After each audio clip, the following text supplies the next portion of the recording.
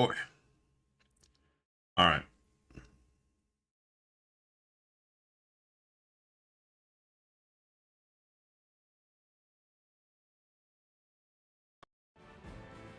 There we go, I guess.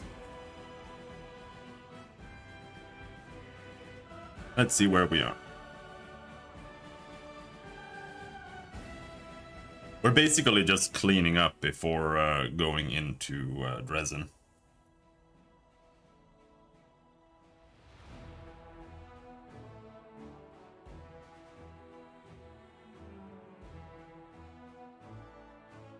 Ooh, that's some good water. So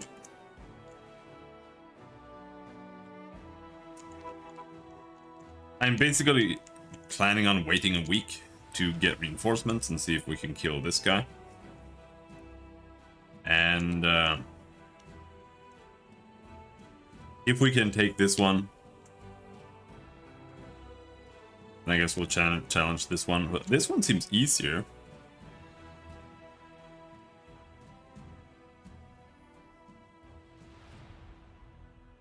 It might be easier.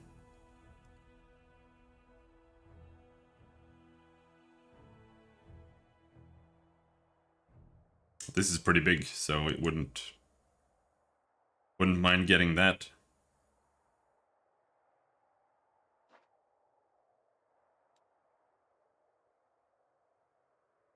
Anyhow, the only other thing we haven't done is the conundrum unsolved.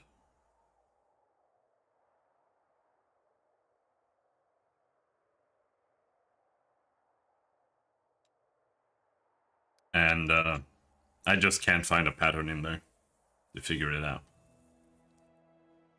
It makes no sense to me. All my characters are fatigued. What am I supposed to do about that? That's it? Just a bunch of reagents? Okay, that's super lame.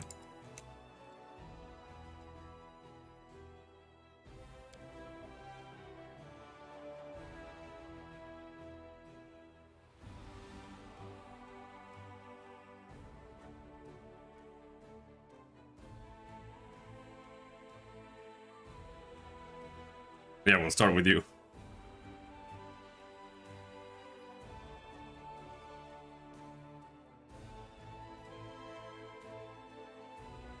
I wish they wouldn't have banters when sleeping, to be honest. I wouldn't mind modding out the sleep banters and the rest food banters. They're just not good.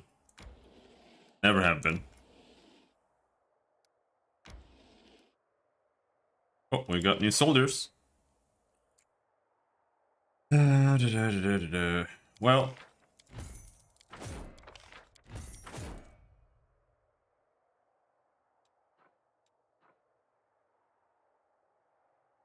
no. Tell us it's a meat.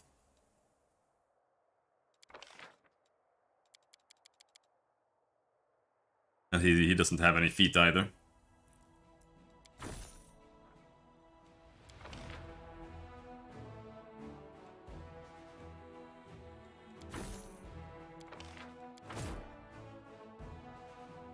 Feet are gone. They took his feet.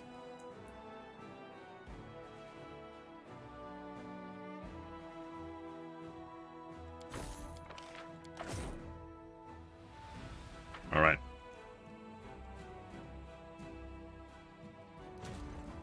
Oh. Oh, there.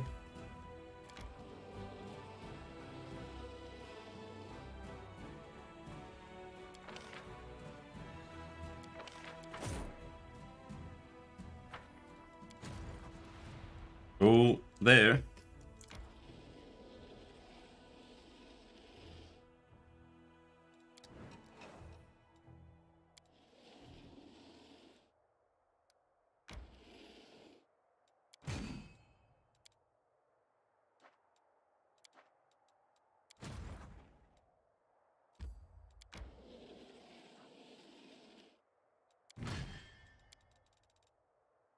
Now we have a pretty beefy army there, But I still don't think we can take this one. But let's try. But the thing is, if I can't kill these now, that's basically it. We have to give up and go and deal with something else.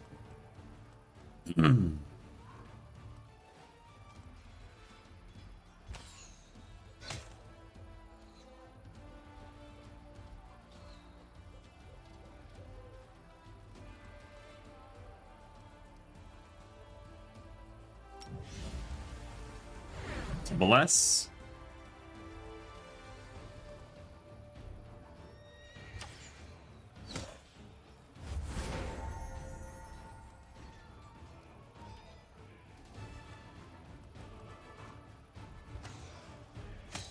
I just want to get rid of some of these sharpshooters first, so they don't do that much damage. They already, like with just 44, they do insane damage still.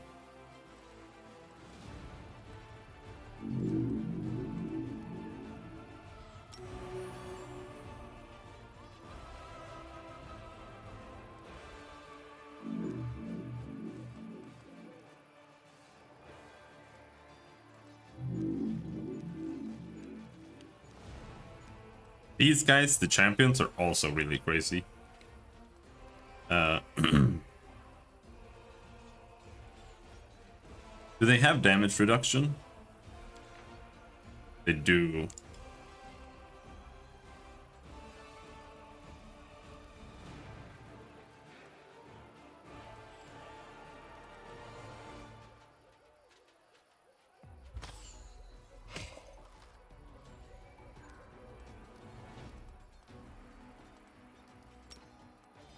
Is worth it?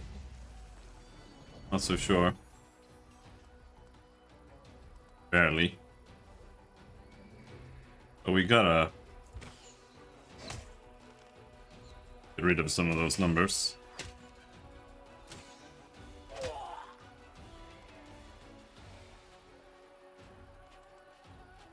One to 5, very strong. Well, nothing else to do. Go in and start attacking.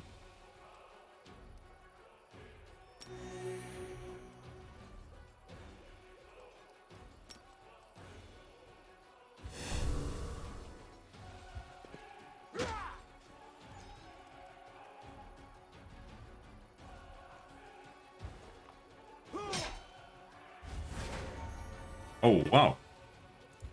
Nice. That's really big.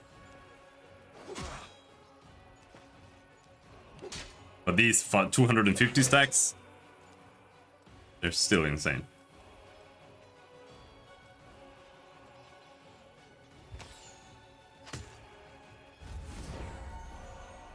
Rid of some archers.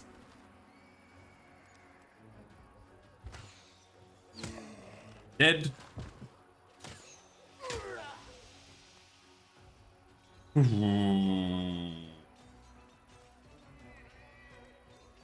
We need to use attack formation here.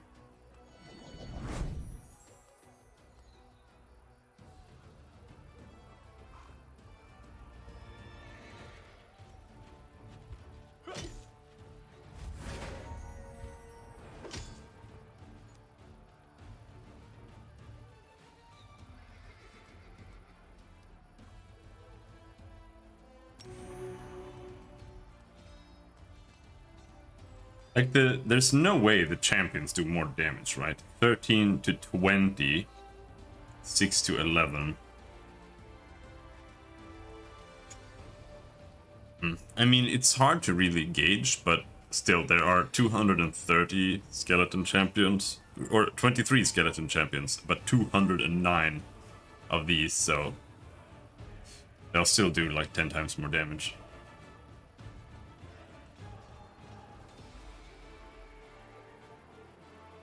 So I think we should focus on getting rid of some of these, because they do a lot of damage now, right? I think. Okay, I think we're gonna win.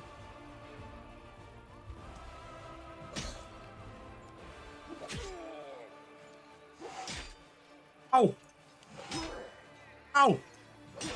Ow! Still gonna hurt, apparently.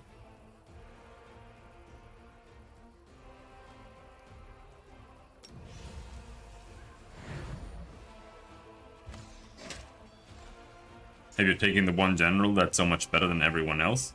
Yeah, that's just like Heroes of Might and Magic. Like, they just copy-pasted Heroes of Might and Magic, so it's gonna be exactly the same issues that Heroes of Might and Magic have as well.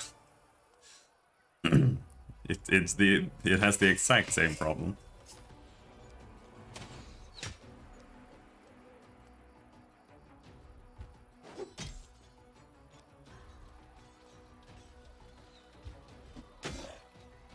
No more healing, it's just down to getting rid of them all now.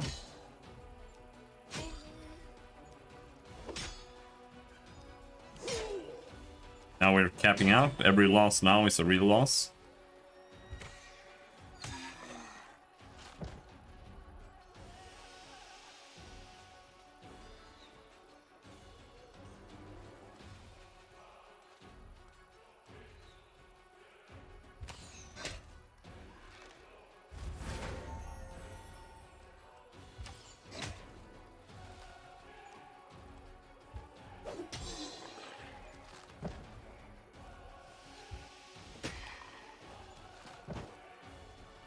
We got him.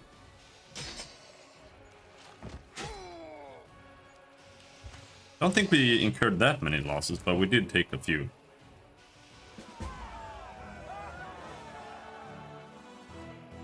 Yeah, we lost like almost 40 normal soldiers, but they're terrible anyway, so that's an acceptable loss. Having relieved the last undead from their curse, the clerics discovered an artifact emanating vile energy that had been attracting the living dead to this place. After carefully sealing their find with protective spells, the clerics brought it to the commander. Broken phylactery of Stevanius the Rotten. Stevanius became known as the Rotten after his act of treachery, an apprentice of Zacharias, a great hero of the Crusade. Stevanius deserted on the eve of the battle for the Lost Chapel and dedicated himself to the forbidden art of necromancy. When the Inquisitors caught up with him, Stevanius made an outrageous claim that his master, the valiant Zacharias, also had been practicing necromancy, using its dark secrets against the demons. Shortly afterwards, Stevanius managed to escape, killing the warriors sent to arrest him. According to his journal, his next undertaking was a ritual that was supposed to transform him into a lich, an immortal master over the undead. The details of the ritual are now lost, but all the research into undeath points out that such potent magic cannot possibly exist. The tragic death of Stevanius the Rotten, who failed to achieve immortality and ended up a mindless undead, serves as yet further proof of this. Yay. I don't really know if there was any purpose in really doing that fight right now, but I can't know that, so had to do it. Alright, let's go trying to kill these guys. It should be easier than that, but it's hard to say. We've got a bunch of super dudes here.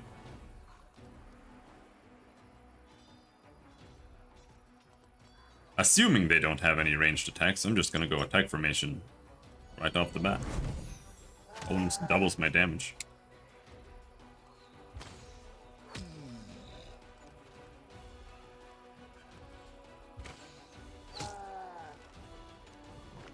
Oh no, they've got ranged attacks! Oh no! Oh, that did almost no damage at all. That was pathetic.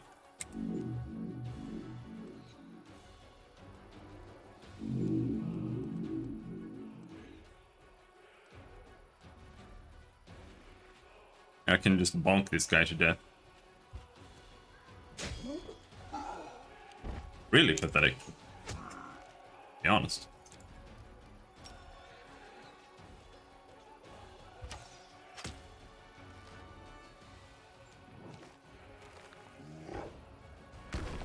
One loss. 2 losses. We've taken 2 losses.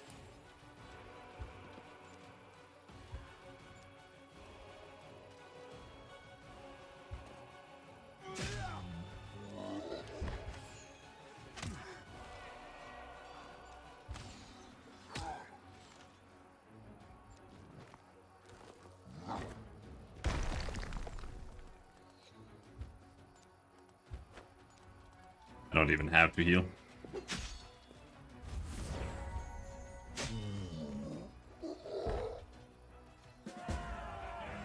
Alright. The scarce possessions of the wild giants may still prove useful to the Crusaders. This time the soldiers found something truly interesting among the piles of rubbish, bones and primitive tools. A pair of impressive tusks wrapped in a scaled hide must have been some kind of relic for these monsters. Chillroar's hide and tusks. A Gaurau, an enormous reptilian beast, had once terrorized a riverside settlement for Sarkoris with its devastating attacks. The locals called it Chillroar for its thick ice-covered hide, which no axe or lance could possibly penetrate, and its feral growl could blow a knight off the horse's back. Old Lyrian cunning, the beast satisfied its thirst for blood by destroying anyone who tried to kill it, and there was never a shortage of such bravery, such brave yet foolish souls. While the small tribe of mountain giants worshipped the ancient Gaurau, the Sarkorian tribes considered Chillroar a grim threat, encouraging the best of their warriors to try and defeat it in a feat of strength, which would be remembered for ages to come. Despite those heroes' valiant efforts, Chillroar managed to outlive its enemies. Sarkoris fell to the demonic onslaught. The creature's triumph did not last long, however. The opening of the World Wound had changed the local landscape forever, draining many rivers dry and wrecking the Gaurau's lair. Finally, demons tracked down the legendary beast and brutally slayed it. Thank you, base demons. You killed the evil monster for him.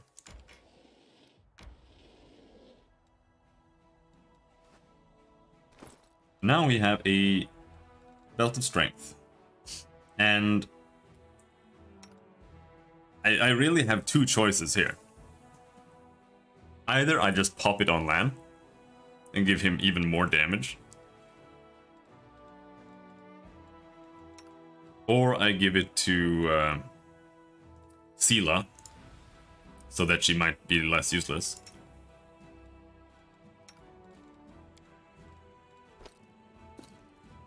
Those are the choices, and I think I'll pop it on Lan. We get +2 damage.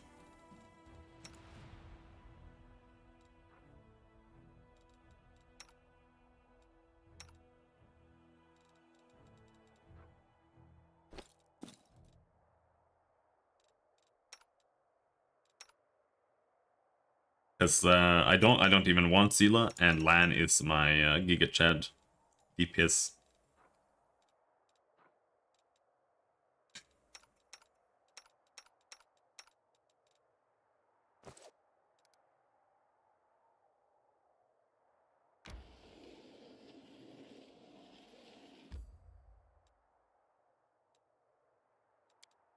Wish to enter this location? Yes. I do. Can't I enter it while I'm standing there? We have to go out and then go in again? Okay.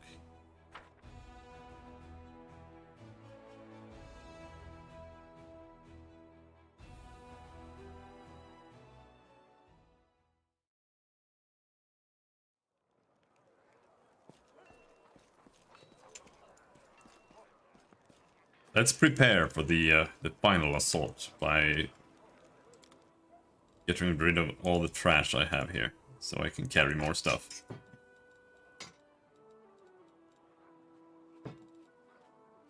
Nobody's going to be using an orc double axe. Same with the throwing axe. I just don't know about these other things. Gnome hooked hammer. Nobody's gonna use that. We already have the gnome hooked hammer character and we're not using him, so.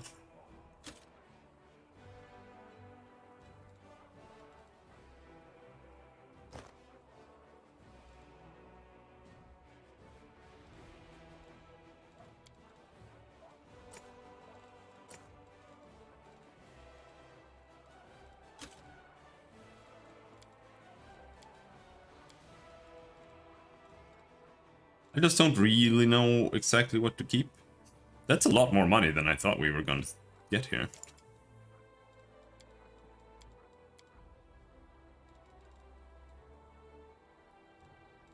Does anybody sell cold iron arrows?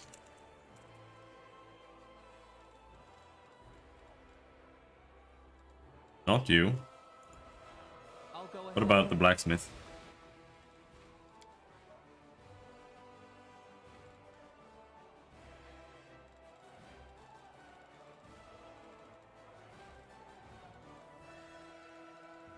So if you do not buy the initial stack of cold iron arrows, you can't get any more.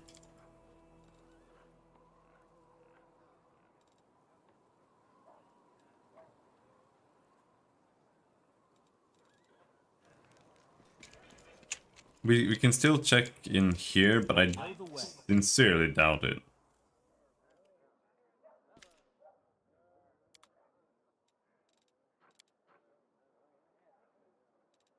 Oh, wait.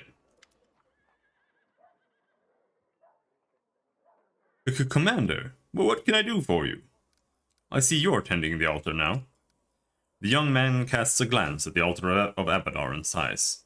I know it's not exactly the done thing for a priest of Erastil to tend an altar of Abadar, but what else can I do? I can't leave our soldiers without protection from the corruption of the Abyss, can I? And I can't leave esteemed Rathimus's work unfinished. Okay.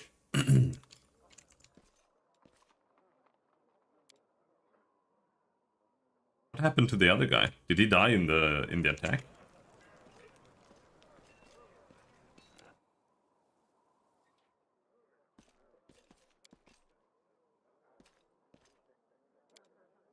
Follow my lead. I killed him? When did I kill?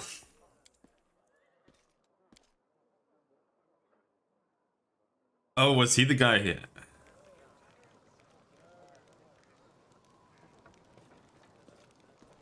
Which one? I mean...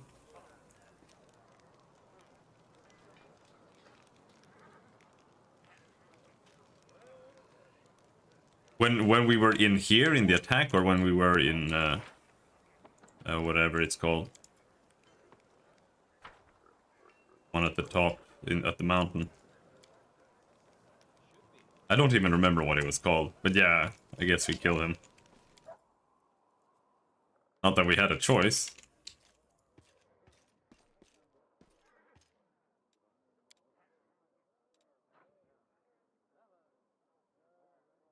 Bunch of caught crusaders that were about to get butchered, and one of them was a traitor. Oh, okay. I see.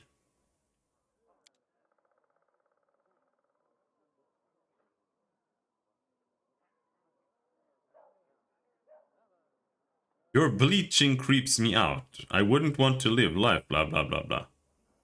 It is surprising how few people understand this. Being enthralled to one's emotions is no better than being enthralled to Numerian narcotics. So true. Sir Nomalot.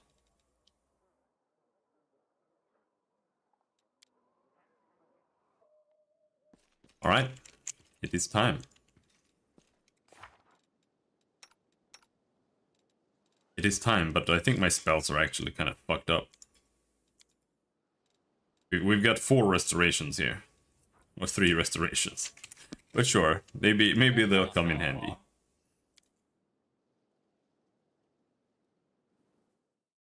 Let's just double check the quest log. Banner over the citadel. Nope, nothing.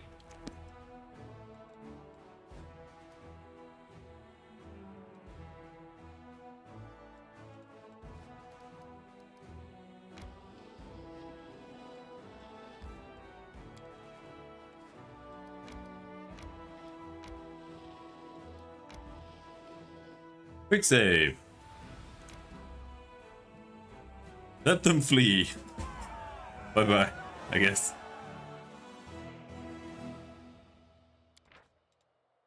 The last enemy fortress blocking the commander's triumphant army's advance has fallen. The soldiers are more than happy to spend the night beneath the shelter of its fortified walls. The road to Dresden is clear. Go for the throat. Target unit receives a -2 penalty to speed and gains a 25% chance to make a critical. Oh, okay. You lose speed and you gain crit chance. All enemy units in a 3x3 area make a fortitude saving throw. Failing a saving throw applies a stun for 1 round. Target unit gains a +2 bonus to melee attack and a -3 penalty to maximum health. -3% penalty to maximum health? What the hell? That's like 1 hit point. Who cares?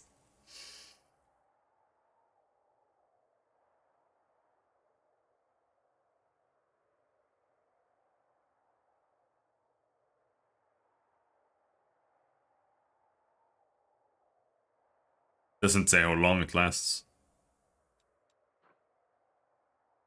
I want the stun.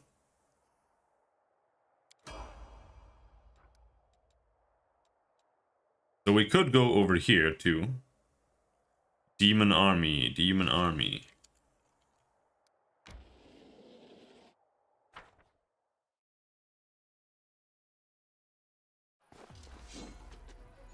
Oh shit, that's a unit? Holy fuck.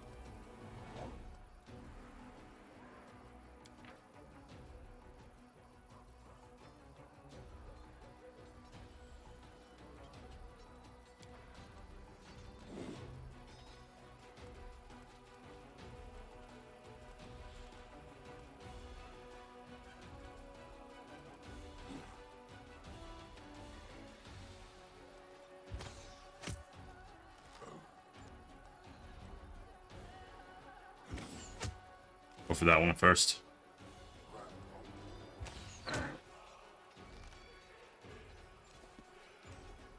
No! Move in more units. Move in there. That's what I want you to do.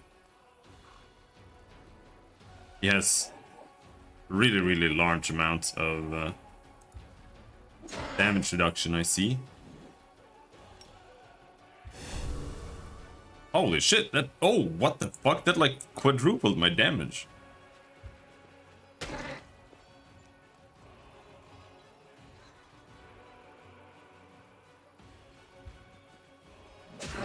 Bonk!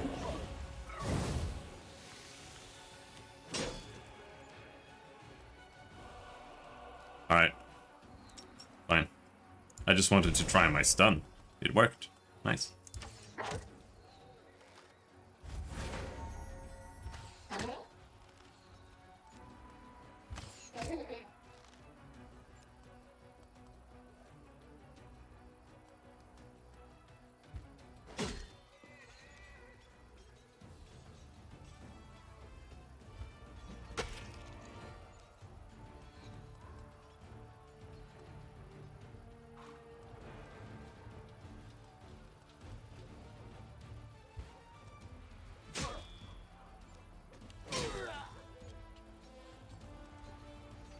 I'm a big fan of this guy.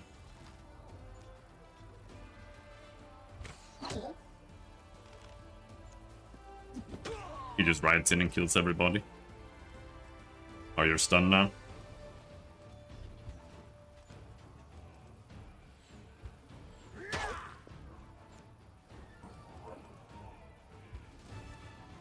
Bonk! Oh, come on.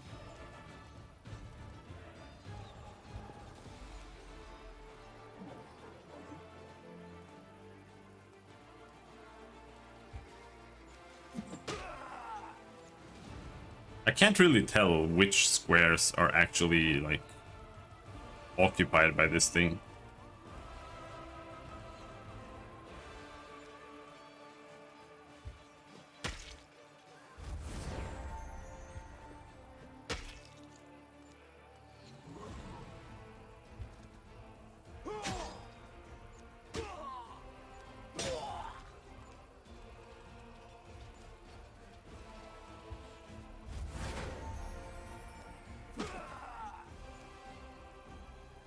crowd control abilities are insane here. Doesn't say. It's not listed under effects or anything. I guess they're just nauseated, but it doesn't say how many turns or anything.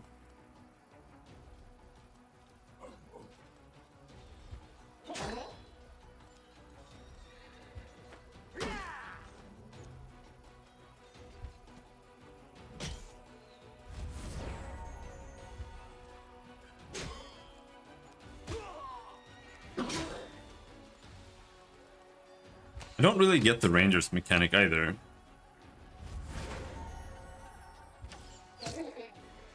Because it doesn't really say anything about that I have seen. Like, if you look at them, they've got speed 2, initiative 4, skillful repulse. This just means that they don't use melee weapons. That's it, but I feel like they always get a free turn in the beginning. Like, they always shoot twice, first round. No, it's more than that. Because sometimes they get 3 turns in the beginning.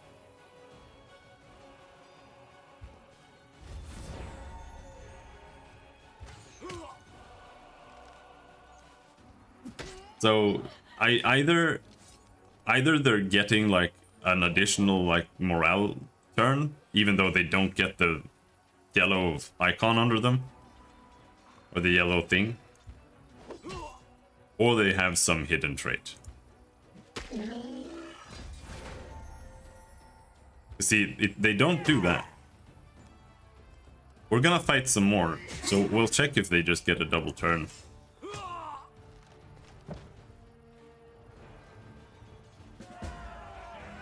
The first time, every time. What first appeared to be a stone enclosure used for demonic sacrifices actually turned out to be a desecrated ancient shrine, where Sarkorian druids once offered their prayers many ages past. Soon it will once again become a bastion of peace and spiritual fortitude. Energy points, daily income increase 1. I don't really understand what that is. Is that just my unit, my heroes get more magic per day, or what?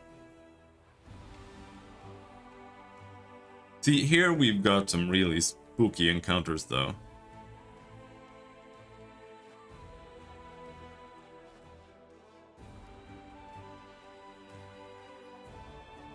Edge of Force. What if we go down there first? There's someone on the road. Get ready.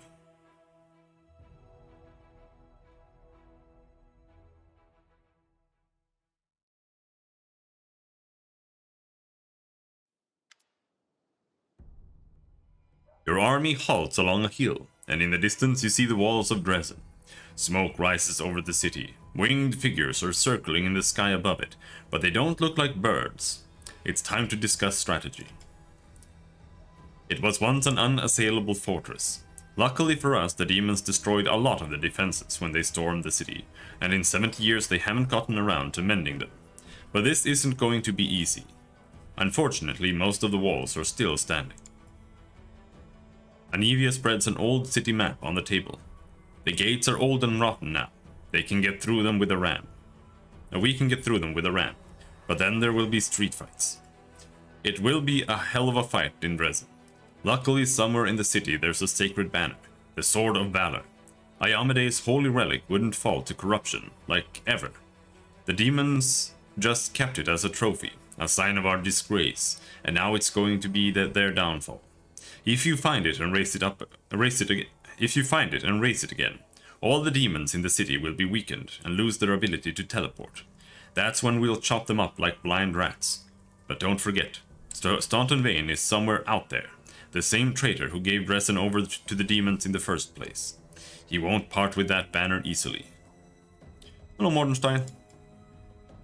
Nura raises her hand like a student in class.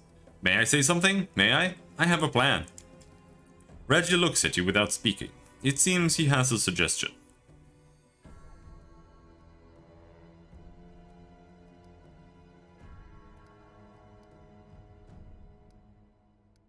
Regil, what do you want to suggest?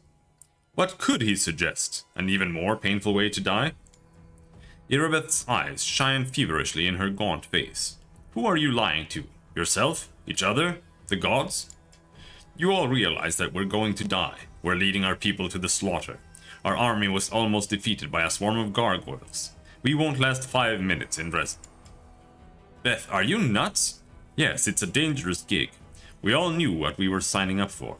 But now that we've got here, you want us to shit our pants and go home. We got to bloody Dresden by some miracle and we're about to take it back. Kinda late to chicken out, don't you think? It doesn't matter what we do. The lad hanging on the hook next to me didn't want to die. But what could he do to fend off death? What could I do? We're all doomed, but only a few of us are willing to admit it. By this time tomorrow, we'll all be dead. Oh my god, she's so cringe. You have a question? What's that? Irabeth's voice drifts away, but then seems to carry from a distance, making its way through the sticky veil of fog that fills your mind. The demon that's appeared inside you struggles to be free. A little bit more, and its wave of rage will engulf you.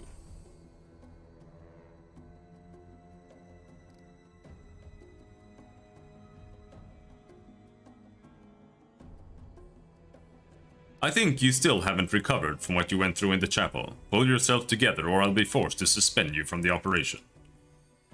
A shadow of something like fear flashes across Irabeth's eyes. You'd leave me behind? So that I'd had to mourn the dead, my entire order, all of my friends. That's worse than dying along with everyone else. Dresden will be our death. You, Commander, might still have a chance to be saved, but you're leading your people to certain ruin. You pathetic little nothing. You were so proud of your strength, and yet you broke so easily. The demonic rage inside you seethes and searches for an exit. It struggles to get out, exhausting, threatening, and convincing all at the same time.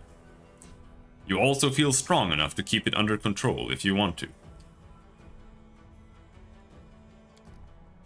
There you have it. A perfect illustration of why the Crusades have made not an inch of progress in 100 years. A whining upstart commander has been put in charge of a knightly order by an idealistic queen, circumventing all rules of military hierarchy. And now, said upstart has crumbled in her first serious trial. Regil chuckles harshly. Absolutely everything in this situation, from the story of Irabeth's rise to the reason why she lost her reason and morale, demonstrates how dire matters truly are on our front.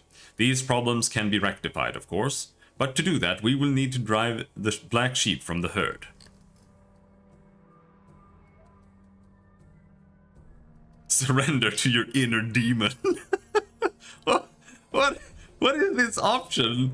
I'm just like, and I'm gonna rip her head off in the middle of the tent.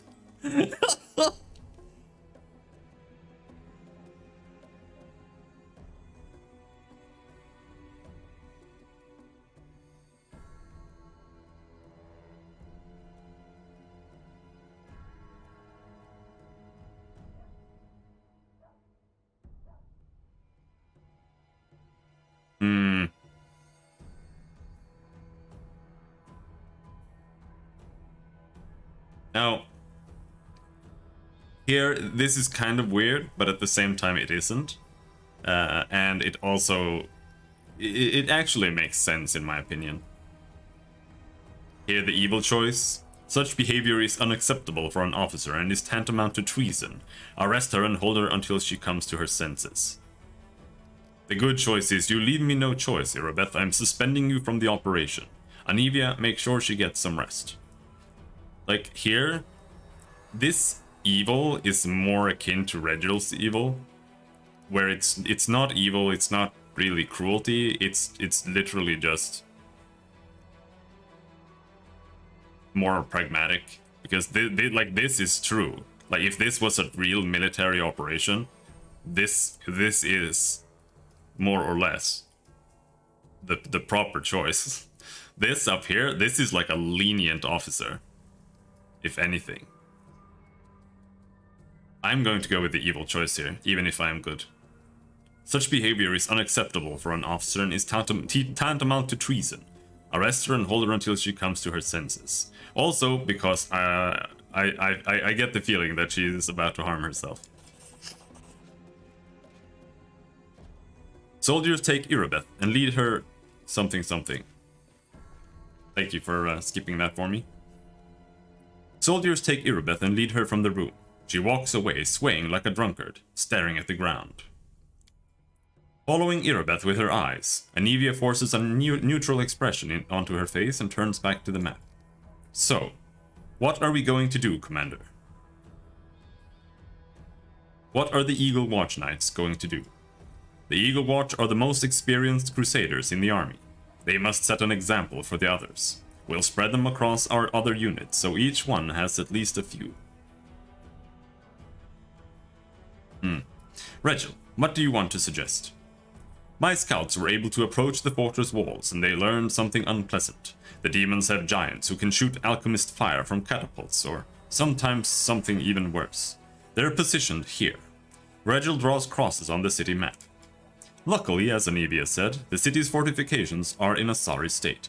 If we come from this side, through the temple ruins, we can sneak up on the giants and finish them off before they inflict any serious damage on our army. It is a highly risky maneuver. If my unit was injured and exhausted, or suffered significant losses, I would consider the risk excessive and never countenance this plan. Fortunately, thanks to the commander's timely aid, you aided the beleaguered Hell Knights and accepted their leader's offer to help you in the campaign. The Hell Knights suffered almost no losses during the encounter with the gargoyles. We're ready to perform the maneuver, but we'll need cover in case we run into any special demons, like the Nabasi we all remember. Commander, I would like your party to attack the giants with us. The fighters won't like that. Our lads are hoping the commander will personally lead them into battle, not go off with the Hell Knights. Really, they won't like it. I'm getting tired of talking about the outrageous state of discipline in the Crusader army. Shall we see how they like fire raining down on them from the sky? I kind of like this guy, to be honest. Because he's right. He's like right about everything. Nura, what's your plan? Oh, my plan is great. It's a magnificent plan. Here, take a look. Nura spreads another map across the table. I had to dig in the archives to find it, but it was worth it. This is it, the ace that will bring us victory. This is a map of a secret passage that leads to Dresden's dungeons. An entire army can't pass through there, but your unit can easily get through and strike the demons from below. They definitely won't be expecting that. Besides, of course we don't know exactly where the Sword of Valor is stored, but I think we should look in the dungeons first. With a little luck, you'll win the battle before the demons even realize it's begun.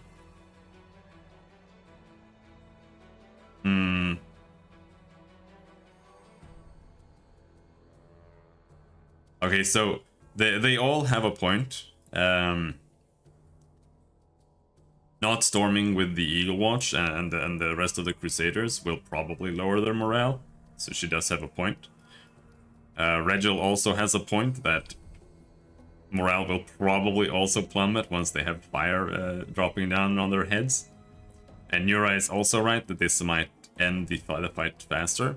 But to me, Nura's plan is the riskiest, because not only am I not charging in with the Crusaders, I'm also not helping Regil stop the Crusaders from taking heavy losses from the Giants' artillery barrage. So, end the council. We attack tomorrow at dawn. Begin preparations. Where will you be in this battle? I will go with the Hell Knights and attack the giants. A rational decision. Alright, we attack at dawn then. May the good gods help us.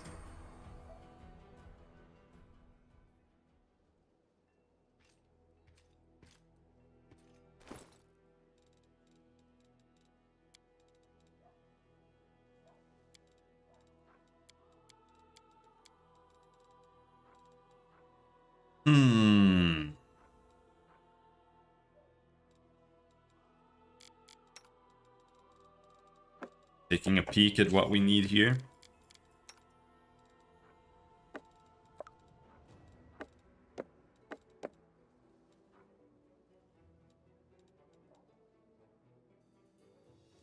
I can carry a potion. Yes.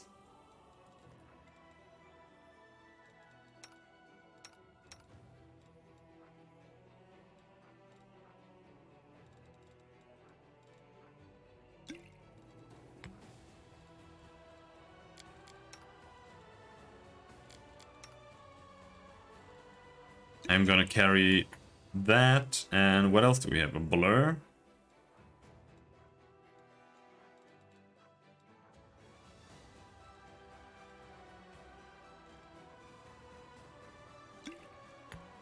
Can bring a blur.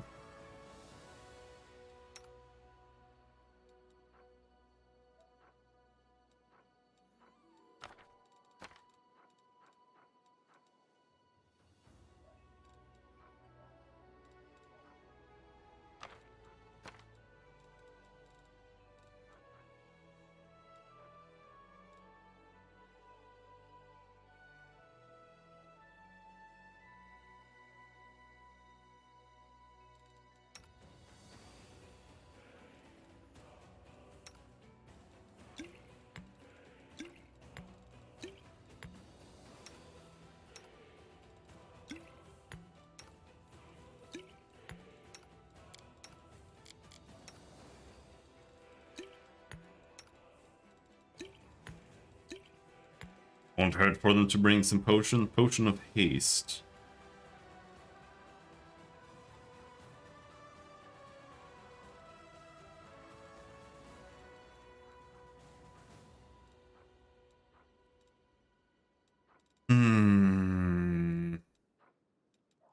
Blur. Blur.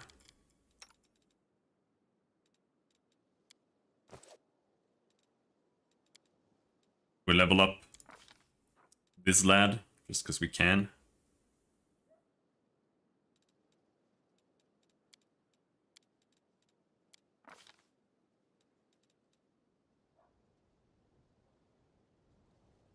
Advanced armor training. What does he even use?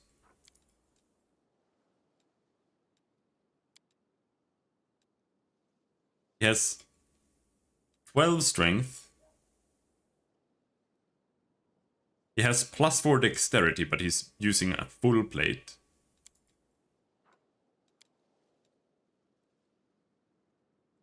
AC bonus for armor's choice. Can't you take armor focus? AC bonus granted increases by 1.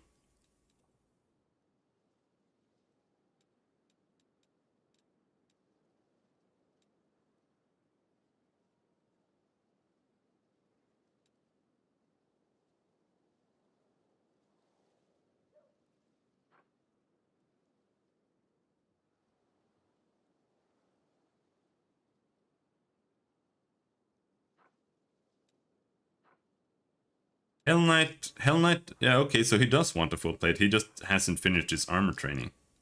But you get armor training from Hell Knight and from Armiger.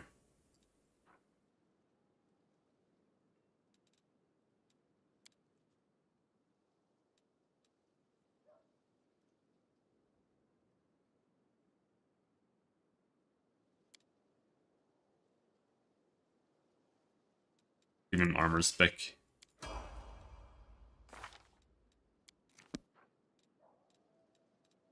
I mean, I don't think he really gets any benefit from any of this, since I'm not really using him to fight.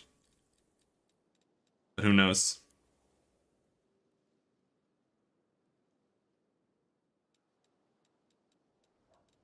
The bigger they are, he's a gnome, that sounds good. Mythic feat. I mean, there's only one choice. And that's weapon finesse.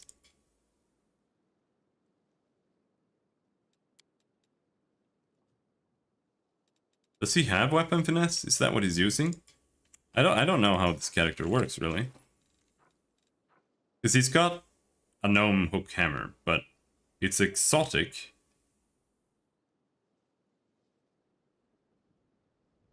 Does he get that as... Since he's a gnome, can he use that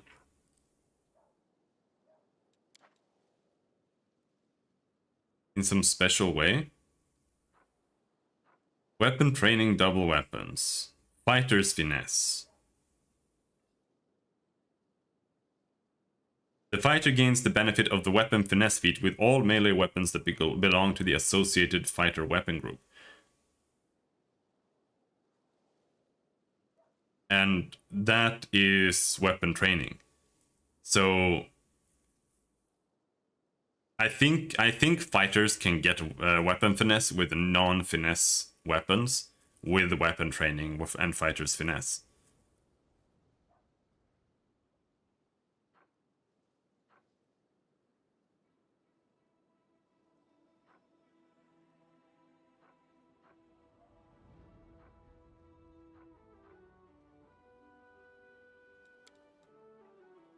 And he has weapon finesse, so yeah.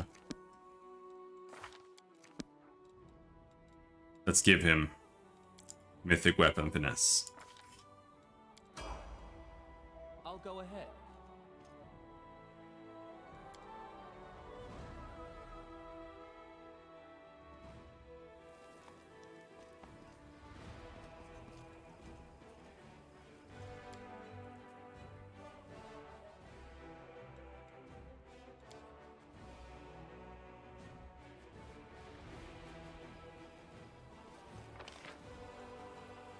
So where's Prism? Where's Tirabade? I know the way. Where's she locked up?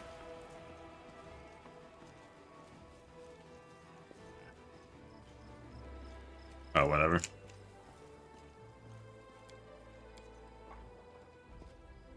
Oh, I have to bring him? Okay, well, okay, fine enough. Fair enough. Makes sense then. But he seems pretty fine just out the gate. Holy shit, his model looks way worse than his portrait.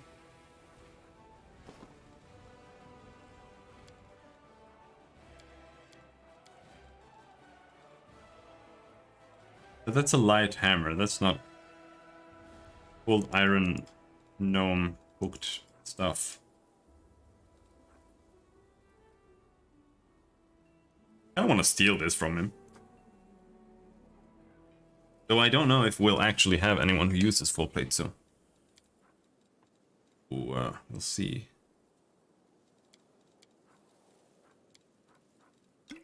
Give him some potions.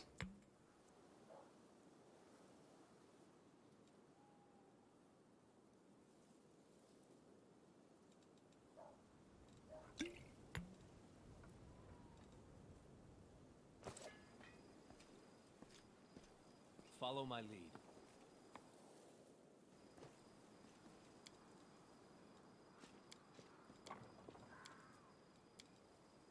There, finally replaced Sela.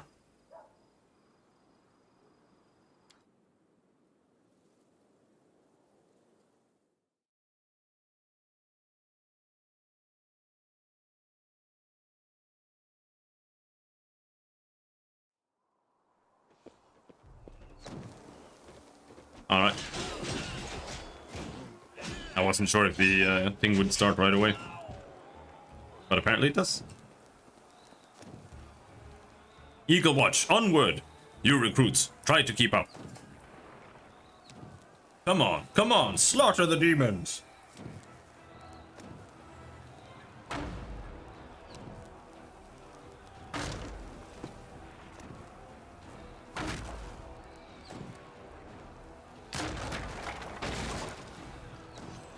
For the Queen! For the Commander!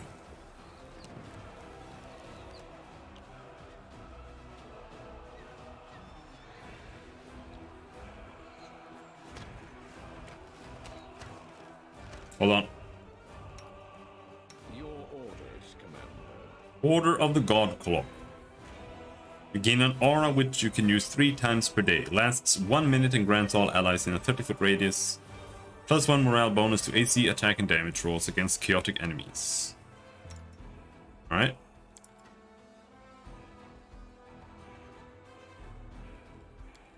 Let's see, what do you have? Strength.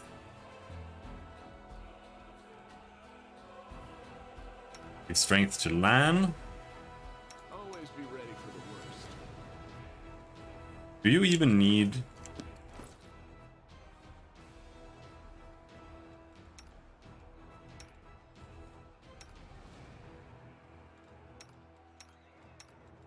mean, she has 3 armor, and he has 3 armor.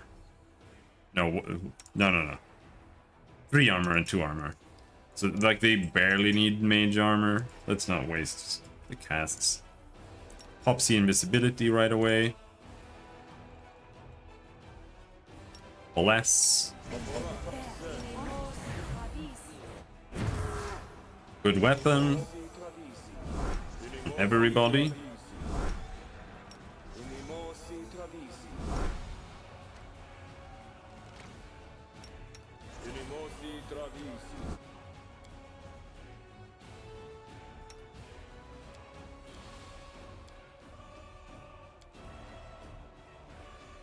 You require Ready my for anything. counsel. That blades. Yep. And there we go.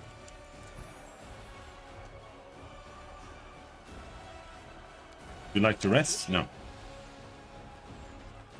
Open your heart to me.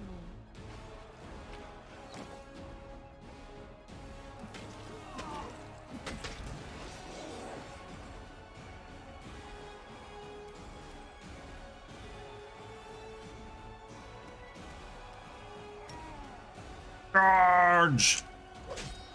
Oh, I got another. Speaking of charges, I got another charge to close to the heavens. Now we can miss with even more laser beams. Out of my sight.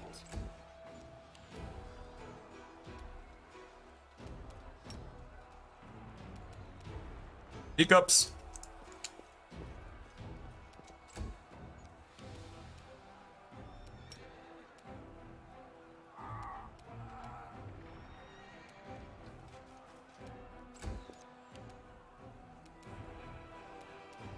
You've crossed the wrong Blam! line. Oh, shit! Oh no, I don't like Bobo.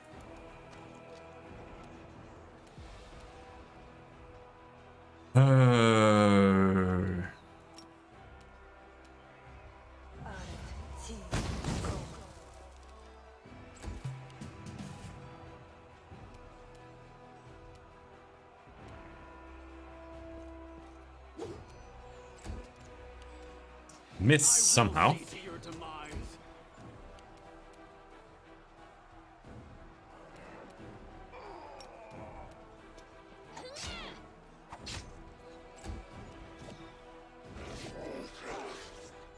Now let's see. Regil. Ow! Ow, sneak attack.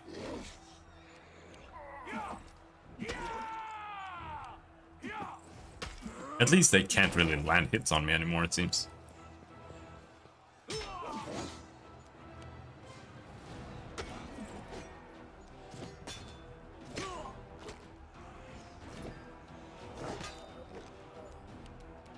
Regil, how strong are you?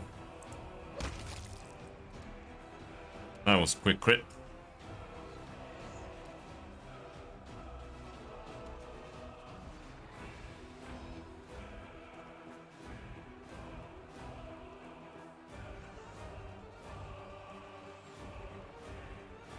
Dexterity damage? Yep, he does get the damage from weapon finesse on the hooked hammer. So technically, if you're a fighter, you can do like a great sword finesse build. I think.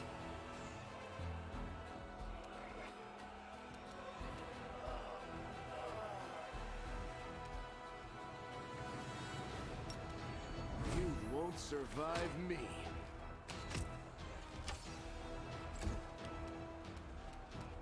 I'm not sure if it's worth using Burning Arc compared to using Scorching Ray, single target. It's barely. I think they're about the same.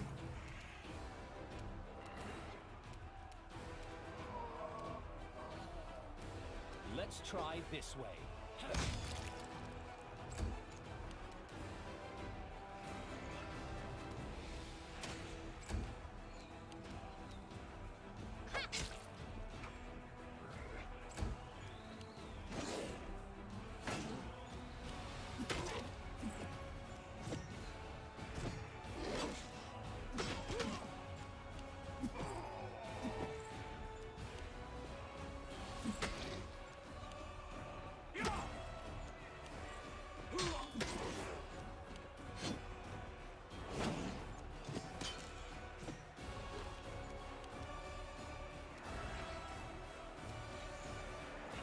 Retreat is not an option.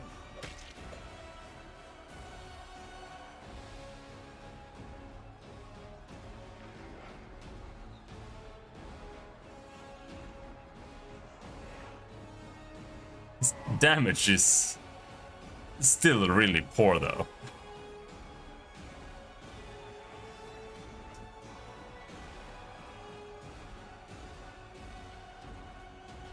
But that's because he's actually only getting +2 from dexterity because he is using a full plate, and he is still not high enough level to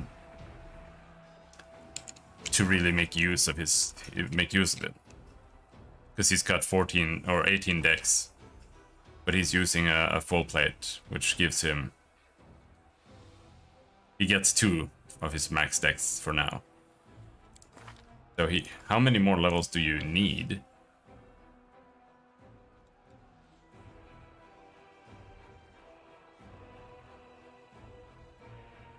Like this level of armor training there. So you need 2 more fighter levels and 3 more Hell Knight levels. Or 6 more Hell Knight levels.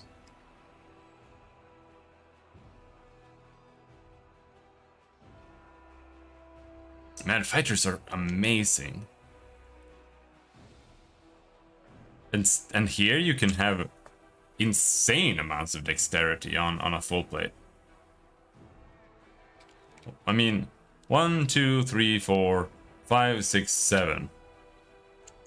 So he can have a +8 modifier from dex to his AC with full plate. +9 if it's mithril. Maybe. I don't know if that increases that.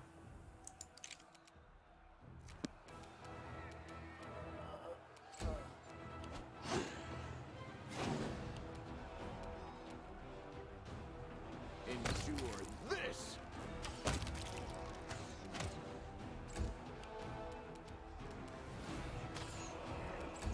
Let's not waste all her spells here. This will Bye-bye. Precision and grace. I'll cut you wide open. Hell Knight's gonna fuck him up.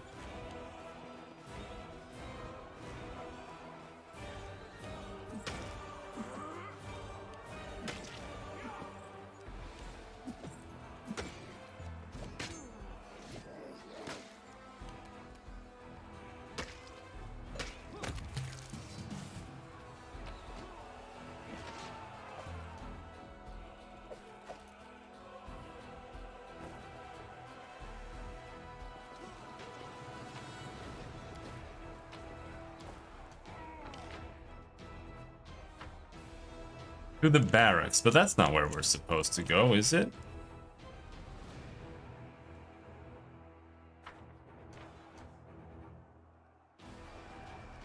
That is not far.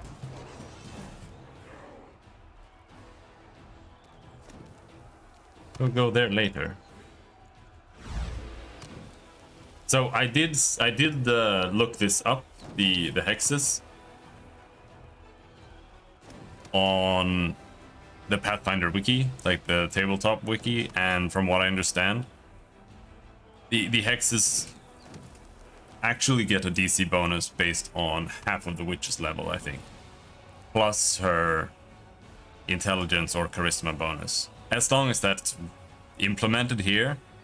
And because she is a stigmatized witch and they use charisma instead of int, assuming that, and I think we already checked that the headband of alluring charisma actually improves the DC, then it should be possible to keep the hexes decent. I still think they suck, but it's still better than just shooting arrows every single turn.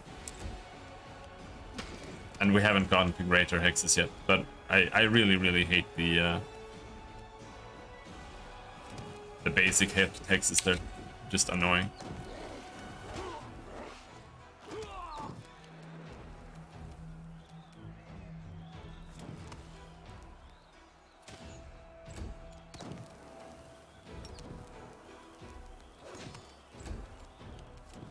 Make every strike count. Hello, what the hell are you? Alavakus, level 10 outsider, 25 AC.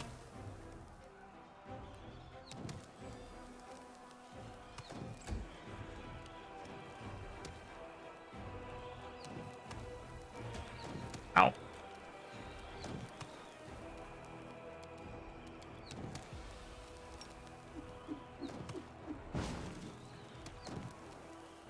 I don't seem to be able to damage these guys with this, but it's not worth using. They have cold resistance and everything. I feel like if you want to use any spells in this campaign, you have to get like epic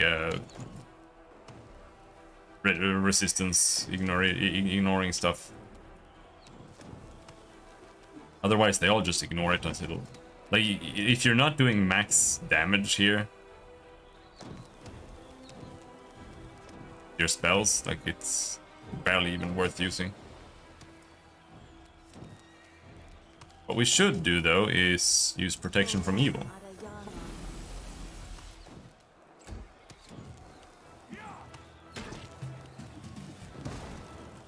I am going to blast the Kalavakus, I think. Let's see.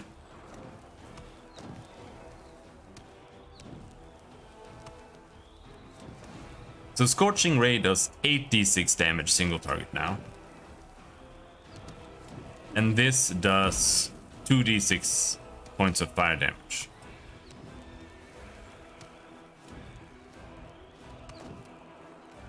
No!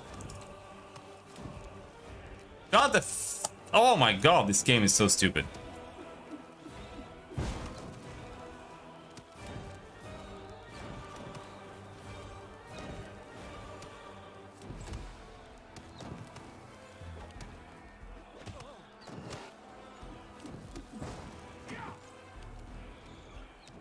Kneel before me.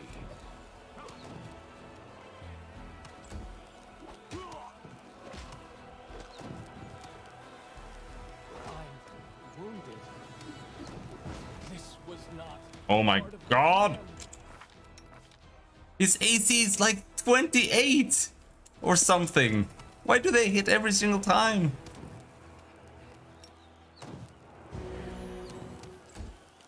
And now he can't get up. Haste! Oh no!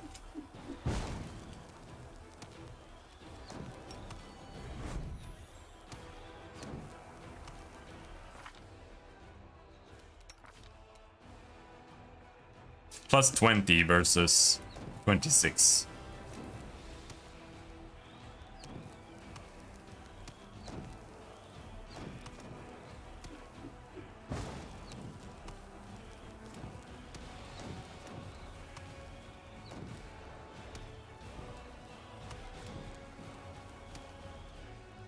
I still think we don't want to use this, right? No, it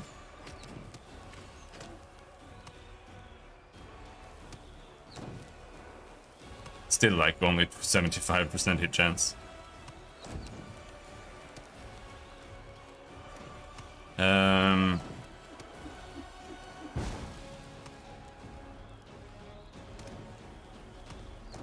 spirits demand your blood.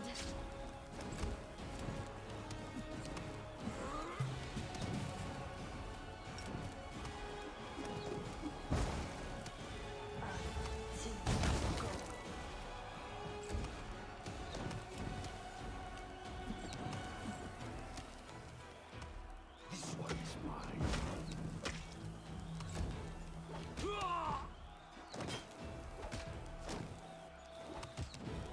This was not part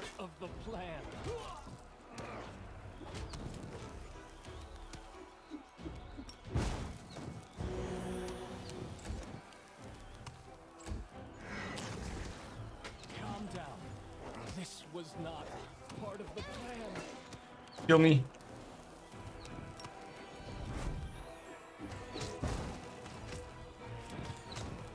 Crit. Nope.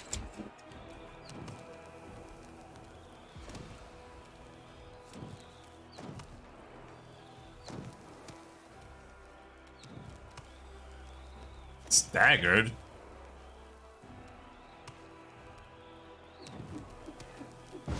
You are today's sacrifice.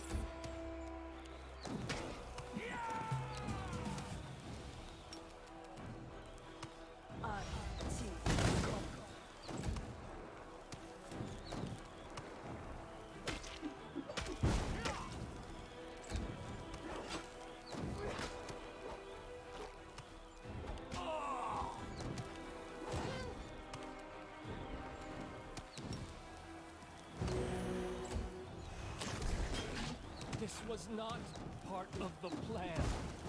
Oh, he died.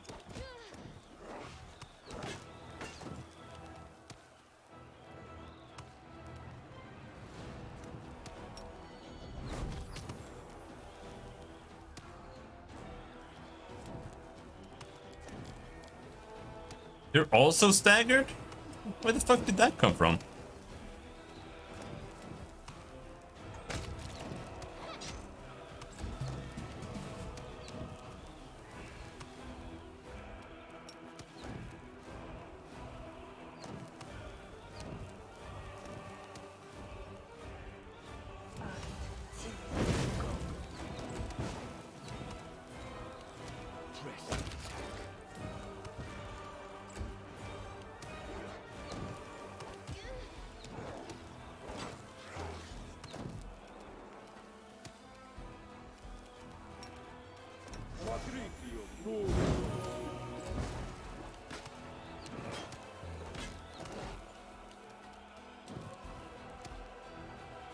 You crossed the wrong mongrel.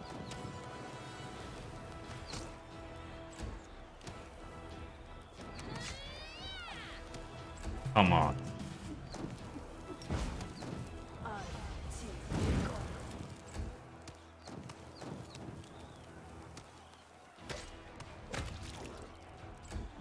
One left. And now we can't sneak attack. Thankfully.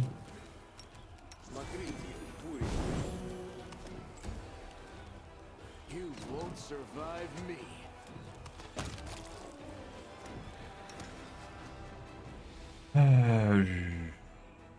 Or by greater restoration. Okay, so you can't use like a resurrection on Death's Door. I do not have greater restoration.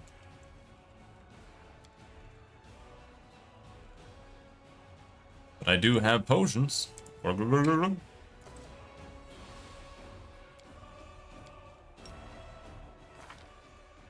Yeah, he has 27 AC. She has 29, 28. Somehow they got through.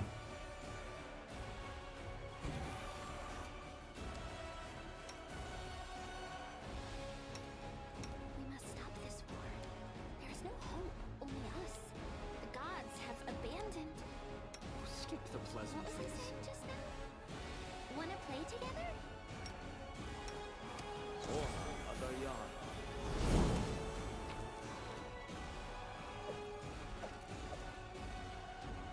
Hell Knight full plates.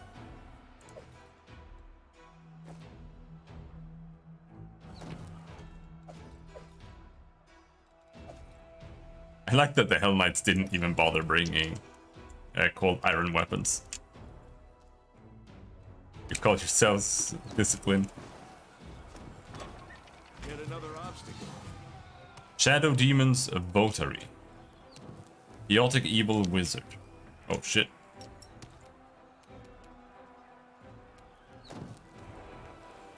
Retreat is not an option. Great, nice. Get him before he gets to move. I'll make short work of this. A calculated risk.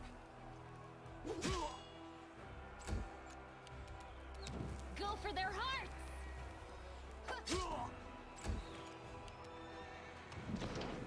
Beep. Oh. No, no! Use spells!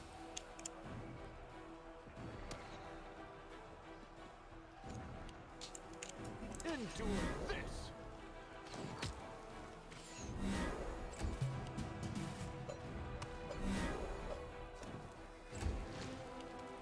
Do you have Dispel? No.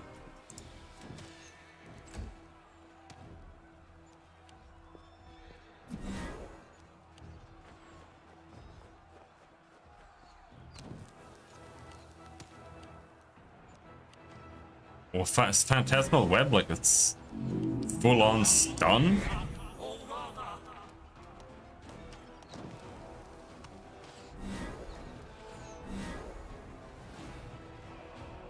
Everyone is nauseated and shit.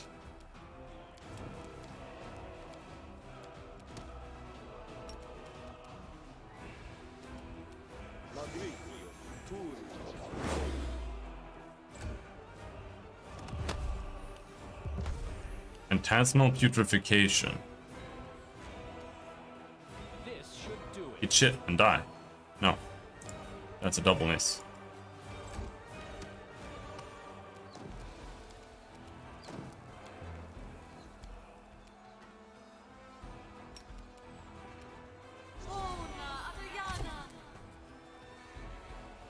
Oh, really? You failed the concentration check because he missed you with his dagger?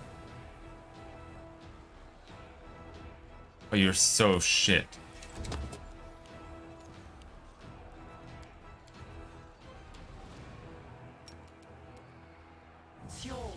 She needs combat casting. There's just no question. Caster level check. 9 plus modifiers plus 8. Versus 24.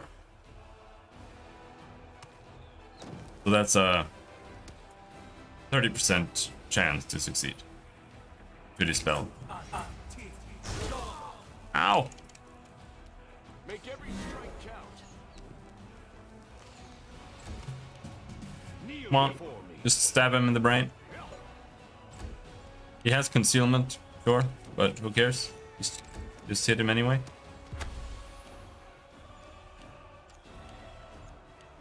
Should have taken blind fight ages ago.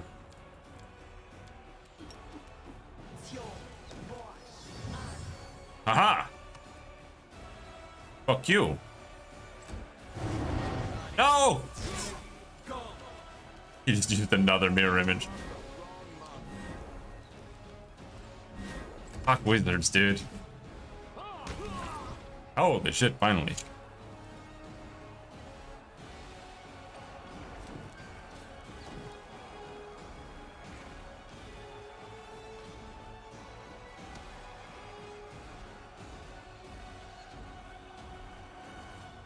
All stuck in Phantasmal Web for 40 seconds.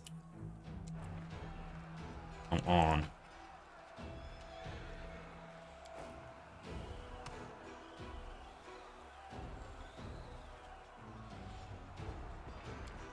Level up.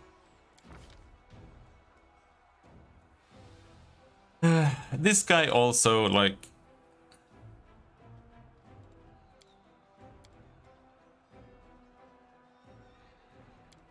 I could give him 1 strength, just so he can maybe equip some items properly.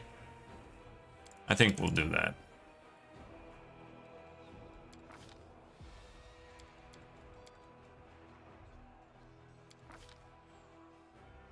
Level 4 spells, Chaos Hammer. Cure critical wounds. We get that one for free, so I think we just want restoration, right? Holy Smite. Only evil and neutral creatures are harmed by the spell. Good creatures are unaffected. The spell deals 1d8 points of damage per 2 caster levels, maximum 5d8 to each evil creature in the area.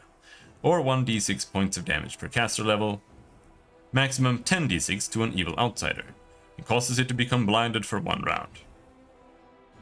A successful will throw reduces damage to half and negates the blinded effect.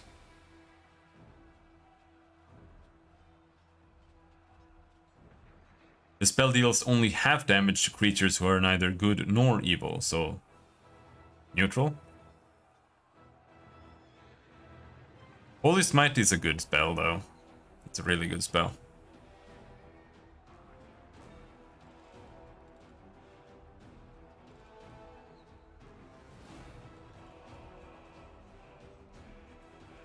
But restoration it is.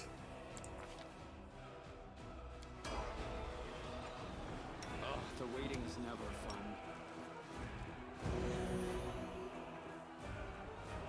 Time's not waiting. Miss me already? Is this even where we are supposed to go?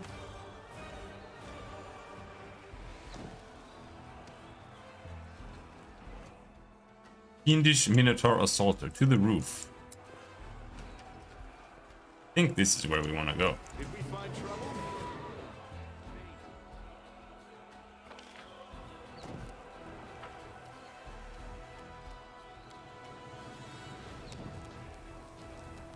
Oh, he needs good weapon again.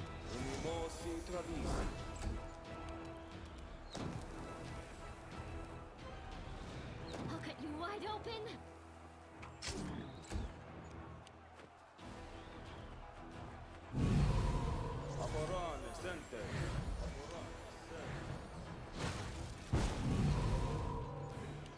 I'm afraid. I'm very scared.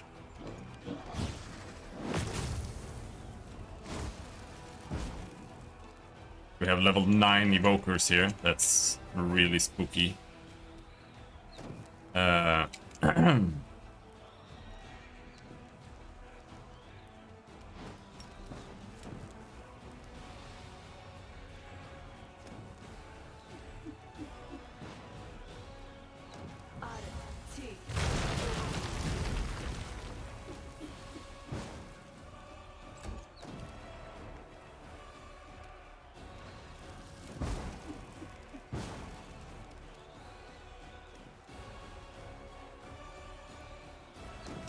Gonna kill this evoker. Oh, he missed.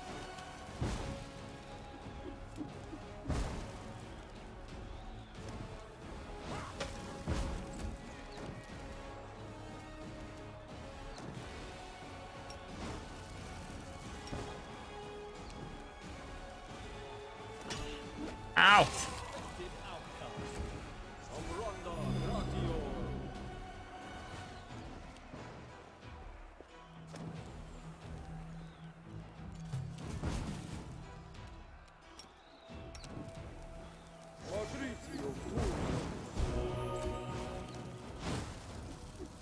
The spirits demand your blood.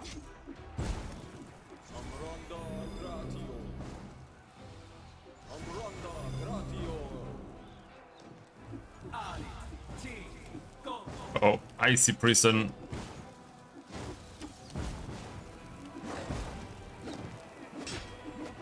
Stop attacking! Holy shit!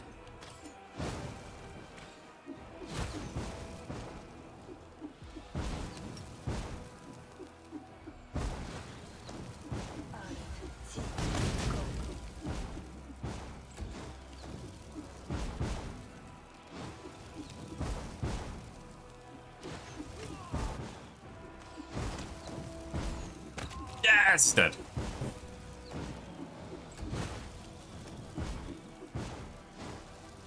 This one's mine. What does Icy Prison do? Entangled. If this creature fails its save, it is paralyzed. If the target makes its save, it gains the entangled condition but can otherwise act normally. Whether or not the target saves, it takes 1 point of cold damage per caster level each round it is paralyzed or entangled in the ice. A creature can break the ice with a successful fortitude saving throw against your normal spell DC each round after receiving the effect. Okay.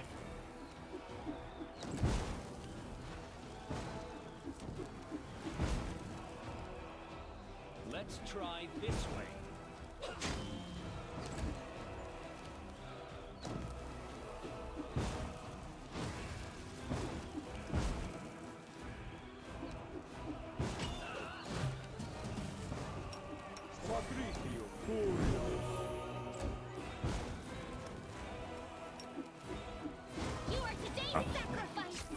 There's no way we're killing the Minotaur before his next move, unfortunately.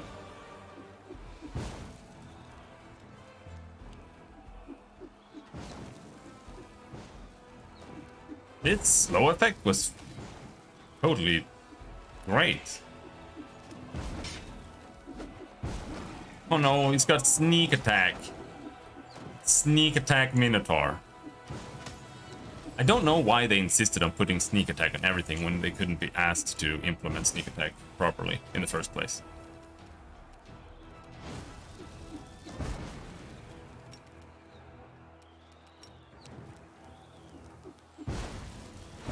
Good night.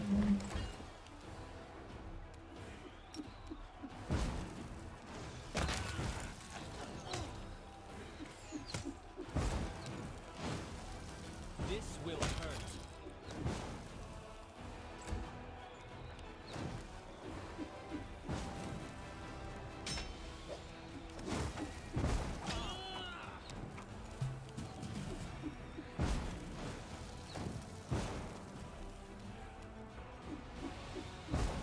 Oh, Darren has 2 attacks now? Oh, Chad. Go for their hearts.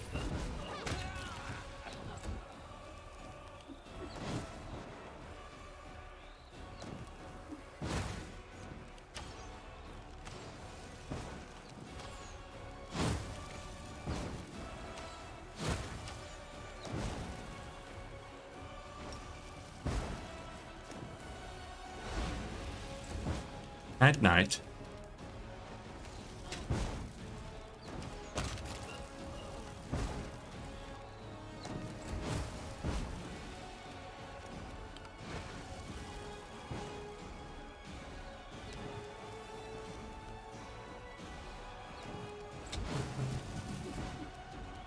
I will see to your demise.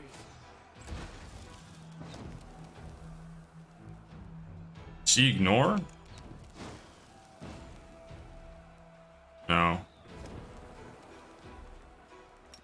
Felt like she could move really far over this for some reason.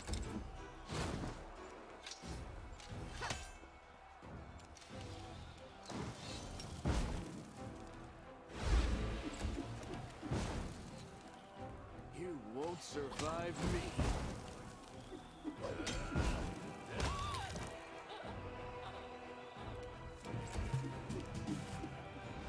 Precision.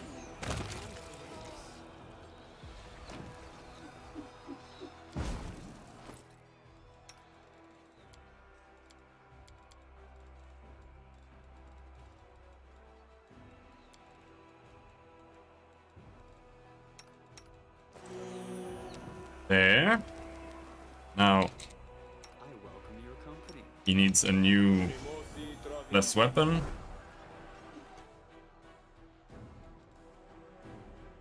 I think we're gonna re-bless as well. Thanks, Lamb. You're so awesome, Lamb. Mongrel bitter. Where are these giants, dude?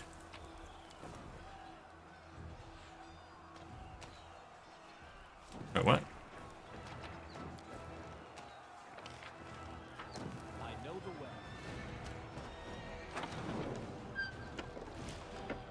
There they are. Okay, how do we get up there? We just walk?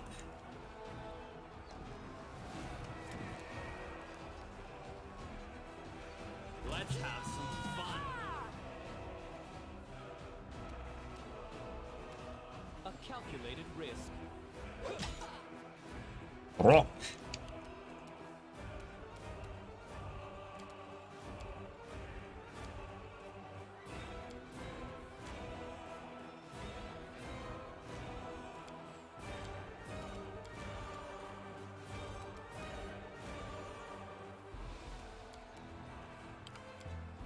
Why do my heals have something like this you can pop up? Oh, this is the hasten version. Right. I can click on them.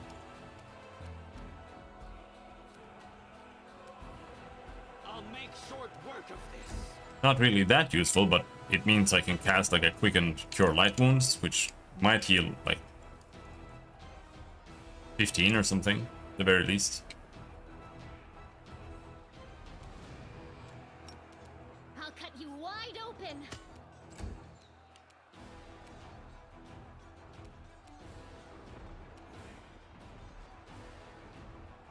Lan, go for the evil outsider.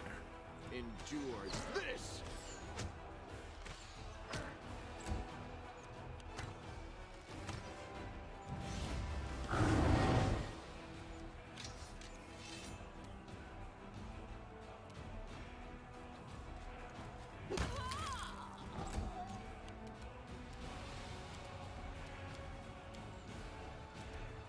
Can dispel him.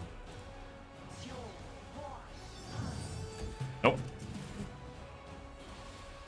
It's good that she has an entire level dedicated to just dispel, because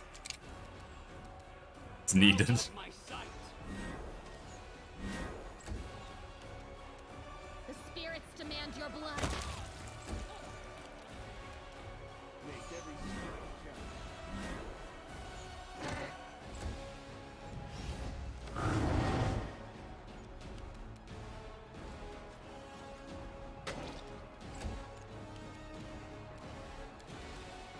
Surrender or else.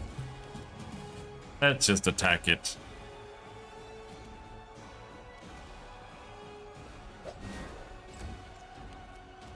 I will see to your demise. You are today's sacrifice. Rid of that mirror image that way, the hard way.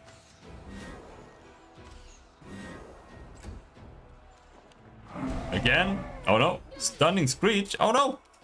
Spores! Press the attack.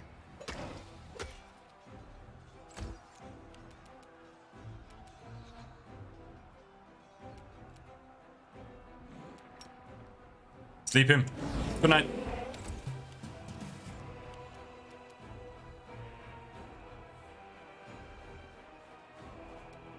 Precision and grace. How long are you stunned? 1 round. Spores.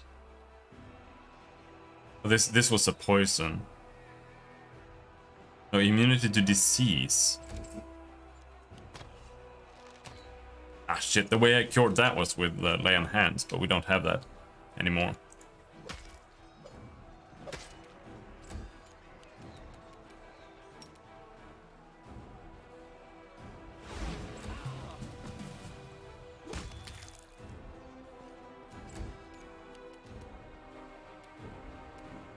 I'll make short work of this.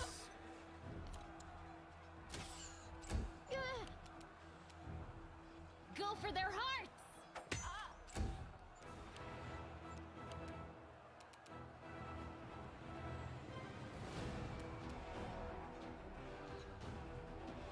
It's got quite a lot of AC still.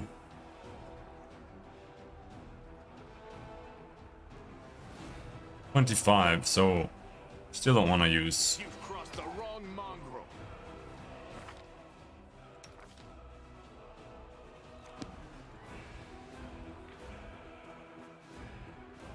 Oh, he's flat-footed, that's why. I thought it was weird that I...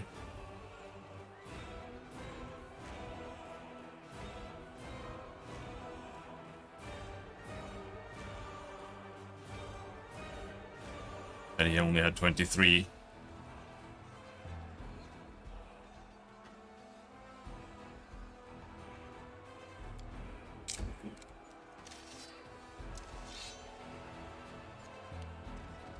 Holy shit! What is that? Look at him! Look at his silly little feet! Retreat is not an option. Good night, giant.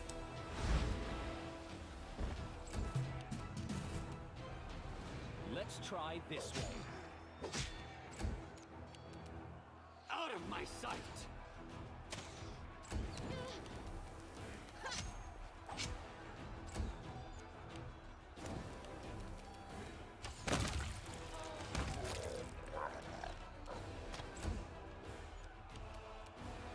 Kneel We before only have one little sleepy guy here left. This will hurt.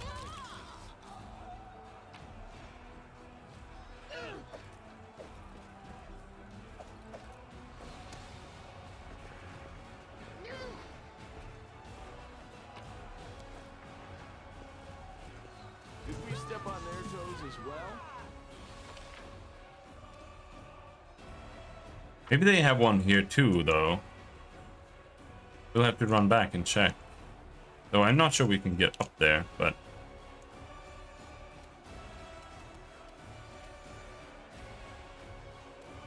should take a look regardless. I'll cut you wide open. I will see to your demise. A calculated risk.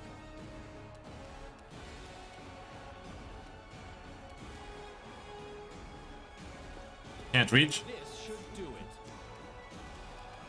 Let's try this way. Fine.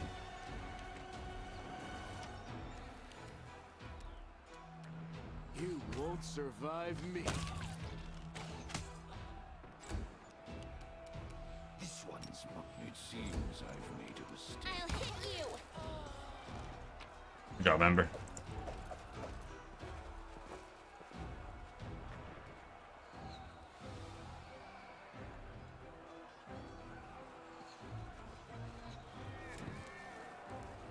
Rules are made to be broken.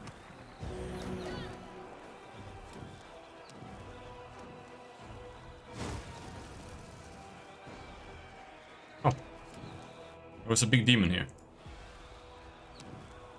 Yet another obstacle. Not really the kind of stuff I want to fight right now. But we do have blessed weapons, so we can actually hurt them.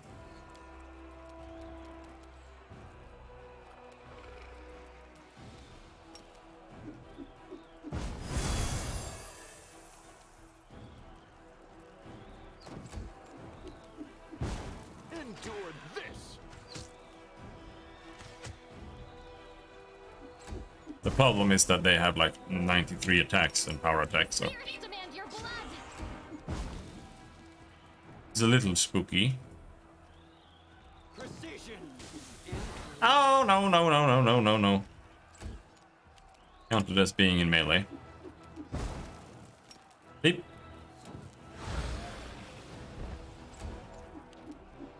Press the attack.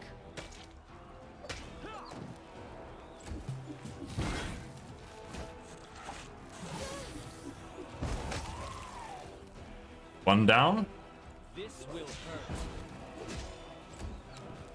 Make every strike count. You are today's sacrifice. Assist me at once. Beep. Retreat is not an option. Pain is A excruciating. calculated risk. You crossed the wrong mongrel. Skip the pleasantries.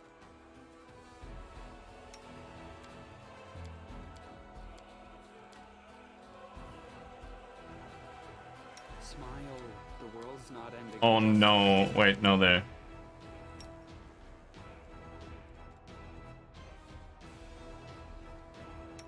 Am I at my limit?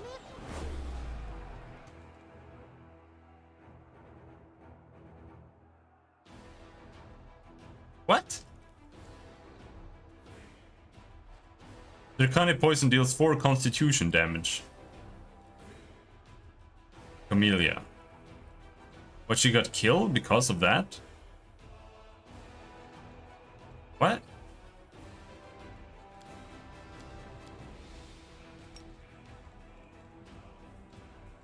I heed the voice of the spirits.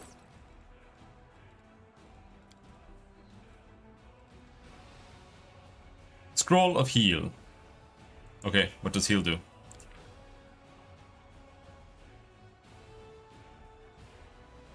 Ends everything, every ability damage. Yeah, I know that, but I think she just lost enough con to go down below 0 hit points or something, but it's just weird that she just came up instantly, but I guess that's because we were out of combat. Let's use a heal there.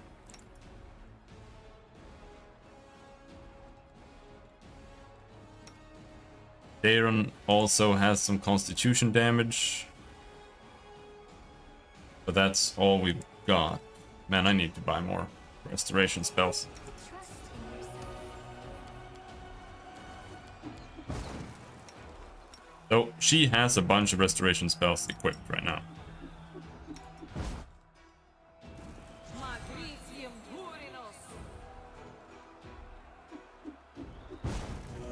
Miss me already. Alright.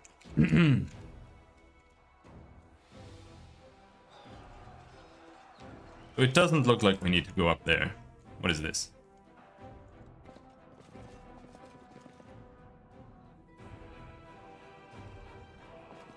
Close ranks.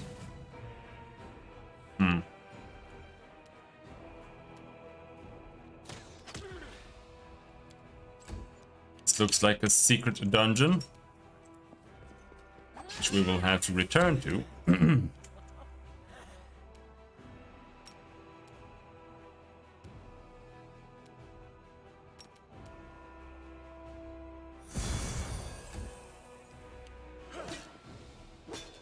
This is not our mission.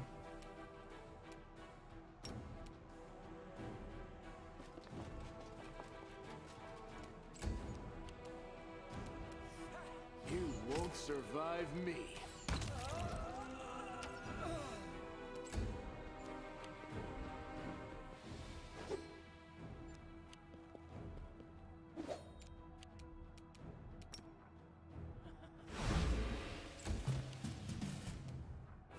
I'll make short work of this.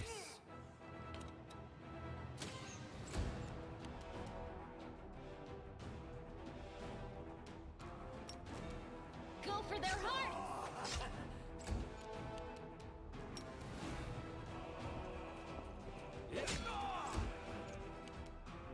Kneel before me. Bonk.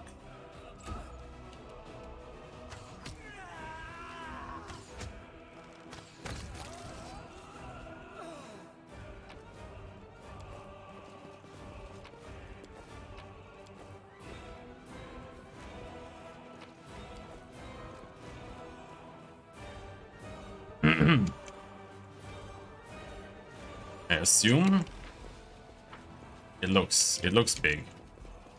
All right, fine. Let's just do it.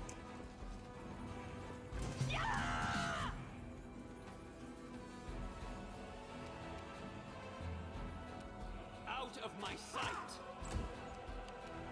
Did that guy just say "Krah"?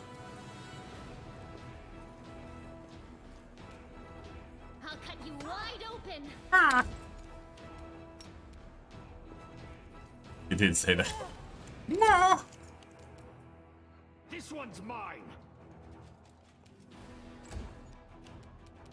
Endure this. Level 14 cleric. Deep.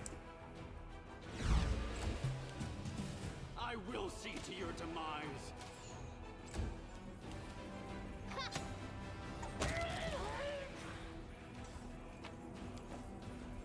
As it should be.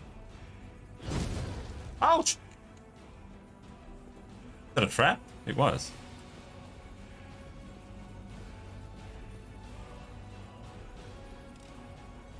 I am helpful, That is am I not not? far.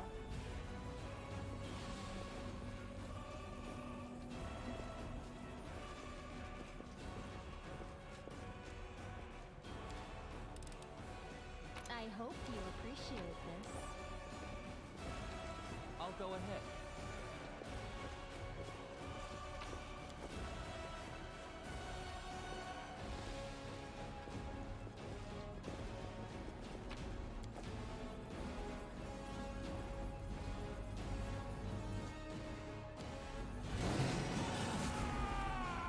Mad Kellid. Shadow Demon's voter.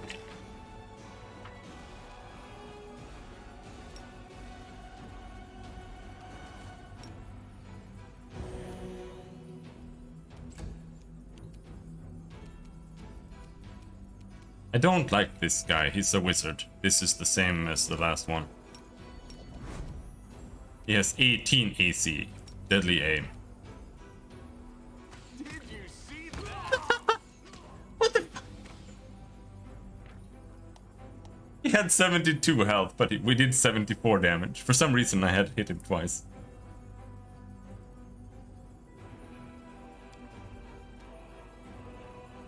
Damage reduction 7.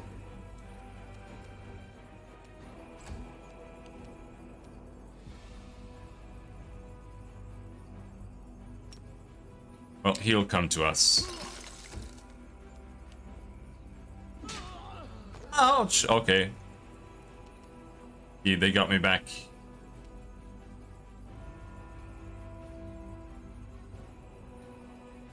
Critted me for 102.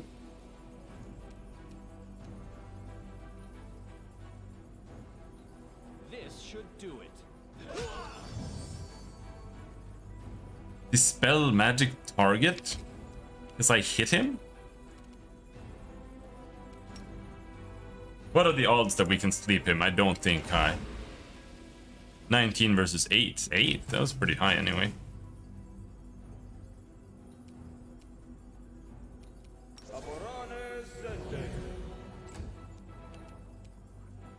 $16 AC. Alright, well this guy is so dangerous. I'm just gonna pummel him as hard as I can.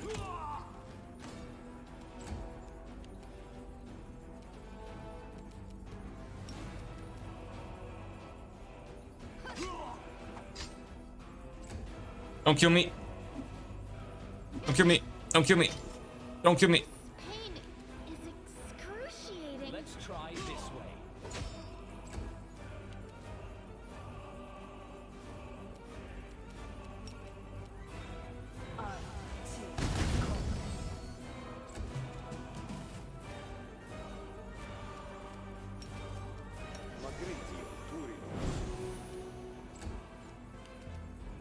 Make every strike count.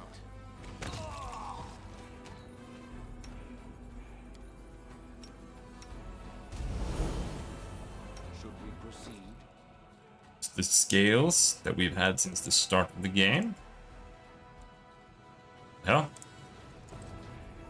Because he's not up yet.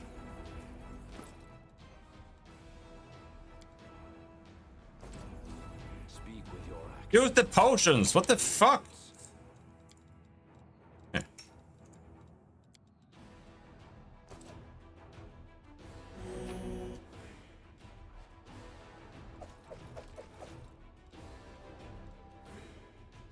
Medium height armor. Each time an enemy confirms a critical hit against the wearer of this +2 armor, that enemy is affected by the equivalent of a dispel magic spell. Cloak of Blood Scent. Whenever the wearer of this cloak of resistance +2 is under a rage effect, they gain a +2 attack bonus on attack rolls against wounded enemies. That's really good, just not for me.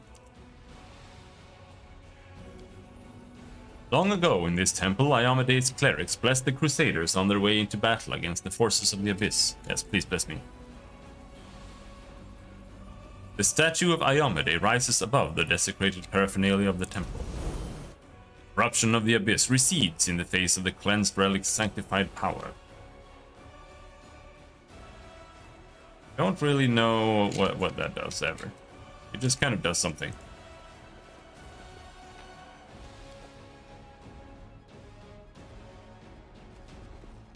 I don't like that we are wasting time here. But, whatever.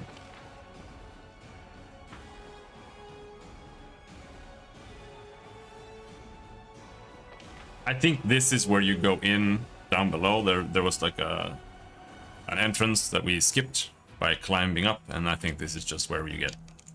So we skipped it and then we unskipped it. Great. 2 negative levels. Oh, that's pretty bad. Crusaders supplies. I mean, I could rest, but Your company. Well, already. Matricium Turinos. Matricium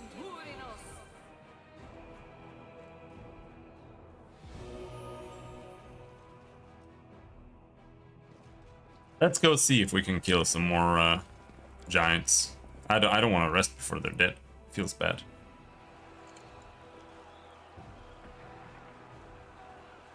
So all my blessed weapons are gone. That makes this place like 10 times harder. Let's go and rest and see what it says. Oh, we found something, a Triceratops statue.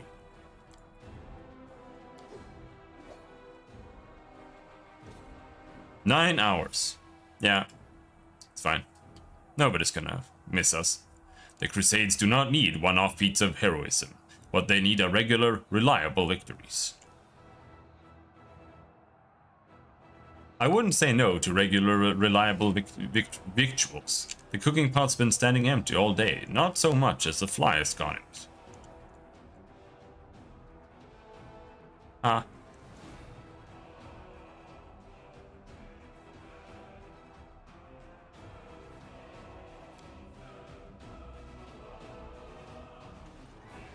Well, nobody seems to have missed us. So, what? Oh, there's even more stuff in there.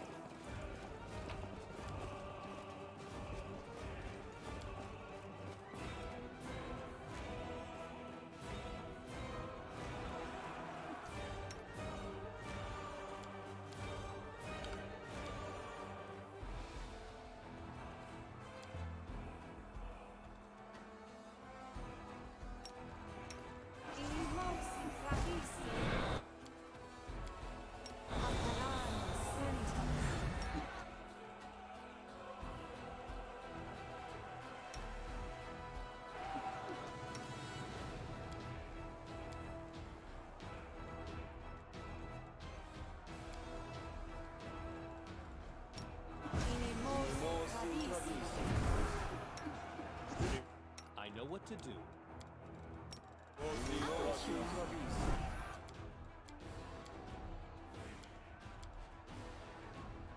This war must end.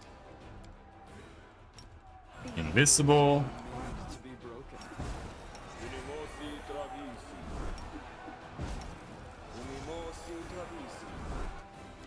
And now we have this. We have a bunch of restorations there.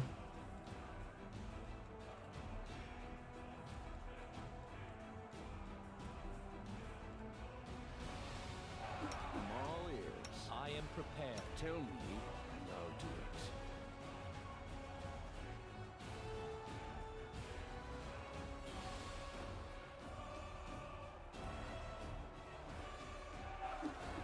Go kill some giants, I guess.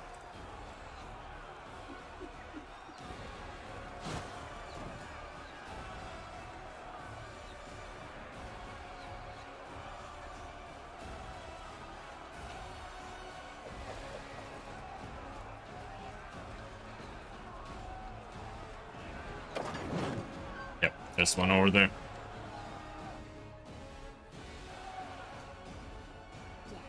we in trouble yet? Focus on the goal. Follow my lead. Trap triggered. Oh no. Oh, whoa, whoa, whoa, whoa, whoa, whoa. That's a lot of magic missiles. Holy shit. I am helpful, am I not?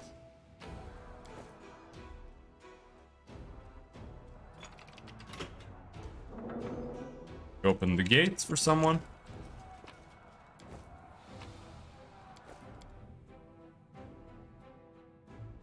Shading isn't that boring after all.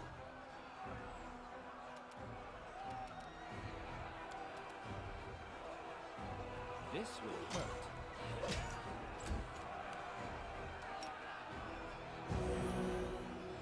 Great camera.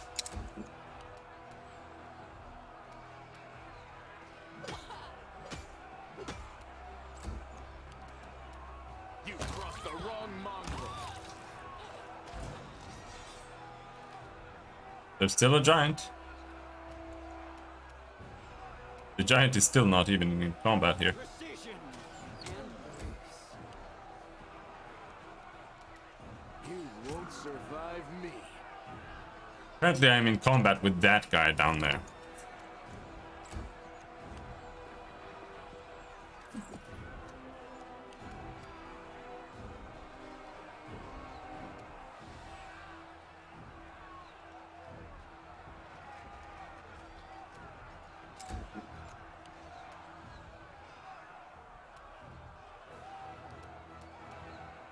calculated risk. Oh, I beg you.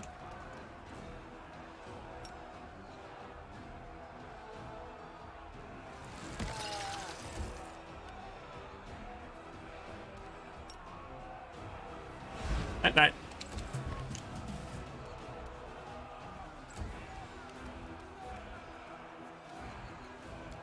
I think we'll delay until there. That way we get more attacks. Oh, the Nabatsu Votary is coming here. Oh, I think he can hit us here. I don't think the Z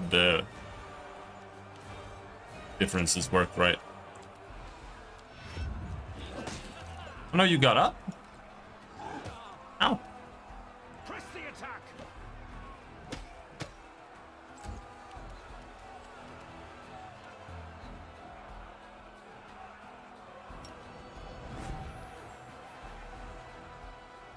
Endure this.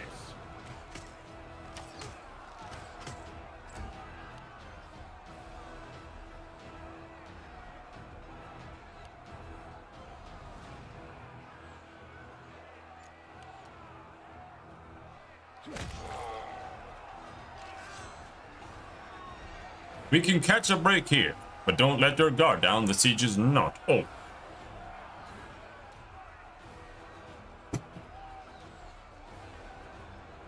What graphics card did you say you use? I have a 6 GB GeForce 1060.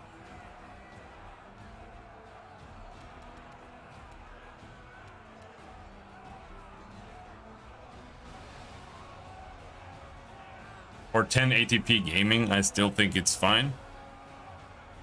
Like if you can get one for $100 or something, it's still a good purchase.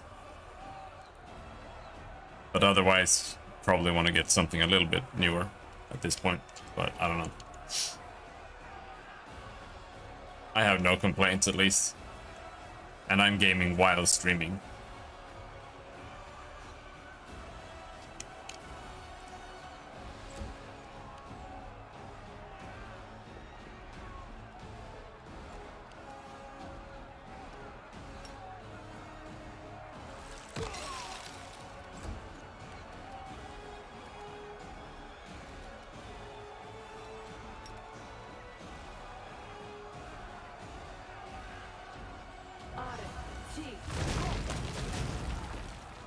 Whoops. Sorry, Mr. Hell Knight.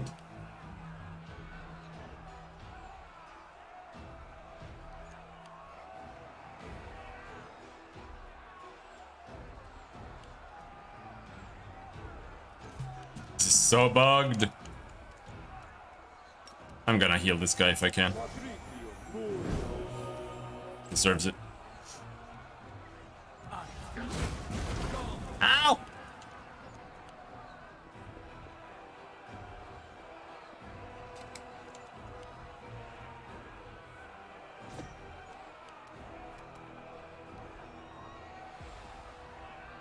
But like there's no actual way down here, so this encounter is actually bugged.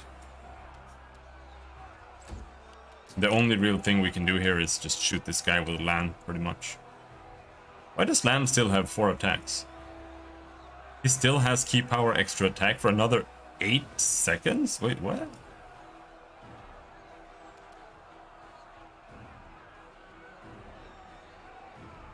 Make every strike count.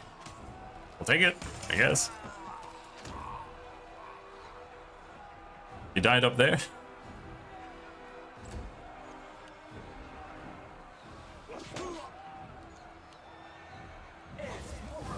No, not Stinking Cloud.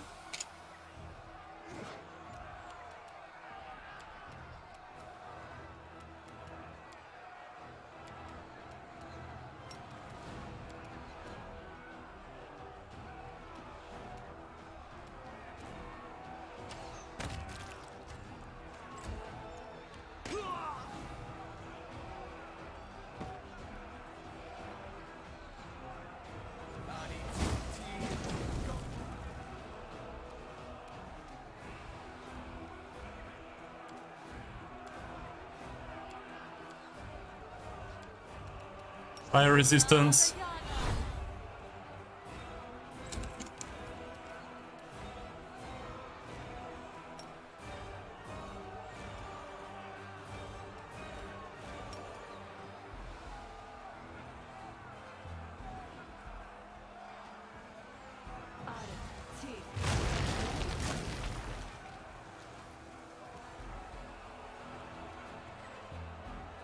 No. Graphics are going forward so slowly, it doesn't matter. And like the only reason to really go higher nowadays is if you want to do, you know, you want to do higher resolutions than 1920 times 1080, or you want higher than 60 FPS. But for that, first of all, you need a monitor that can support that.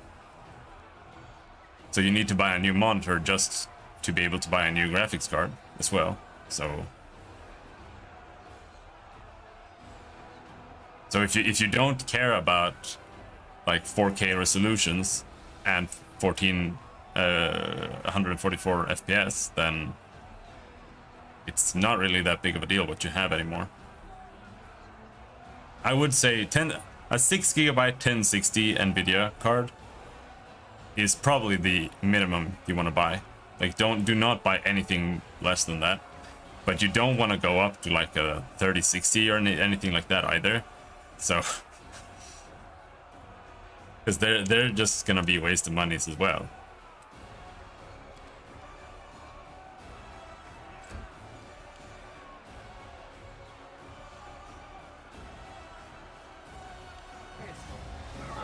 Oh, this is going to suck so hard, dude.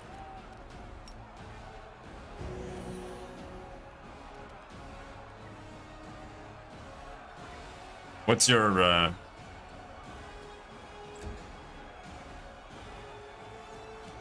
CPU though? How old is your CPU?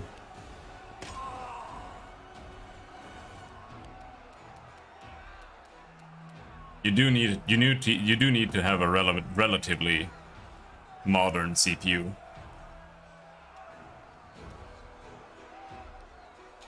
But even then, like a 10-year-old CPU still works.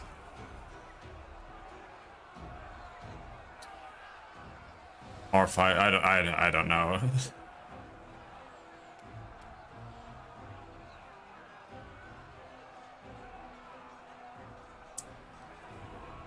Yeah, I don't know Ryzen CPUs. I have a 5900X R9, that's all I know.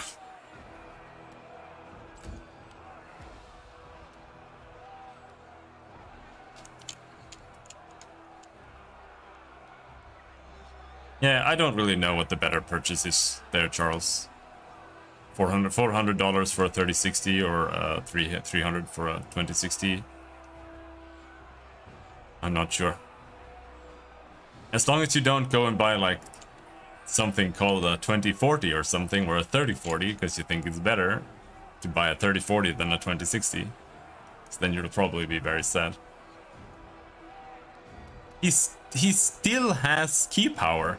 He's used key power for 3 turns now. What is going on?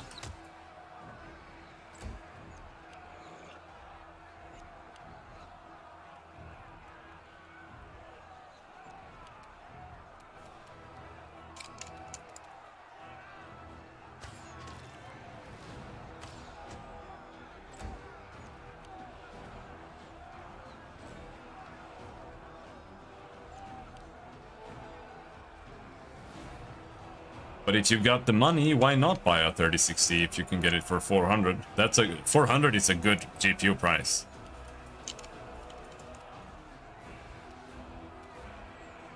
So why not?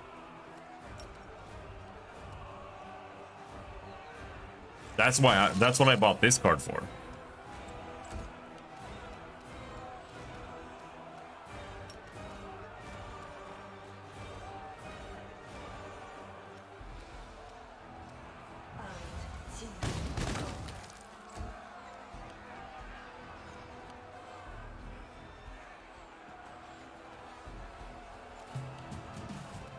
Yeah.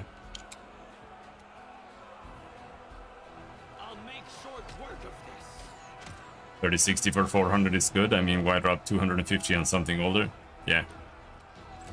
Yeah, if you can get a 3060 for 400, that's good. But once you start going up to like $600, that's where things start getting questionable. You won't survive me.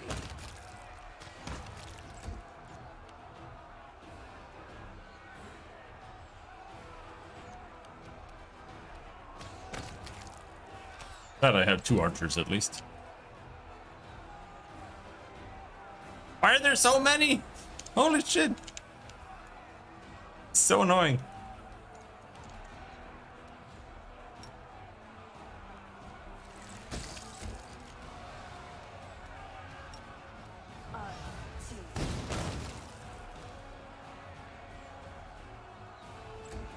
I am not feeling the age on my 1060. I still haven't found a game that runs badly. Unless it is a game that just runs badly. Like you can't play No Man's Sky and like judge your graphics card by that, because it's not because your GPU is old, it's because the game fucking sucks ass. Endure this.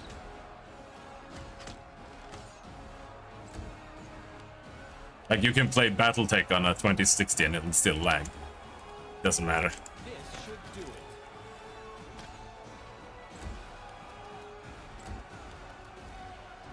You won't stop us.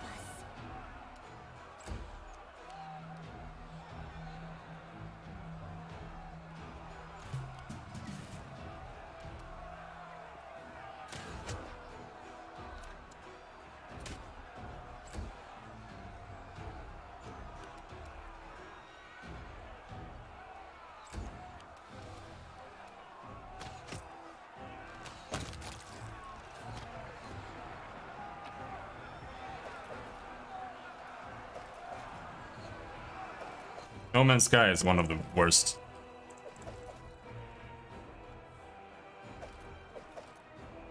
optimized games I've ever seen.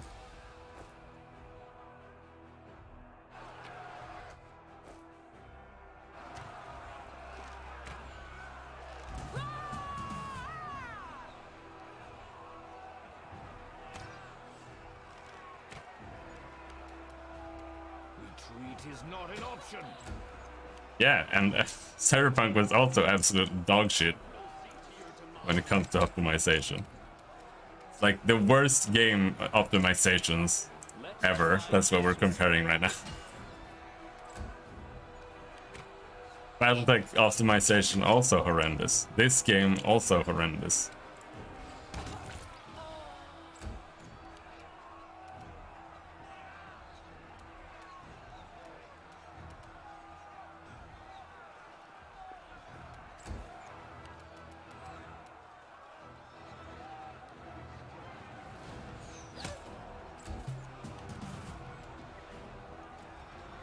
Get him, Rachel! Are there even more giants here?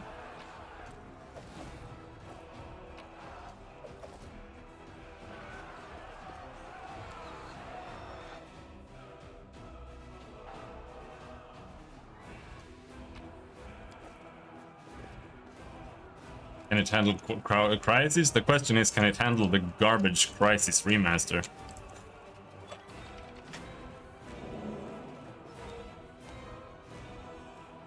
Let the duel commence.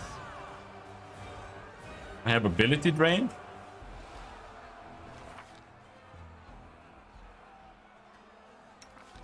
Ouch!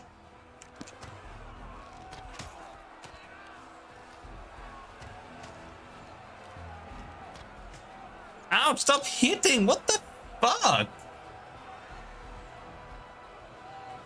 Why is my armor class 21? Am I flat-footed? Yeah. God damn.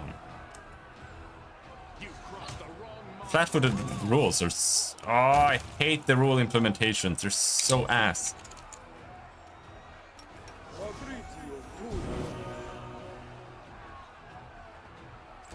The fact that they made this game real-time with pause at first is probably the biggest mistake. It should have just been grid-based from the get-go, turn-based. The spirits demand your blood. Kneel before me.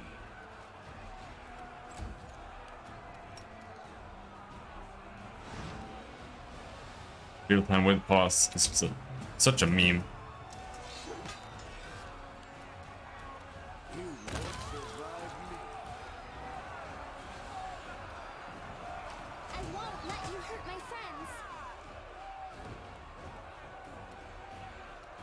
The thing is, it depends, right?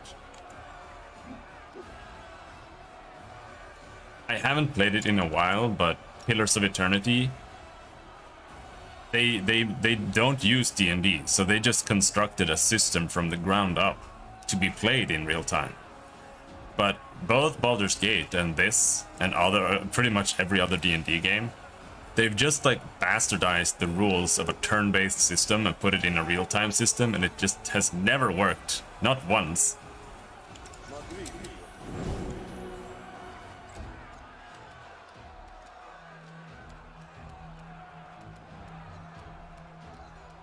This will hurt. We blast the rock? Nope. I kind of want the rock to come up here instead of me going down there. Oh, now there are two of them. Okay.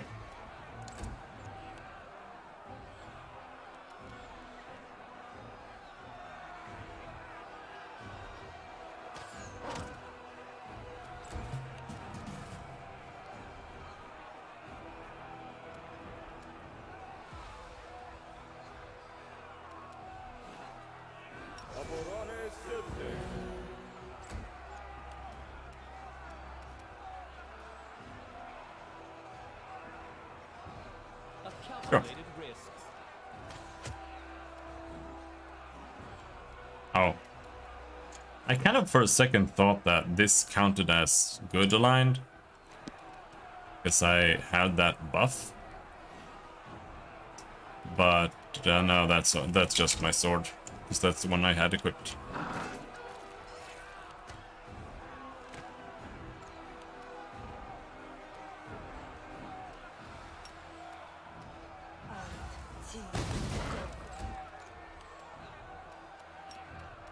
You are today's Step. sacrifice. Step. Here comes the mirror image.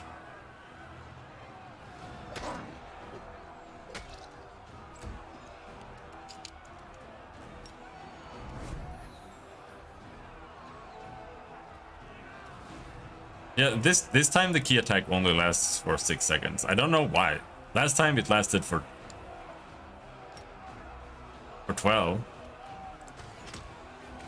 Super weird.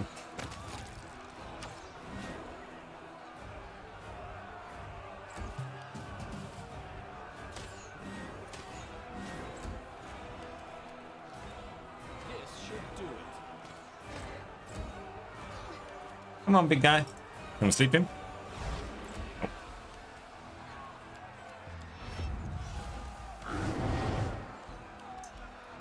Come on.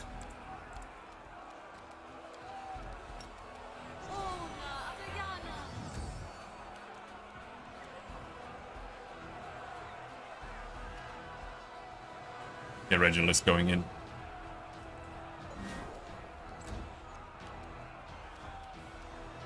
Endure this.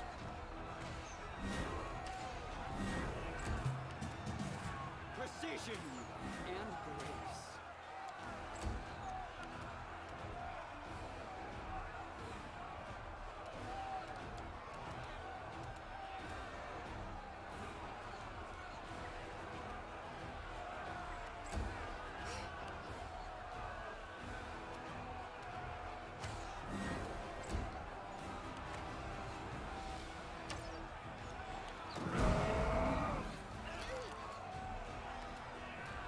Oh, he failed to stun? Nice.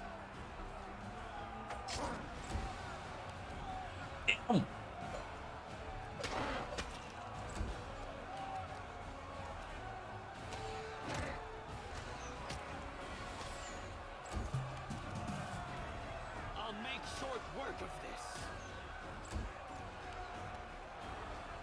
Let's try this way.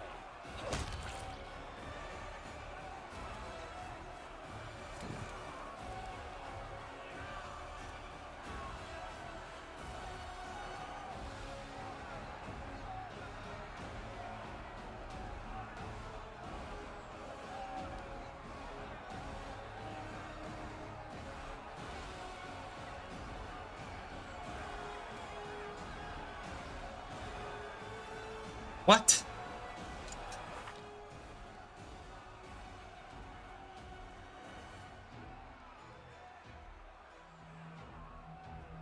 Why am I getting +9 dexterity on the damage?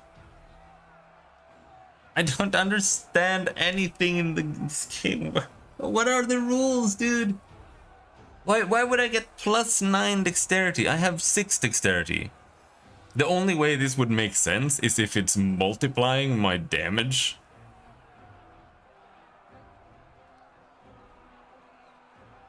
Or my dexterity by 2 or by 1.5 because I'm two-handing. Because it's thinking it's strength. Can it be doing that? That's the only thing I can think. Because that would be an oversight with the Elven Curve Blade in that case. But, I mean, I'll take it, but it's... Why is it not? Yeah, but that's like a strength specific thing.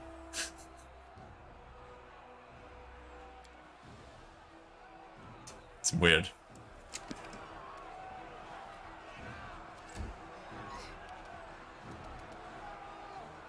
Surrender or else.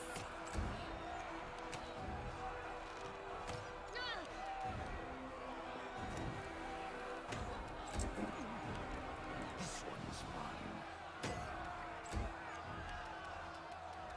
Make every strike count. Plus, I don't remember the stats working like that before. If we find trouble, Oh, there. they Why am I overburdened? Oh. Wait, what?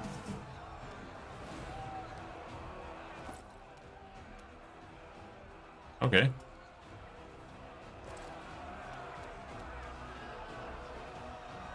We'll manage.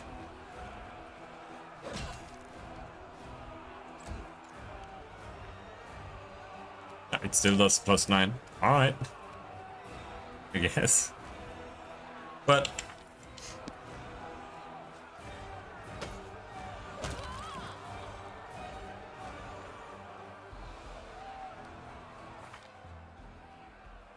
yeah, he seems to be getting the same with the hook.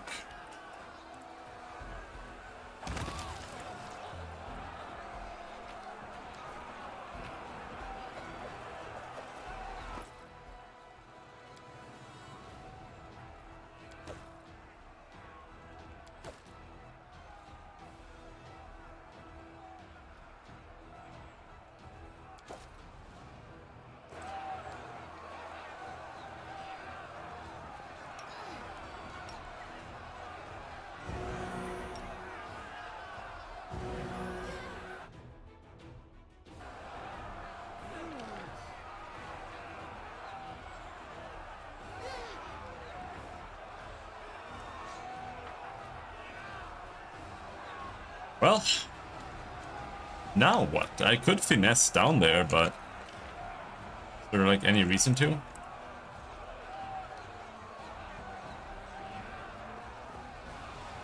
Probably smarter to just go back here.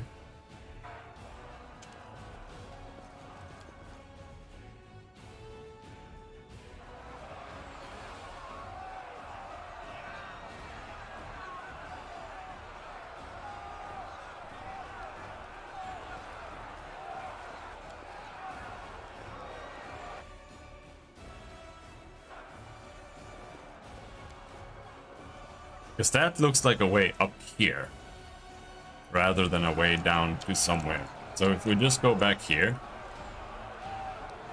then we have a camp here now.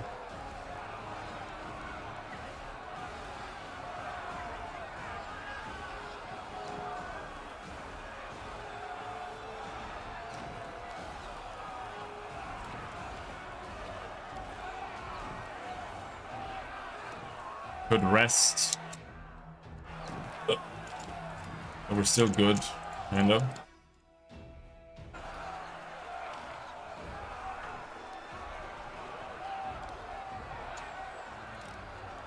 Nice lockpick. Am I not? Lockpick from up the stairs. Alright.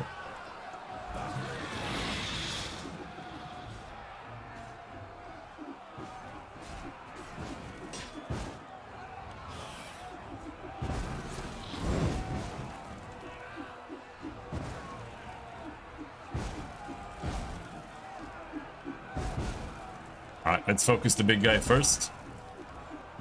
This will hurt.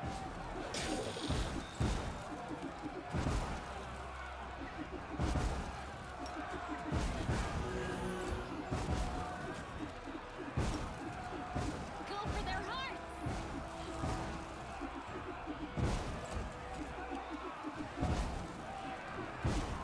Double miss.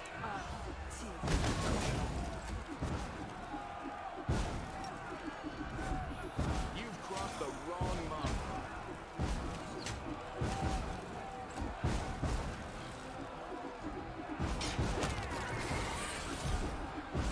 There we go. Oh, okay, okay. Calculated risk. 50 damage crit. Wow, wow, wow, wow, wow.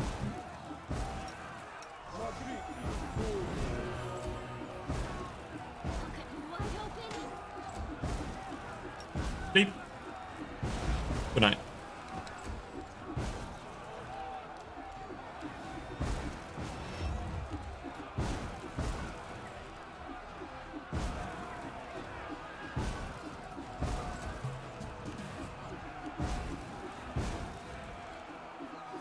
You won't survive me.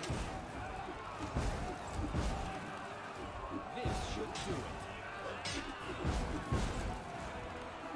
Out of my sight. -6 hit points. Alright. Why does he survive? Your blood! Why is he still alive? Orc ferocity. When a half-orc is brought below 0 hit points but not killed, he can fight on for one more round as if disabled. Okay. Maybe the other people we've been fighting were half-orcs or something as well. Alright.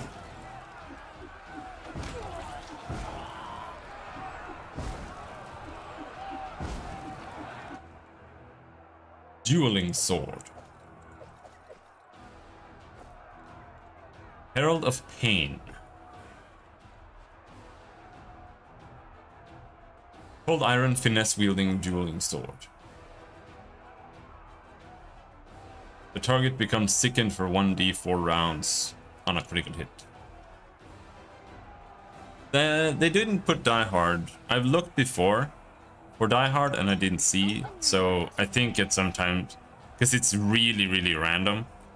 And it happens in Kingmaker too, my friend was talking about it. So I think it's just that randomly you're just fighting a half-orc and then it just looks weird because they go below 0 and then they don't die until the next round. And that's just the entire reason for it. Decide already.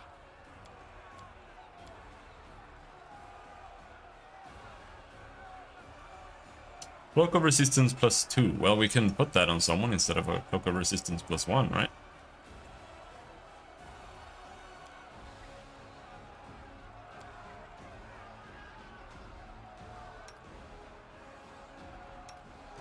I heed the voice of the spirits. Pathfinder Turinos.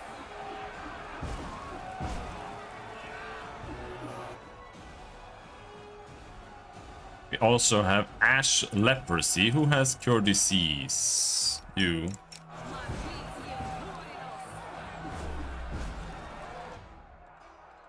You're sickened. You have that.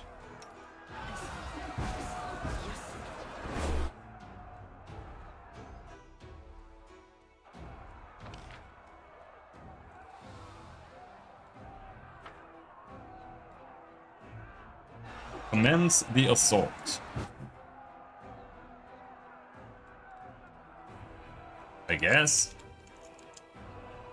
Do I not?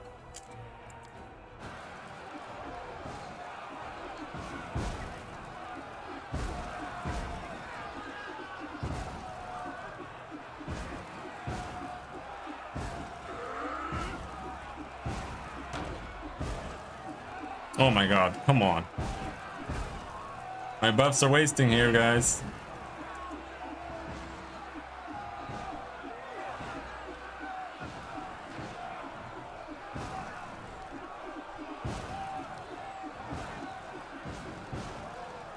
Yeah, come on.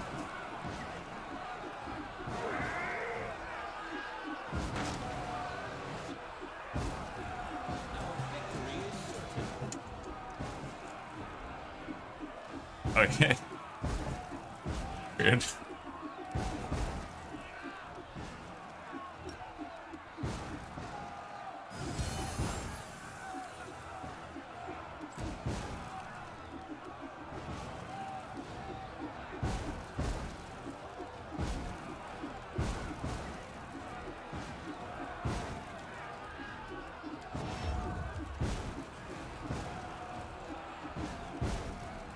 I will see to your demise.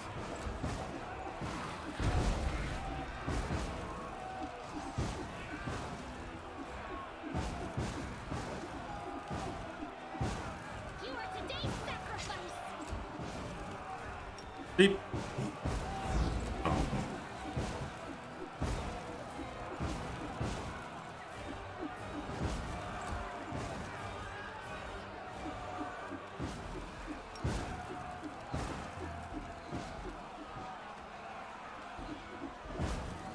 Enjoy this.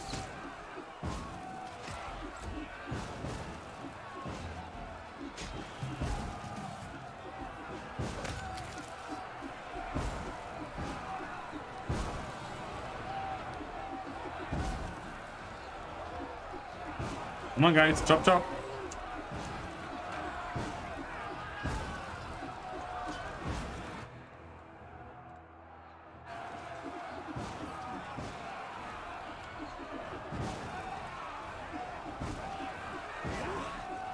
We will be victorious. Ah, strong ones. It's fine. They'll budge. Ow.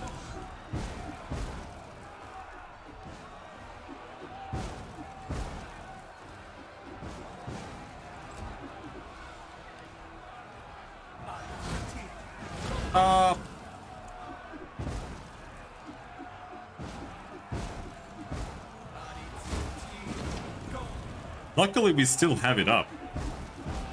Oh yeah, it lasts for like 10 minutes. Right.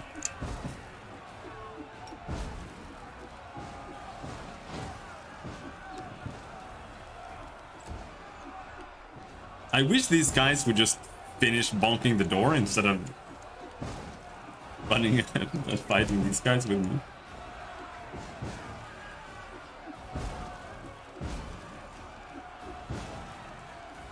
They're all almost dead too.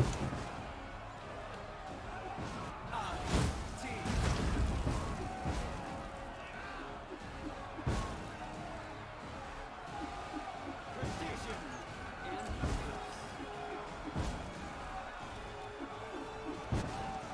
Make every strike count. They're super annoying. It's way too much.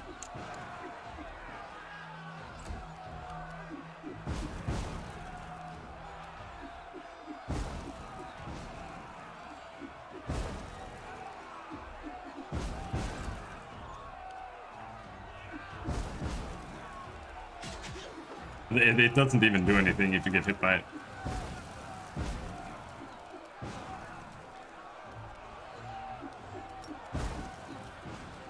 Good night.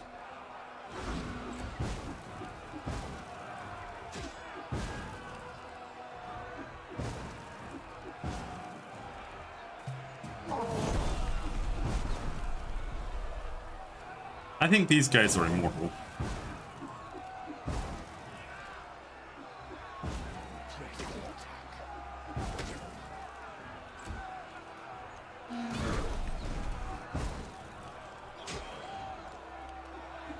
let's try this way.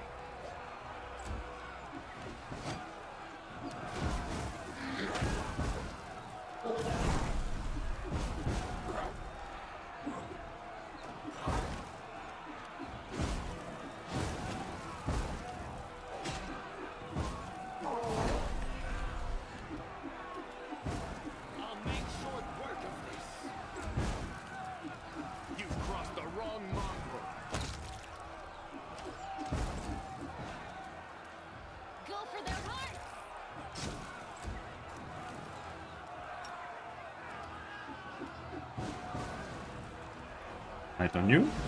Yep. Oh no! Keep hammering the door, guys.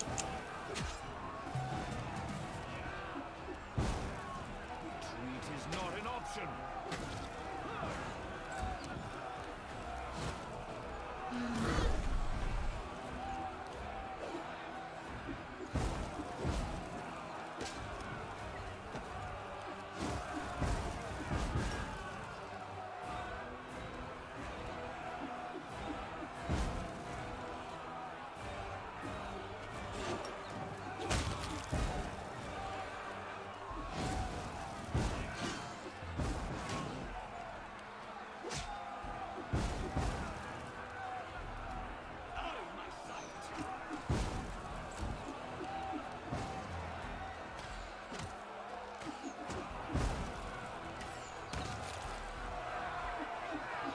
Alright, we're done.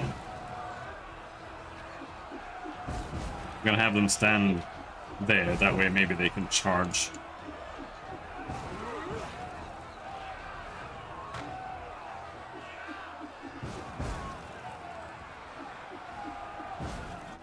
I have to recast good aligned weapons.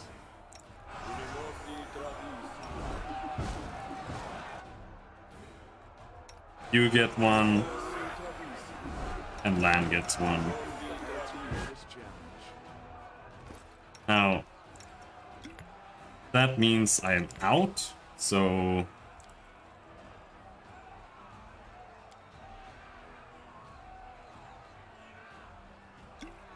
She needs to have a blessed weapon there. Just in case.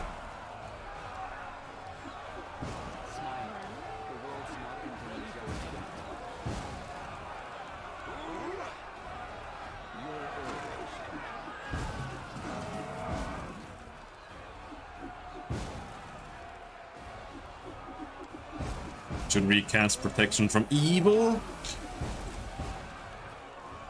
And bless.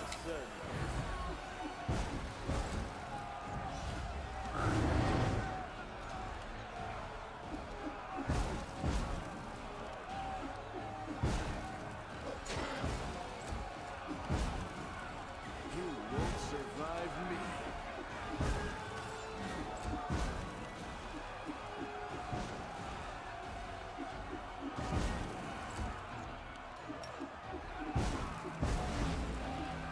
Okay, he's asleep.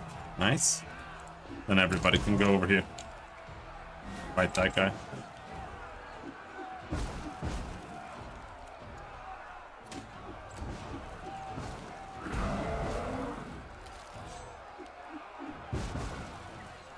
No! No! Stay there! This will hurt. Endure this.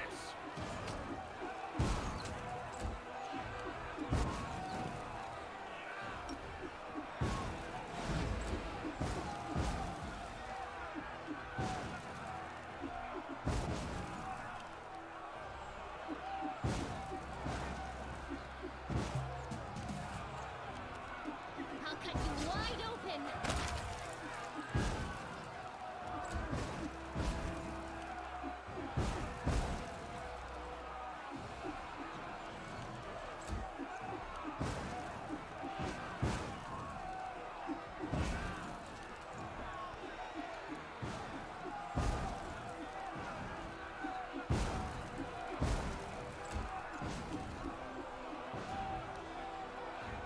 Make every strike count.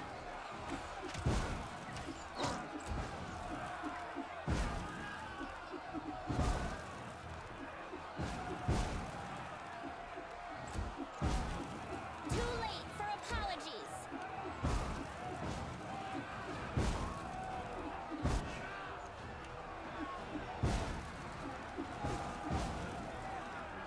Awful encounter. The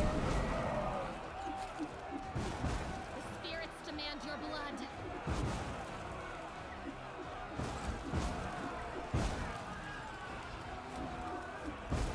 I will see to your demise.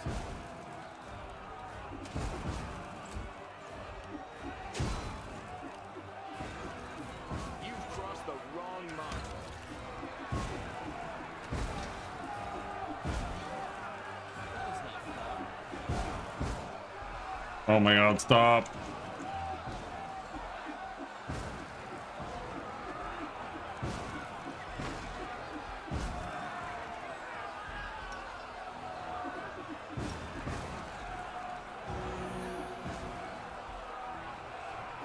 Are you guys done soon? Holy shit.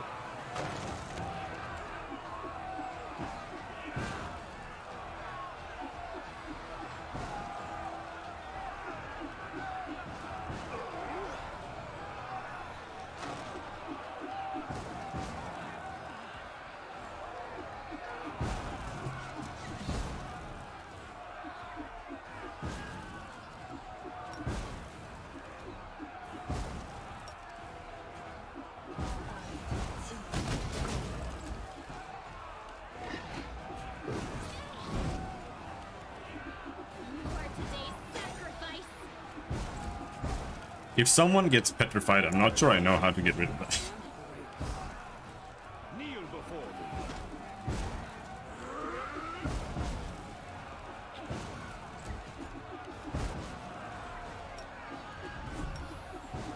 You won't survive me. Your performance is lacking. You are lacking. Let's quit.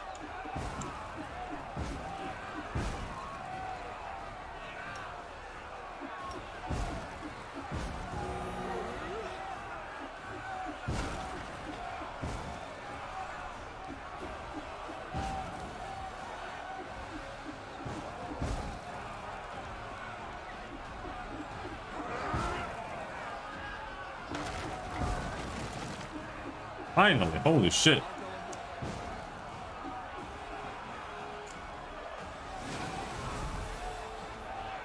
The mortals are slaughtering us.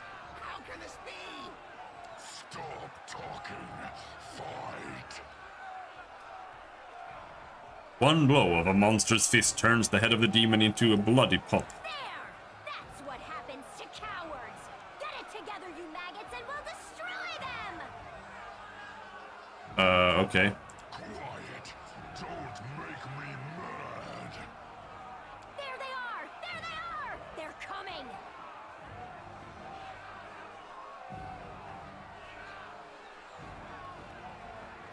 Intimidate.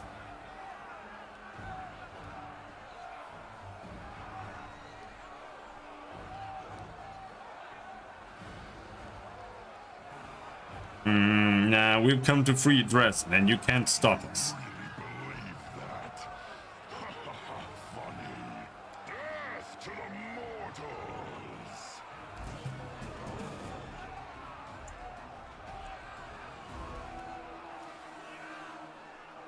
So what do we have here? Chaotic Evil, level 20 Outsider, 370 hit points, 36 AC. He of course has power attack. Don't know why they give them power attack. Death throws. When killed, a Balor explodes in a blinding flash of fire that deals 100 points of damage. Have fire, have unholy damage to anything within 100 feet. Reflex DC 33 halves. Any slashing weapon by Balor wields, including its standard longsword and whip, gains the Vorpal weapon quality. Weapons retain this quality for 1 hour after the Balor releases the weapon, but after this, the weapon reverts to its standard magical qualities, if any. So he has 36 AC. He is immune to electricity and fire. Dominate person, dominate, dominate, dominate, charming, charm, charm, charm, dominate, dominate, dominate. He has plus 27 to hit. That means that he has a 10% chance to miss on our best characters. And he does 33 damage per hit. He has 5 hits.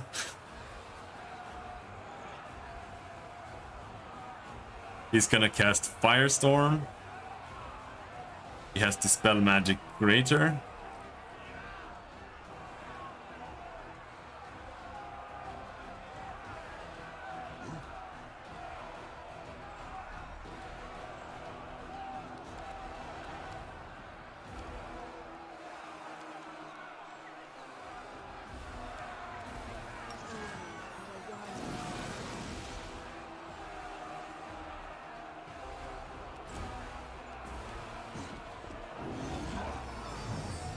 There it goes. Dispel.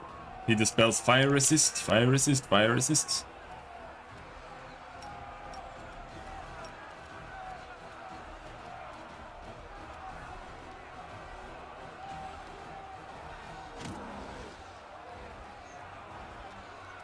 Oh. Oh, there better be some fucking cutscene during this fight. Oh, I hate these encounter designs. It's so ass. This isn't how you design a D&D boss or an encounter.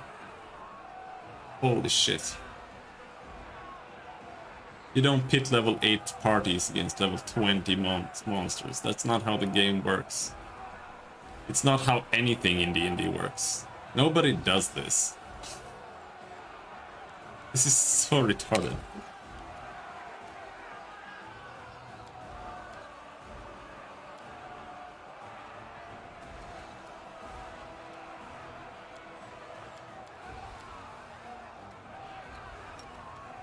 But it's mythic!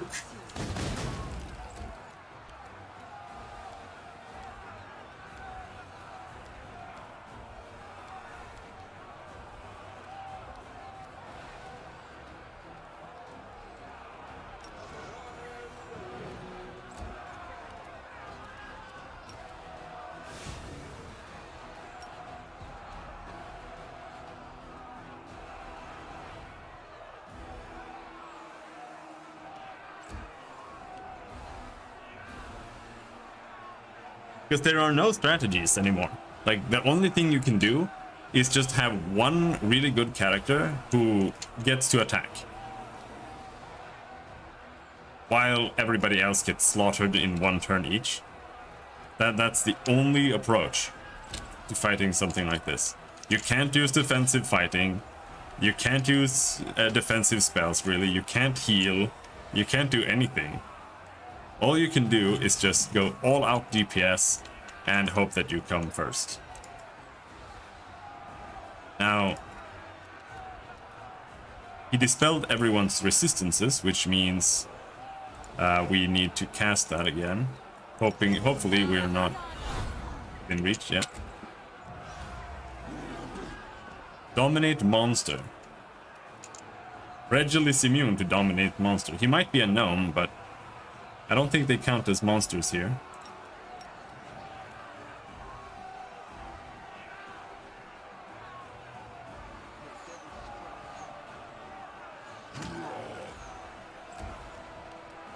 I didn't buy holy water, I'm sorry. It seemed like ass. Maybe that was a mistake. I'm gonna sleep him. Good night. No, he almost failed. He almost failed the same roll.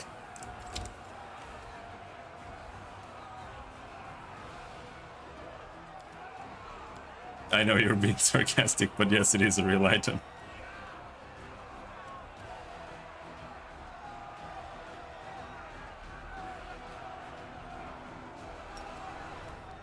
Let's use remove fear preemptively.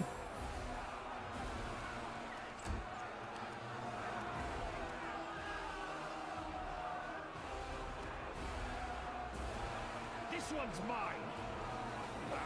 He's got a 40% chance to hit with his main attack. But in all the other encounters so far, we've got them down to like 20, or 80% of their total health. And then there's been some fucking cutscene. We'll see, maybe they do that here too. Never mind, they're both gonna sneak attack my main character to death there.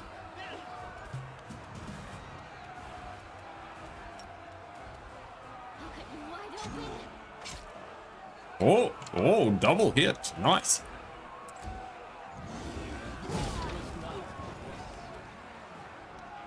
That's why I needed the resist fire. I knew he was gonna do that. But he is down, and that's a good thing, I guess, because now we can't game over, more or less. Maybe I should heal anyway. Oh, nice crit.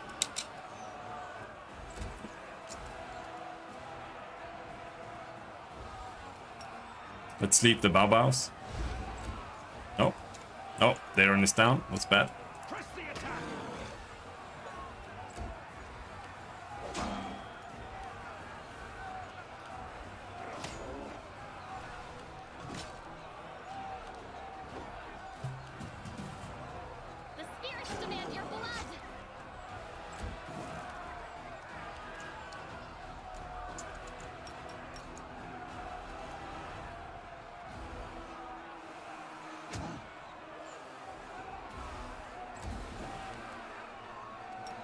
Let's get Daron back up.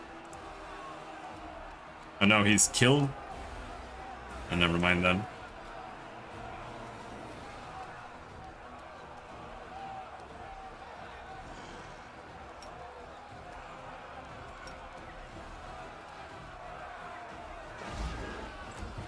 Well, not much to do then. Retreat is not an option.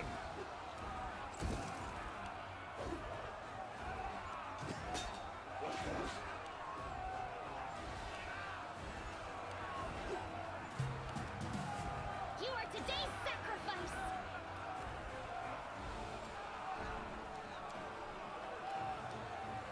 This was not part of. Why isn't he doing anything? Are you bugged?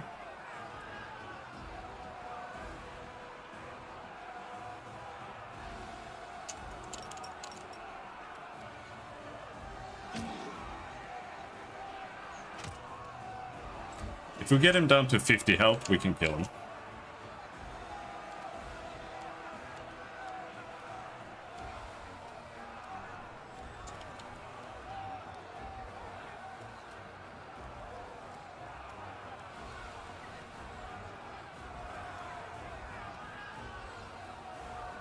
She can't do anything. The best she can do is go up and heal Regil.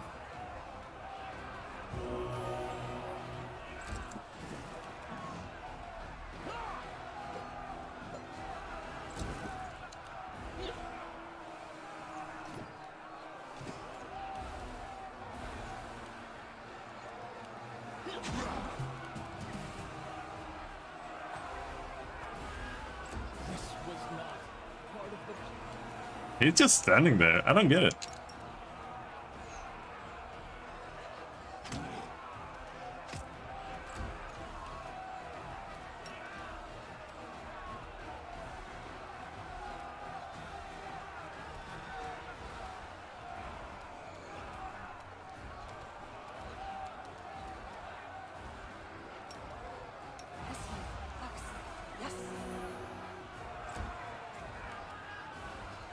Kneel before me.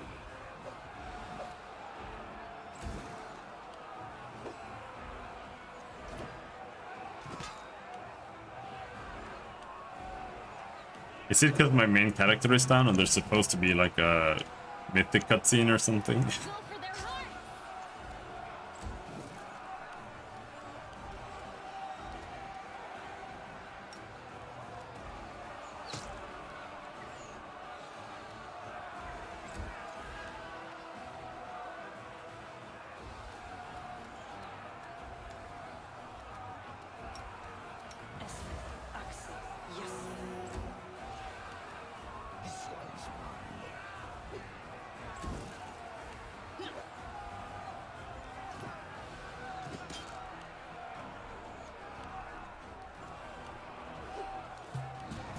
I'll cut you wide open! Oh my god, just get him down to 50 health. Well, he's not doing anything, so I don't need to waste it here. But I've got a quiver that has one shot that does 50 points of damage.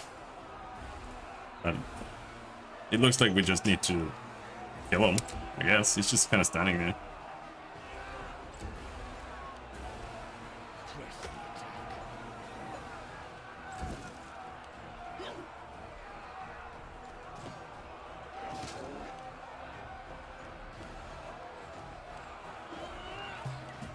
The spirits demand your blood!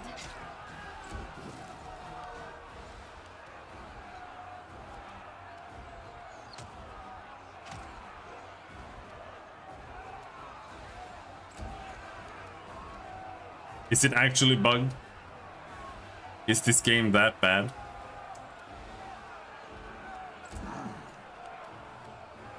Retreat is not an option. He's got 1 health and he can't die now.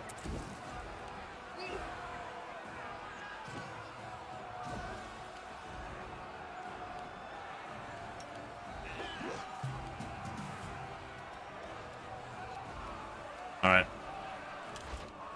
Gonna turn off turn-based mode. Kneel before me.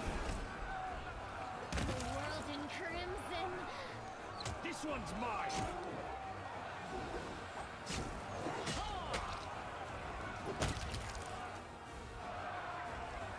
Press the attack.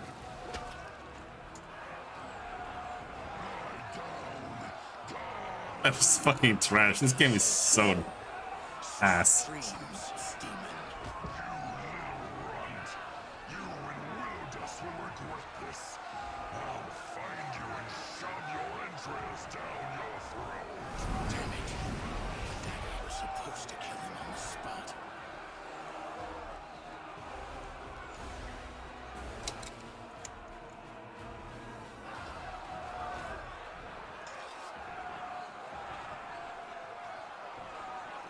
Hello.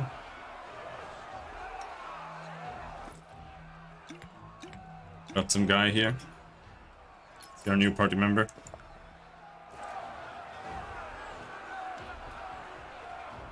A dark-haired dwarf, panting, shoots you a look filled with indignation and disappointment. However, he manages to compose himself and his voice sounds polite, if a little morose. Greetings. Funny meeting anyone here. Who are you? Greybor, elite assassin. I am a professional who hunts down the most dangerous prey of all. As you can see, sometimes orders bring me to very unusual places. Are you really going to kill a Baelor with a dagger? Your words vex the dwarf, eyes blazing with irritation. He answers you in a stern and hostile tone. I'd think again before laughing at me and questioning my competence. Clearly the dagger was charmed. It was supposed to take Darazan's life almost instantly, but the one who gave me that weapon bungled things somehow and my quarry was able to escape. Damn it. Say nothing. Seeing that you are not going to react, the dwarf shrugs.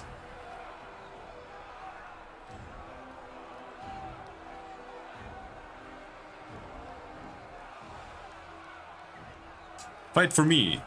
Grinning, the dwarf answers somewhat arrogantly.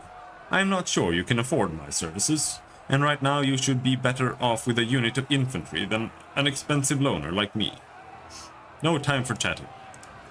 The dwarf shrugs and takes a long pipe out of his pocket. Apparently, the chaos around you doesn't stop him from enjoying some fine tobacco. I'm not sure you have anywhere to rush to. The gates are blocked, and it would take you an eternity to clear the rocks anyway. Or clear the rocks away. It's unlikely you will be going any further than this courtyard for the foreseeable future. The dwarf permits himself a dramatic pause. Unless you're insane enough to enter with a small number of companions. There are several passages to the fortress on the walls meant for archers, but they're all bottlenecks. If all your soldiers try to rush in there, the demons will slaughter them. But a small group of skilled warriors stands a chance, if they can climb the wall and enter the fortress, relying on their wit and their skill. Alright. First, let's rest.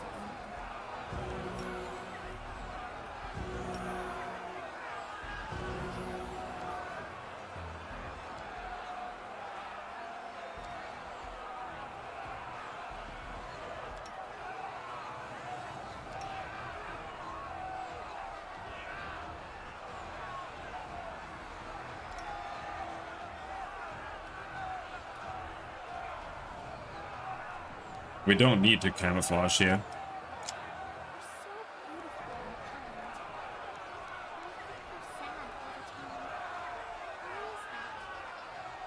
Those who stick their snobby noses in other people's business can get very So much sad yelling. themselves.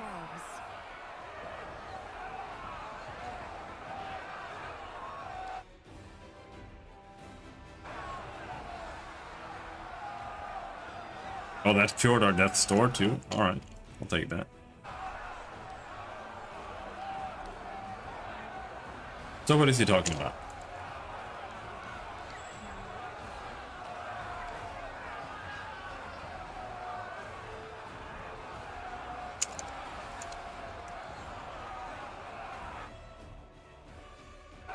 Where's the dungeons?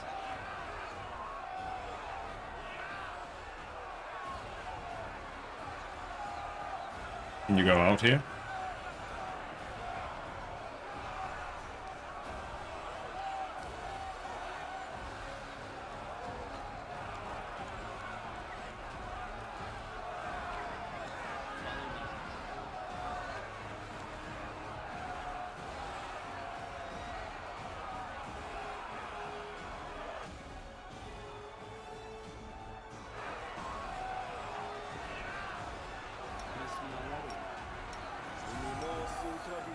We have to have this up.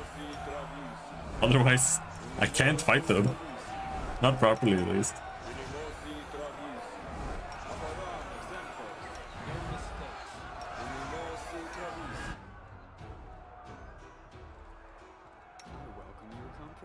Soot is restless.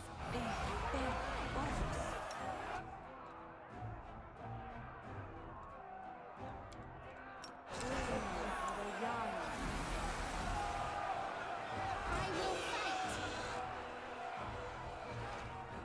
Oh, turn-based. I'll make short work of this.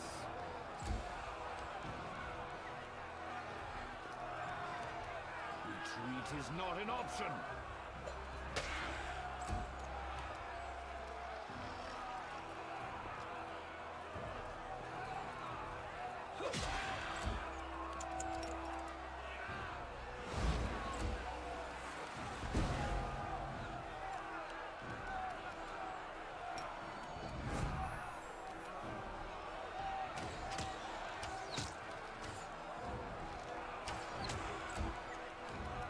You are today's sacrifice. Out of my sight.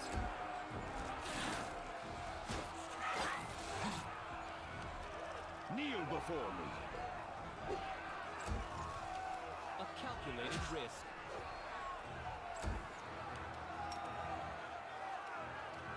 Alright, fine. Didn't want to really use spells, but... Oh, he's saved. He resisted. You've crossed the wrong line.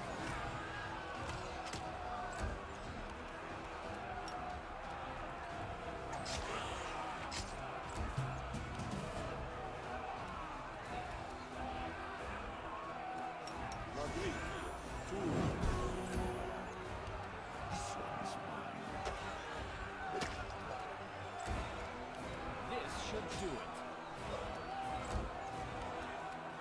You won't stop us.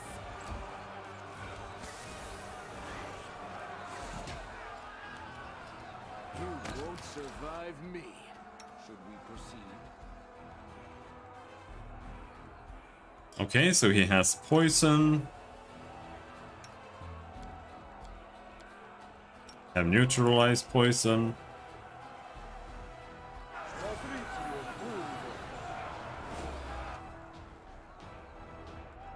Fails to dispel. Alright, of course there's like a 30% success rate on this spell as well. Fuck this game, dude. An absolute fucking dogshit system. How is D&D as popular as it is?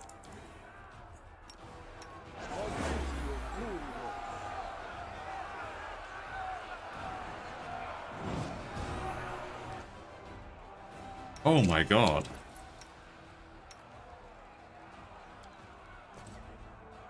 D&D is better than Pathfinder and any D&D ever since. Like, unironically, it is the best D&D version.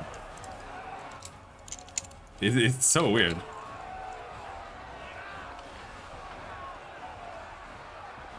Endure this.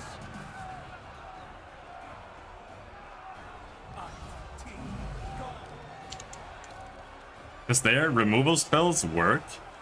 Saves for spells. It's not like the spell's level, it just has like a roll that you roll against based on your own. Like there it's more like a resistance. Like you've got spell resistance if anything. Surrender or else. But here it's like Every strike counts. every spell has a hit chance, and the hit chance is always 30%.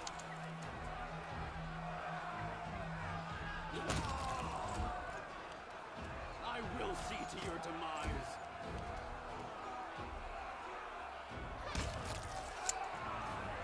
Precision.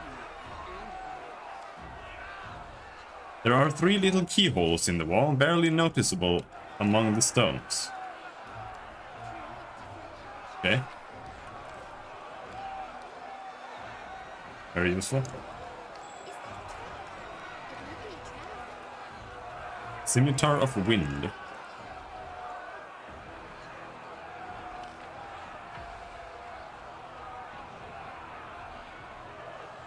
Well, I guess there is simply nothing here, so...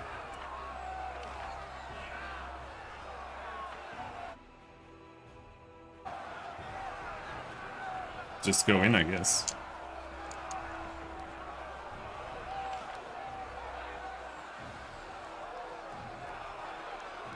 To the barracks. To the temple.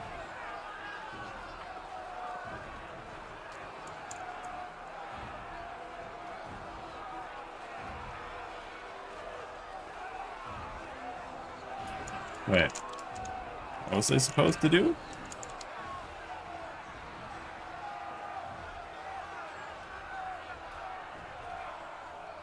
Here?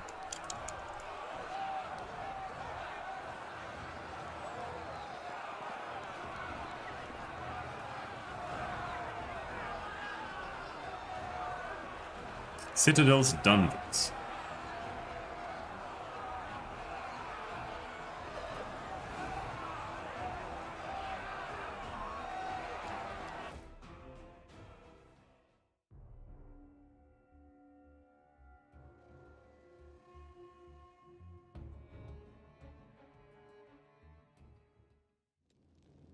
This is not at all what he said, but I'm going here anyway.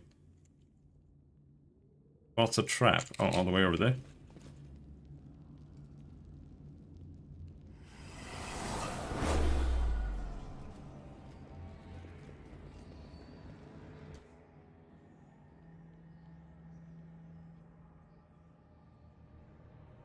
What? I hope you appreciate I'll go this. ahead. What's happened? Did we step on their toes as well?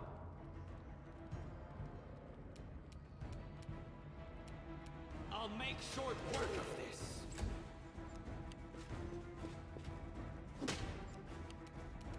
Go for their hearts!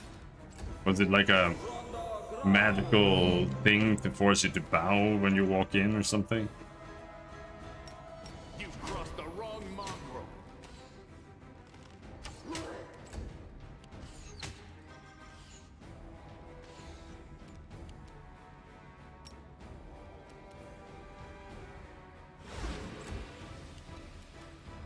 Let's try this way.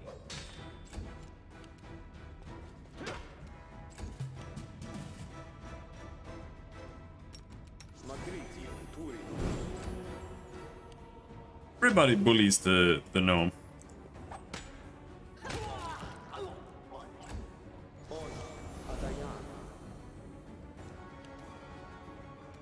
You won't survive me.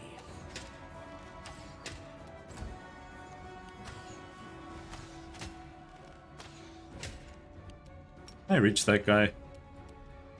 Only if I walk into melee, I'm gonna do it. This will hurt. I didn't even break a sweat. What is the crit on a curved blade? 18 to 20 times 2. Oh, that's really nice.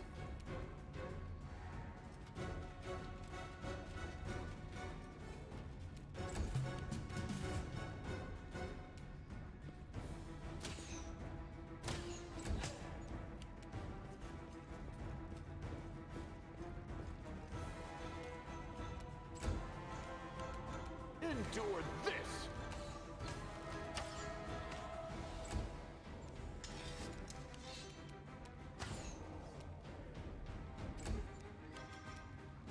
A calculated risk.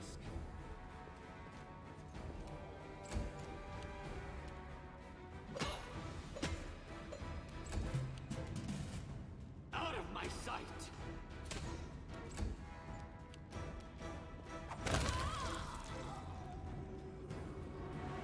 I know the way.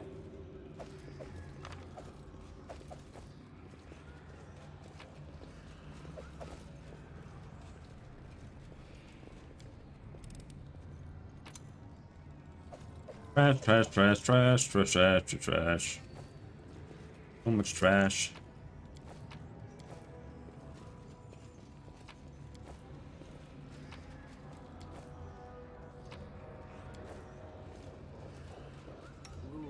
are made to I might just keep Regil in my party the entire time instead of Sela. I didn't want to have him because he's a silly gnome, but... An old woman, half-elf by her appearance, hangs limp in the shackles. Her head is slumped down to her chest, and strands of dirty grey hair cover her face. Her rags don't conceal the poor woman's horrible condition. Her body is covered in old scars and fresh wounds. A piece of flesh has been torn from her left leg, and there are numerous fang marks on her arms. Her right wrist appears to have been gnawed, and the hand has withered. It is hard to believe that life still lingers in such a mutilated body, but the woman raises her head with effort. Clear blue eyes stare back at you from under her grey eyelashes. Crusaders, here. I thought I was delirious when I heard the sounds of battle. After so many years, are we really retaking Dresden? Break the shackles. I will help you.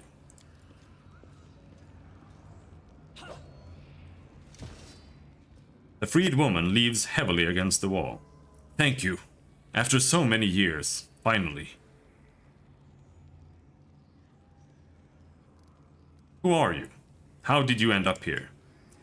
My name won't mean anything to you. It's been so many years.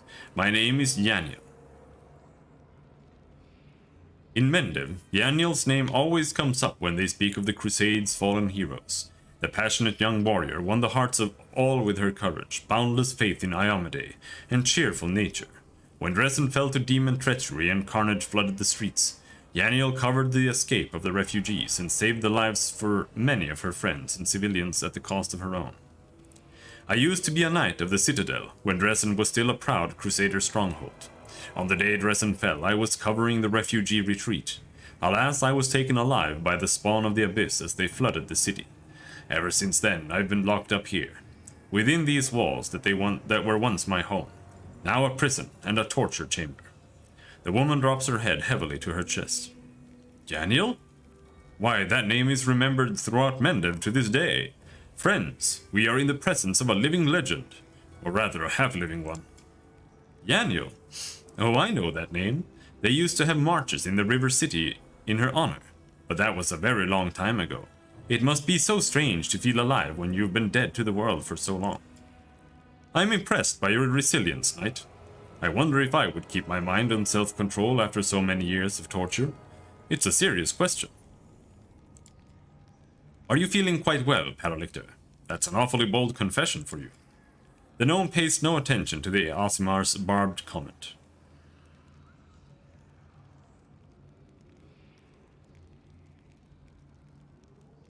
You are not forgotten, Yaniel. Your comrades spread word of your heroism. You are still honored among the Crusaders. I would ask how that could possibly help me now, but it would be wrong, wouldn't it? All our lives we are told that memory is better than oblivion, and respect is better than scorn. It will be interesting to feel like a hero everyone admires and holds up as an example. The woman smiles strangely. Remembering the Crusaders of the past was the only thing that saved my people from becoming feral. Lan says softly. Our tribe was forgotten by everyone, but we kept the memory of the Crusades alive. Without it, we would have just perished in the dark. And it would have been no great loss. Holy shit, what is her fucking problem?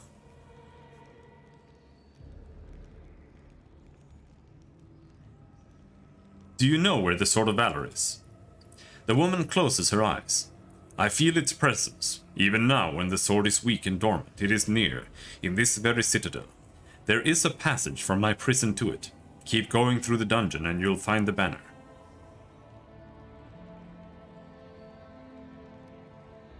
I have to go. Stay here and wait for help. My people will find you when the city has been freed. All right, we'll talk later.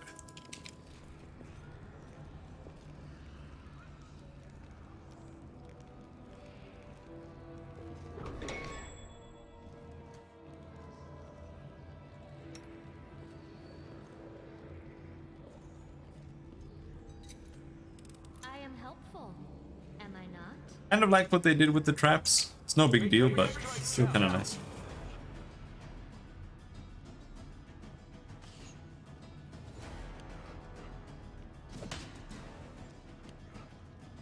It's really weird. I don't really get it. I feel like it makes no sense. She obviously has to be a demon or something, because from what I understand, Dresden fell like 70 years ago. Like, she's a half elf, but sure. Like, maybe they kept her alive all this time. It's just weird. Maybe it wasn't that long ago. I don't really remember the dates.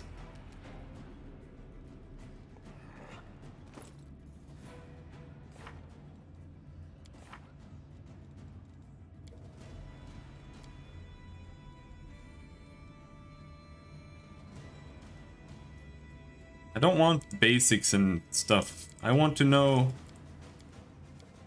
things we've seen.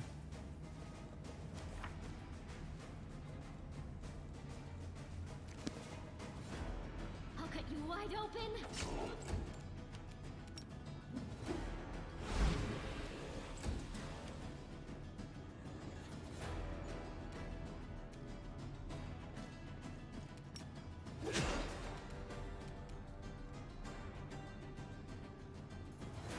I still can't believe the numbers. 30 damage. But then again, we do have lead blades on as well, which is running out, I see. But still, 2d8 plus 15. We did 30 damage. And this is with the character that did like 5 damage in the beginning. Press the attack. You've crossed the wrong And that's just gonna keep getting even better.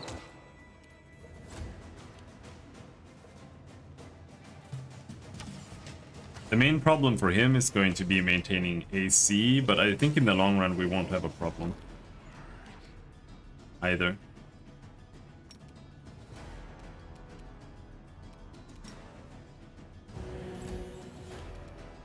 The spirits demand your blood.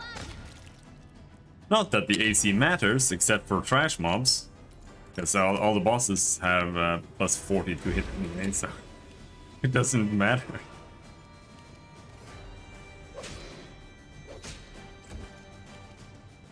retreat is not an option.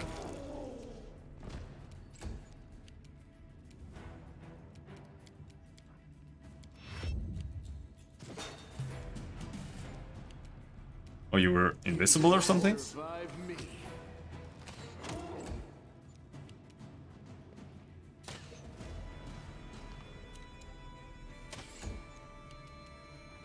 You are today's sacrifice. I'll hit you. This should do it.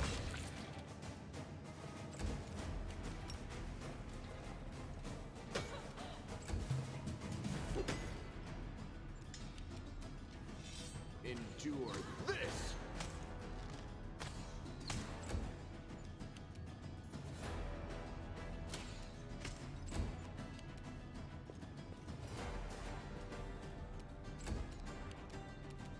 You won't stop us.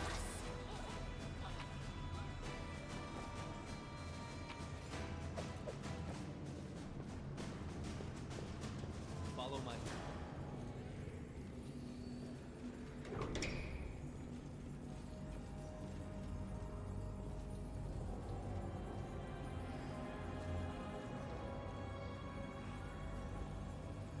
That leads down. Let's go there later. I am helpful, am I not? What's going on here? The remains of the unknown warrior exude a holy aura. His death at the hands of the demons was a martyr's death. Oh, is that what it does? It's the corruption meter. When you're sleeping, that's what that cures, I guess. Oh, that makes sense. The pain and fear of the people who died here are powering an evil magic, which fills the citadel with whispers of madness. Fervent whispering is concentrated around this stone. A multitude of voices whisper prayers to several gods at once, both the perished and the living. A crude inscription is carved on the stone. Pray with us, it reads.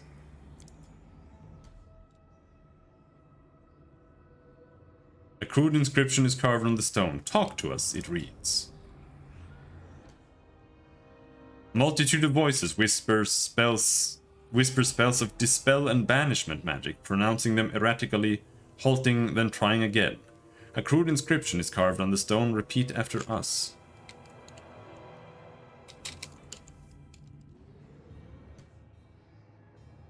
Lore religion DC 30?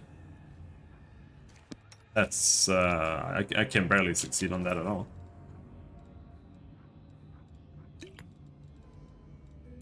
Where's the thing? There.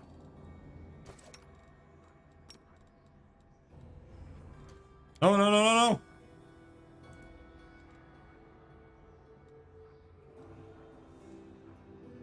Lore nature.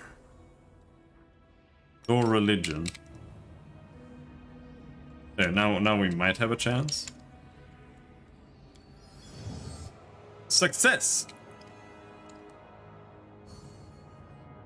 No idea what it does. Knowledge world, success. Knowledge arcana, success.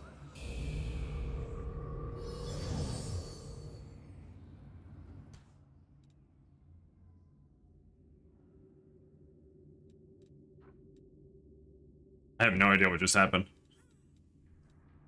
Time's not waiting. You require my Always be ready for the pleasantries. We got some XP. That's what happened. I'll take it. Beat. Do I finally get weapon focus?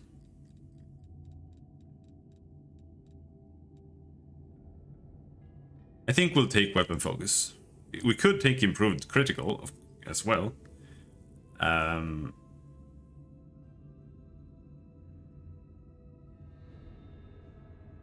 Your threat range is doubled.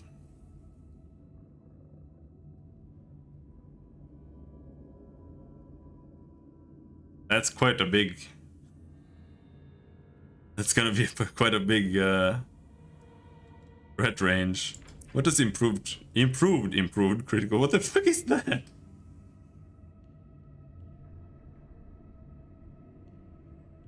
Okay, so we have 18 to 20. That's 3. What it'll be? It'll be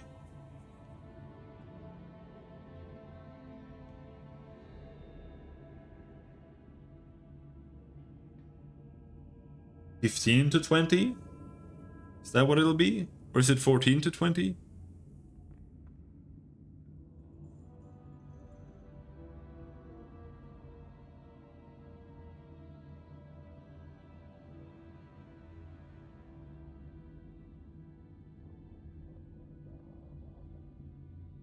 The math is annoying because it's inclusive, so it's like if you have 15% chance for a crit, that's 18 to 20, even though 3 minus 20 is 17, but it's inclusive, so it gets weird. And that means that 20 minus 6 is 14, so it's 15 to 20.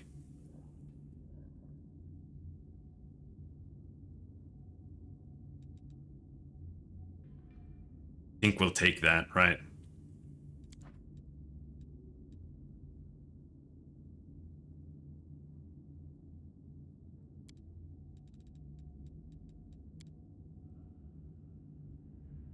Because that means that against bosses,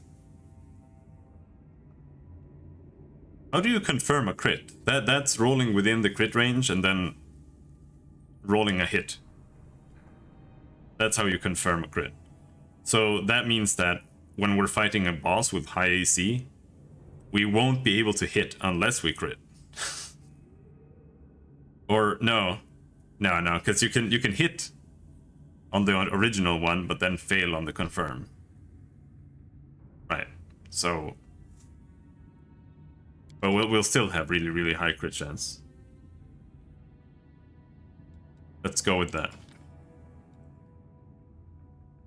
Oh, we get evasion? A character can avoid even magical and unusual attacks with great agility. If If a character makes a successful reflex saving throw against an attack that normally deals half damage on a successful save, he instead takes no damage. A helpless character does not gain the benefit of evasion.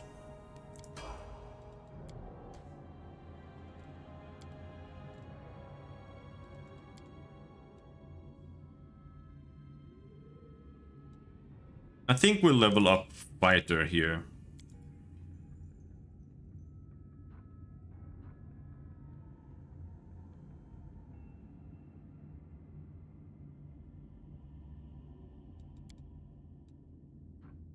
Until we get the armor training there.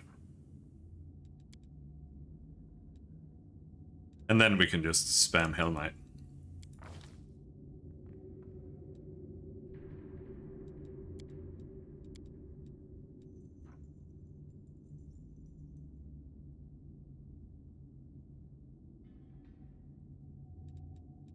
You think he needs strength? I think he probably doesn't need strength.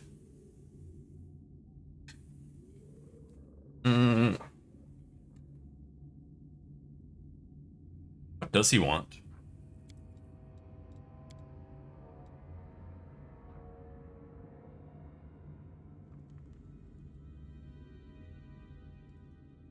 Charisma modifier on Smite.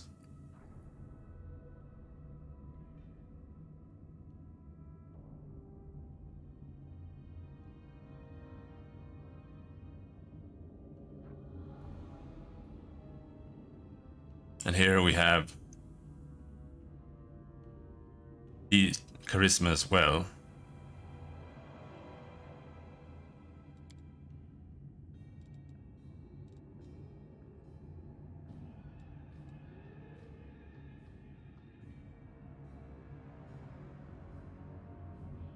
I honestly don't really know where to put stats on him.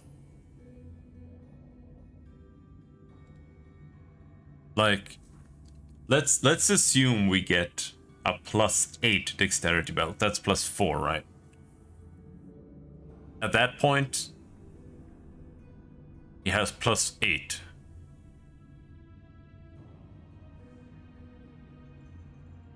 Dex. Because you have to think, like, a full plate has +1 dexterity.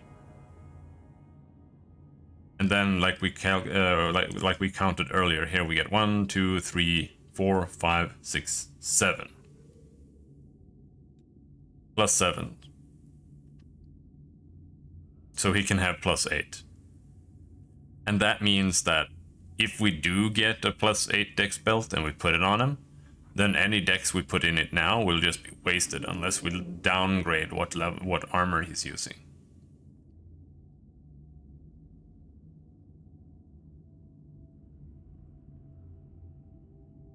Now, here it says that this increases it to a maximum of +4 dexterity bonus, but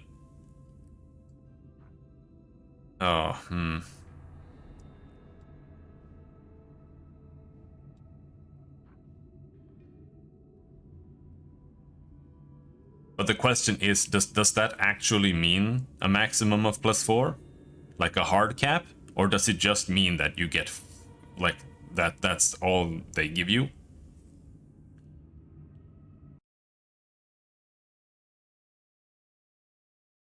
Armor training, Hell Knight plus Fighter.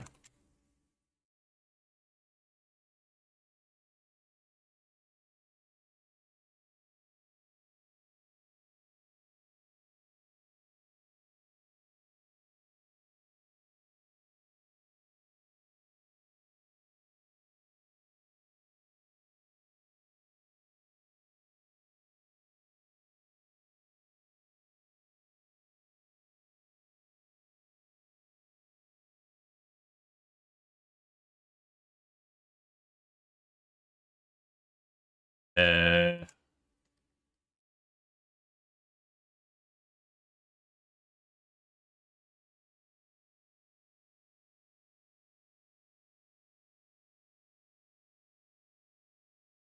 don't see anyone saying anything else. So it depends on if they programmed in a hard cap, but probably not. Either way, let's go grab that.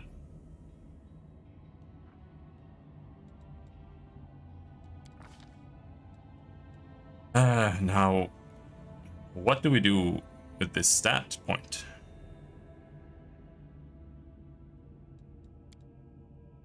Charisma, because that's what he's going to need for his Hell Knight stuff.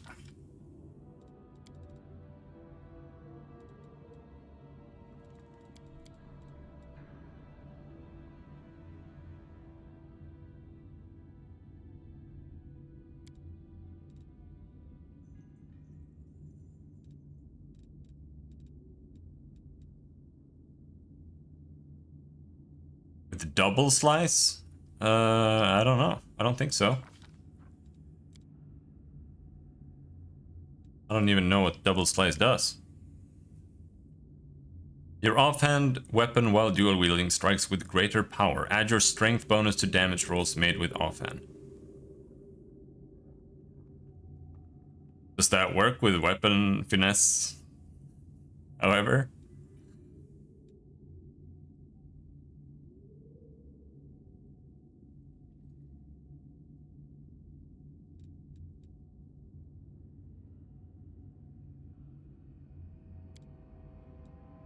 That's the question. It might. We can, or we can get improved two-weapon fighting. Simply. Now.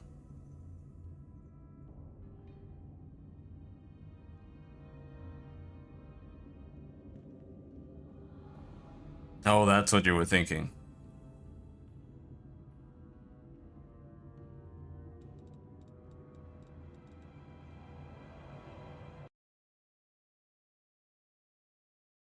Let me look here. Regil double slice. Work with finesse training. Double slice will increase dex-based offhand damage if you have finesse training. Finesse training makes dex work exactly like strength for all intensive purposes. If you have finesse training for Elven Curveblade, you also get 1.5 times dex damage like you would have for strength. Okay, so double slice does give us more damage. Now the question is, that's probably better than a penalty on a second, like getting another attack with a penalty, to be honest.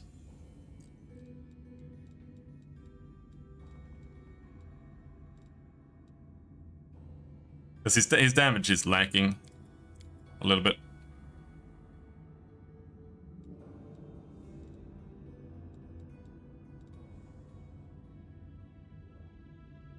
The question is, does that make power attack work with Dex now? Can I just go power attack with all my Dex characters? Because that's what it sounds like, right?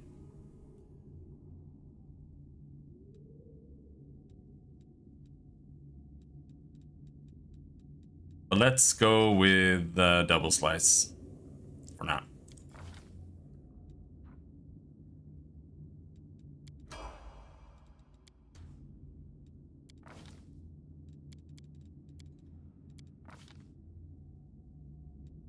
Dragon style. We call upon the spirit of dragonkind, gaining greater resilience, mobility, and fierceness from the blessing of the great beings. While using this style, you gain a +2 on saving throws against sleep effects, paralysis, and stunning effects.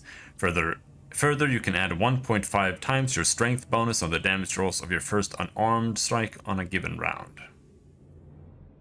Okay, does that work with bows?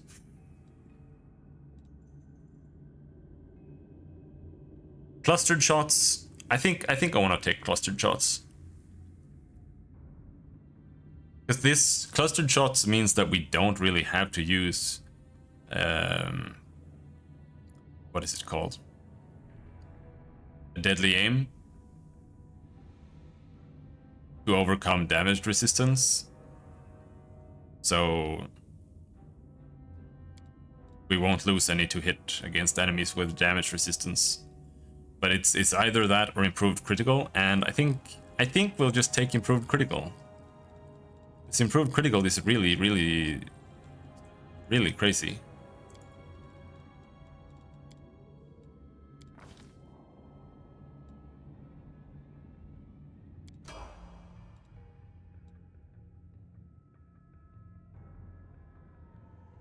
As it should be. Hello. What are you doing here? I am your judge, and soon your executioner. Good night.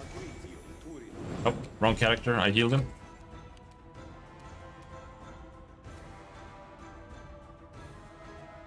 You take rapid shot. Yeah, I mean, that's understandable. It's really hard to keep track of what the hell everything is in this game.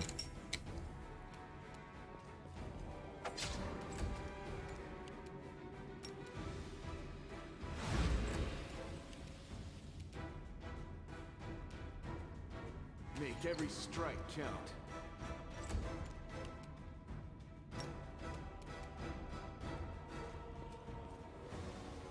Like, I've been playing D&D 3.5 ever since Neverwinter Nights 1 came out, and that wasn't even proper 3.5, that was like 3.0. And it's still a bit of a struggle to figure out what like all the feats do and how everything works together and all the fucking keywords and tags and Am I doing it wrong?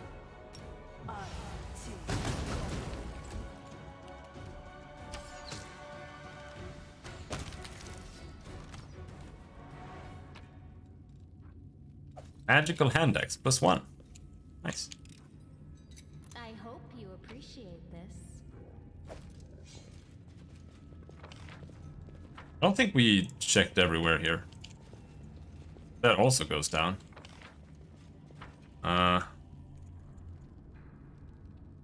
Didn't even check here. That is not far.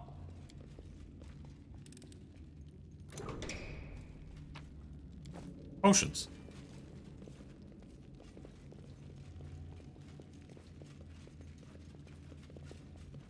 I prefer 5th edition most of the time. I mean, sure. I don't really care, because I hate D&D.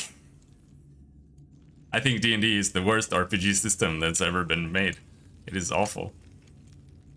So, sure, play 5th edition here. Why is there nothing in here? Perception check failed? How dare you?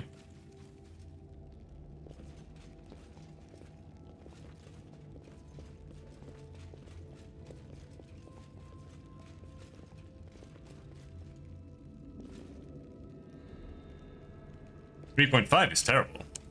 Like, it is genuinely a shit system. I'll go ahead. Advanced Dungeons & Dragons, like Baldur's Gate, it is better than 3.5. Everywhere. Like in every single aspect, pretty much. Except that it's less restrictive for classes and whatnot. That's like the only thing.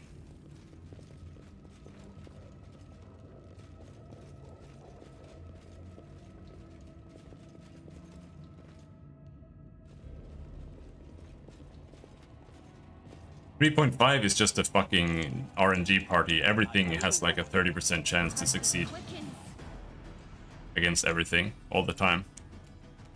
Unless you're a power gamer and you know exactly how to get like the maximum shit out of everything. Against people who don't. You've crossed the wrong mongrel. How does this even work? Do I have to enable Hammer the Gap? No, we didn't get Hammer the Gap. That's why.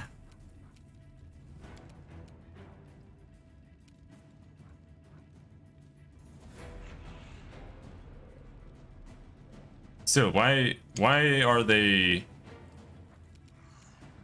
Why am I just bypassing them? We didn't get Hammer the Gap.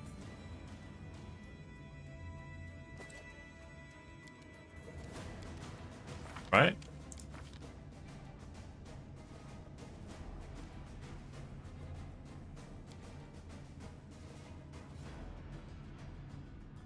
No, we got improved crit. So why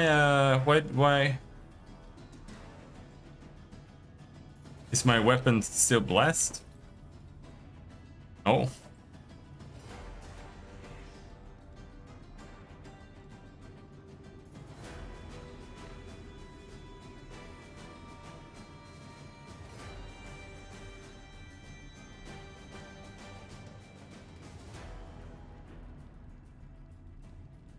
It bypasses cold iron because it's +3? No, I don't think so. I've had to use the cold iron ammo the entire time. It's just that this game is just so inconsistent. It's just so hard to keep track of what the hell's going on.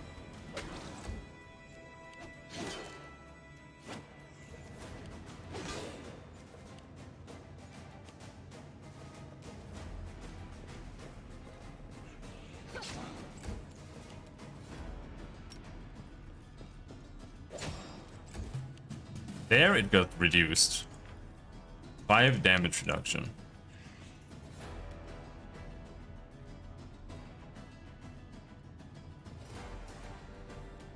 I think it's some bug because we had blessed weapon.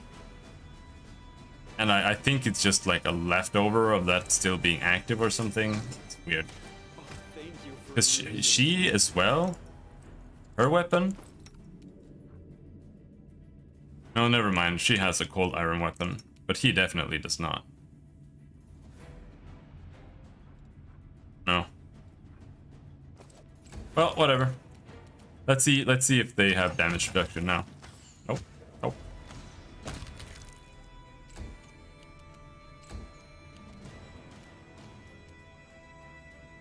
Press the attack.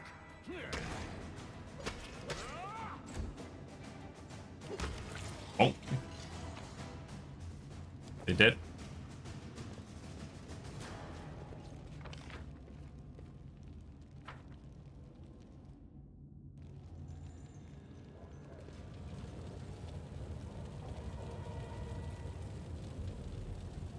Is this the boss room? This feels like the boss room.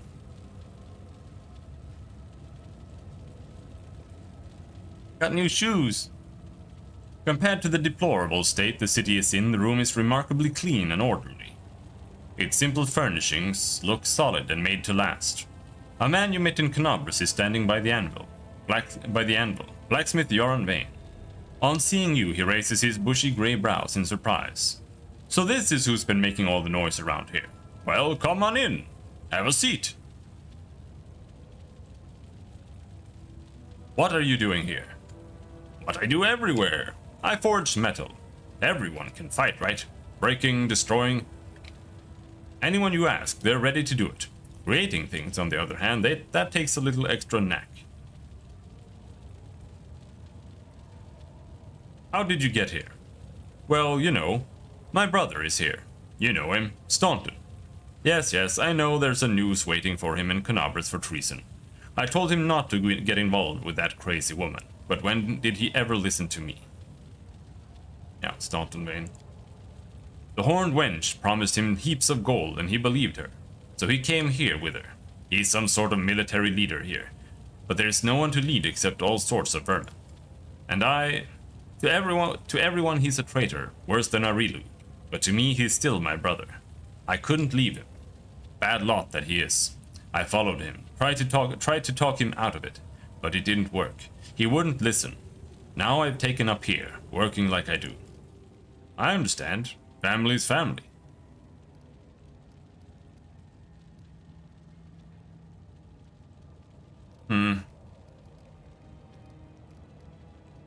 Well, we're storming Dresden, we've nearly conquered the city. You are free.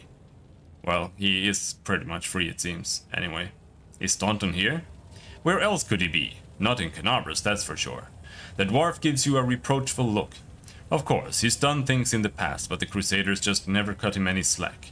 He tried for a decade to atone for what he did, then 2 decades, then 3, half a century, and still they treated him like dirt. Yeah, you see, like she has been hanging in here for 70 years or something. So my brother lashed out. He did a bad thing, sure, but who wouldn't in his place? He's not made of stone or copper, even if he is a dwarf.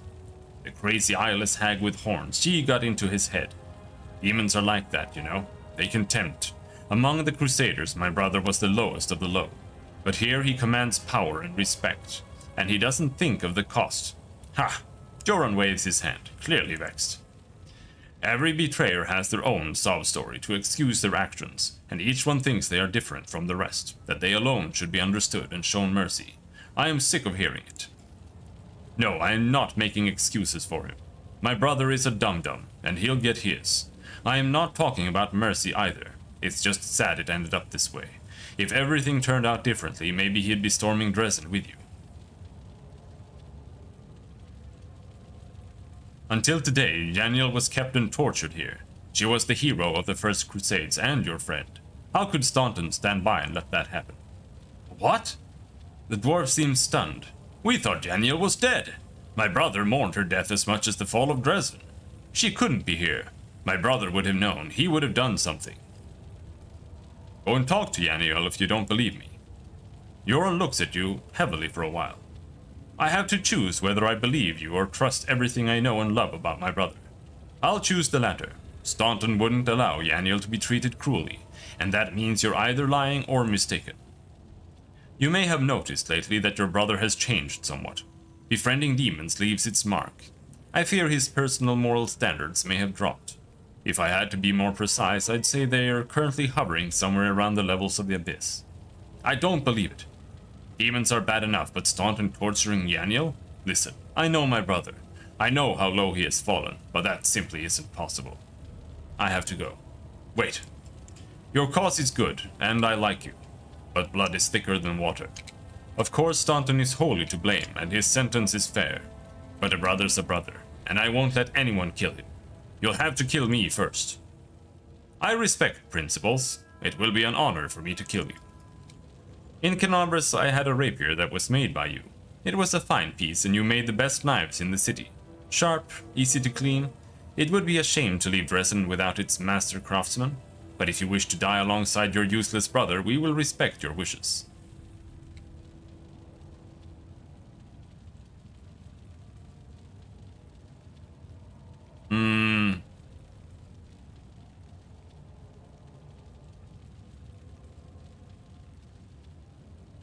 Come with me. Maybe together we can convince him to change his mind. No.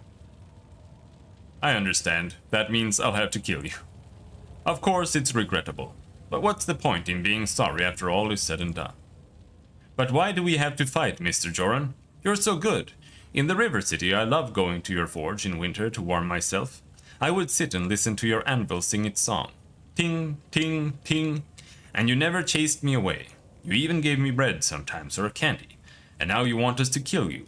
Why? Sometimes good people have to kill each other. It's just our lot. Nothing we can do about it. I generously toss crusts to a little beggar girl, while at the same time helping my demon collaborating brother, whose actions have led to the deaths of entire families. Aren't I just a bleeding heart? Darren drawls mockingly. The thought of you going to your grave, wallowing in your own self-righteousness, is enough to turn my stomach. I do so regret that we did not kill Staunton first. I should have liked to see your reaction, Smith. Be a good sport, die whimpering, knowing that your brother was the demon's plaything, that you were the hypocrite who helped him. You will both make a fine feast for the worms, at least. Joran bears his weapon. Enough talk. Words can't change what happens next. Defend yourself. Seems like the party is already out for blood without your consent. Well, I have 2 evil characters with me, probably 3. Yeah, because he's a total bitch.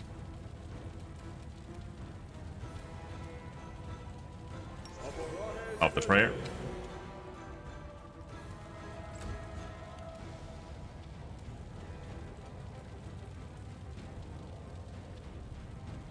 Morale bonus, but the thing is, this is a +3 morale bonus eventually, which is really, really good. But right now, all it does is compete with Bless and no, it competes with Bless. Prayer is a luck bonus.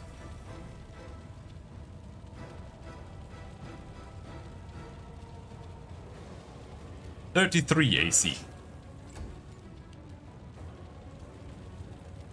But he has 15 touch. I'm gonna blast you in the ass.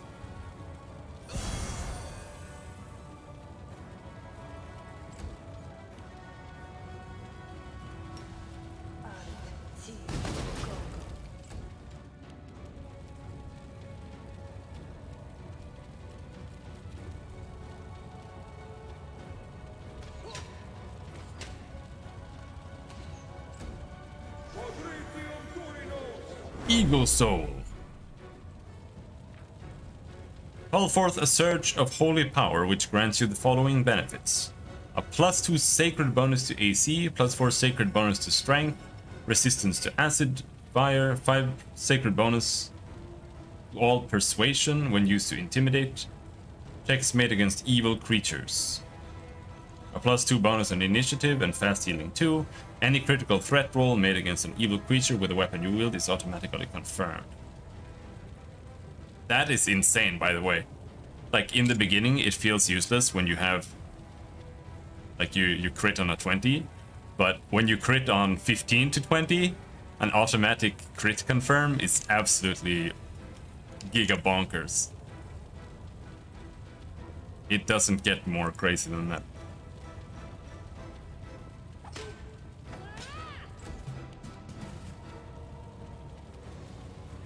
Less.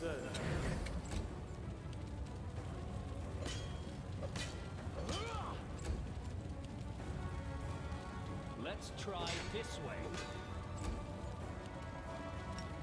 See? Oh. Can we kill him before he kills me?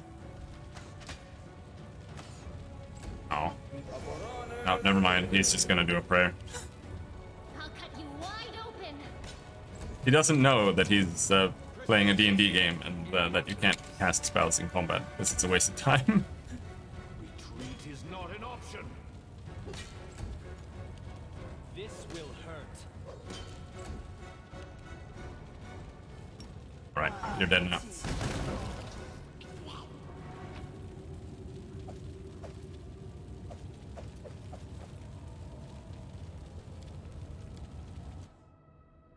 The air in the forge is heavy with the supernatural power coming from the anvil. The heat that pulses through the forge is not the heat of an ordinary fire.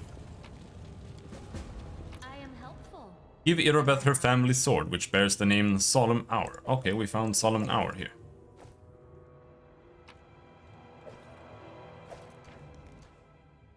Level up.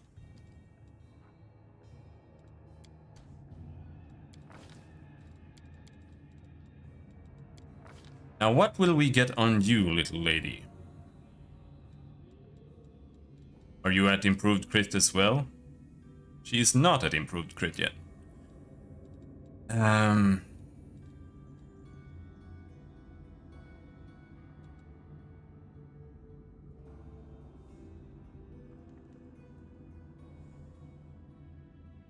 Size strike. But that is a teamwork feat, screw that.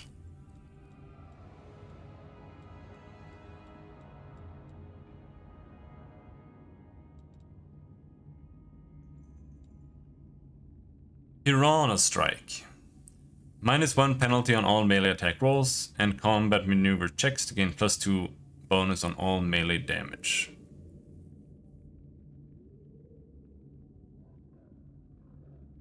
Yeah, this is just power attack. I think we'll give her combat casting. So otherwise, she just can't cast in combat. It's that simple. Oh. Oh. Next level spells. True Seeing. Call Lightning Storm. Flame Strike. Break Enchantment. This spell frees victims from enchantments, transmutations, and curses. Break Enchantment can reverse even an instantaneous effect. For each such effect, you can make a caster level check 1d20 plus caster level, maximum plus 15 against a DC of 11 plus caster level of the effect.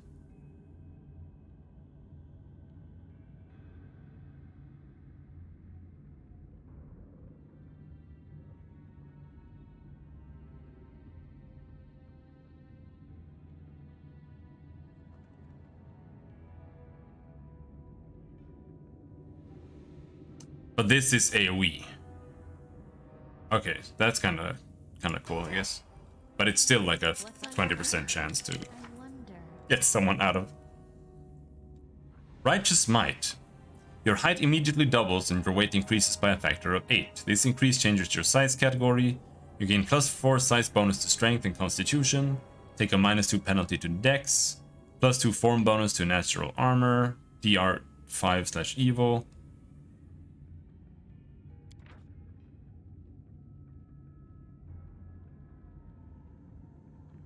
That's not good. Icy Prison.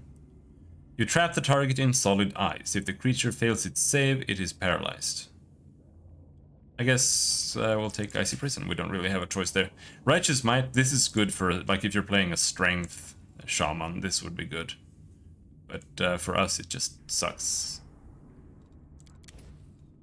Break Enchantment. Here we get another spell.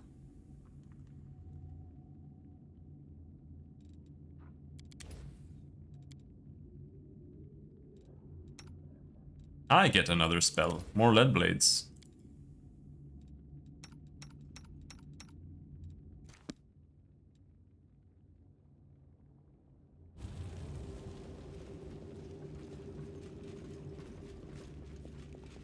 This here now leads even further down. Hello!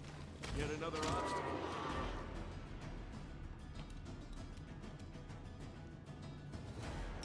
Charge!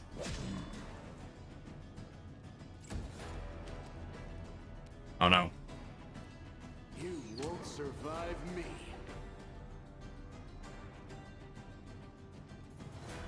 Now there's damage reduction going on here. It's my... Kneel before me. my bless weapons has run out.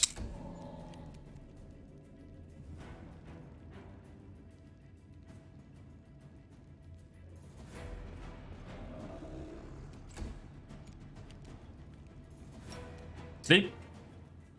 Nighty night.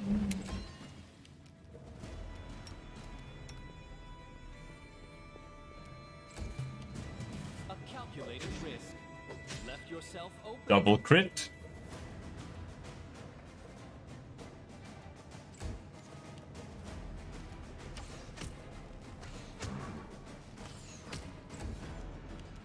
This one's fine. Yeah. The spirits demand your blood. You really, really need that. No, bless weapon here.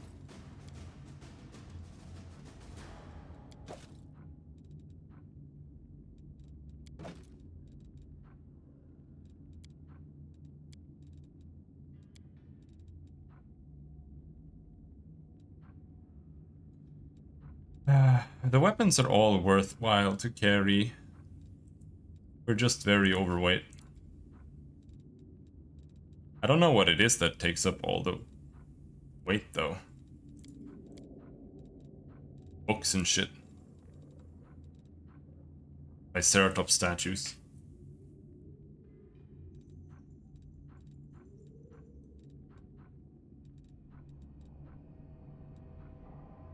Wand of Good Hope. Oh, that's super strong.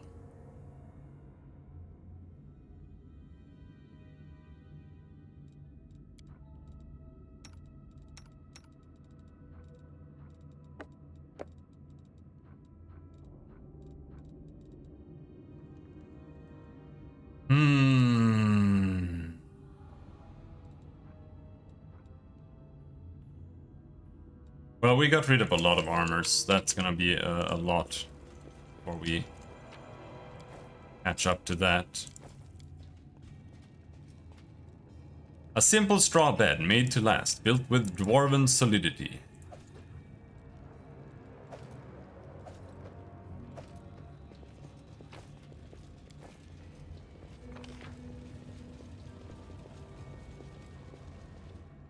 I want to go back up here. I don't feel like you questioned her enough. Where was she? She was like over here. all the way over here. Can't hide from me.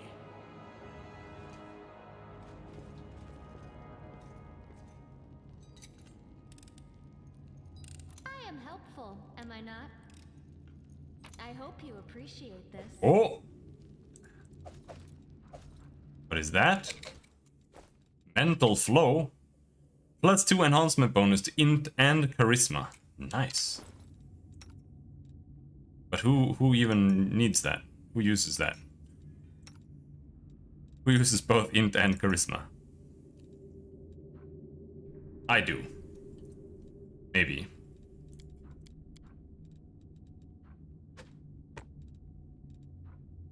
It'll give me more to my knowledge checks.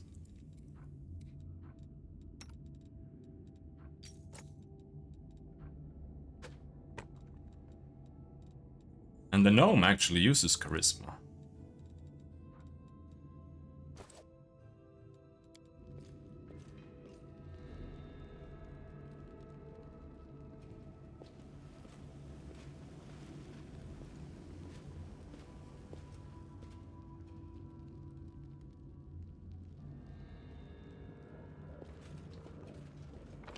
Right, so there's someone down there.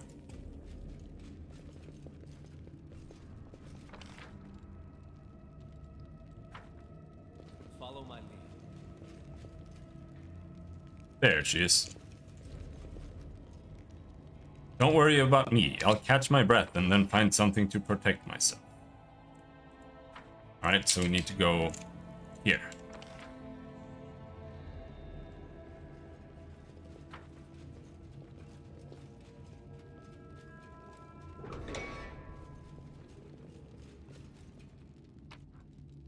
Ladle?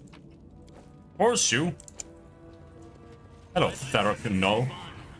So this is who was making all that noise. I am going to hush you now. Level 7 cleric, level 4 rogue, half elf. Okay. Endure this. I don't know why you think you're hushing anybody.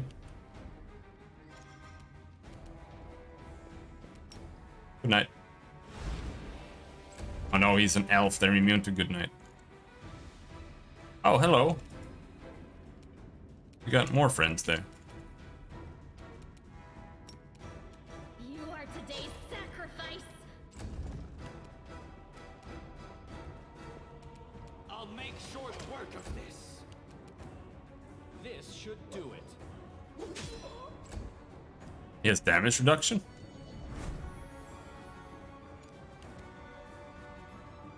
Exception silver magic.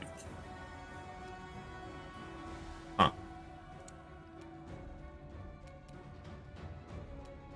Press the attack.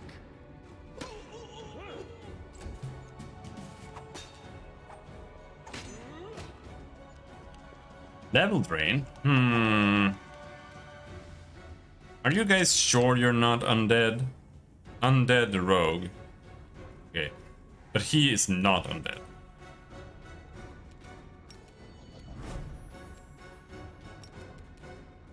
Make every strike count.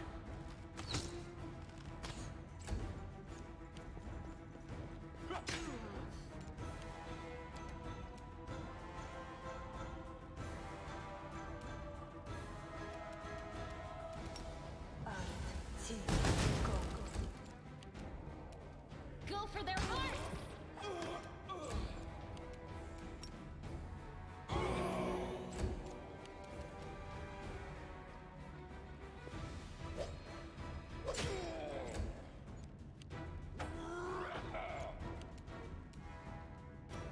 Retreat is not an option. Nice. You've crossed the wrong line.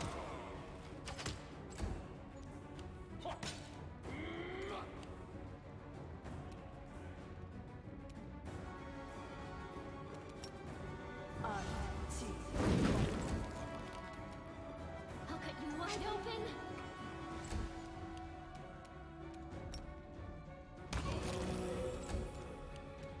Let's try this way.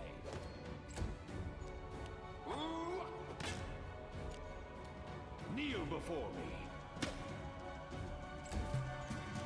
You won't survive me. 62 damage crit. Alright. None of them had anything? Okay. Well, hello there. There are old ragged books in rare languages on the shelf. Some of them are bound in leather, and it doesn't look like calfskin. Oh no. Fighting for a righteous cause is certainly different from a simple massacre. The former is more bloody and performed with the pinkies out. Tell me, and I'll do it. Trust in yourself. Got a free heal there. 12 healing, nice.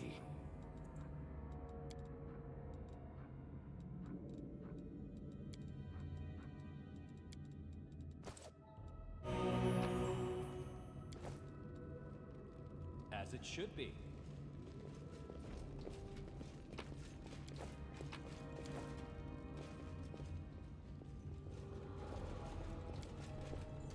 Wall in this place looks fragile. There's a ghastly stench coming through the tiny cracks. Well, Missed me already. it's time to recast our buffs here.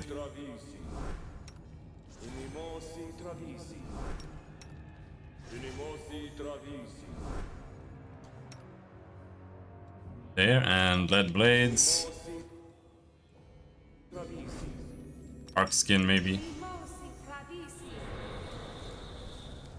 Thanks, Lan. You're so awesome, Lan. Thanks, Lan. Kill a vampire. Yeah, I thought you were vampires, but why weren't you undead if you were a vampire? Or maybe he's... I am helpful, am I not? I don't have anything to kill a vampire with, though. I am helpful, am I not? What a fine. Apparently I do. A vampire writhes as he meets his final death. Oh, vampire rapier. Tender touch. Enhancement +2 necrotic. Whenever you cast a vampiric touch, it deals 1d8 damage instead of 1d6. That is useless. I'll go ahead. Useless, especially since I have a cold iron rapier +2 already.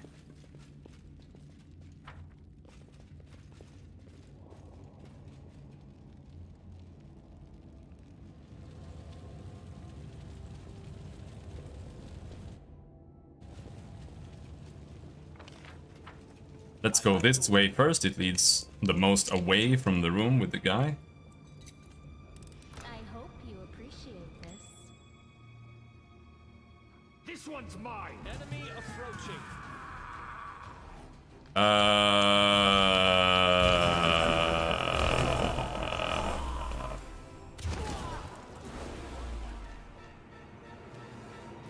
Okay.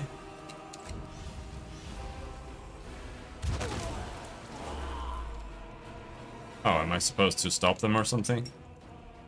They're sacrificing. Take my life. Oh, okay.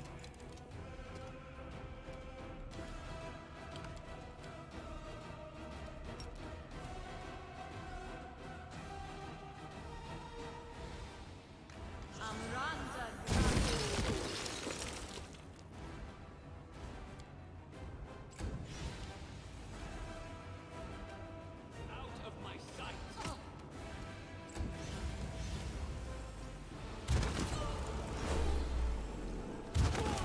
How the hell am I supposed to do anything here? Alright. Got a big demon guy here.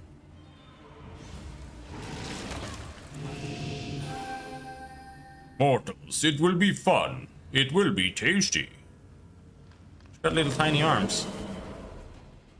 Alright. Polite Maw. Hello, Polite Maw. You're not even level 20.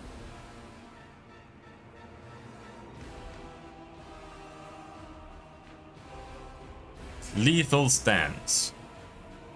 Rage, true seeing, power attack. He does 50 damage per hit And he has plus 26, so he has a guaranteed chance to hit. He's got mirror image and stuff. Alright. Well, we'll just have to kill him. Whoops, I missed. How did you miss? Critical miss? Fuck off. What about damage reduction? Oh.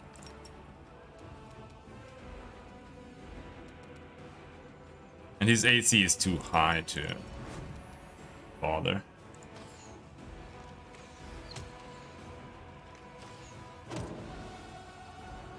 Hey, he only has 381.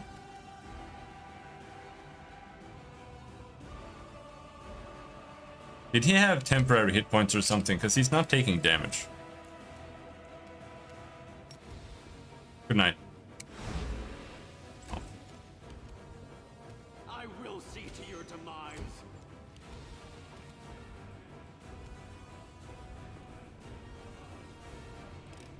I am helpful. Come on then, butthole. Press the attack. That's a miss.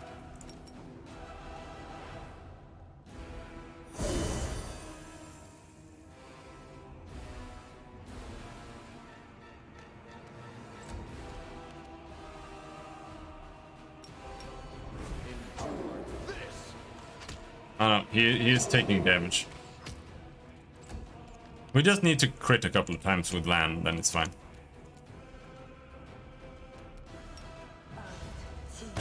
Go.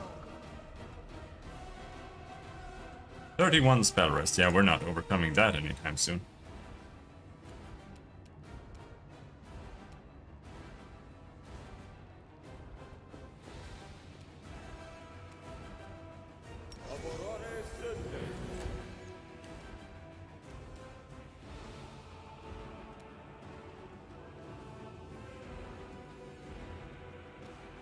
The spirits demand your blood.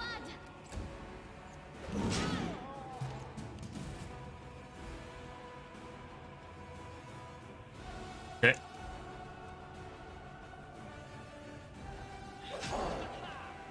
Just crit him, it's easy. Make every strike count.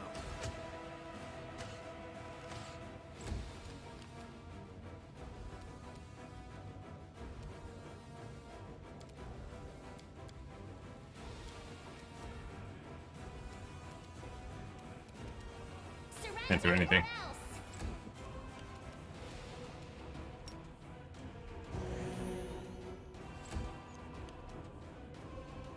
You are today's sacrifice.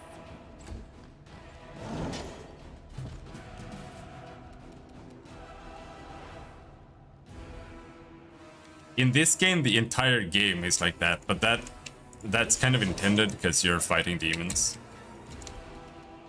You've crossed the wrong mongrel. It's honestly not the problem that there are spell resists. It's that they keep tossing super boss demons at you.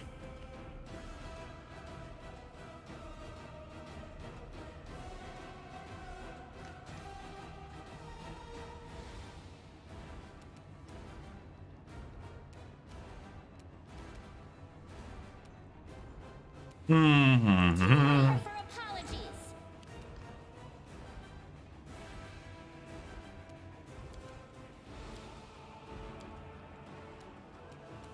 Precision. And grace.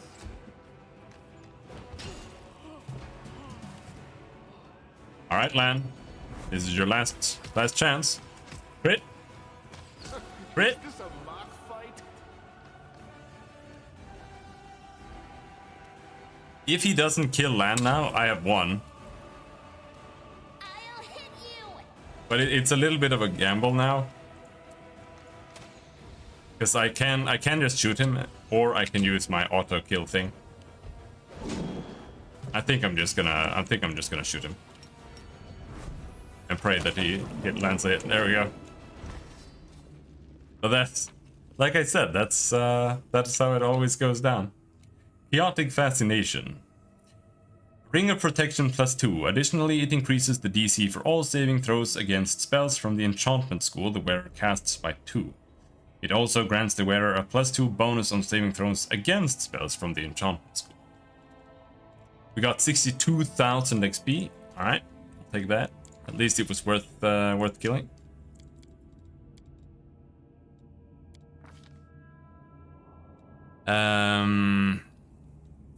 Greater Elemental Focus, or do we take Greater Spell Penetration? I think we'll go with Spell Pen, because everything has resistance. Choose a level 2 spell. Alright.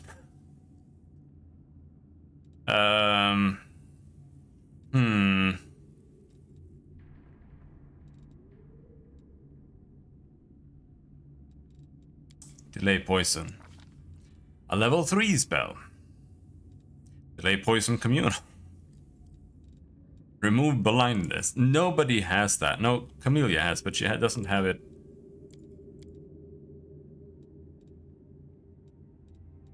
Selected. Delay Poison Communal could be really good too.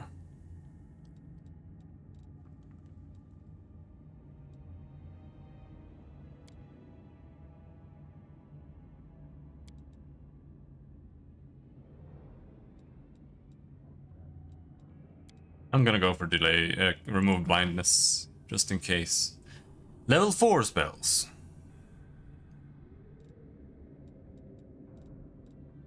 Blindness is such a stupid spell. Why?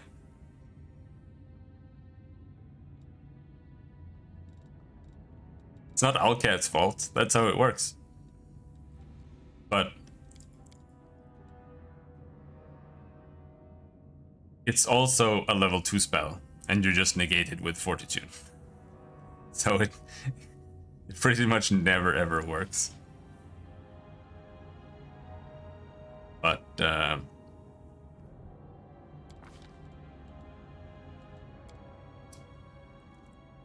you do need to be level 5 to remove a level 3 spell, or rather, a spell you need to be level 3 to use. It's kind of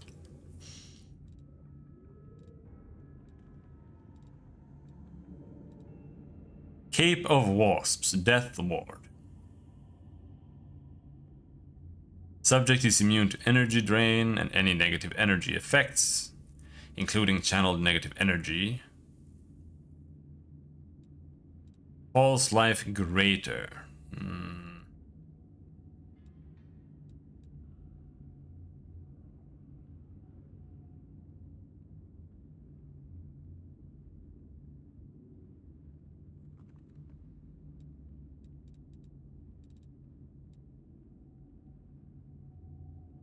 Now, again, if we're gonna continue whining about the D&D system, right now she isn't specializing in any real school, so I feel like there's like no point in picking Confusion, for example, if you're not specializing in enchantment. Because even a 10% chance is still massive when this chance is like 30% to succeed in the first place. So that's why I'm just taking fire spells, and the rest is just like cures and debuffs, or cures and buffs and like removal spells that you need. Because nothing is ever going to succeed anyway. Like, maybe if it's a high-level AoE spell, then you have a chance. But like these low-level ones, it's just not gonna happen. Especially since they keep tossing high-level monsters at you, and they have higher saves, so it's even lower of a chance. Because the spells are only balanced against enemies your level.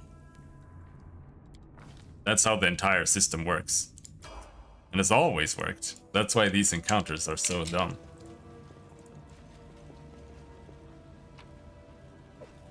Oh, some magical dice. Bunch of scrolls and shit. A magic circle covered with occult symbols. The runes have absorbed all the blood that was spilled in the circles. Oh, also he leveled up.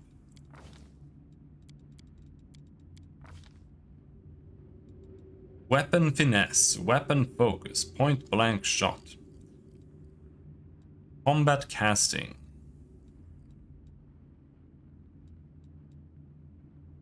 Dispel synergy. No. Extra channel.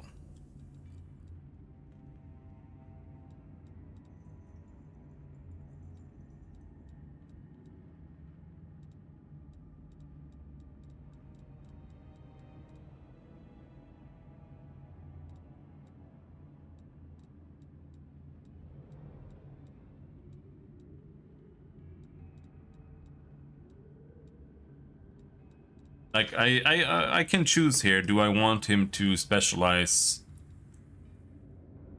in killing undeads or just making him even more of a Giga healer? And I just feel like I just want him to be more of a Giga healer. Pretty much. Extra channel.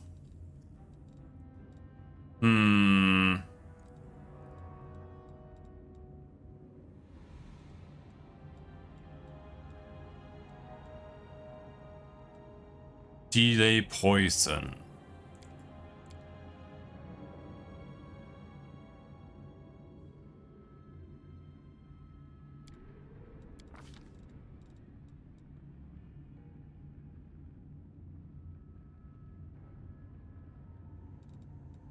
Dispel magic. But dispel magic at this point is almost too low level. Remove curse, remove disease.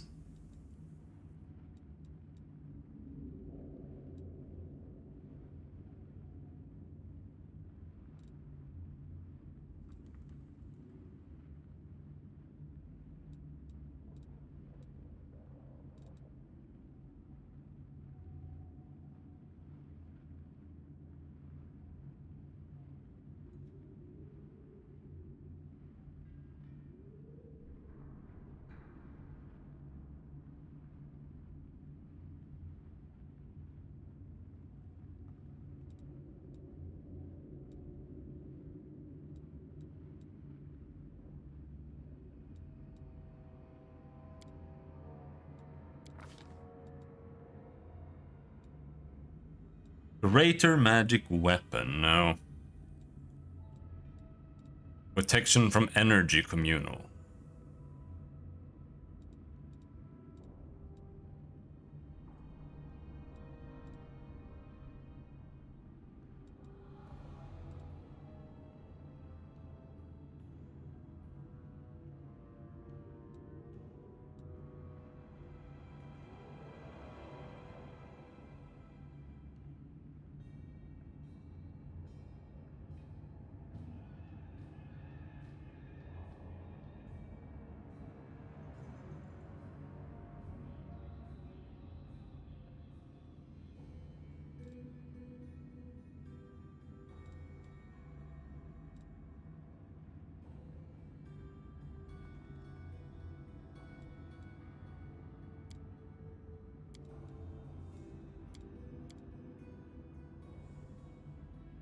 Wait, am I replacing a spell here or something? What's going on?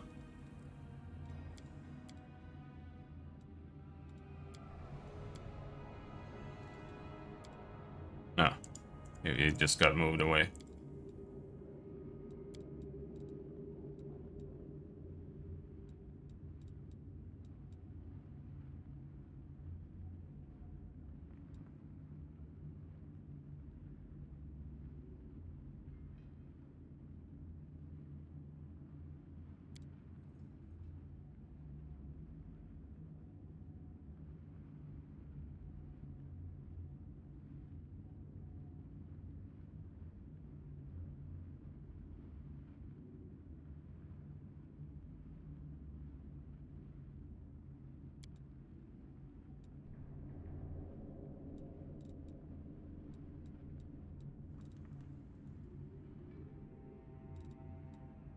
See, obviously Holy Smite would be a good choice here.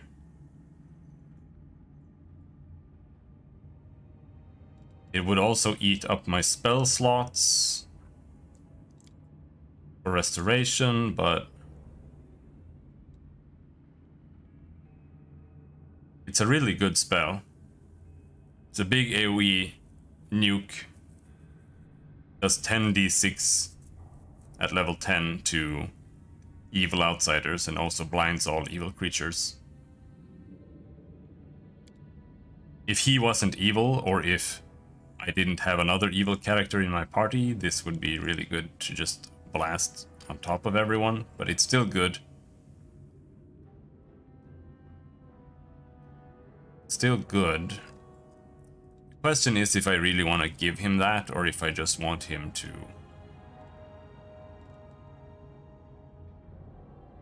have more buffs. Protection from energy communal.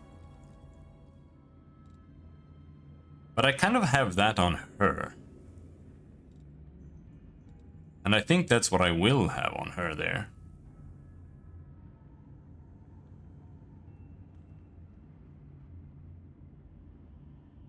We'll get more spells. Let's pop protection from energy for now. I have too few casts for that level anyway to go around doing damage with it.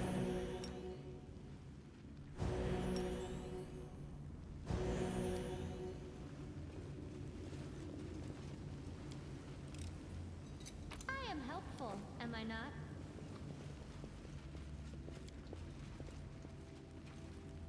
The air smells like magic powders, unknown chemical compounds, and medicine. Despite the surrounding mess, the magical devices were kept clean and tidy. Alright. Hidden items? Nothing?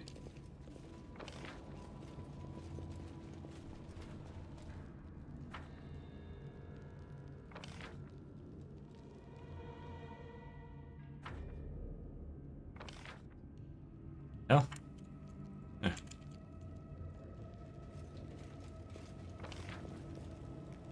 However, I feel like we should go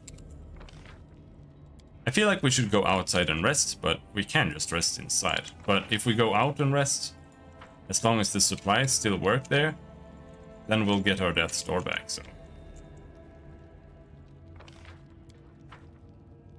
That's probably the better choice.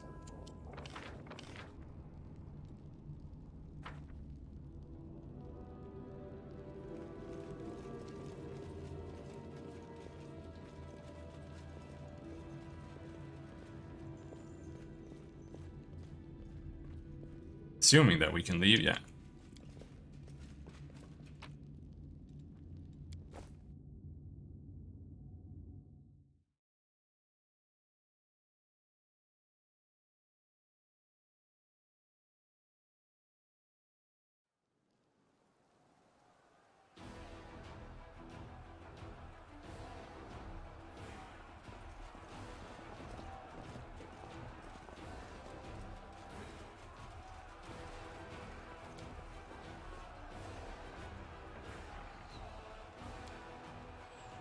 Resty, resty, rest.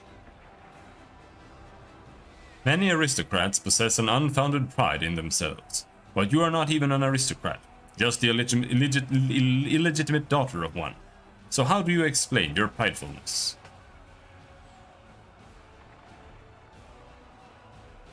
What is it you call pridefulness, Hell Knight? A sense of one's own dignity?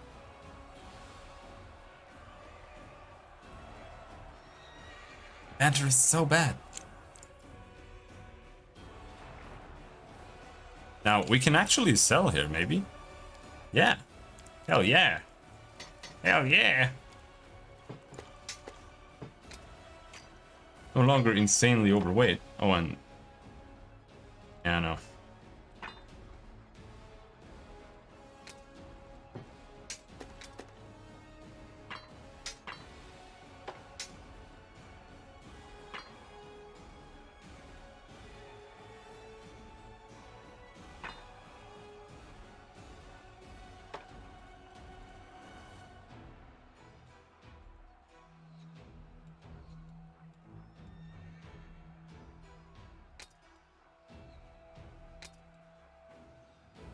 Oh, a holy crossbow? Oh. Oh, that's kind of cool.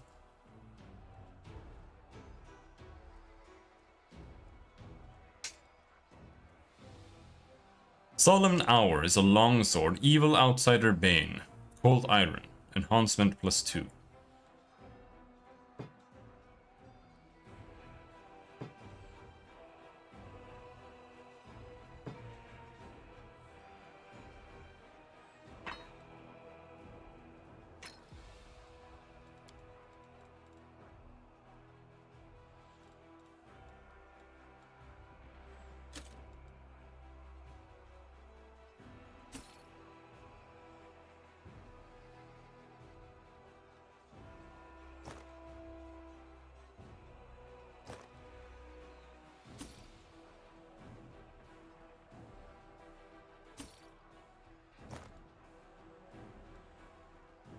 Eluding target.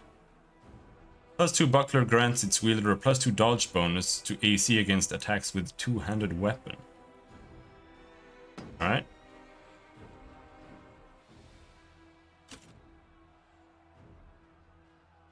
It's a lot of money.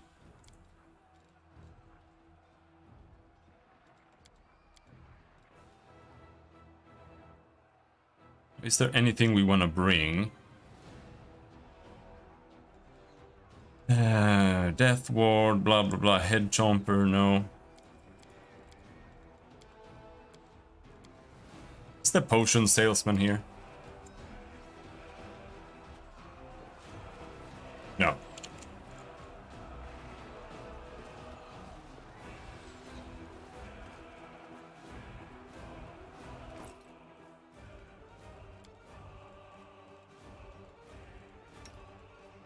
Equip that on him instead.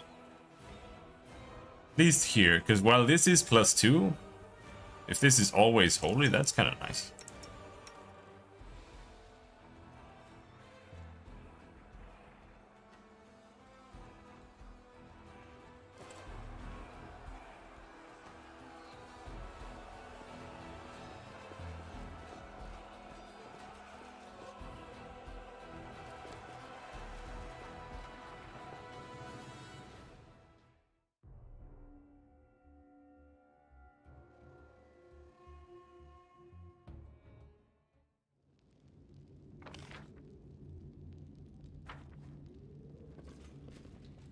That is not far.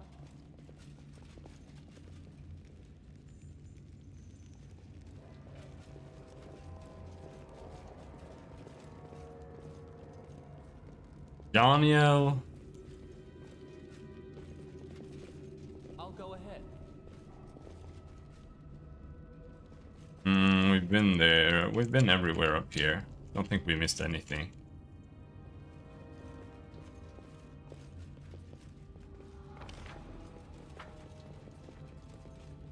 See any doors?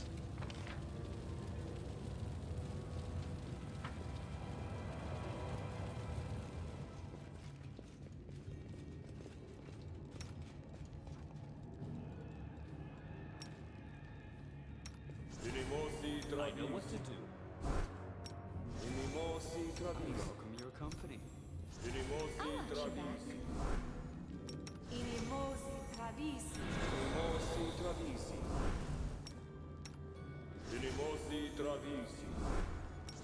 You're a good person. I like you. See invisible. I'm the voice of the spirits. Why is this so cluttered? I want my buffs to be up there so I can find them easily.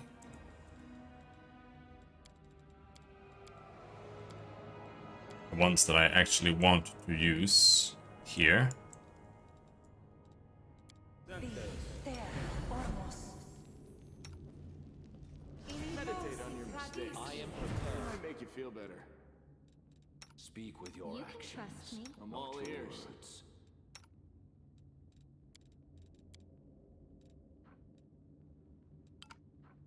That's about it, I think. 10 minutes protection from fire. I think that's prudent here.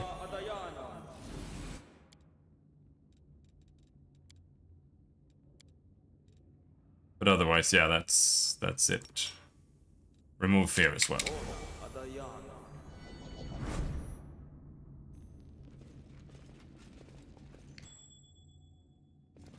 open your heart to me.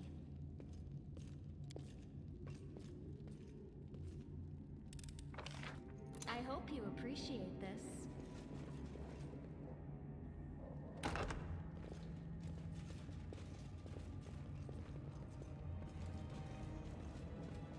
I know the way.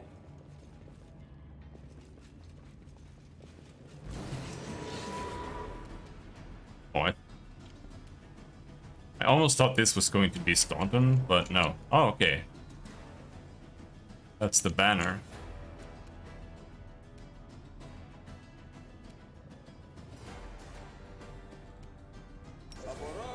Past the prayer.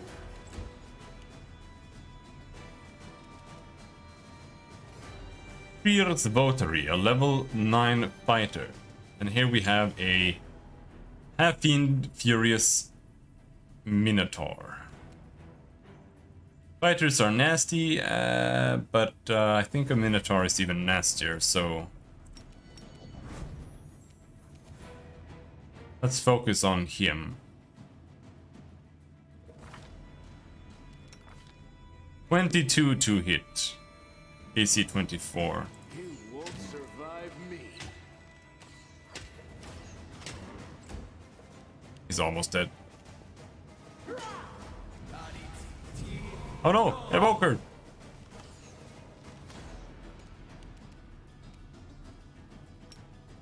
A calculated risk.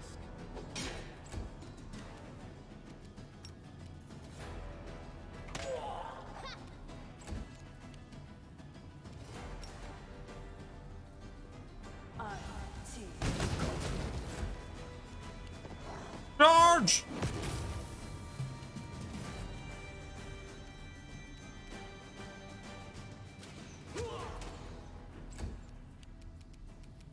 Endure this.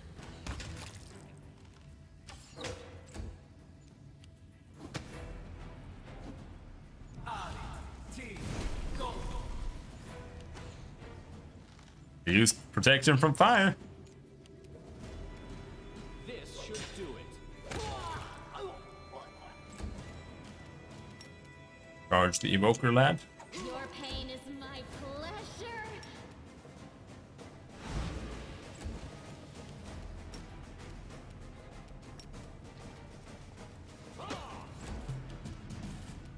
I'll make short work of this.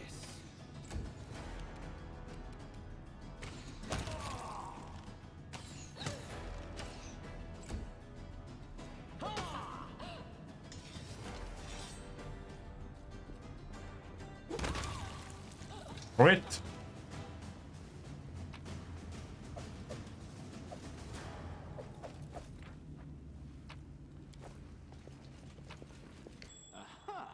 Slime covered key.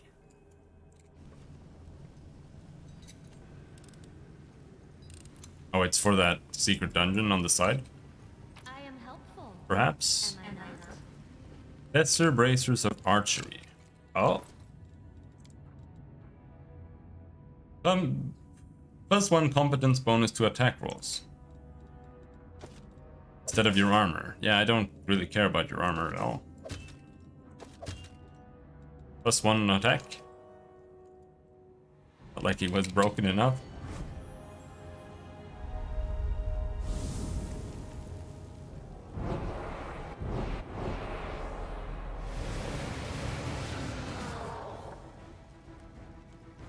Oh, good thing I cast protection from fire. Really? Why are you encumbered? Exhausted. Okay.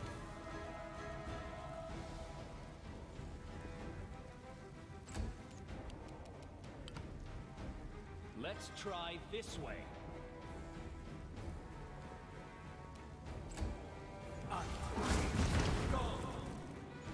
Permanent. Oh. Hmm.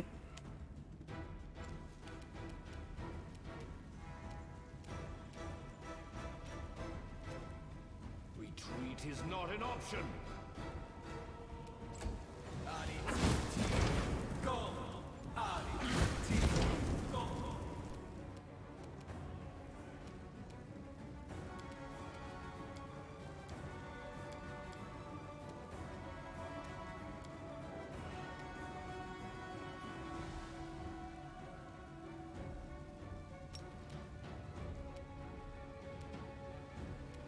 Your exhaustion on myself here.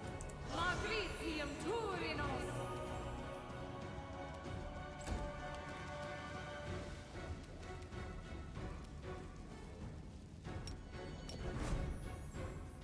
Make every strike count.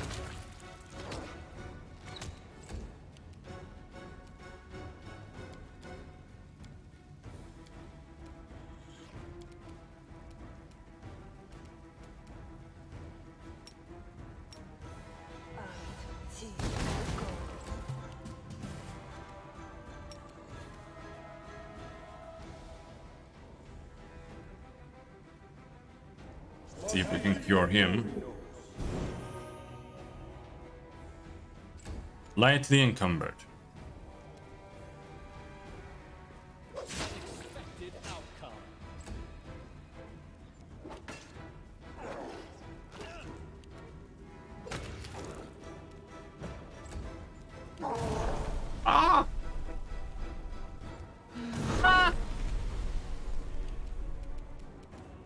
Go for their hearts! Maybe it is prudent to have a full level just stacked with resistance spells or restoration spells.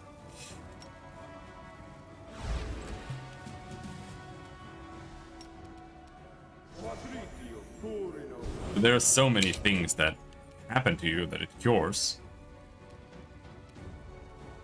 This will hurt. Nice.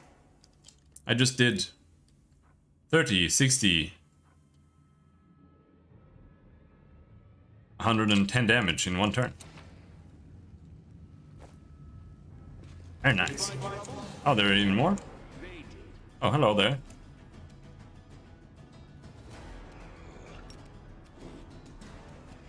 Elder Brock.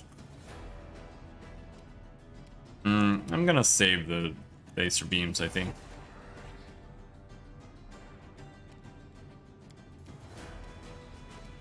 A calculated risk.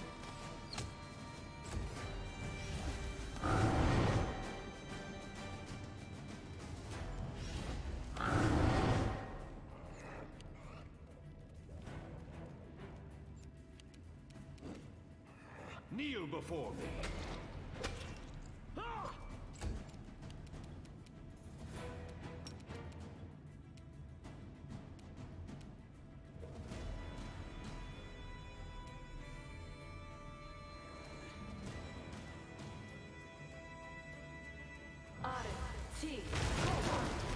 Yeah, now they'll all be slowed getting here, except for the Brocks. I think they'll just run over.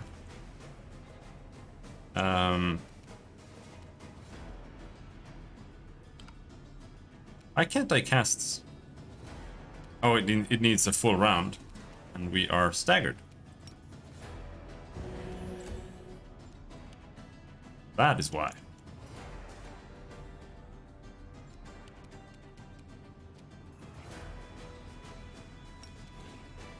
I'll cut you wide open!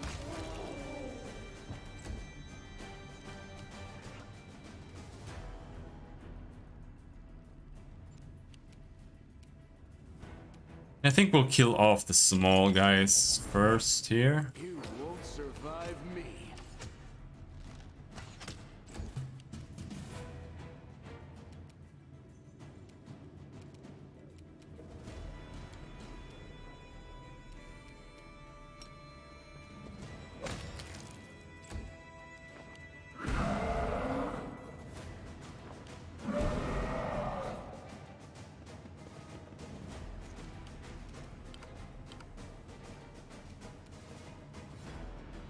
But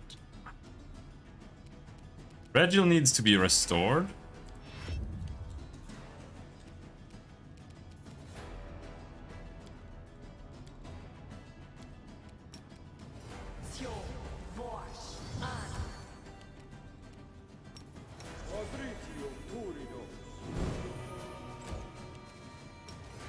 Oh, he can charge.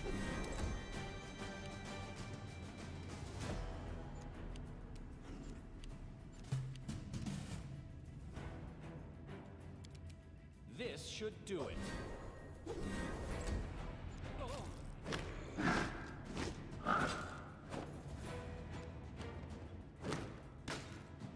He has 4 attacks with his full attack bonus? Stop us.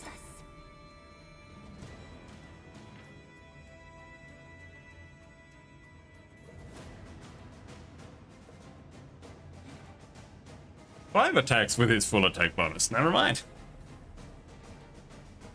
Never mind.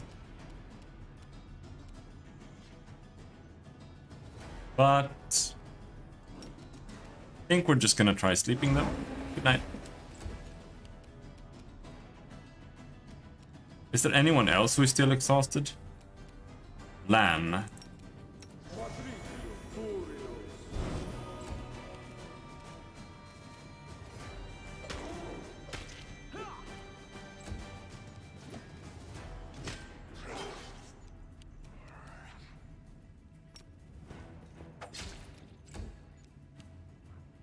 Endure this.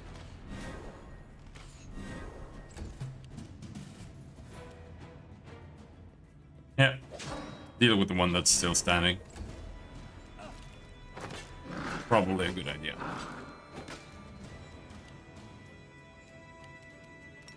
Sleep. Oh. Out of my sight!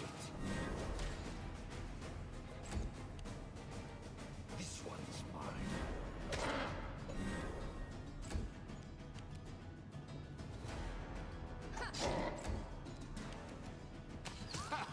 Did you see that?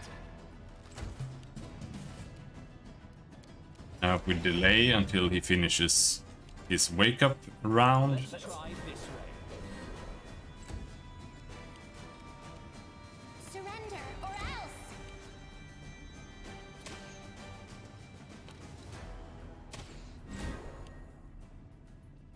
You are nothing before me. The spirits demand your blood. I wonder if I should specialize Camellia into dispelling. What is dispel? Abjuration. Or maybe I should specialize. No, I have to specialize her into evocation. I don't have time for that. So Camellia could focus on abjuration because what else is abjuration? Break enchantment, dispel, remove curse.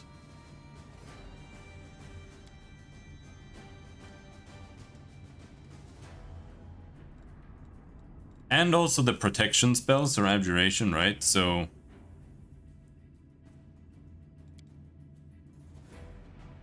I wonder if I do spell focus abjuration on her, or if they will be harder to dispel, but I don't think so. Or will they? Isn't that just based on your caster level? Or maybe that does gets improved by spell focus. I don't think I've taken spell focus on anyone.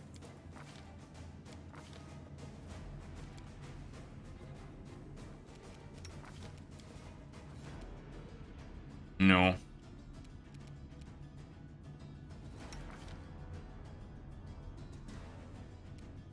But I don't really want her to be casting damage things anyway. Someone needs to have buffs and stuff. So if she becomes an abjurer, that could be useful. The problem is that she still needs to have martial stuff like crit and whatnot, but if we sacrifice the next, I don't know how many levels, 4 levels, 4, at least the next 2 levels to get spell focus and greater spell focus. Level 13, then she still has 3 feats left, where she can take stuff. Because she does get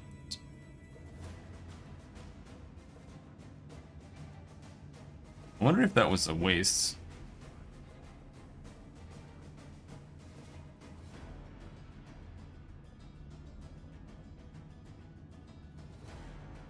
No. You don't get weapon focus from Battle Master, you just get weapon specialization and greater weapon focus. Which is really good. That was not a waste then.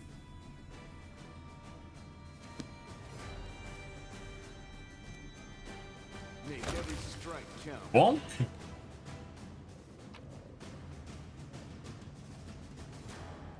Oh, what do we have here? Natural armor +3. That. And this is what this was what?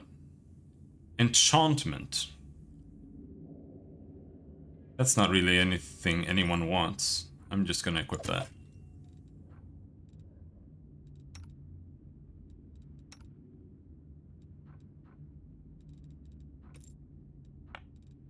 Her AC is 34.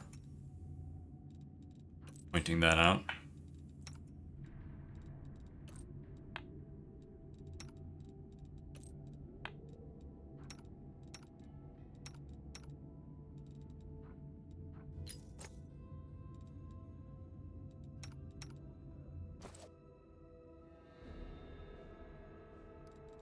Rules are made to be broken.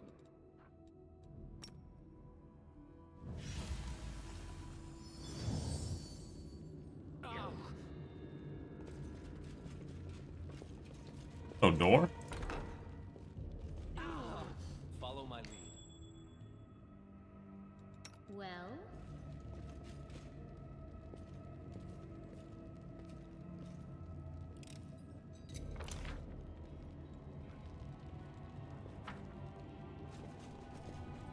I will see you. first blood. Precision. And grace. You are today's sacrifice.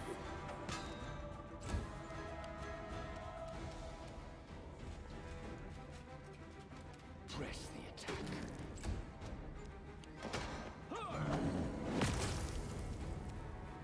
You've crossed the wrong mongrel.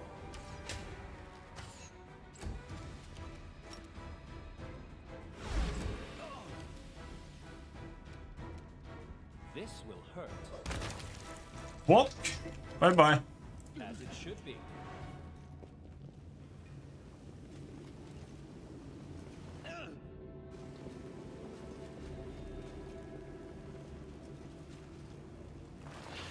Did we step on their toes as well? Two? Go for their hearts.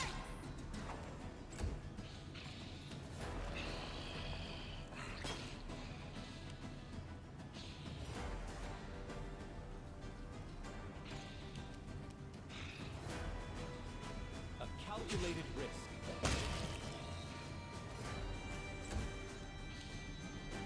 He's finally starting to become nice.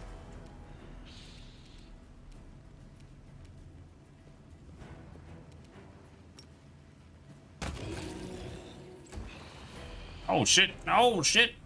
Oh, there's so many.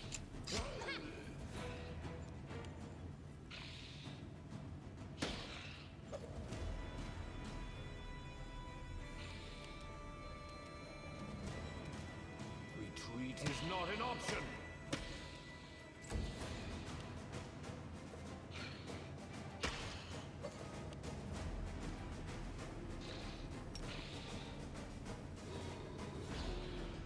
No, we can't do that.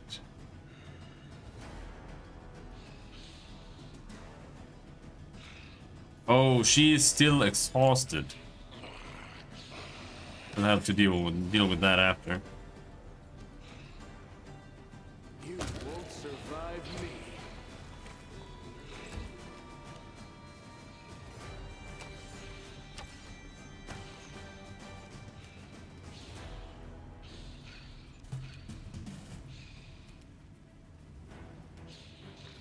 I'll cut you wide open.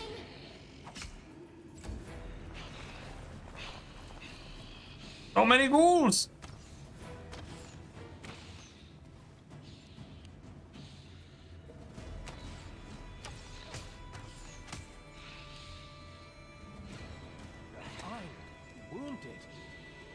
This was not part of the plan.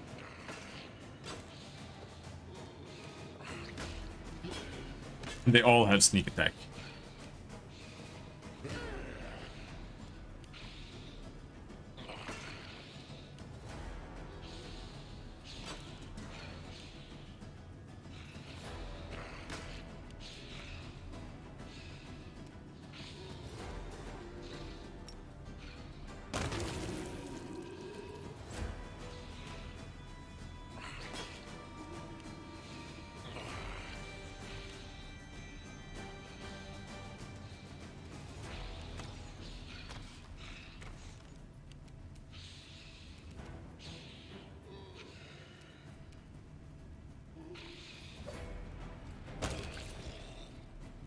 Kneel before me.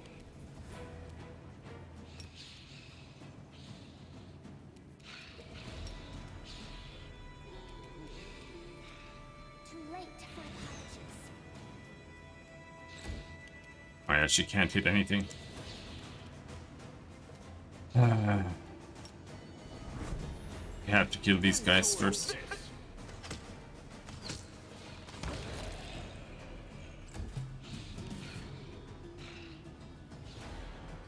I think we'll fight defensively, because if she keeps getting sneak attack, then she will die.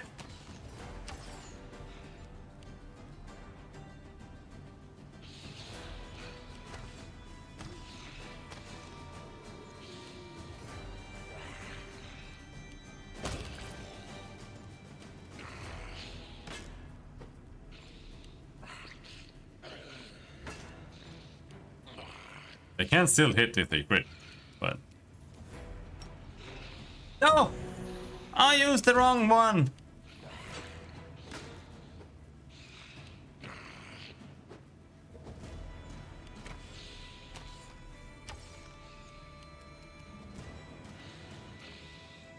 This one's mine.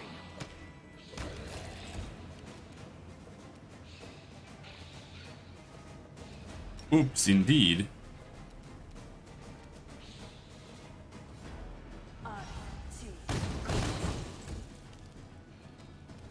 Make every strike count.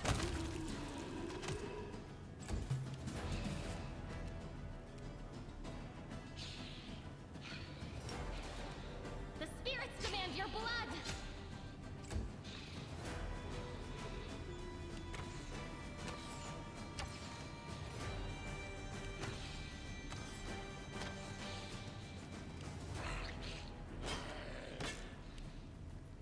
What if I drink a potion?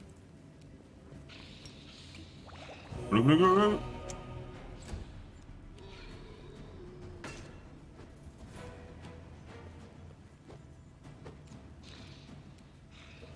Okay then. Now.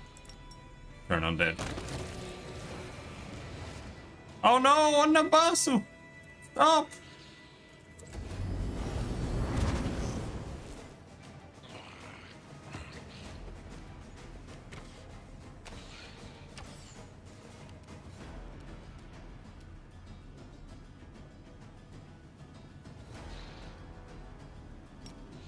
Charge him.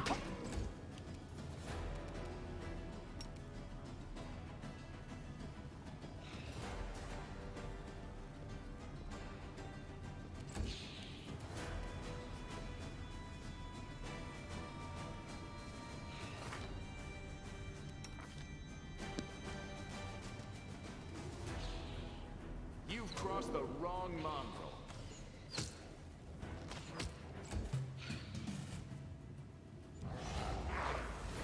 Old person mass. And he landed it. Nice.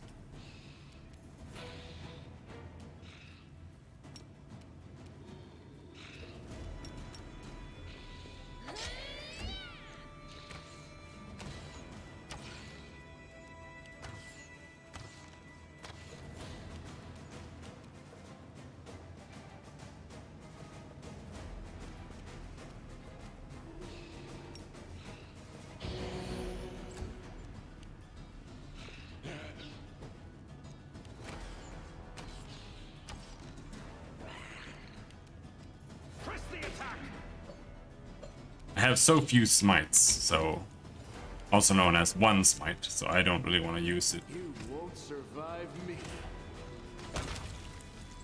Dead Nabasu? You are today's sacrifice. Oh, we should be able to kill the rest of them without using more I'll make short work channels. It's a bit of a waste.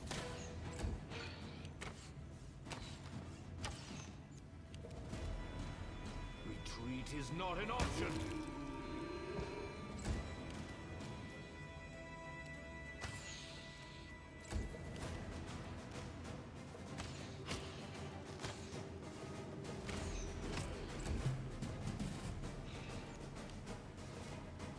Go for their hearts.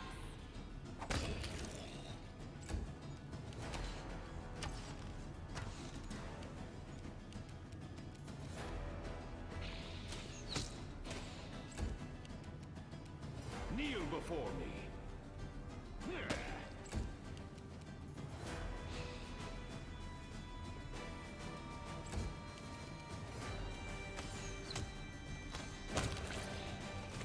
Ew! Oh, the waiting's never fun. That was spooky.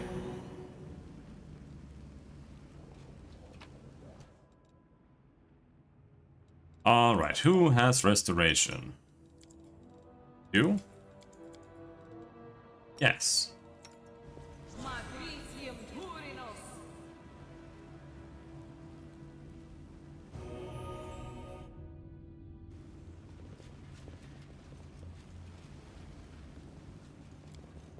The dead bodies give off an unbearable stench. Oh! With her left hand, the old woman pulls the dagger from the demon's body.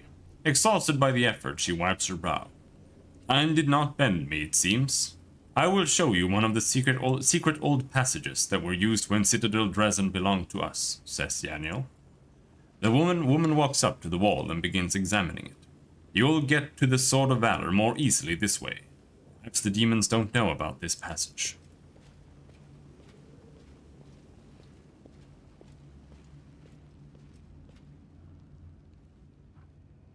The demons. If you think about it, I've spent most of my life among them. I have to admit there's something mesmerizing about them. A single demon might be weak, or pathetic, or cowardly. But when you see them as a collective, it isn't a mass of separate creatures, but a single great force. A tide which might be temporarily slowed, but never stopped. The front lines of the abyss, here on the lands of a Galarian. Unstoppable, fanatical forward motion. We have something to learn from them, don't we?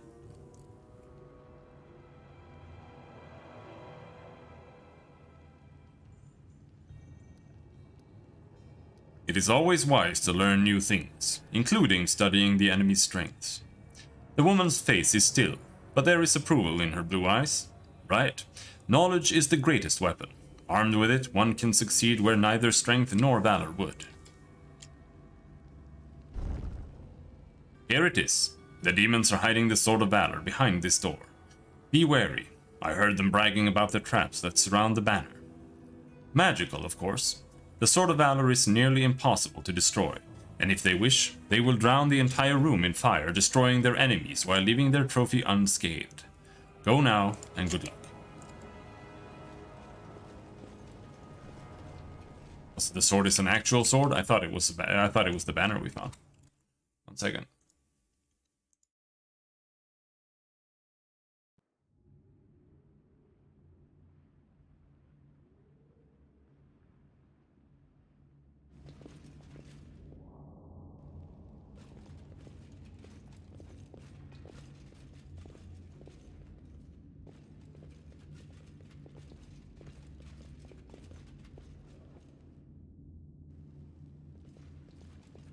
Okay.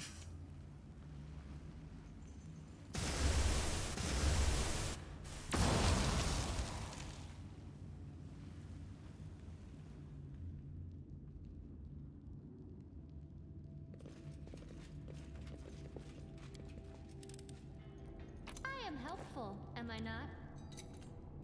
I hope you appreciate this.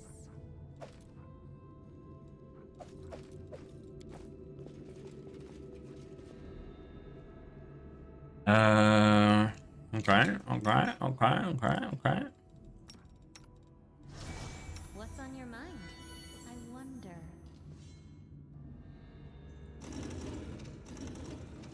Oh no.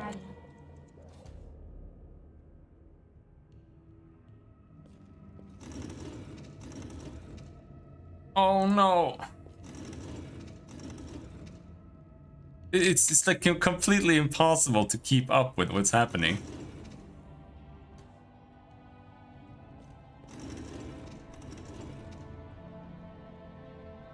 This puzzle is impossible, come on.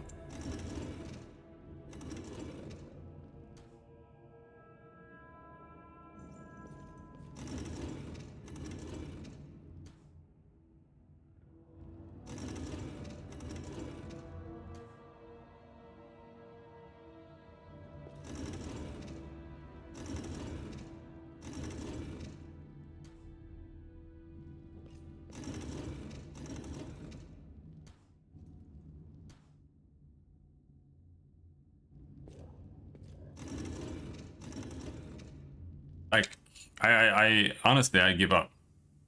There's no way I can do this puzzle. And I usually don't mind doing these kinds of puzzles. This is not possible.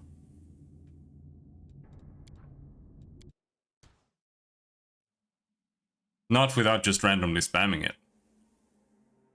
Or ridiculous effort.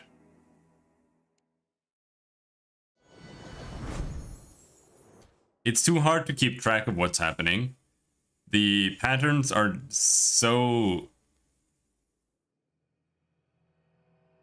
abstract.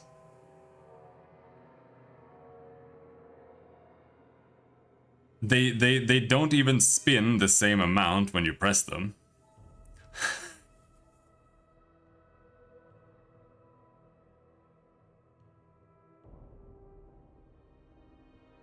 Like, I'm not doing this.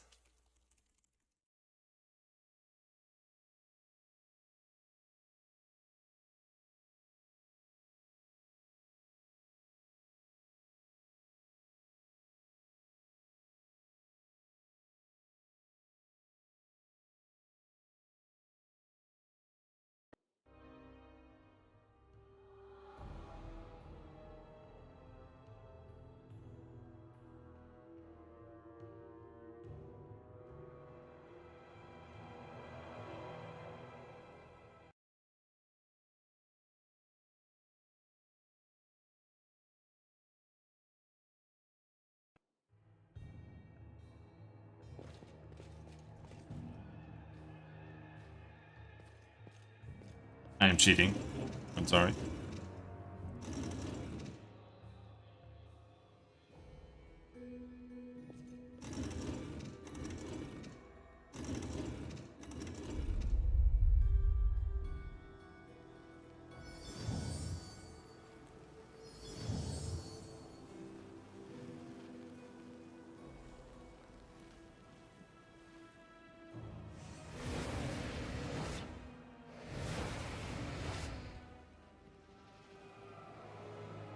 You're good with riddles, but that isn't going to help you. Let's have some fun. Okay. How ridiculous are these? Level 7, level 9, level 7, level 7. Okay.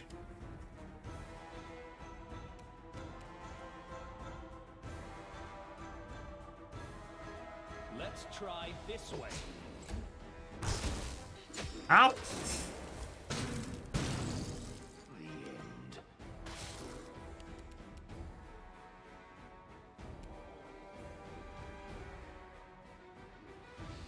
Very low AC though.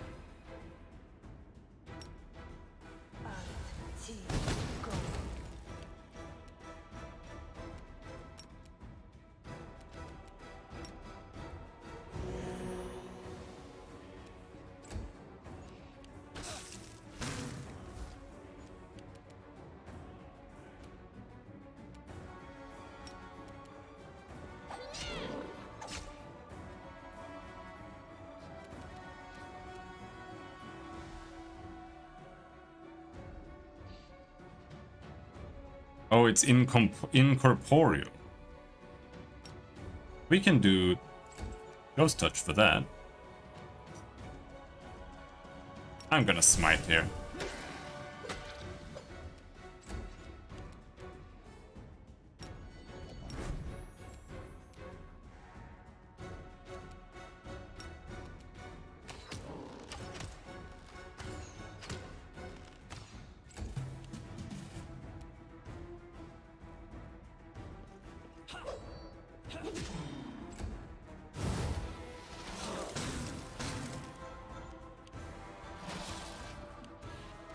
What?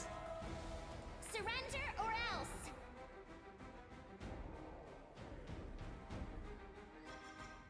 It's got plus 20, but what the hell?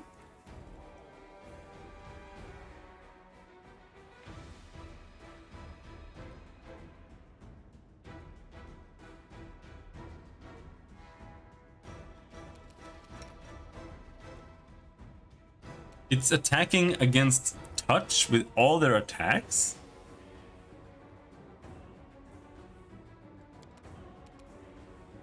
Okay. I guess.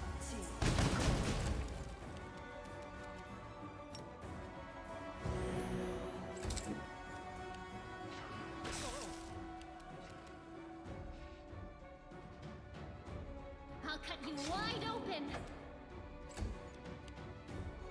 Retreat is not an option. Yeah, they are fucky. And especially since they more or less just hard counter armored characters.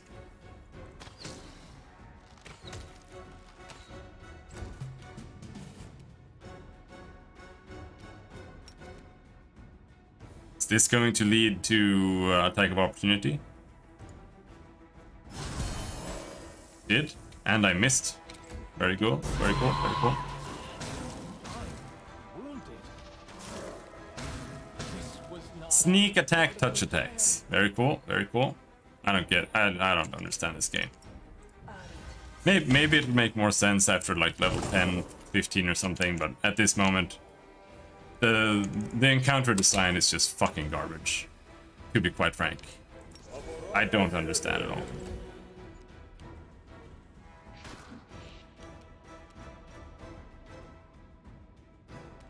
Now, if we do this, now she has Ghost Touch. Demand your blood. Now she can actually damage it. Kneel before me. Dead.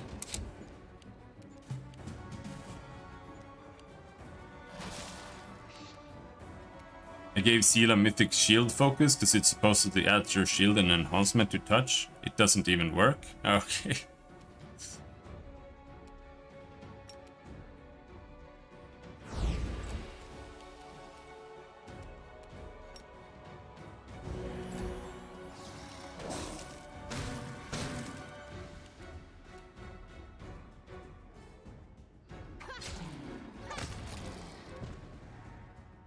Go.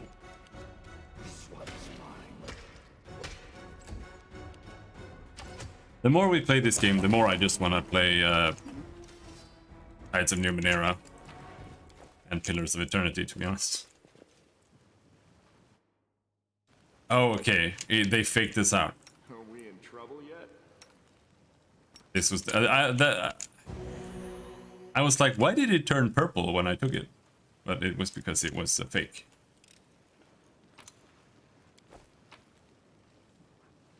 Sword of Valor.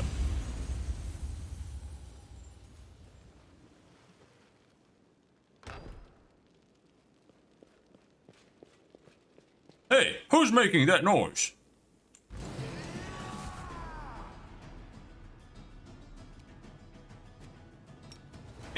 Me. Good night. God damn it.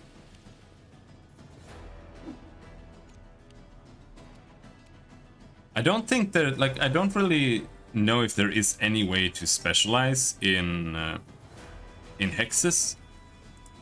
Give them a higher DC. Spell focused. Is a No. That's Numeria. It's called Numenera. The world in crimson. Out of my sight. Tides of Numenera is This will the setting is called Numenera. It's by Monte Cook. It takes place 9 billion years into the future. You crossed the wrong mongrel. Something, or 1 billion years or something. Maybe not 9 billion. Did you just hold 3 of my party members? Good night, Nabasu. God damn it.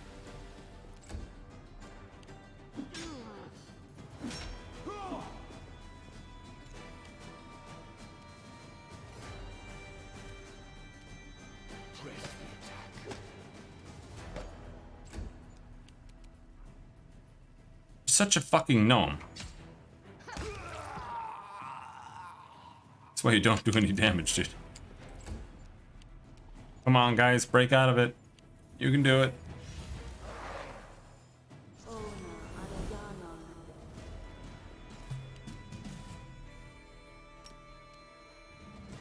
At night. Damn it. Retreat is not an option. You are today's sacrifice. Crit! Crit! Crit! Yes. But he survived, unfortunately. Now he crit me with a vampiric touch, and he crit me. God damn, fuck this game! It's so dog shit. Too late for apologies.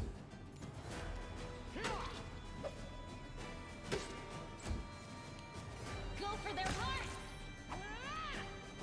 I should just switch back to like easy mode. Their default setting.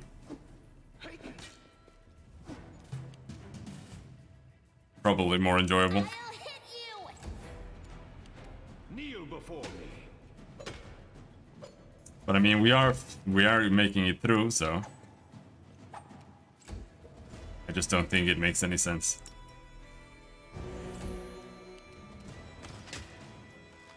I welcome your company. Simply have to rest again in here and just pick everything up.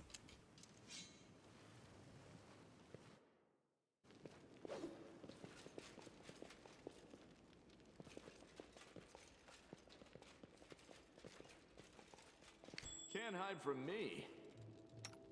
I'll watch your back.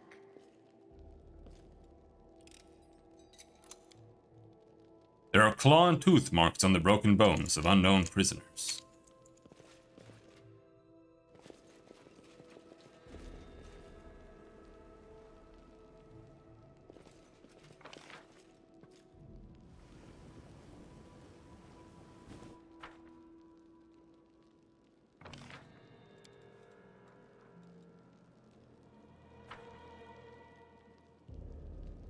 I feel like I want to rest before we go out. Wherever that is.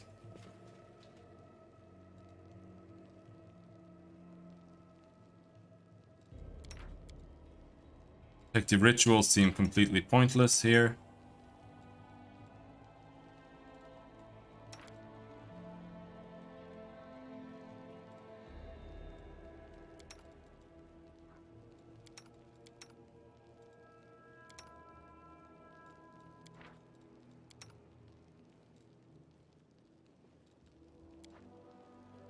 I have a new idea for a new pastime for you and your little friends. Picnics mongrel style. Rat tail soup, salad made from suspect mutated mushrooms, and constant attacks from cave monsters on all sides while you eat. That sounds like it will be all the rage next season.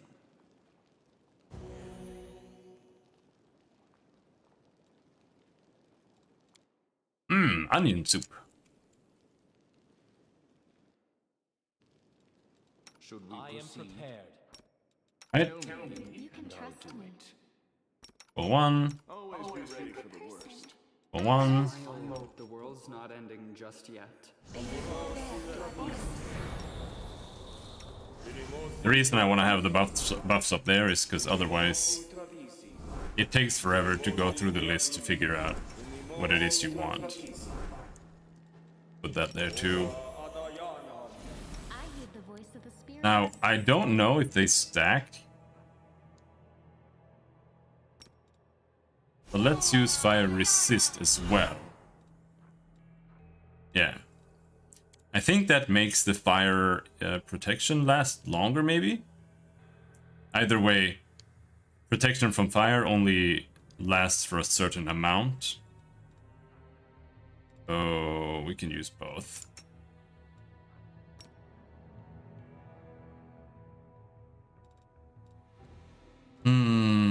The waiting's never fun. Is that it? Or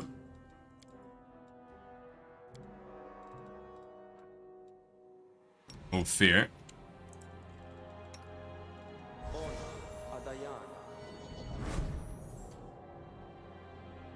Okay.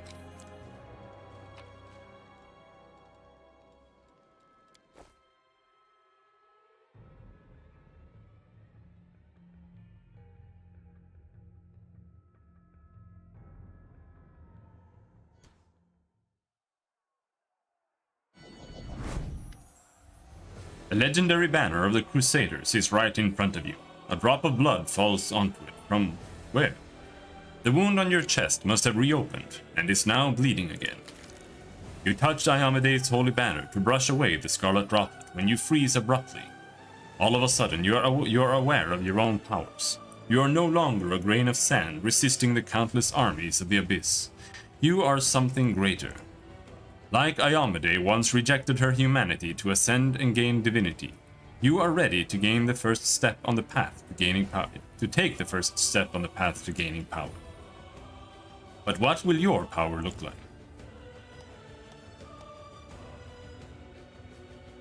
I don't know. Azata demon? Don't tell me I need to have that. Alright. These are the mythic paths we have unlocked right now. So we have to choose Angel right now. Mythic ability.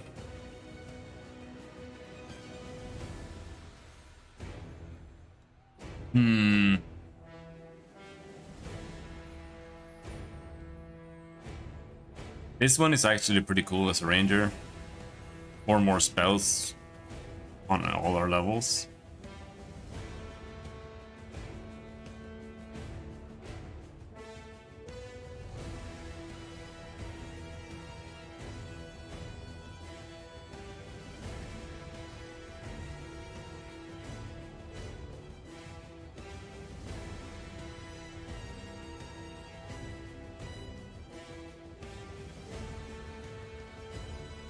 Mystic charge.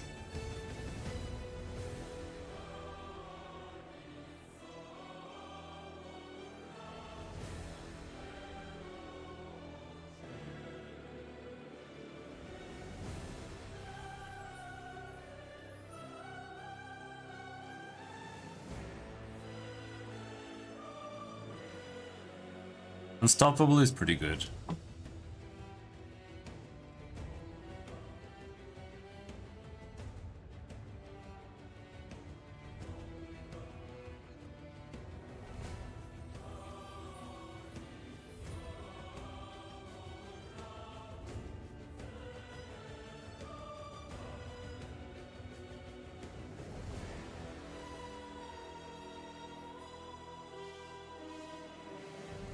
Armor Master. Reduce the armor check penalty by 1 per mythic rank and increase the maximum dexterity bonus allowed by 1 per mythic rank. Could be kind of cool. Let's go with that. Mythic Spellbook. Angelic Halo.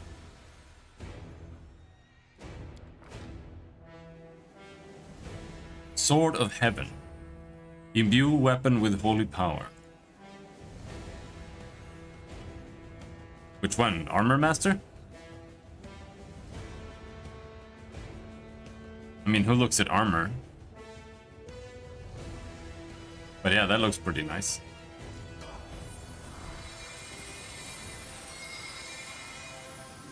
I don't know.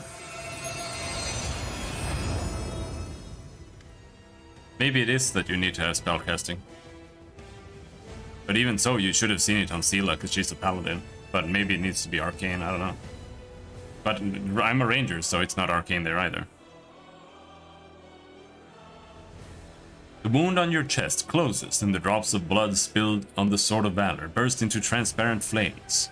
A wave of fire rushes out from the blood and across the entire banner, transforming it and emblazoning it with new colors. I am using one mod, so it might be modded. Power descends upon you, suffusing your mortal body, remaking it in its image. It fills your body up to the brim, breaking bones and tearing muscles while at the same time healing them. You raise your head, acutely aware that the bright light of heaven will be at your back from now until eternity. It's so light in here. It's all you. You're glowing from the inside. Light is perfect for fighting demons, isn't it? Amelia's gaze is piercing, as if she is trying to read your mind. This is just how I imagined the crusade would be. I'd enlist again right now if I could. A horde of sour-faced, pious prigs, led by the chief prig. Jolly good. Everything is just like in blessed Iomede's commandments. Now is not the time to linger. We can reflect on events later. Now is the time to act.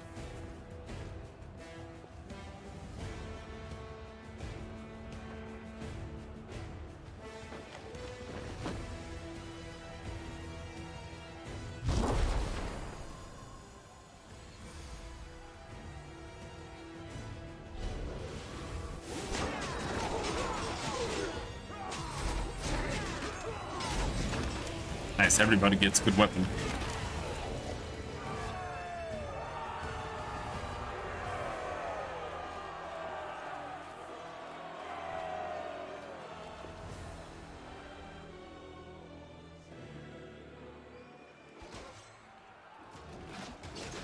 Or an angel elf, can it get any gayer? A mortal gnat snaps its jaws at the Lord of Locusts. Milady, this creature's about to die. Shouldn't you? Behold, Iomade. Behold the death I sow. You see, Suture? Shouldn't has no place here. I've waited for a very long time, but now the hour has come to turn my ideas into reality.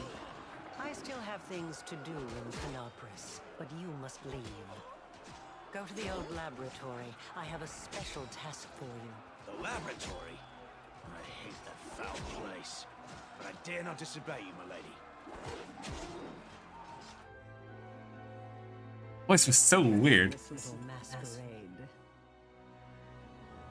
Daniel says in a different voice, one that sounds vaguely familiar. Suddenly the illusion vanishes.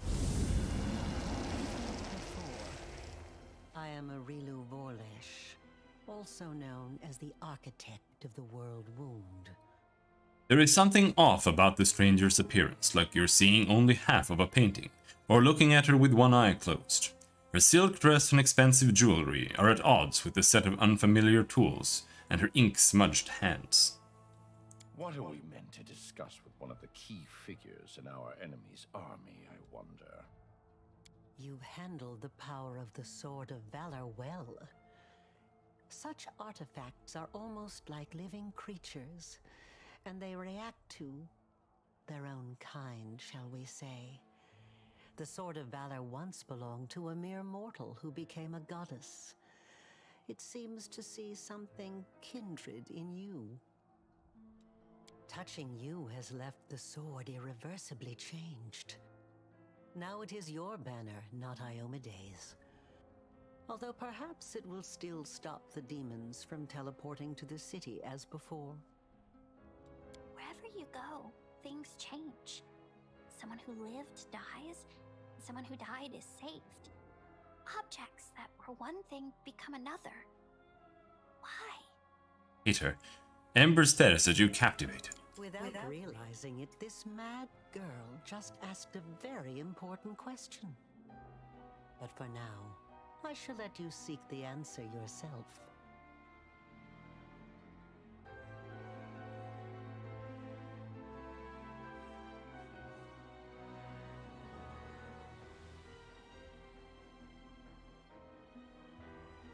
I don't know what you're plotting, but I'm going to end this here and now. You're foolishly rash and careless.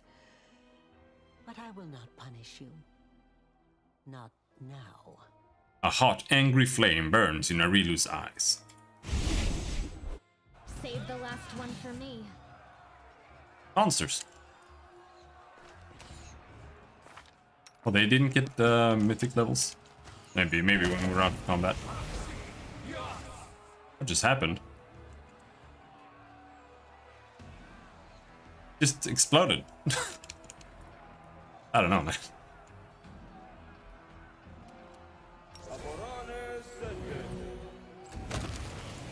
Oh, no, they're exploding as well. Okay, I don't know what's happening. It should work. Are they supposed to explode? Claude. This should do it.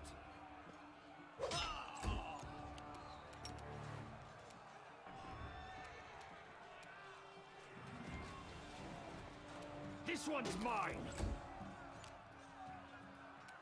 You won't survive me.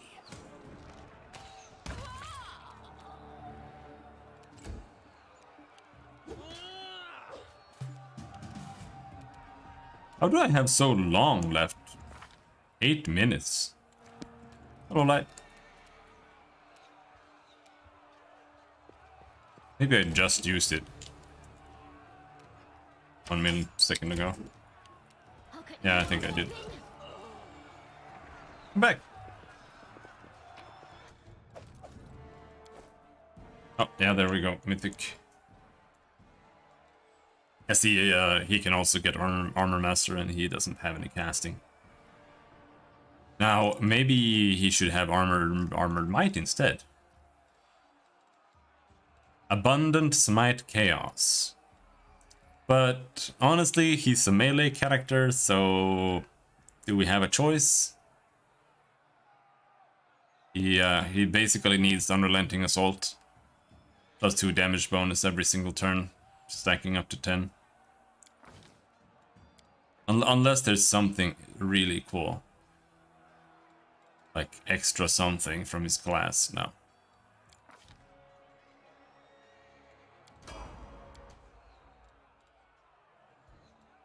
And the same is kind of true for her. Hello Siri, I do use mods. I use one mod, but I don't know the button to check it out or to open it.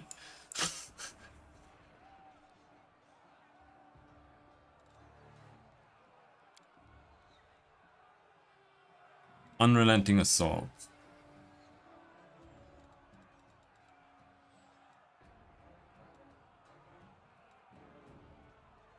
But then I guess that's from the mod then.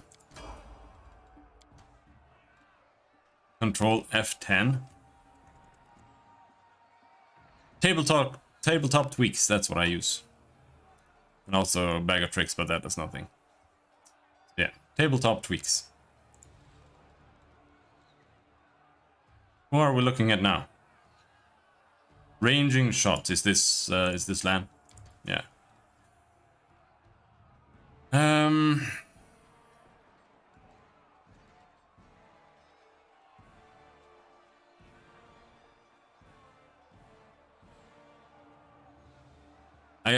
I took Bag of Tricks in case the game was going to break in some manner at some point.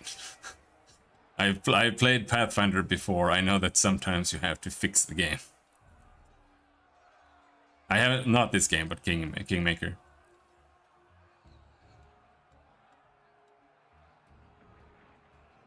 Congratulations, Tails. I actually don't know how to pronounce your name.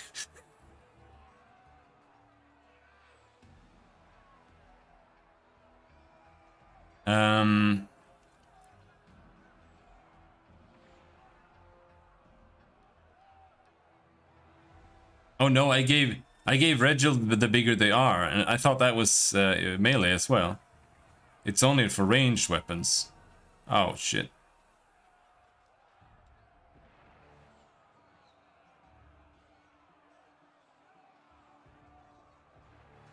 I'm playing Demonslayer Ranger, and right now I guess we're Angel. Not that you had that many choices in the beginning.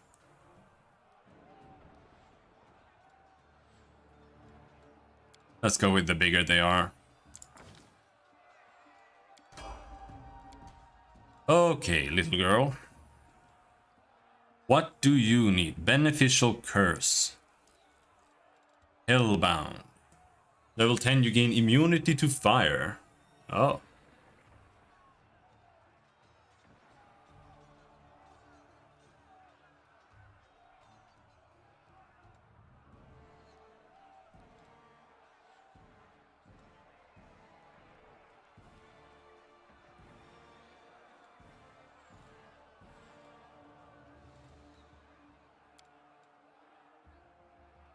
Yeah, well, Kinetic Blast is overpowered already, so... Not like you need a full attack.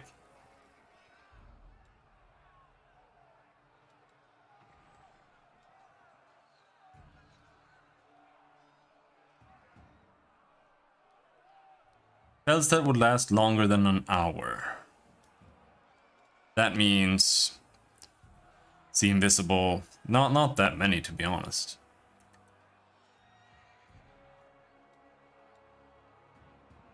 Hmm...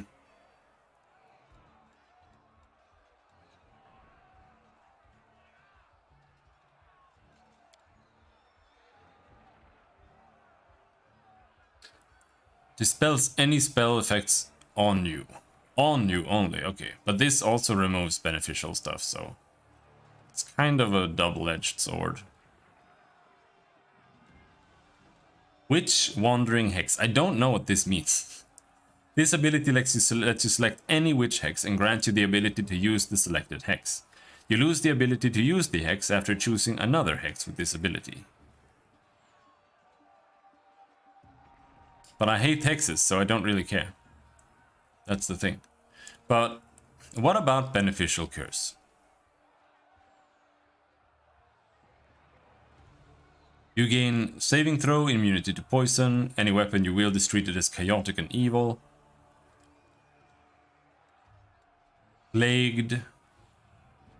Pox pustules, disease, DC, immune to disease. Ranked, wasting, immune to sickened, immune to disease, immune to nauseated.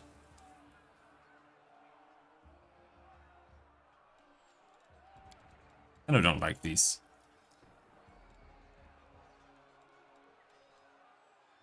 She might just end up with abundant casting, to be perfectly honest.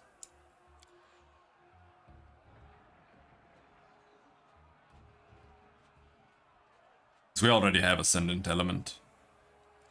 And I don't really know what else I would like to take.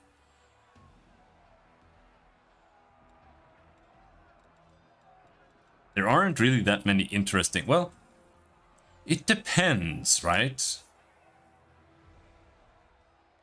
Like, this is a ranged weapon attack. Is that specifically for weapons, or does that also include ranged raise, touch attacks?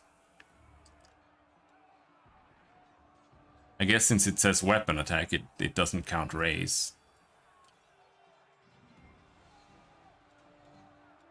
But, like, because of that, it's like... It doesn't really feel like there's anything you can take as a caster.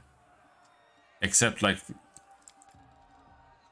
Unstoppable, you know? Unstoppable works for everyone. Don't become paralyzed and stuff like that.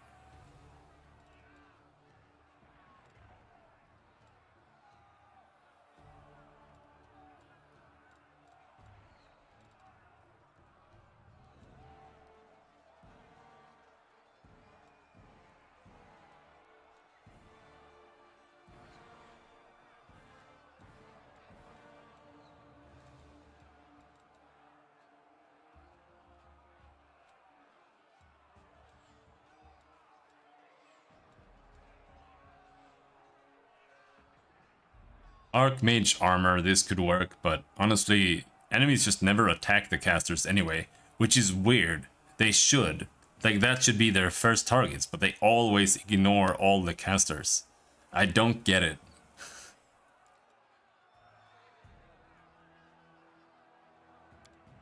Just to get abundant casting. And what about you? You might also want abundant casting.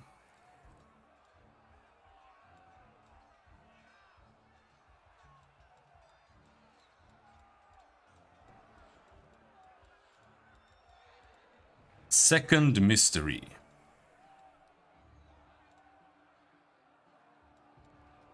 I could give him fireballs. I don't really want to do that, because that'll use up the spell slots.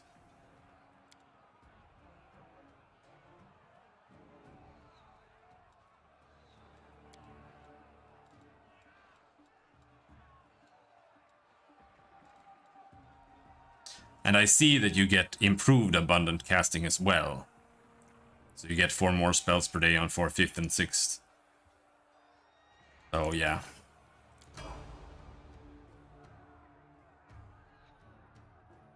I think we'll take that then.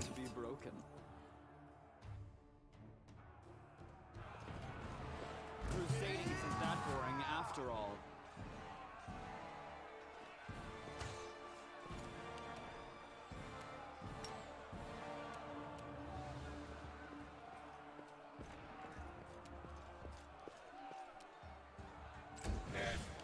Why are these guys running away? This is so weird.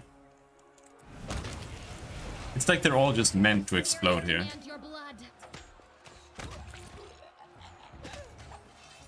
Press the attack!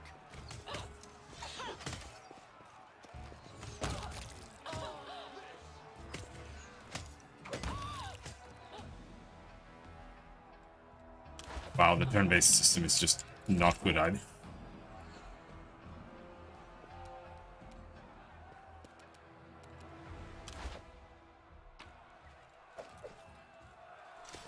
Or the real time. No mistakes. It's not great either. Angelic Halo. Missed me already.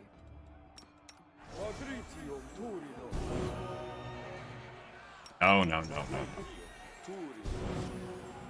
It wasn't that powerful.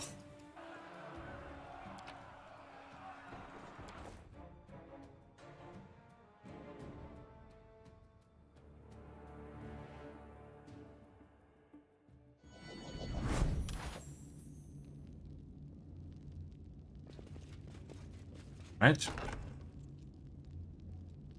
Where are we at now?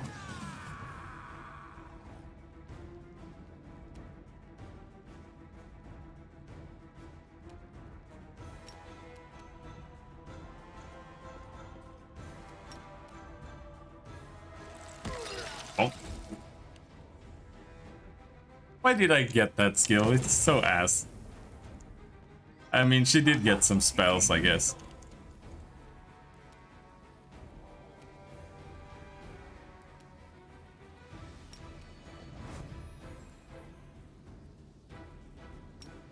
Make every strike count.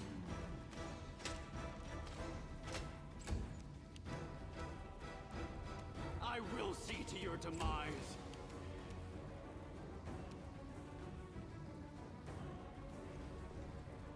Laser beam?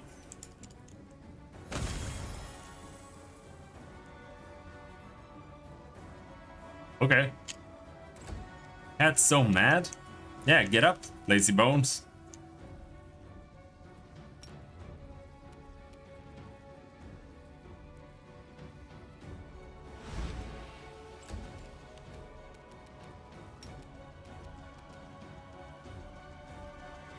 Oh, my ass. My butt.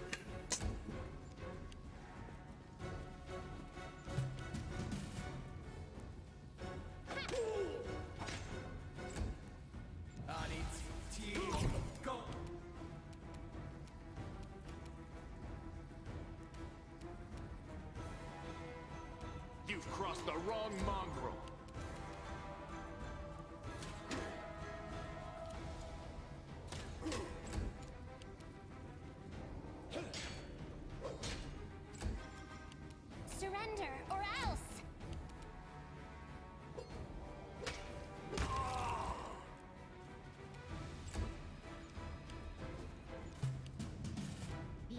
today's sacrifice.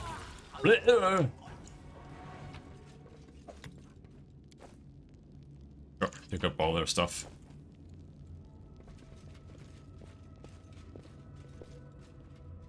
Citadel's command.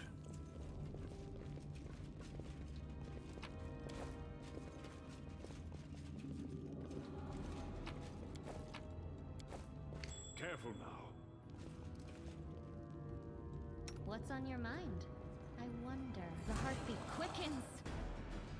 Oh, Mox be Fowler. What is that? Poop elemental? Mox. That's from Star Trek. I understand what he's made of now. This is earwax.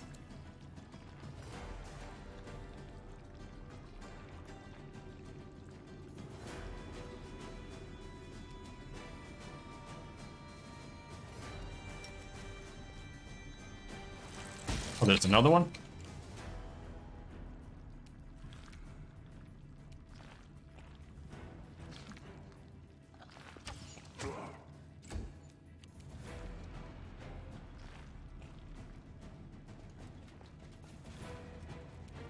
There's another one?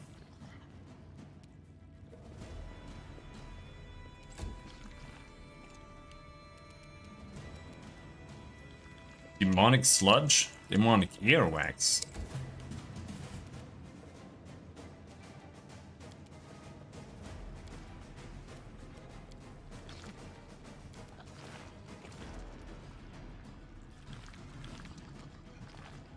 Go for their hearts.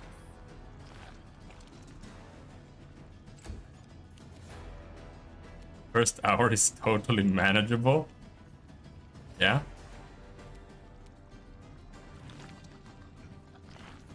You won't survive me.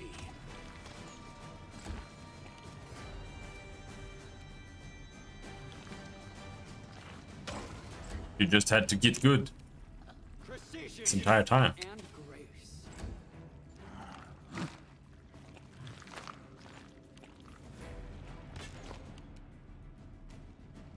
Where are you? Get up there. Your little halo.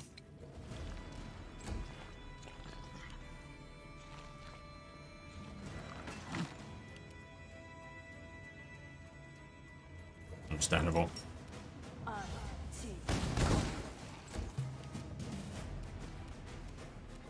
cut you wide open. But you're not doing Iron Man. Endure this. I understand.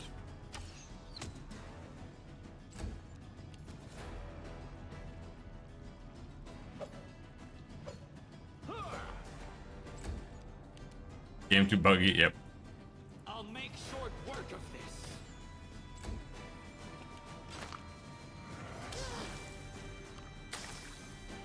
This pain is Let's try this excruciating. way. I refuse to surrender. What is going on here? Why do they have sneak attack? Why do they have sneak attack? Fuck this game in the ass, dude. Like, why? Are you serious? He sneak attacked me, right?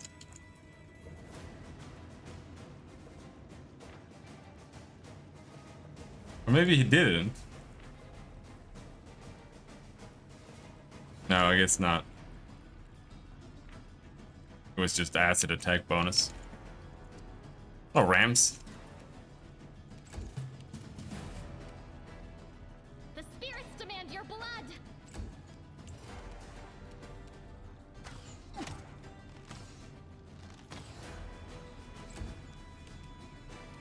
Retreat is not an option.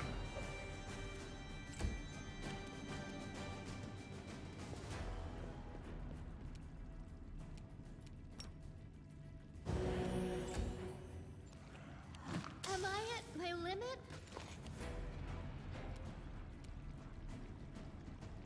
This will hurt. Hurt a little bit. Oh, come on. They have no AC. Stop missing.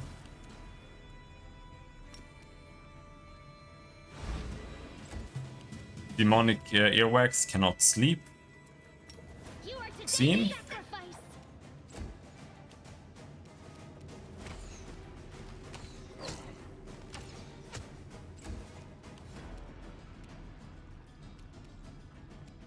Kneel before me.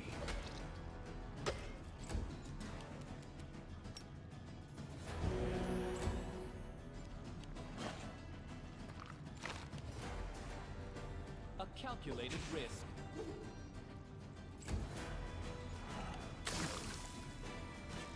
Stop.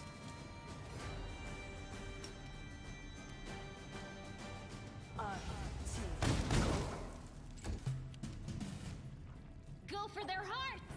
Stop missing.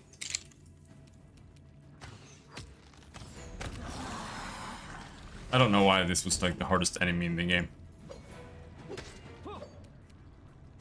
It's got 24 AC.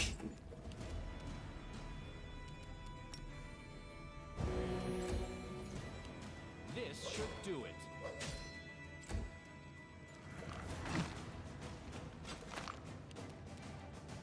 Too late for apologies. I'll cut you wide open.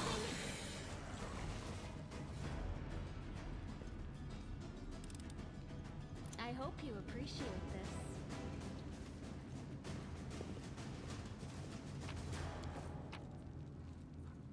Magical sword called a long sword plus one. Fine. Oh, hello there. I know the way. Oh, that was it? Alright.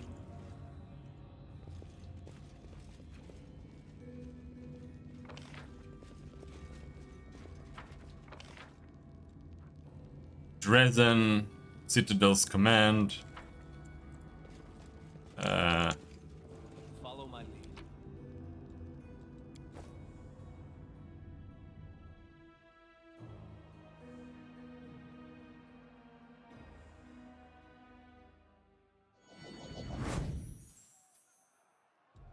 Focus on the goal.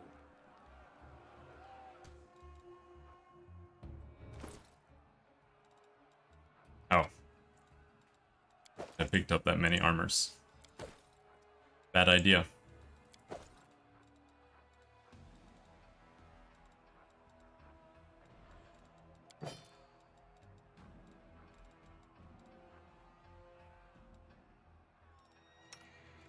He's got a full plate plus 2.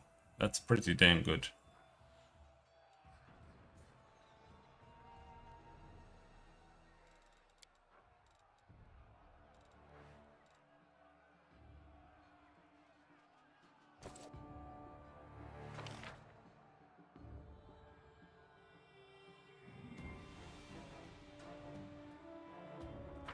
Isn't this where we went in?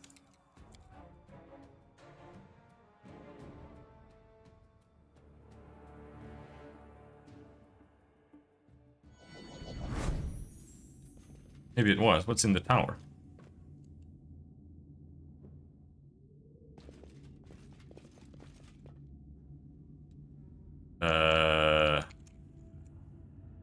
Nothing except another.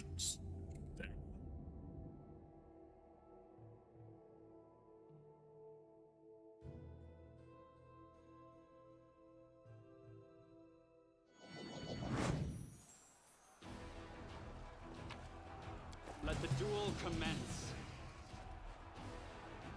Holoxus Marauder.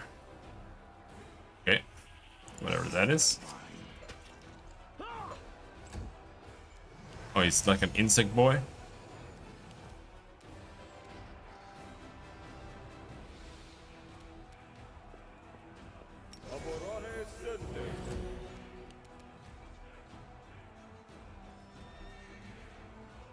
Make every strike count.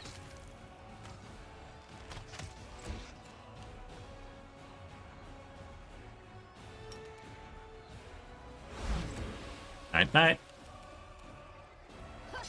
Now we can just focus on this guy.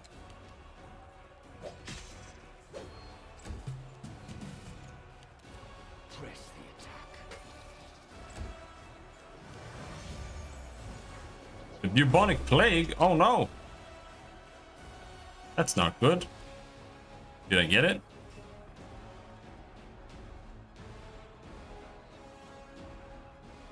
don't think we got the bubonic plague.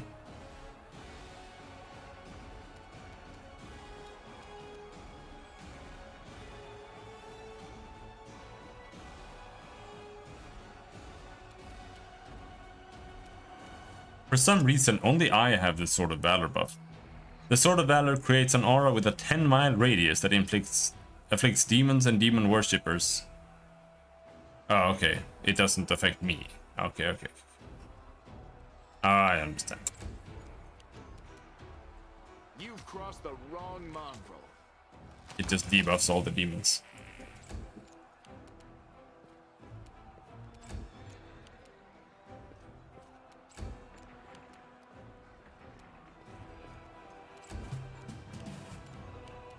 Retreat is not an option. Time to die, little sleepy guy. You won't survive me. I'll hit you! The spirits demand your blood.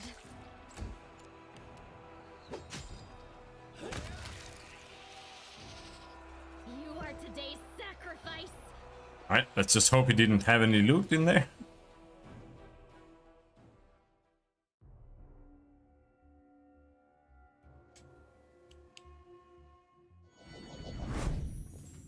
As it should be.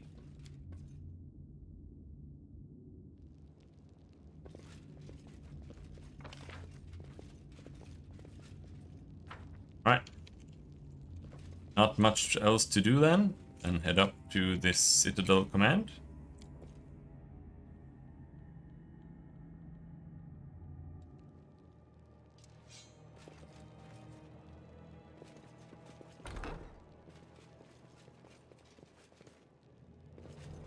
I won't let you hurt my friends.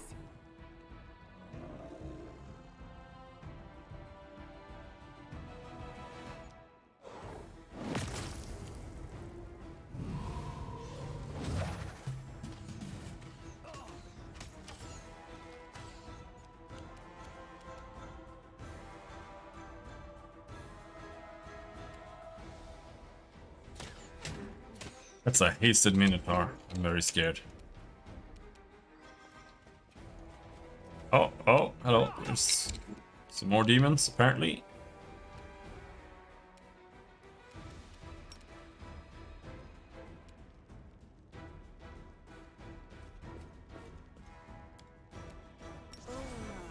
Get protection from evil.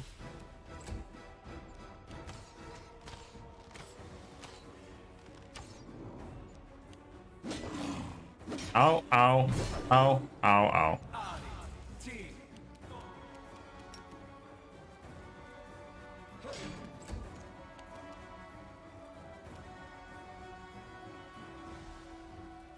Endure this.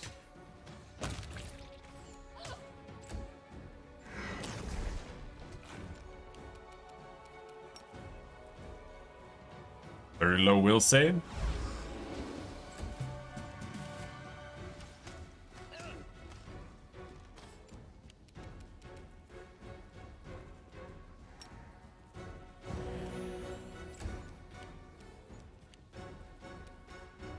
Is Regil... No, he's frozen, right?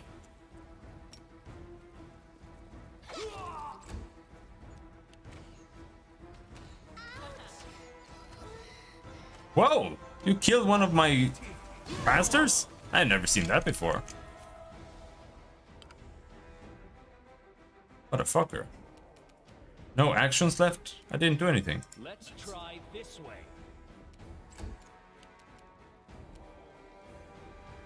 Staggered. Okay.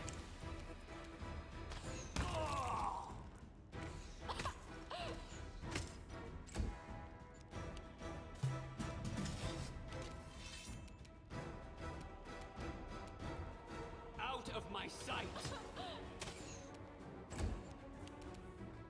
Kneel before me. Oh.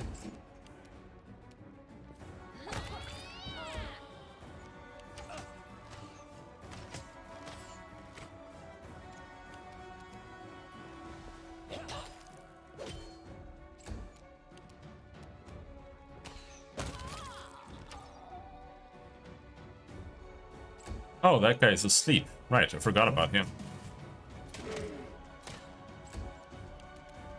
This one's mine. You are nothing before me. Holy shit, he crit for 65? Is it a 4 times weapon?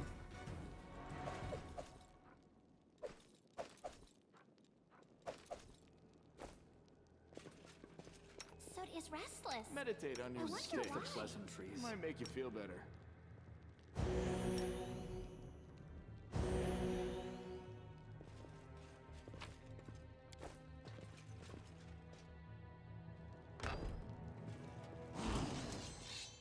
So? Mordenstein.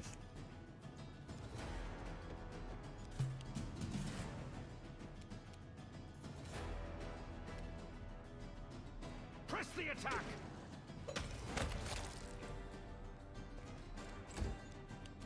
Make every strike count.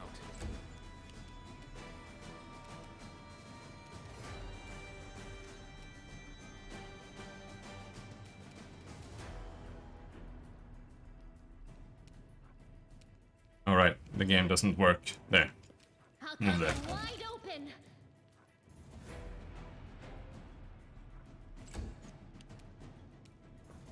Why are we still in turn-based?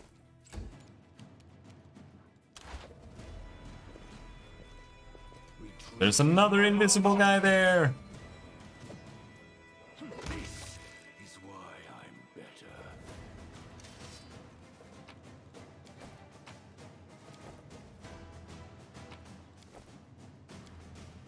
This room looks a little cleaner than the rest of the fortress. It's probably the warden's bedroom.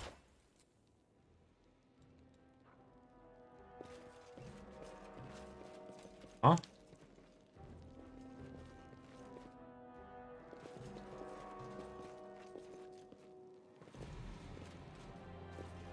Let's run, sweetie. Let's go. Why are you so slow? They're almost here. I'm not going anywhere. The dwarf's cracked voice sounds like rasping rusty metal. Don't you feel it? He's got that damn rag with him. I can't teleport. He's going to kill us. If he kills us, then so be it. But this is my city, and I will fight for it to the end. And you, my love, you will be with me till the end. Staunton grasps the chin of the demoness, sinking his nails into her tender skin, and pulls her face towards his, kissing her lips quickly before pushing her away. Hello, Minago. Greetings, Mr. Misery Guts. It's us again.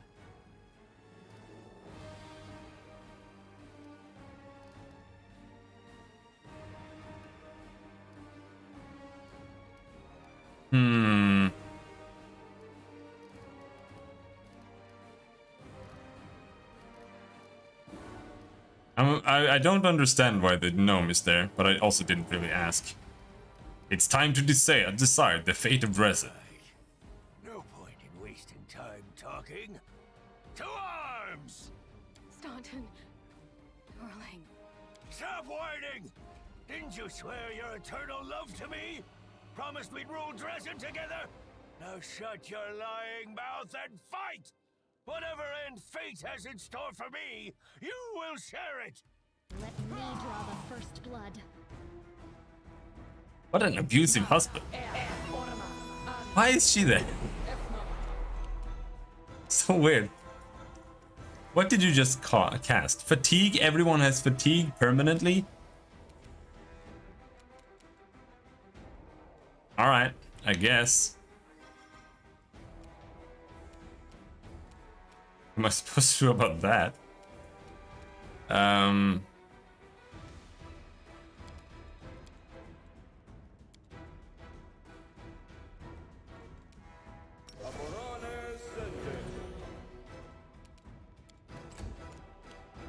Now, she may be there. Like, she just became invisible. Let's try glitter dusting there. Morning. Nura, what are you doing there?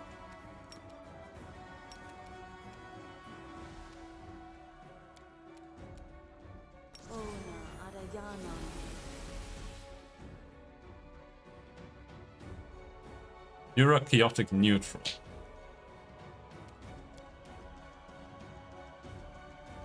Never trusted you, you little shit.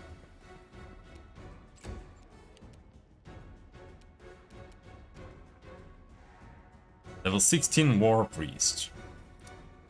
She is level 28, so Staunton has lower AC too, so maybe we'll focus on killing him first. Why did I get -3 strength for hitting him?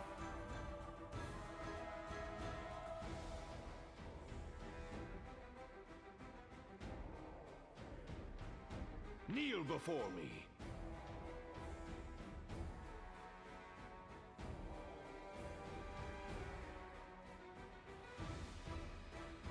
I didn't even crit!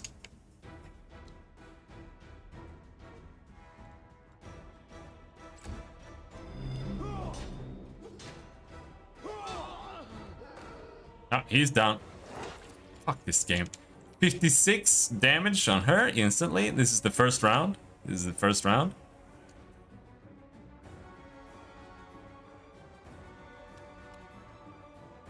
Gonna summon Spirit Paladins over there. 2 of them this time, nice.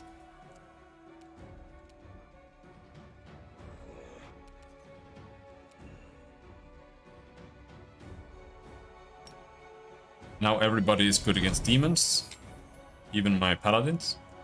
This will hurt.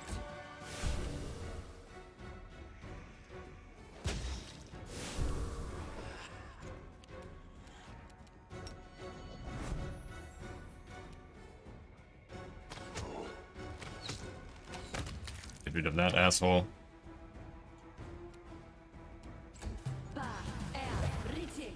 Oh, hasted.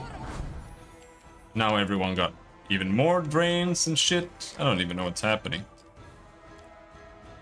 Phantasmal putrefaction.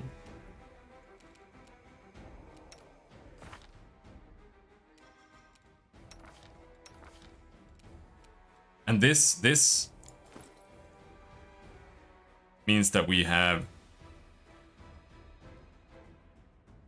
+2 decks only. And no real way of dealing with it, I think. Oh my god, why is this? Why are the descriptions in the middle of the screen? Oh, this game is so weird.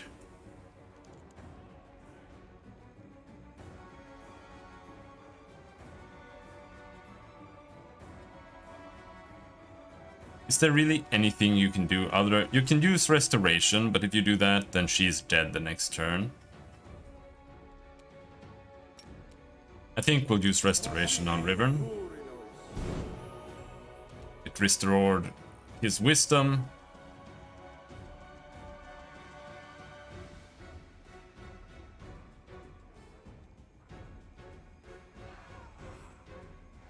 So why is he still overburdened?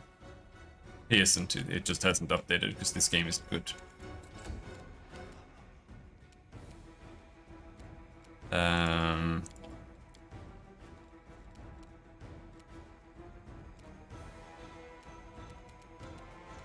So what is this? Phantasmal putrefaction. It's not worth trying to remove because she's level 28. The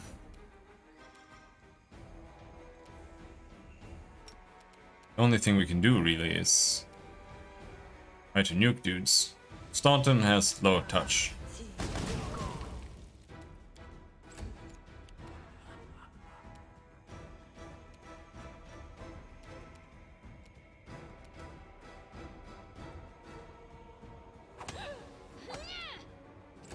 But he's impossible to avoid for all of my characters, and he has haste, so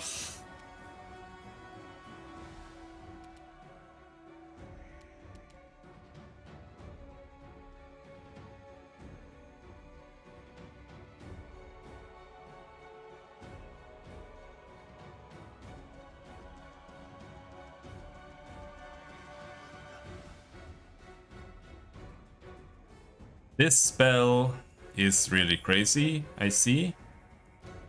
But the question is also, is it worth using instead of attacking? Because it's standard action. If I don't go in, he'll just kill everybody anyway. And all it is 2d6 extra damage. It's not worth it.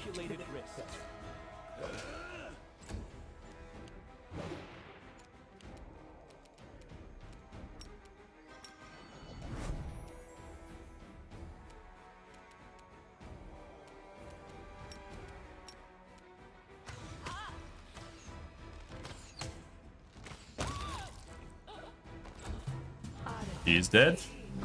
I didn't even break a sweat.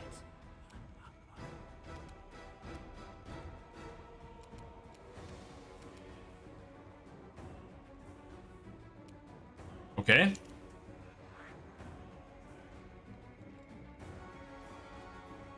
He is also fatigued, so let's restoration Lan.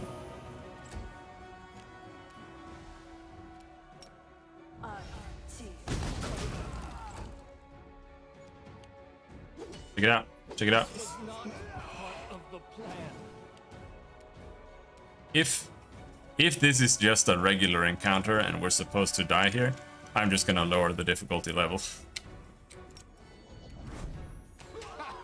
Did you see that? We don't make it through this. And the only miracle... Oh no, land collapsed. Never mind. There's... Nothing's gonna happen there. It's on normal. All I did was up it a little bit.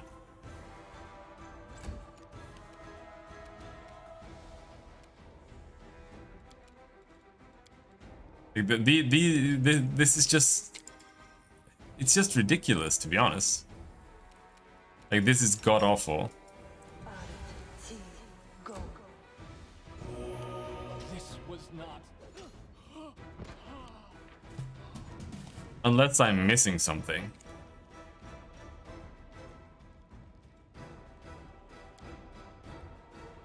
I only have the paladin summons. This is just not good.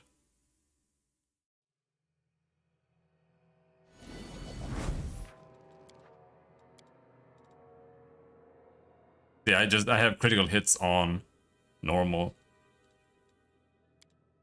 If you turn it on to normal, it turns the crits to weak.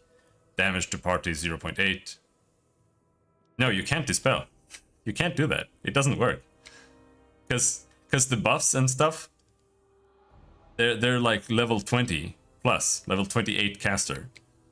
So you have maybe a 10% chance of dispelling. I mean, I can try it, but it's not a real strategy.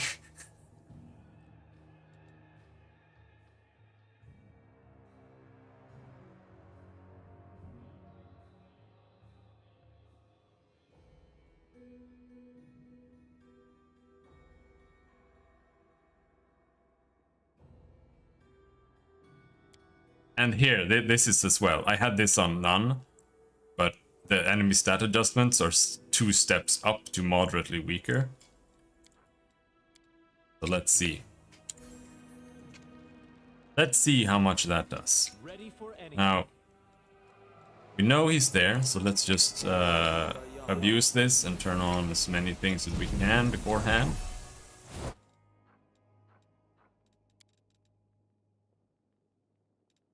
Decide already. That one too. I wonder. This is just a bless. I don't get it. Like this, the battle spirit, this is just a 4 round per day bless.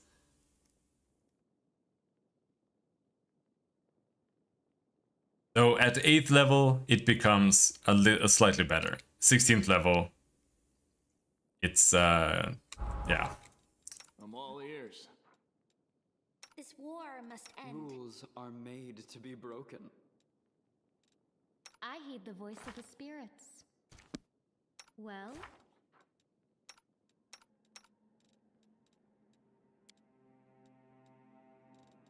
I wish I had stone skin here, but I've needed those restorations so much, so...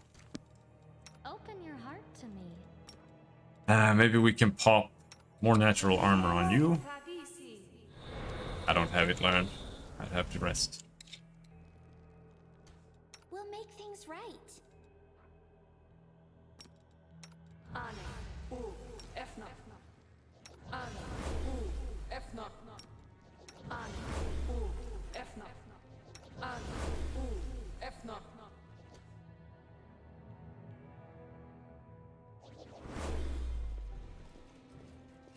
Let's run, sweetie. Hello, Minago. Greetings, Miss. Right. Stop. Stop! Our victory Stop is fighting!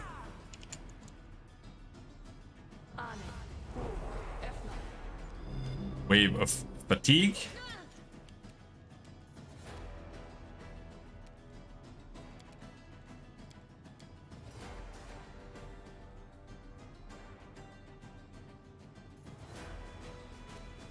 It's not worth it.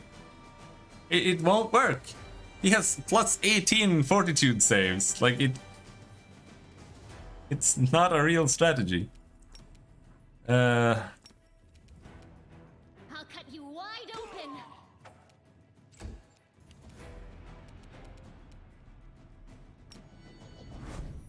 Let's see if we can just kill her instantly with before she gets to move.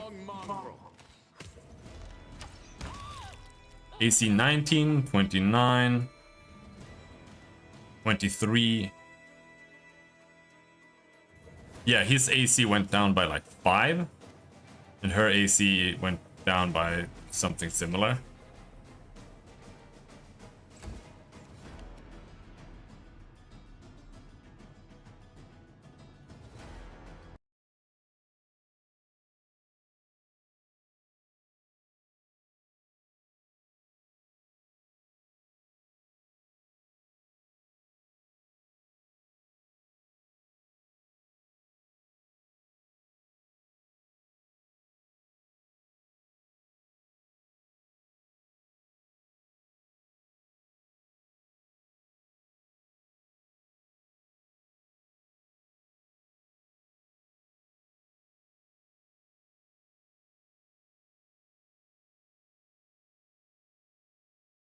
All right.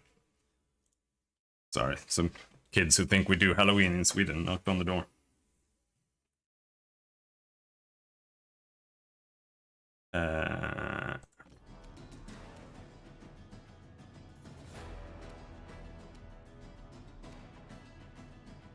Did I do prayer already? No.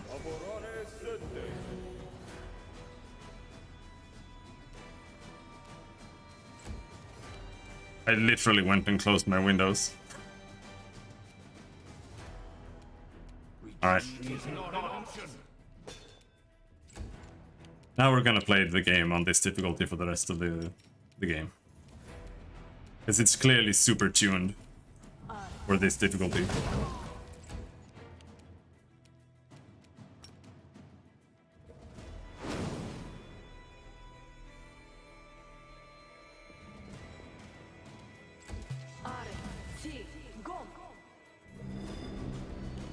This pain is excruciating. But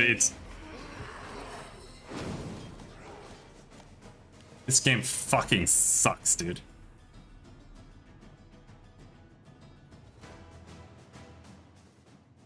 This is like absolute dog shit.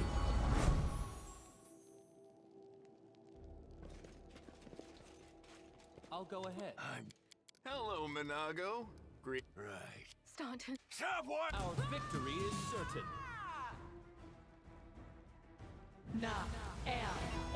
Oh shit, we get to move before this cunt?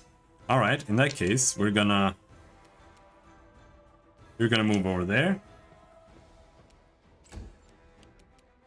Regil is gonna move all the way back there and knock him in the ass. Retreat is not an option. Ember moves over there somewhere. Shoot Staunton in the butt. No. Of course, Staunton has 28 spell resistance, because he's a fucking dwarf.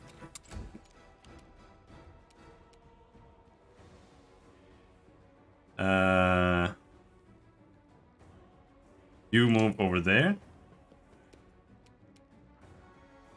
You've crossed the wrong mongrel.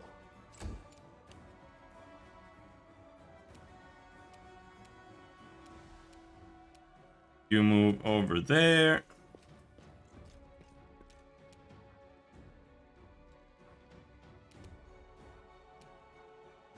Punch him.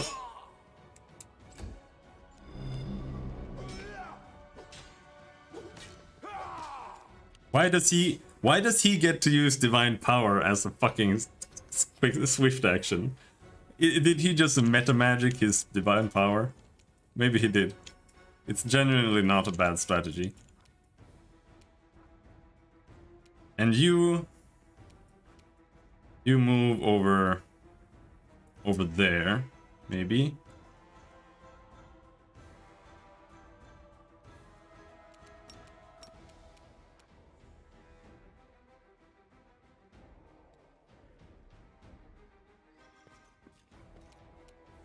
Stab him. Gave me -2 strength. For some reason, she didn't use the wave this time at all.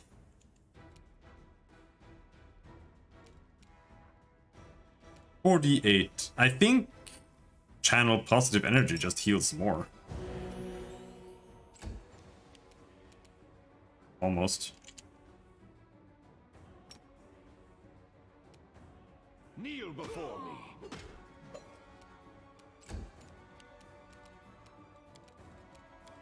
Okay, where is glitter dust? There.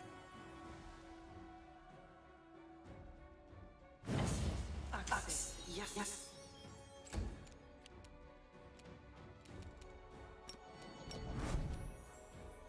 Blast Nura to hell.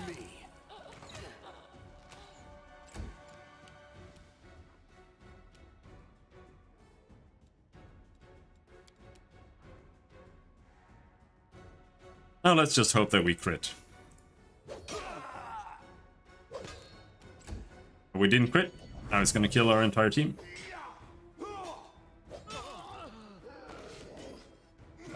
He cleaved me, he crit me for 38 damage. The world in crimson. This pain is excruciating. Yeah, I heal 20, they do 100 damage every single turn.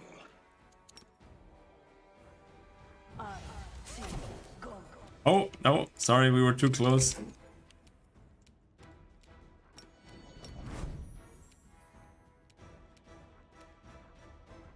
Endure this.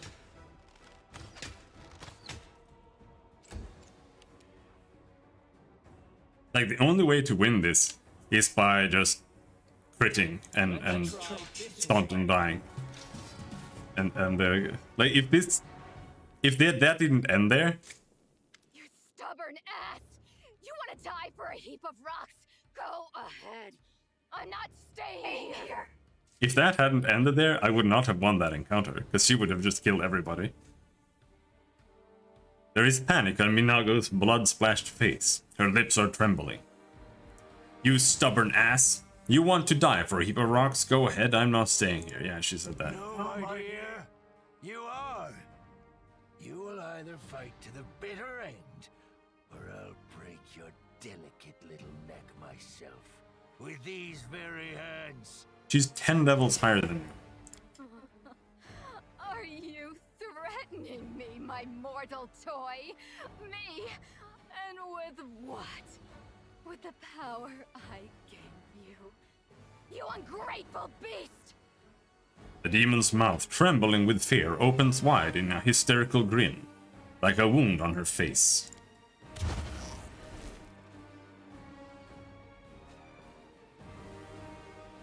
Give me back what's mine! Take him, he's yours, and Dresden too! I don't care about this fortress, or this half-wit.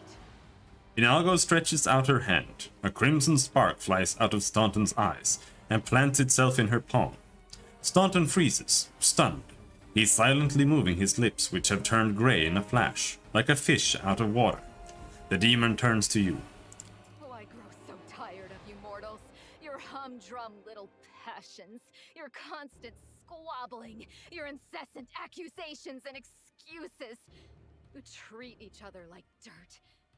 Push weaklings like these two into our arms. And then you have the audacity to accuse us. Come on, punish your traitors. I've seen this show countless times.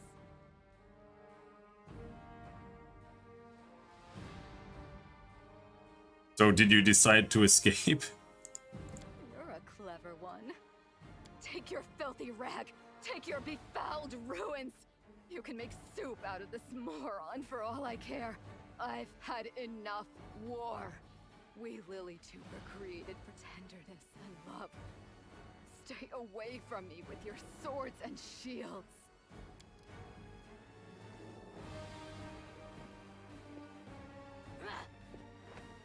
So this is to be my fate? I've been betrayed by people and demons alike. Now my life really is worth nothing.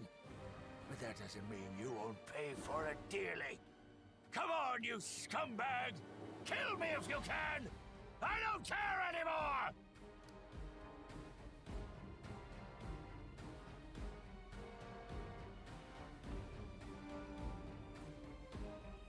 Too bad Queen Galfrey didn't hang you back then. I regret that as well. She should have done it. But that's water under the bridge. We all make mistakes. Let's get this over with. 2 arms. What do you mean 2 arms? I already killed you! You already killed half my team in 1 turn. Why is Nura alive again? What is this game doing, dude? Well, he has like 1 life. I'm gonna blast him with the holy light.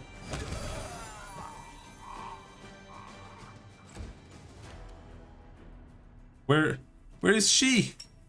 Why is she alive?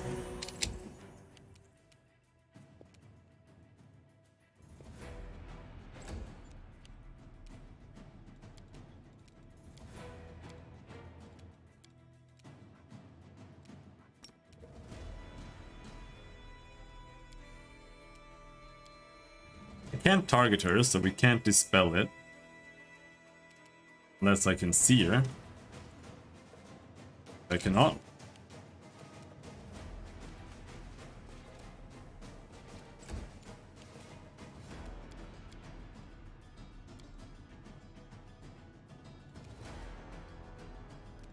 Where did your see invisibility go?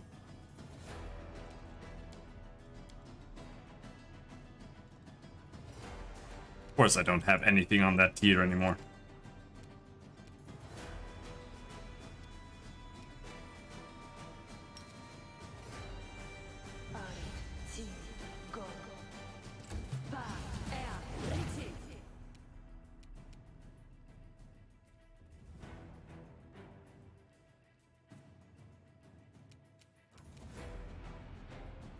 Where you at?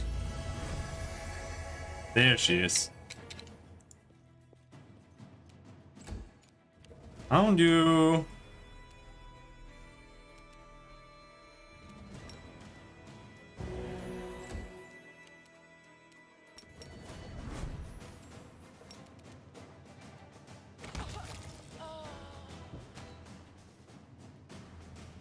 Ouch! Why did I get into this fight? I knew I couldn't handle it. Breathing heavily, Nura stands up and wipes her bloody hands on her clothes. Well? What are you waiting for, you scum? Come on, finish me off. Kill me like you killed Staunton. And be glad you've defeated the villains. Just make sure you don't wonder whose fault it was that he and I were on Demon's side. Thoughts like that could make you lose your appetite.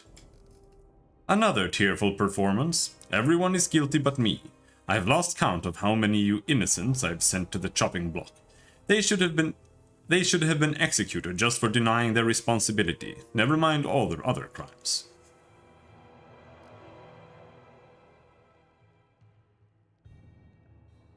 Finish Nura off. You deserve this. Right. Finish her off, bury her, and let's forget her. Marvelous! Die, little lad! Everyone deserves death. Today I will get mine. Yours awaits you tomorrow. I'd like... Okay. I guess. Super weird. Did he also transform? Oh yeah, he also... Staunton also deformed into a human when he died. Why am I killing the halfling? Because she betrayed us and joined the demons. In like... For like no reason. Out of the blue. And then she was here in the fight for no reason. And then we killed her. Because she did that. I don't know why she did that. She just did that. It just happened. I don't know.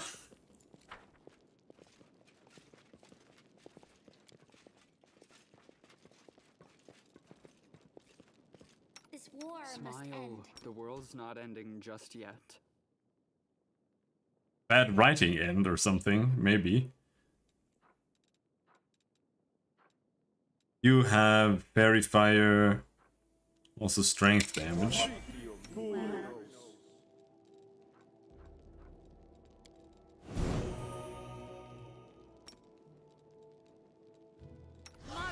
Also have strength damage.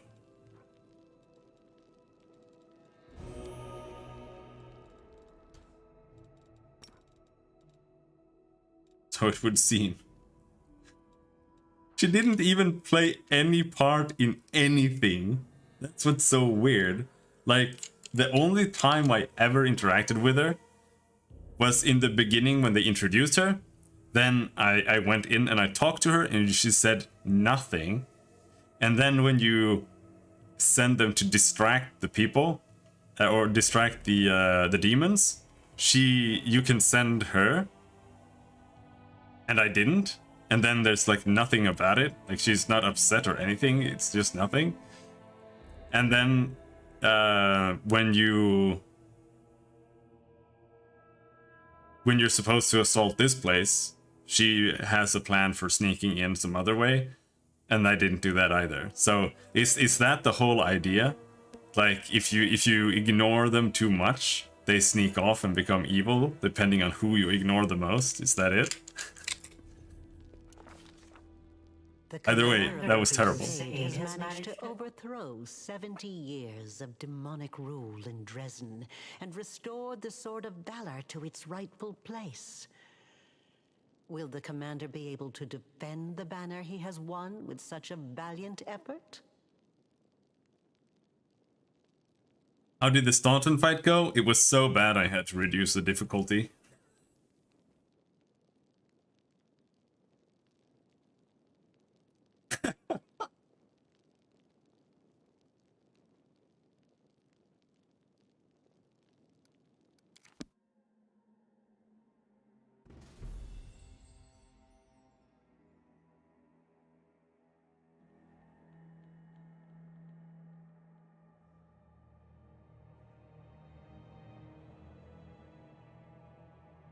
He has actual in-game buff?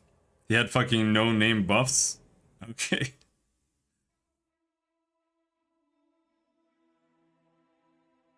The only reason I made it now, I think, is because the first two times I tried, I went in and Minago wave of fatigued the entire party. So everybody was fatigued. And that time she just didn't do it. For just some reason. Knight Commander.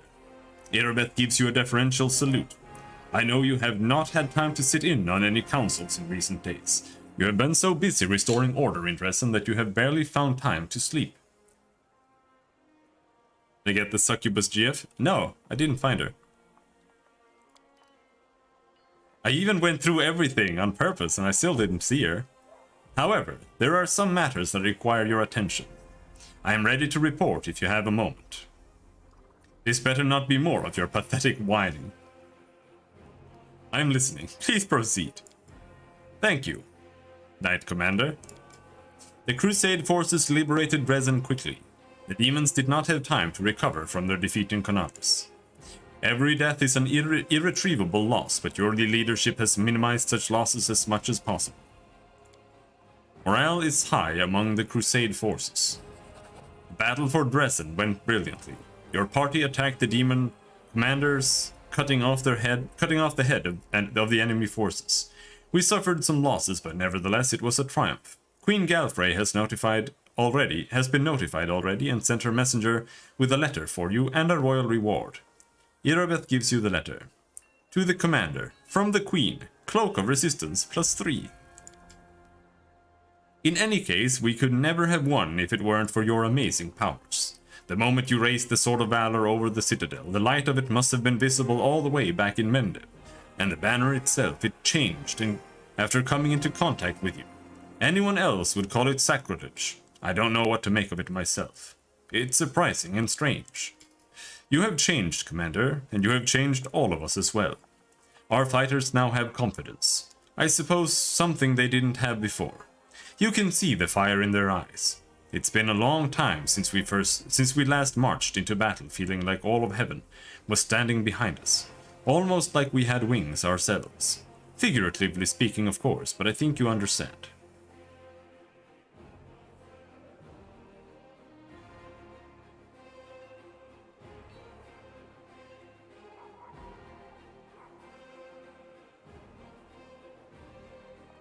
I believe in the righteousness of my path. And I believe in it. Irabeth blurts out, then looks embarrassed and continues stiffly. I believe. We won the battle for Dresden, but this war is far from over. The demons now know our true strength, so we must brace ourselves for a merciless counterattack. They will do everything they can to gain control of the city and destroy you personally. And all of us along with you. The only good news is that cultists make up more than half of their forces, so they will have to march the same roads as our fighters. If they were all demons, they could appear here instantaneously and lay siege to the city. Praise Iomedae for small mercies. The main demon forces are moving out from the city of Ease and the Threshold Fortress. Scouts are reporting that for now we don't stand a chance of tearing through the defenses and launching a counterattack. We can only gather our forces, rebuff their attacks, and wait for the right moment. Unfortunately, other hostile groups keep appearing out of nowhere. And on top of all that, Minago is still prowling around somewhere out there. Anivia is trying to find out where that Abyss scum has run off to. Maybe she's already got some leads. Luckily, we are not alone. Mendev is with us. Queen Galfrey has sent us the first reinforcements. They've just entered the city. Besides, news of your victory is spreading throughout Avestan. I'm sure that crowds of new volunteers will soon be pouring into Dresden, inspired by your feat. And that's very good, because you're going to need troops. Here is a brief report about the main problems we're currently facing. Irabeth shows you a sheet of paper with a list of 4 items. Demons with special powers, secret path, ? Missing patrol, and dragon. What can you tell me about... Dragon? What dragon? As if we didn't have enough problems with the demons already. Now there's a wild dragon in the vicinity. Luckily, it's not part of the demon army. If the demons had a dragon on their side, it could pose a serious threat. But there is very little food in the Whirlwind, and the dragon doesn't seem to have a taste for demons and cultists. She keeps attacking small squads of crusaders, picking off those who fall behind, ravaging supply trains. The dragon's been sighted frequently in the sky, but we don't know exactly where her lair is. We have someone to help with this, though. Do you remember the dwarf who bravely attacked the Baelor in front of the citadel during the siege? He is back in the city, and he doesn't mind hunting this dragon, apparently. Go talk to him in the tavern. We might be able to help each other. They go so far to tell you the banner prevents demon porting, and then they just ignore it in this dialogue. Reading on this Kobolds vs. Mites quest and stumbled on a Reddit thread of people arguing about racism and moral grayness. Alright. What can you tell me about the demons with special powers? Remember that Nabasu that attacked our camp? Irabeth's voice is very calm, but you can tell she is working hard to maintain her composure. He had powers that no ordinary demon should have. It is not only the demon of its kind. It is not the only demon of its kind. We keep receiving reports about similar monsters. All isolated cases for now, but it's possible that in the future we will see entire squads of if not armies of them. We must find out where they're coming from. Find the source of their power and destroy it. If we don't, they will crush us before long. Even you can't defeat an entire army of such monsters. A secret path? What are you talking about? Irobeth frowns. We can usually spot armies of demons in advance, as their hordes march along the Grey Road from Ease or Threshold. But sometimes packs of them appear out of nowhere. They're managing to avoid our scouts somehow and sneaking into our territory. If we don't solve this problem, we cannot attack. The demons will just appear at our backs, blocking off the gorges and cut us off from Dresden. Anivia is trying to find out how the demons are getting into our territory, but she hasn't succeeded yet. Talk to her. She will tell you more about what she's doing. There's a patrol missing? Yes, it disappeared without a trace during a mission. We didn't even find any bodies. Maybe someone abducted them, or there's some natural threat in the area. We can't rule out the possibility of desertion either. If you kill both the centipedes, just randomly ruin the tree? Yeah, you shouldn't have killed the guys to take care of the tree, dude.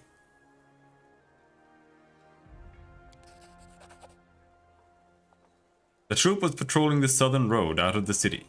The last surviving settlements of Sarkoris lie in that direction, but after the siege of Dresden, contact with them was lost. Hardly any of the inhabitants survived once the demons invaded the area. That's where I started the search. Even the really big one? Yeah, but what about the other ones that you didn't kill? That weren't in the game?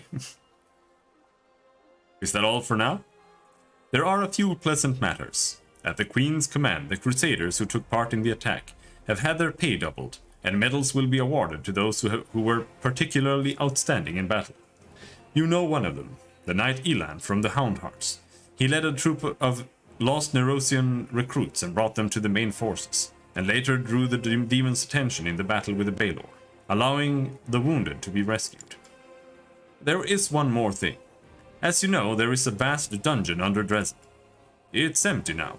None of those imprisoned by the demons survived, and we don't have any new prisoners. We found something unusual in one of the cells. The walls have been covered with pictures of butterflies and prayers to Desna. The lock was picked recently, it seems, and the prisoner, whoever they were, fled. We don't know who the demons kept in there. Yeah, I don't know.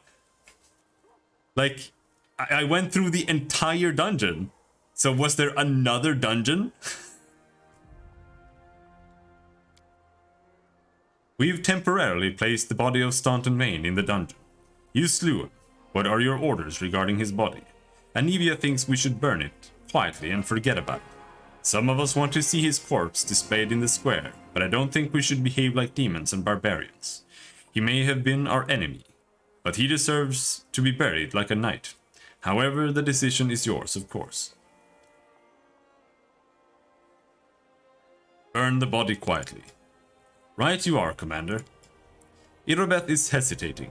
You can see the struggle on her face, as if she doesn't know whether she should say something else. Commander, that day during the battle, No, my apologies. That is all, Commander. Thank you for your time. Giving a salute, Irobeth turns around and quickly leaves. Before the battle, Irobeth was being a little bitch, so I sent her to prison. I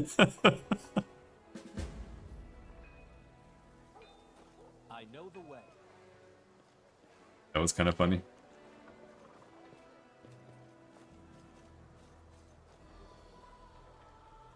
All right.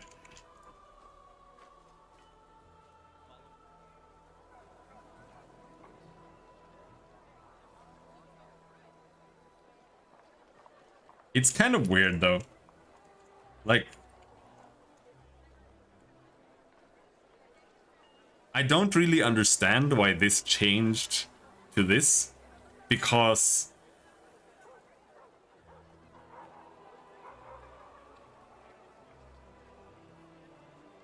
like I get that the idea is supposed that it changes to the mythic path that you pick, right? I assume that's the case. But it's so weird that when you pick like the angel mythic path, it changes to this. Because the angel is like the lawful good mythic path. And it was like the banner of Iomade, and Iomade is the lawful good god, so is she like just not part of heaven? Like, is she not part of the lawful good heaven? So she just has nothing to do with that, so we just like turned this into just generic lawful good banner now instead of Iomade? As it should. I don't know. It's weird.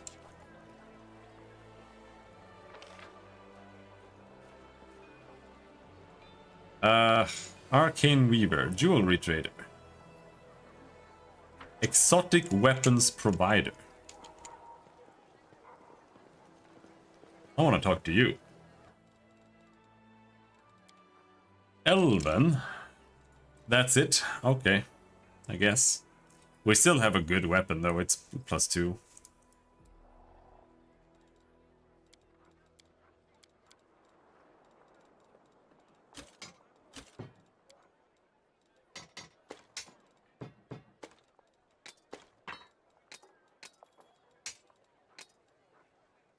Head cracker.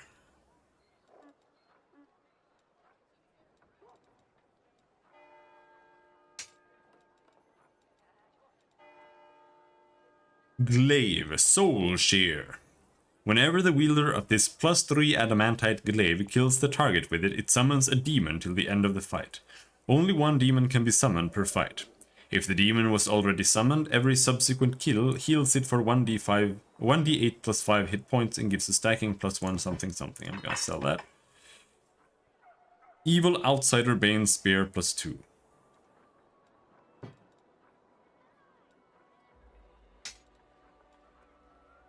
Yeah, maybe we should give back the Solemn Hour. Even if she was being a little bitch. Plate +1, Power Shield. What was the armor then? Carapace.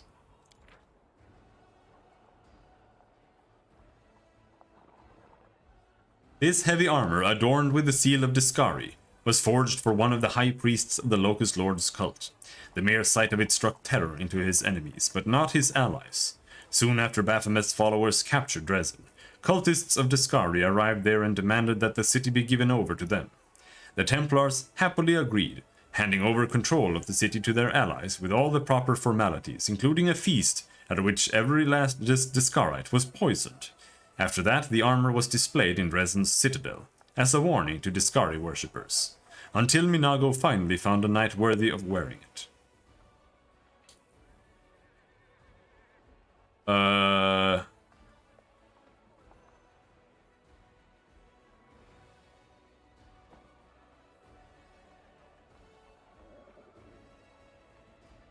Wait, I'm confused.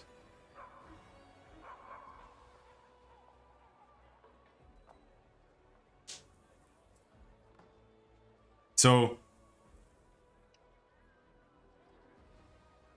Baphomet's followers captured Dresden.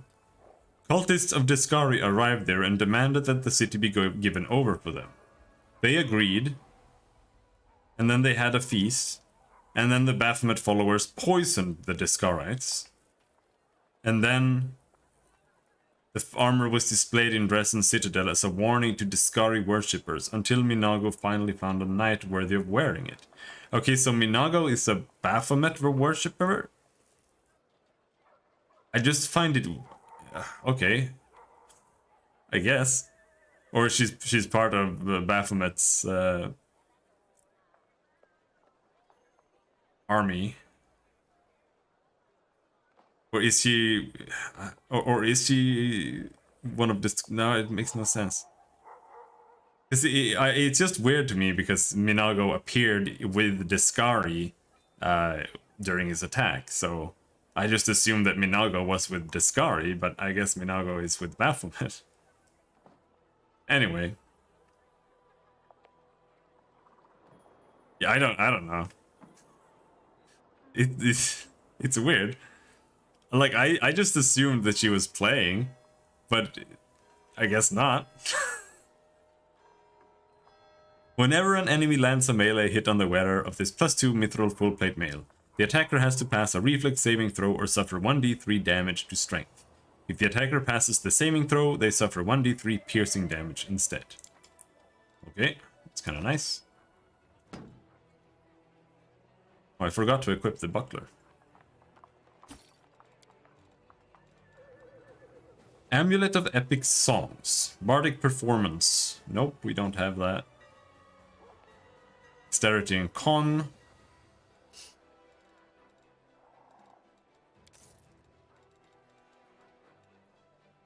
Sling Staff.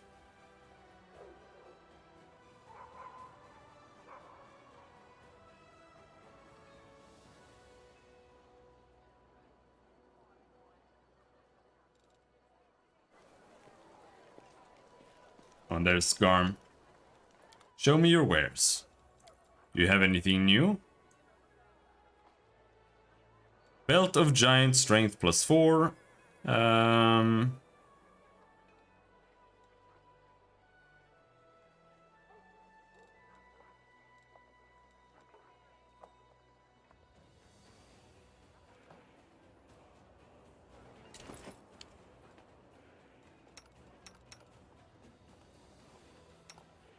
The question is, do I even need that anymore?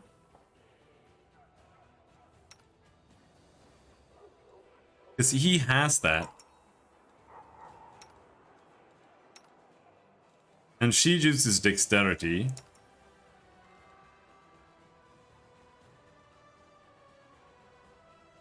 I guess you could use it. But you don't really need it either, because you get dexterity damage.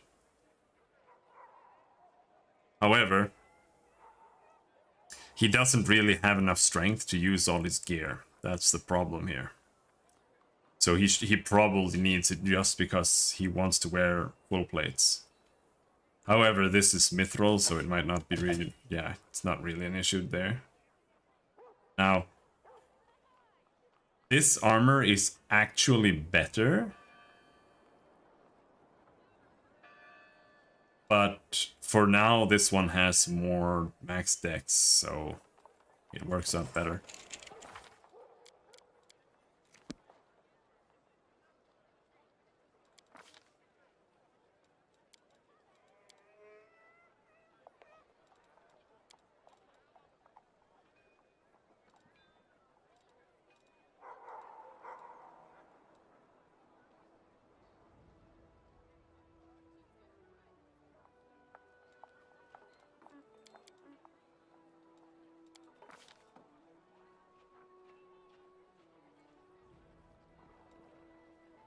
Improved 2-weapon fighting or improved critical.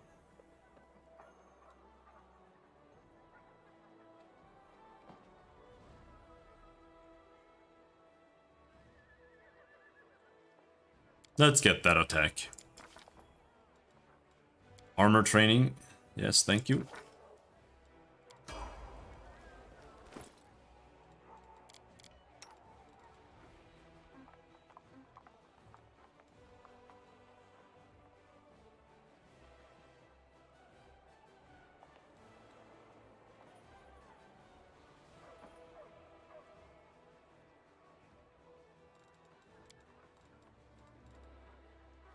But this is honestly the thing that he should have here.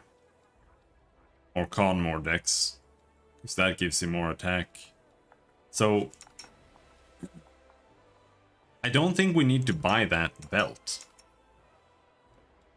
Like, if anything, I might buy a con belt for one of these guys. Just so they get chunkier.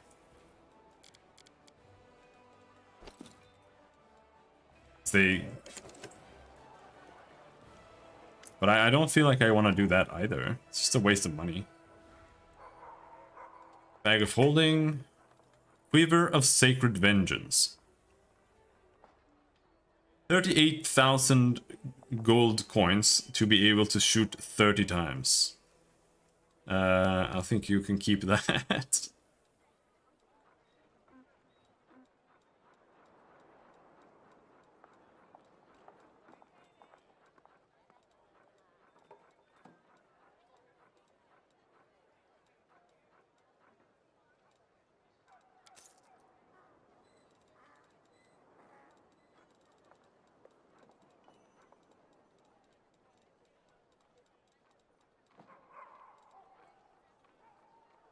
Alright.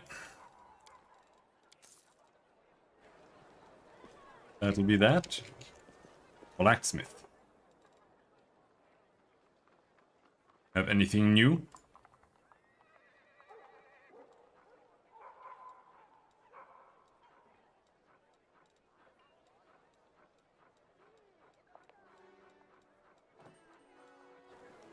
Not really. That is not far. But there was someone else. Jewelry trader and arcane weaver.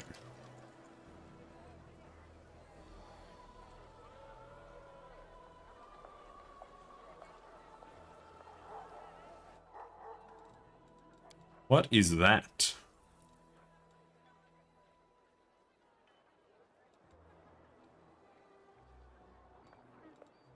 Phylactery of positive channeling. This gives us another +2 instead of +1. And channeling. All of these are useless. Goggles of pure sight. These goggles allow their wearer to take 20 on their next dispel magic attempt once per day. They also grant a +1 bonus to caster level checks made to overcome spell resistance. Kinda nice, I suppose. This ring grants its wearer a +5 competence bonus to persuasion checks and grants their companions a +1 morale bonus on all skill checks.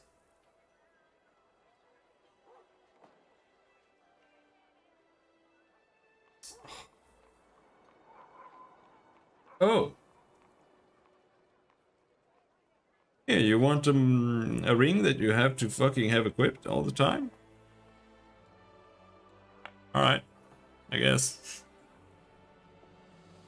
This amulet adds +2 to the DC for all saving throws against mind-affecting abilities used by the wielder. It also grants a +4 morale bonus on saving throws against mind-affecting and compulsion effects.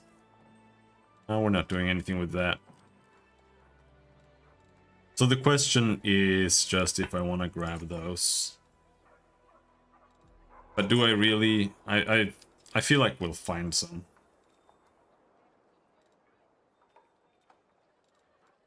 Sooner or later. Grab that though. There, now everybody has better skill checks. I mean, do I have a choice?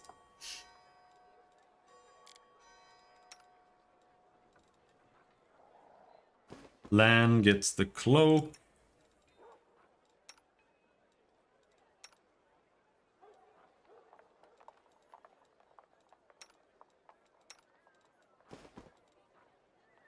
You get that.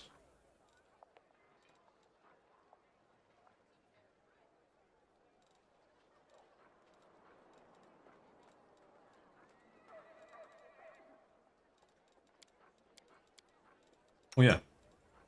Hey, you want a shield?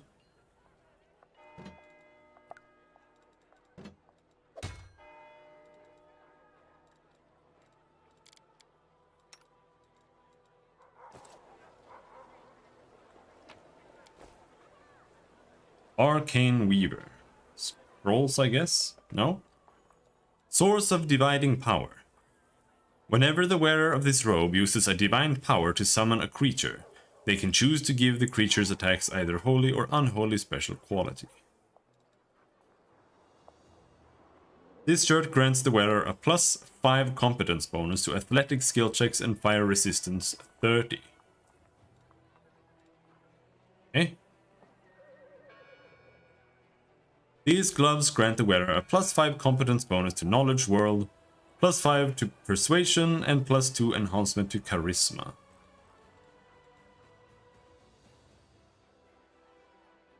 +5 bonus on saving throw against demons and +5 competence bonus on religion checks. I'll take that. Holy shit.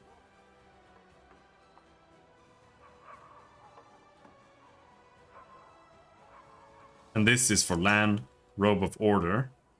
2 more key pool and +2 bonus to attack rolls against chaotic enemies.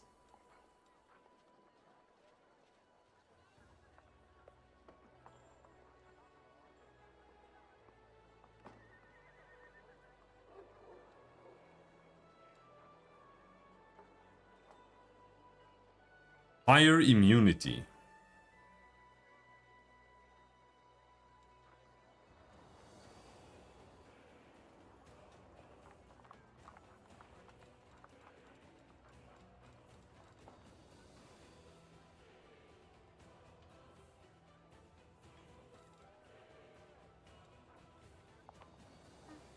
This shirt is really nice. I wouldn't mind that, but it is very, very expensive. And I want some money left. Now, is this an armor or a shirt? It's a shirt. Okay. That means I can't buy the other one, because it will eat up that slot there.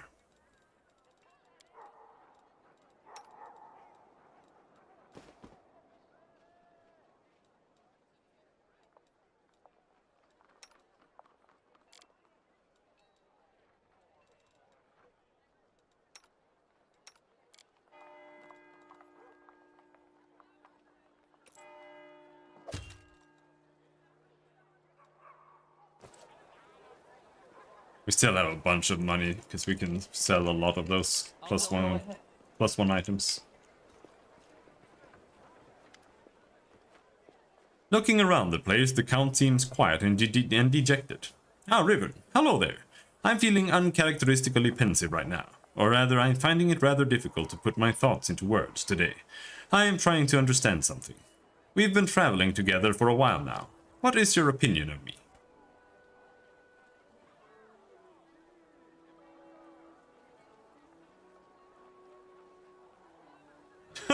I know the truth about you.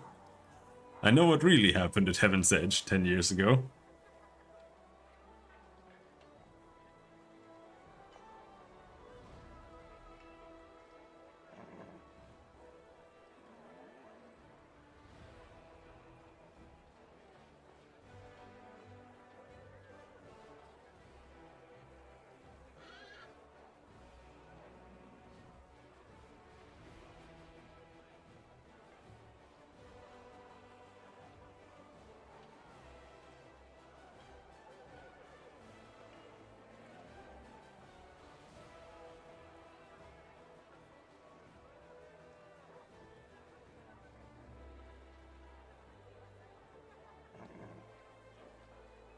I mean, I think he kind of is the way he is, because he's trying to push people away, because he knows that the other will just come out and randomly destroy people. I'm gonna go with the nice one. You don't let anyone get close. There might be a good reason for that, but you can always count on me if you ever need any kind of support. Darren's eyes widen in shock, and he looks at you with bewilderment. Then he smiles. Have you any idea how terribly insipid you sound? Throw in some extra nonsense like you can confide in me, and I'll be adamant that you were raised by a couple of trite playwrights who put you to sleep by reading their boring scribblings on the workings of the heart. Fine. Do you know why I asked you that? Because the answer to the question, what do you think about me, usually reveals more about the one doing the answering than the one doing the asking. Now that I've got you thinking, let's proceed to the usual small talk.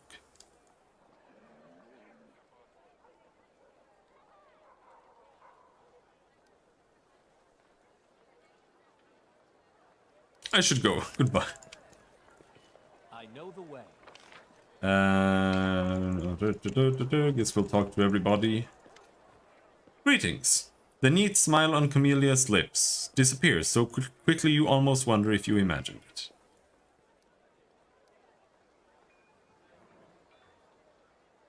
Tell me about yourself. You want to know more about me than you already do. Why? Camelia arches a dainty brow.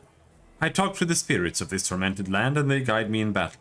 I'll help you fight the demons, and I swear that you can rely on me in this matter. Isn't that sufficient?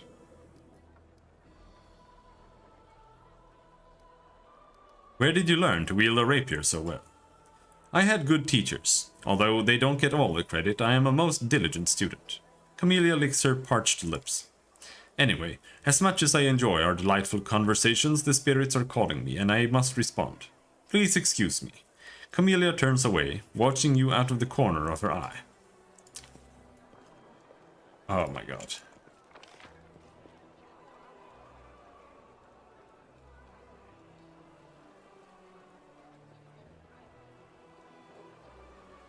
There's the prison, okay.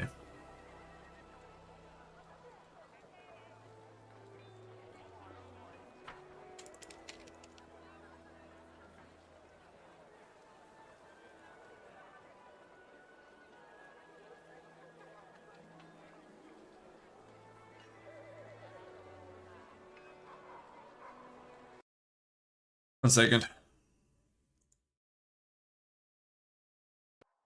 Oh, never mind. Alright, Lan, do you have anything to say? What brings you here?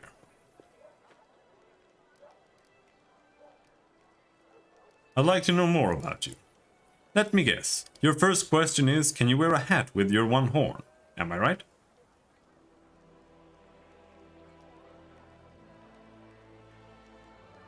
You speak common much better than the rest of your tribe.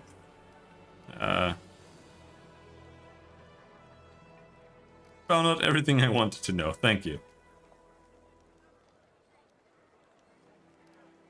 You speak common much better than the rest of your tribe. Funnily enough, common isn't all that common underground, Lan says. But your observation is correct. I used to live on the surface with my parents for a while, and had a chance to learn a couple things. The language, and the fact that every peasant who sees my scaly mug screams demon and runs away. I don't know if you're interested, but my mom wasn't from an underground tribe. She was a smuggler, the kind that used the dungeons of Canobras to secretly move and store goods. One time, two gangs couldn't agree on how to share a prime cut, got into a fight, and the winners threw the losers down the hole, dead and living alike. My dad went to check if the corpses had anything useful on them, and he found a girl from the surface, barely clinging to life. An incredible feeling sparked between them. Or maybe the girl just liked men with scales and a cat nose. That might be it. One way or another, he got her back on her feet, and he later even left his home caves. She left her smuggling behind, and they began an honest life together. That's the delightful story of how old Lan came into this world. The next chapter, however, my family and I never stayed in one place for long. We lived sometimes on the surface, sometimes underground. We couldn't find a place to call home. Living in caves was hard on my mom, and my dad's appearance raised too many questions in Mendip. They're at war against the demons, after all. In the end, my parents decided to stop making each other miserable and separated. My father and I returned to our tribe. I think the peasant screaming demon had something to do with it, or maybe Dad just couldn't stand life without rat tail soup. Oh, it's like living in Brazil. I wouldn't rule out the possibility.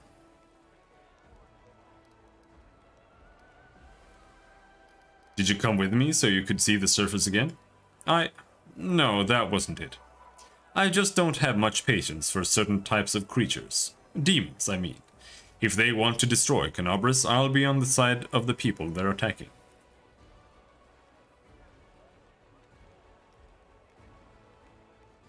Sounds like a poor reason to uproot your whole life. You're persistent, aren't you? Lan arches the only brow he has, then suddenly turns grim and looks away. Fine. You have the right to know. Did I mention that I was born of a marriage between an Uplander girl and a mongrel from the caves? My birth, hell take me, turned out to be a great misfortune for my parents, all because I'm relatively healthy. I'm the best thing that can come from a marriage between a cave-dwelling mongrel and anyone from the surface. A healthy child with the right number of hands and feet. No apparent defects, no missing organs or other problems. They saw hope in me, so risked having more children. They thought it would somehow be alright. A growl edges in Lan's voice. I could have had 4 brothers. The first was born 2 years after me and died 3 years later. He didn't have a nose, nothing even remotely resembling one. He could only breathe through his mouth. Mom and Dad were afraid to take their eyes off him for fear he'd choke and suffocate on something. But in the end, it was his weak heart that killed him. Then there was another pregnancy and birth. I pretended I was sleeping but snuck out of my bedroom and listened under the door. All those hours, it was very strange, but I never heard the newborn screaming. Mom moaning, yes, the priests praying. Then I dared to open the door a little and looked inside. The priests stood there, very pale. One of them was holding something, a small object that fit in his palm. He asked, "Do you know what this is?" And the other said, "I think it's a head." Lan stops.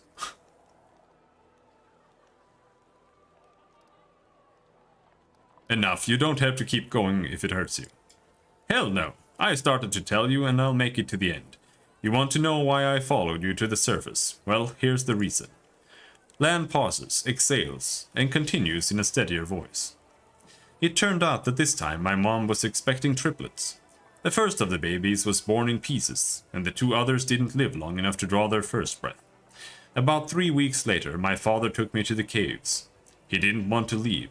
I could see it in his face, but I think my mom and he decided it together. The curse my people have carried since the first crusade stood between them, not to mention the 4 dead babies. And old age was rapidly taking its toll on my father. After we returned to the cave, he only lived another 4 years.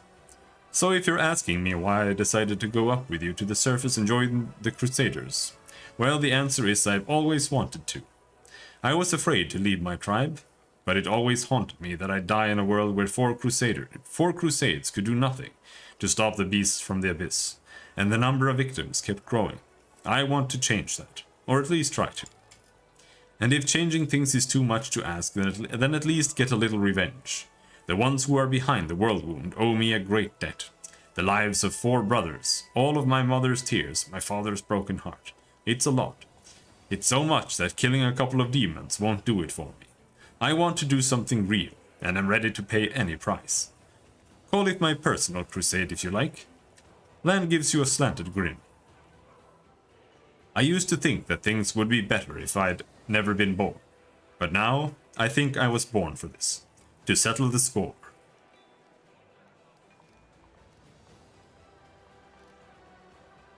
Thanks for sharing, Lan. Thanks for listening. So, can you wear a hat with your one horn? Sure I can, but certain designs don't suit me too well. Lan speaks in a deadly serious voice. I found out everything I wanted to know. Thank you. Sure thing. Thank you for answering. So long.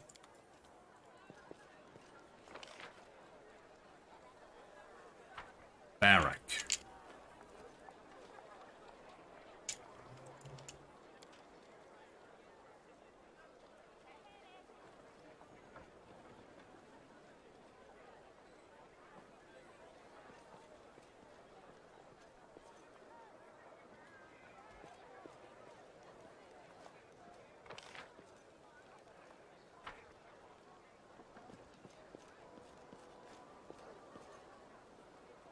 Abandoned building, or is that the house?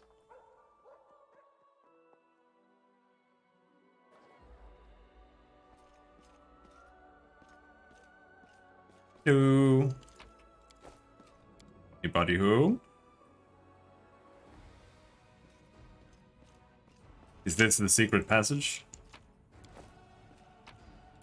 As it should be. No. Just a cellar with some slimy rock. Slimy skin.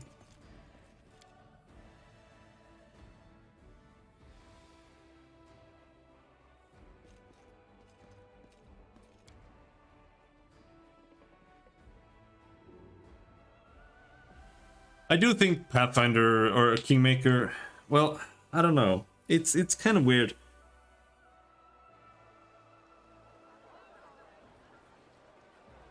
I kind of think that the difficulty would be best off dynamic. Because these, or not dynamic, but rather they should apply this to enemies individually. Because if I'm playing this on even just 0.8, and this is set to moderately weaker enemies, if that's like what the game is designed around, in this game, it's way worse than it is in Kingmaker. Like, At least twice as bad. Just how overpowered enemies are. But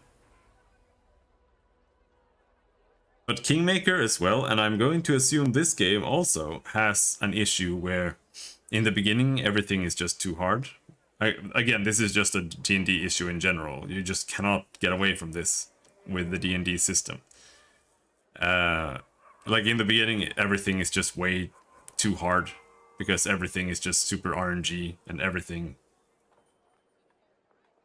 Like you've got like a 20% chance to hit enemies and they've got a 20% chance to hit you. And when they hit you, they will one-shot you.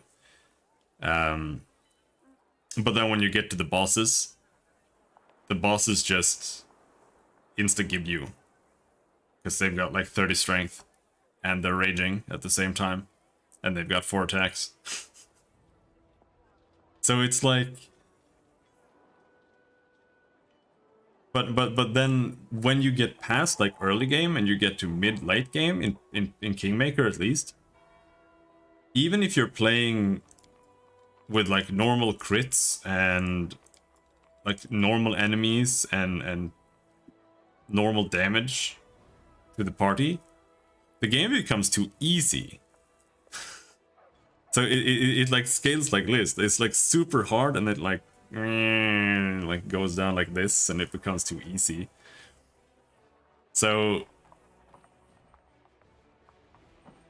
I kind of feel like, because I feel like they're just putting enemies in there using like the D&D or Pathfinder systems. And that's why they're just trying to put in enemies that are stronger and have more health by just giving them high levels. But instead, they should just kind of tweak their hit die, or just give them like more health. Like they don't need to have more AC. They don't need to have higher saves. They don't need to have higher 2 hits. Like you can make them like 20% stronger than everyone else. Just give them a fat hit pool, and then. And yeah, they could just be slightly stronger than typical monsters, and then have an inflated like rule-breaking hit pool because you want to have one boss. That's fine. Like maybe some people will have issues with it, like, you know, it doesn't make sense. The troll shouldn't be this strong, you know, whatever. But it just doesn't make for a good game because there's no counterplay and there's no strategizing or anything really. It's just either you find like one abuse strategy that works, or you burst him down before he bursts you down, and that's like all the game boils down to. So you kind of just remove all the mechanics in the game, like trying to knock enemies down or using hold person, or, you know, all of this stuff just disappears. Yeah. So I don't know.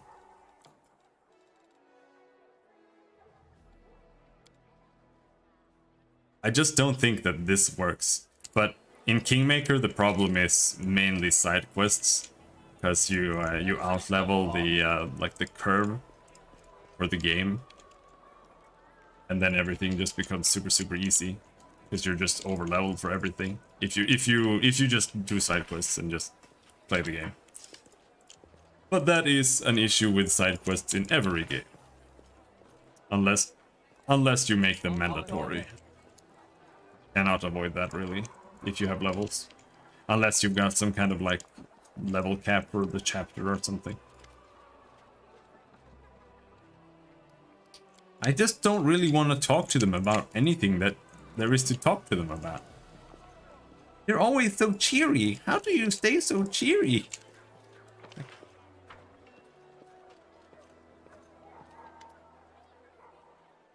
Yeah, that's the thing. Like if you're playing, let's take Trails in the Sky, for example. Unless you're playing on easy, the entire game consists of mandatory side quests, because you're traveling through the world and you're going from like Adventurer's Guild to Adventurer's Guild or whatever they're called in the game, I don't remember. And the entire thing is just like do all the side quests here. And if you don't do that, then you're underleveled for the main content later. So they are mandatory, but that is also kind of the only real way to do it if you want to have more than just a few, so that it doesn't really affect your power level. But otherwise, like in an RPG, a power trajectory is incredibly important, unless you can grind, or even if you can grind, because if the like average XP that you get when you're just playing normally is too low, then the game sucks and it turns into a grind game. And if it's too high, then the game is just bad as well, because everything is just too easy, so there's no challenge. And that's why side quests are fucking weird.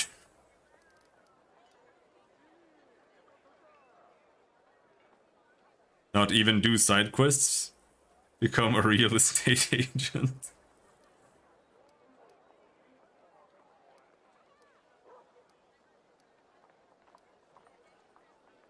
Oh my god. One-eyed devil. Hello. A short, chubby tiefling with a golden eye patch spits chewing tobacco between his feet and takes another pinch from a tobacco box adorned with jewels. A fine day to you, Commander.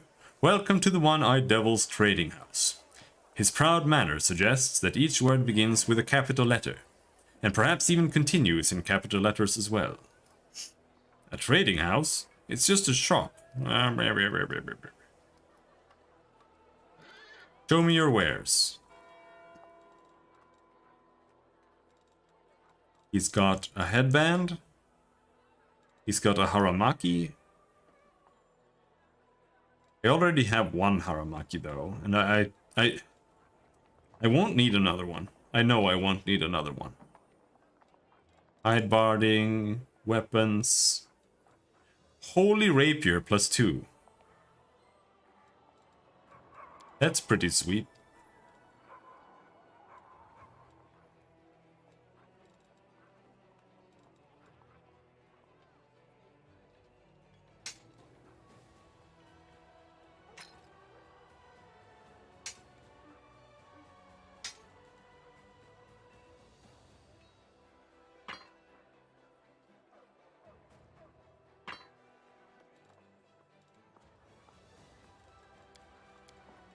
Can we afford it?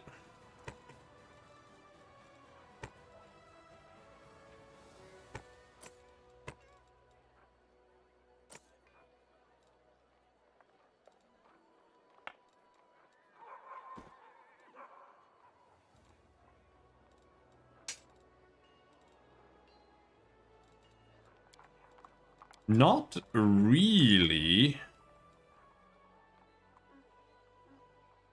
Can sell his adamantine full plate. Now I can afford it.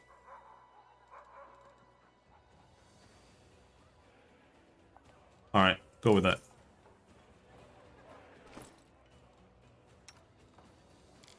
This is nice, because now I don't need to bother with holy shit. However, this one is cold iron, that one isn't. Can have both equipped.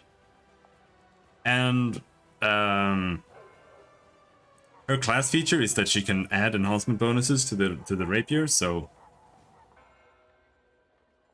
she can technically have a +5 weapon no matter what, but only for a couple of minutes a day. It's not like it's permanent.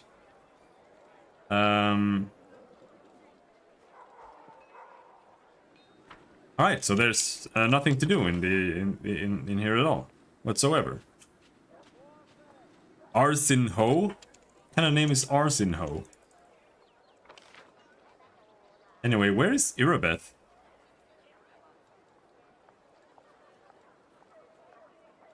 In the barracks?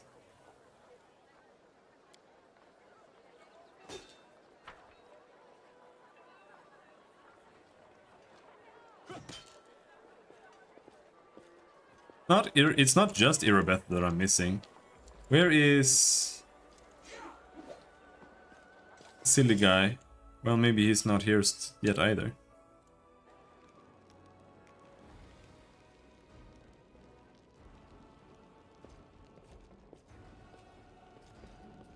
Follow my lead.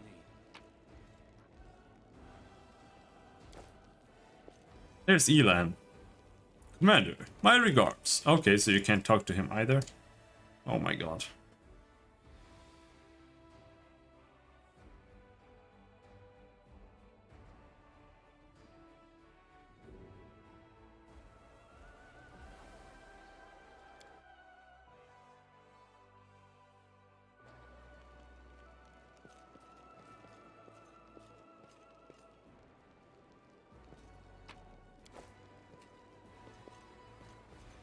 The game is starting to trigger me a little bit.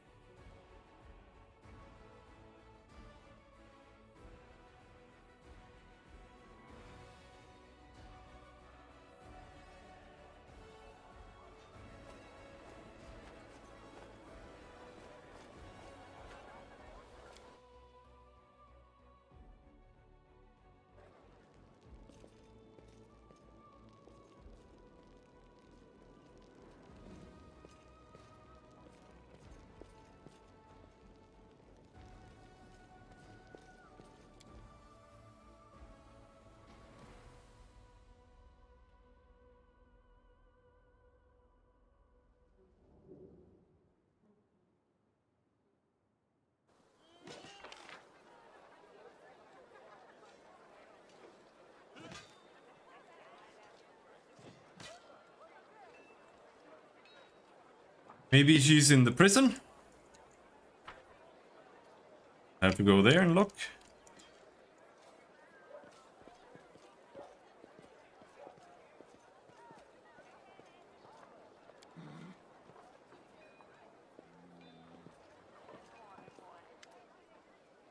A woman in gold embroidered cleric robe greets you with a polite bow. Her eyes, the color of molten gold, gleam brightly in her dusky face. Greetings, Commander. My name is Arsino. I am a messenger from the Temple of Abadar in Absalom, and I came here assuming the defenders of the fortress could use the services of a cleric. What services do you provide? I can sell you various divine spell scrolls, even if you don't have anyone in your party who can read them. I'll be happy to read it for you right here. However, take care out there on your travels. A scroll is useless without someone who can read it. To use a scroll while you're on the move, you'll need a spellcaster whose magical training covers such spells, or someone skilled in magical devices. I see that you have consecrated the altar of Abadar. So I have, and before you ask me why I did this when there is a temple of Iomade in Dresden, I will answer. Even though my god is the ally of the inheritor, some still prefer to pray and trust in Abadar instead of her. After all, my humble altar is no worse at removing the corruption of the abyss than the grandiose altar in the Temple of Iomade. I could use the help of a cleric. On Man's Ring. +5 bonus on perception and trickery. Well, we can't afford that right now. Why are you selling that? Red Salamander. If the wearer of this ring has the ability to cast spells spontaneously, it grants them the ability to cast the following spells: Fireball, Controlled Fireball, Fire Snake, Hellfire Ray, Firestorm, and Fiery Body. Bookworm's Headband. +2 bonus to Int, immunity to Compulsion. Another Icy Protector. Half of the pair. Whenever two creatures wearing different halves of this pendant are within 10 feet distance to each other, each gets a circumstance bonus on attack rolls and +2 circumstance bonus to AC.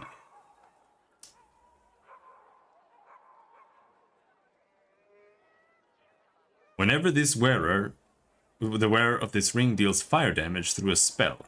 They deal additional 1d6 plus 5 fire damage. They also get a +2 bonus to caster level. Checks made to overcome spell resistance. We need that. Battle Mage's Headband. +2 int, +2 bonus to charisma. Whenever wearing this headband lands a killing blow with a melee weapon, their next spell becomes empowered, as though using the empowered spell feat.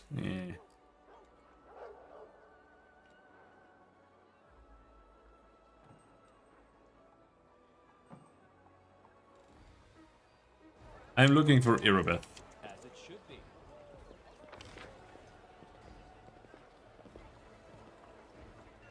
But the prison is the only place I haven't looked yet.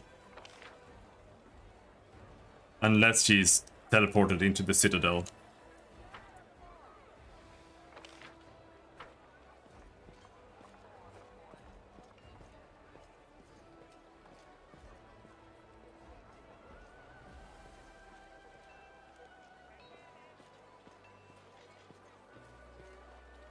I have a throne room.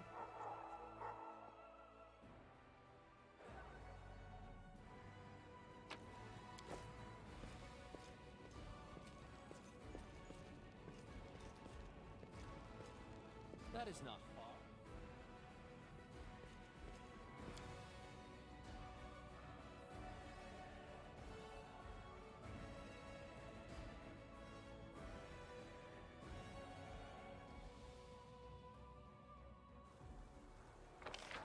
Alright, let's take a peek there.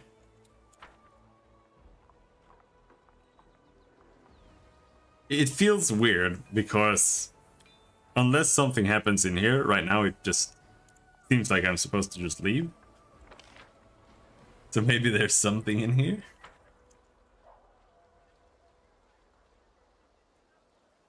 I don't know if we went in, maybe we didn't.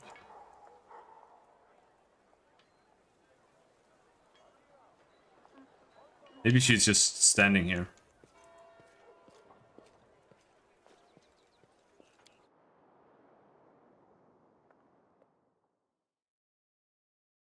I don't think we went in. No. Okay, good. A middle-aged paladin with a genial face. What the fuck does that mean? A genial face salutes you. His sparse grey hair stands in fuzzy tufts on his head, giving him a distinctly unwarlike appearance. Ever-bright Crusaders reporting for duty. My name is C.R. Kobolin. I am at your service. Queen Galfrey is gathering the main attack forces in Nerosian. She ordered us to replenish the losses suffered in Canabras and come here. We will support your troops. A tall, dark-eyed lad is standing behind CR. He passionately echoes CR's words. We are ready to go to the front immediately. Allow us to be at the spear of the attack. The old Crusader calls the young man to order. Morwick, don't speak unless spoken to. Don't worry, no one will be defeating any demons without you. CR smiles kindly and tussles the boy's hair.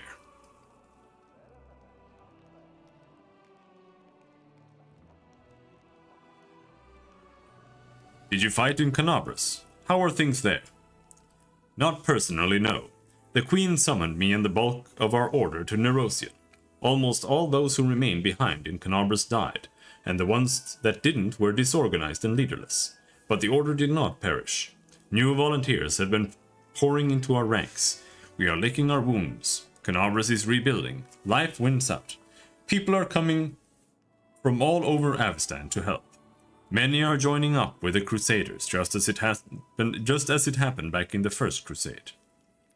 Great, you will be serving under my command. The Crusader gives you a friendly smile. It is an honor for us, Commander. Let us give the demons a dusting.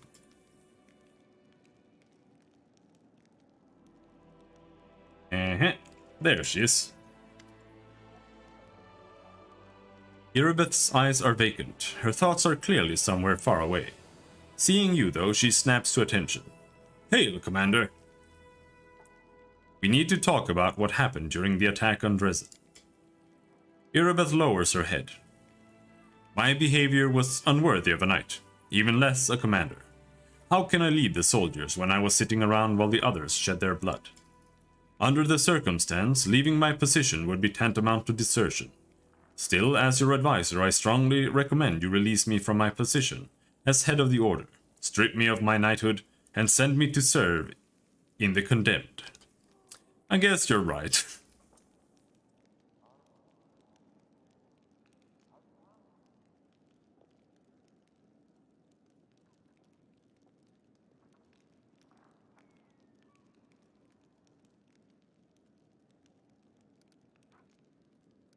That suggestion is no better than desertion, except you want me to take responsibility for it. I don't want to hear it. Join the ranks, knight, and fight as you swore to do.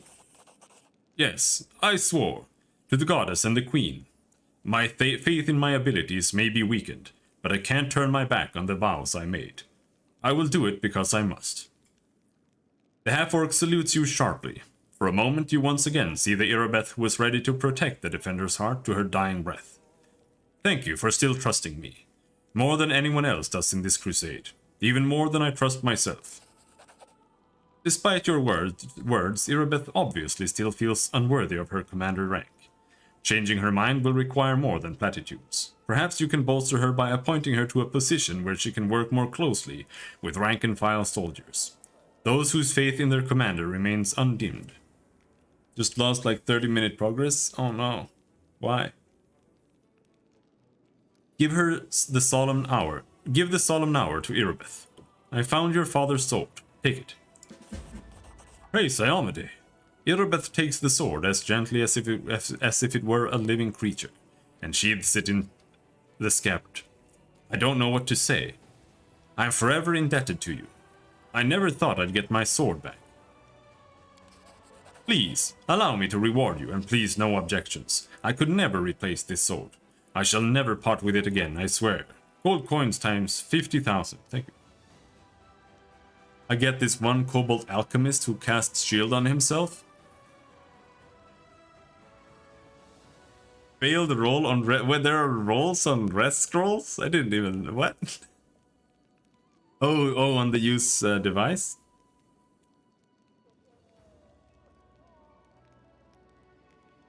Oh yeah, because...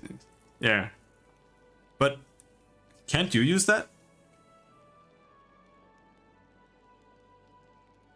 Maybe you can't use it because it's still a cleric scroll. Even if you are an inquisitor.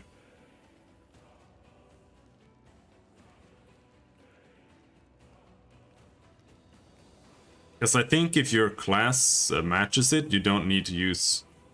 you use magic device. I'm not sure. Maybe I'm wrong.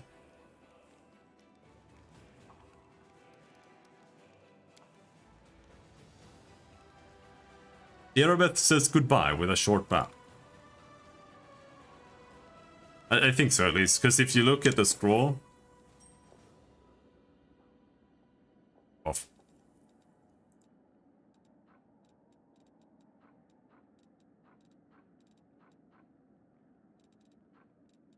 Ringing my doorbell. Fucking hate Halloween, dude. Goddamn stupid American holiday.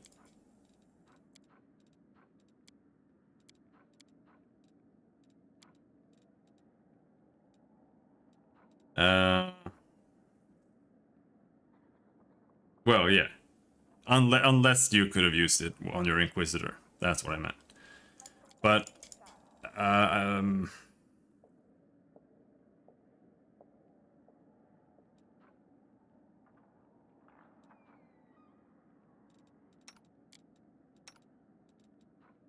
because, yeah, here.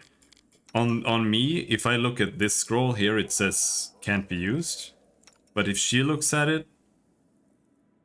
no, it says can be used with skill check. But this can be used. Okay, yeah, so yeah. I guess if it is available for her normally, then she can use it, but... here, she doesn't have it available in her spellbook, I assume, and then it becomes that he needs a skill check. Even if I did give them printed pictures of NFTs, I would still be the one suffering because I have to open the door and talk to kids. So, This is not a winnable scenario. Hello, Regil. Regil's pale yellow eyes freeze in an expression of polite attention. Knight Commander, greetings. That would just mean on the floor, dude. There's nothing to put it on there. Okay, he has nothing to say either. Anivia. Look who it is. Hi. Have you figured out how the demons have been sneaking up on us? Anivia answers with scarcely concealed irritation. No dice. Our scouts crawled all over the area. Down every hole. Nothing. The Grey Road was completely empty and then, bam. A whole army popped up like a jack in the box. My only lead is a few scouts who didn't come back from the gorges to the southwest. But we have found no sign of secret paths or underground passageways, and definitely no route we can use to quietly move a large force through. But I feel it in my gut, there's some evil scum out there. We just have to look harder. Of course, I could send out more scouts, but they might just disappear like the first ones. Why don't you go there yourself and find out what's what? Did you find out anything about where Minago is now? Anivia shakes her head sharply. Nope, zero, zilch, a whole lot of nothing. The scum melted into thin air. Soldiers saw her jump out the window, run through the square in front of the citadel, and then suddenly disappear. We haven't heard anything from her since, and I don't like it. I am telling you this is bad. She said zilch, by the way. That means that German is a thing in this game. First of all, her kind doesn't just give up. If we can't see her, it means she is setting a trap for us somewhere we won't expect. I mean, it would be great if the Demon Lord just gobbled her up for all her failures, but I think that's too much to hope for. But that's not the worst part. We have a more interesting question, you know. I wonder how she teleported away from the city, if by that time you'd already hung the banner. The soldiers are saying it probably wasn't in full force by then. But you and I both know that's dross. She wasn't supposed to be able to teleport. Yeah, she did say that. But she did. The question is, how? I have to go. Must be a pretty old German word. I don't know if it's German. It's definitely not English. Manage Crusade affairs. Alright. Okay, so now we're done with chapter 1. Now we have our hideout. Are we gonna play Kingmaker now? Seems like it. Events. Yeah. Decrease. Rank up. Others. You can now construct buildings in forts and dress and issue decrees and capture and investigate new regions. Both mercenary and trainable units will appear at the commander's headquarters. Oh no, it's just gonna be Heroes of Might and Magic building, right? Play Pool of Radiance? Do I have to?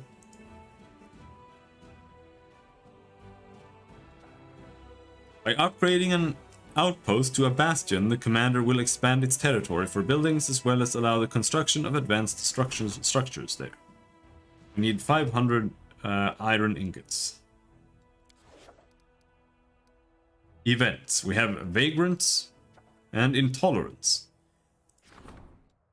The hatred of the descendants of Sarkoris toward arcane spellcasters knows no bounds. The representatives of several tribes demand that mages not be allowed to serve in their units.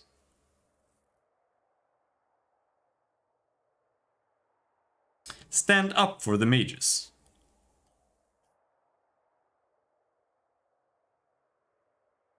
This option is unavailable because you do not have Walgif among your companions. Okay. Remove mages from units made of former Sarkorians. 12 barbarians are recruited. Stand up for the mages. 9 wizards are recruited. What?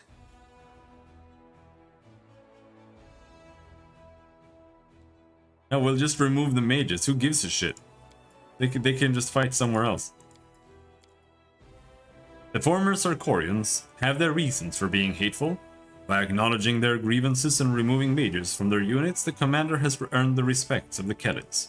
More and more of their kin are joining the ranks of the Crusade. Like, it doesn't really matter. Like, it's just weird that we get barbarians from this. Because if anything, shouldn't we get like a mage unit?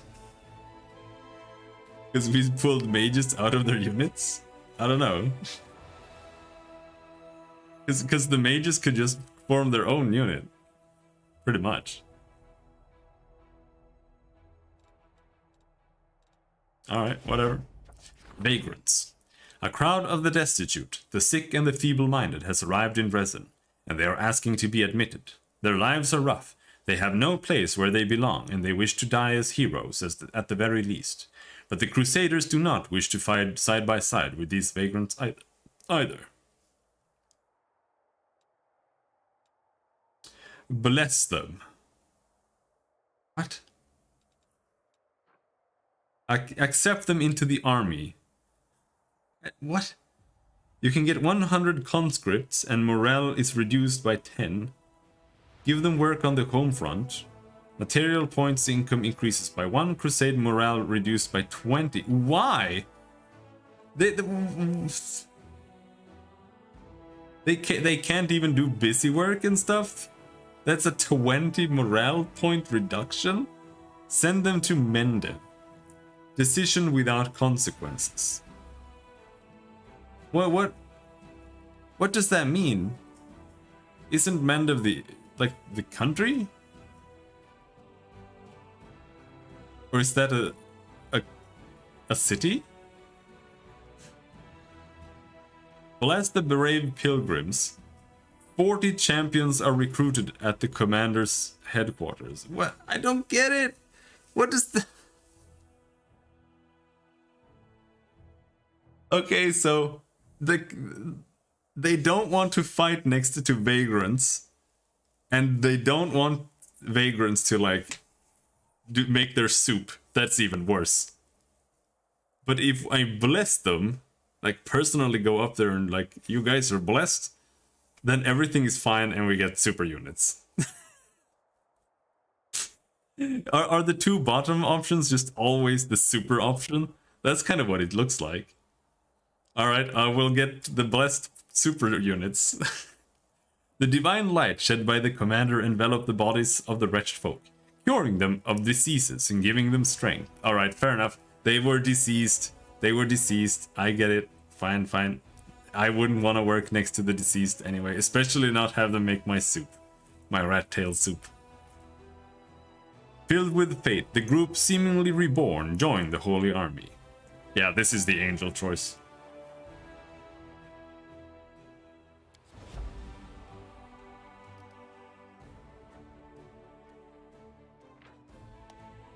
Decrees. You can only have one of your decrees issued for each of the Crusade stats at any given time. Each decree has a cost and a completion time. Some decrees can only be issued once and others have a repeat time, which is displayed in the decree description window.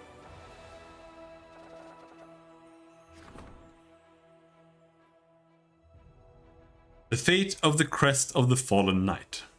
A skilled craftsman can do some work on the relic. The relic will be augmented.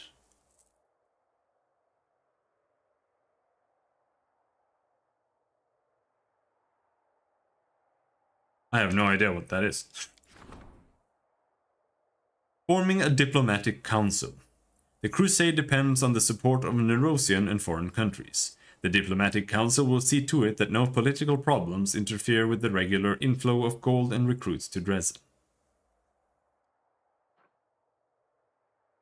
The diplomacy stat reflects the political influence of the Knight Commander and the willingness of foreign mercenaries to join the crusade. Do I have a diplomacy stat? A council of officers forming a military council. Required military.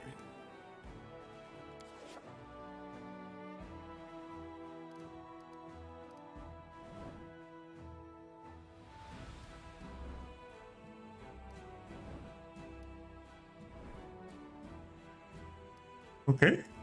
I guess.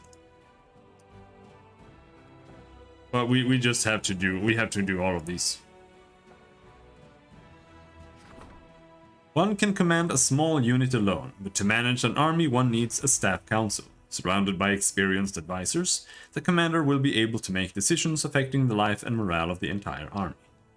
Issue decree forming a logistics council.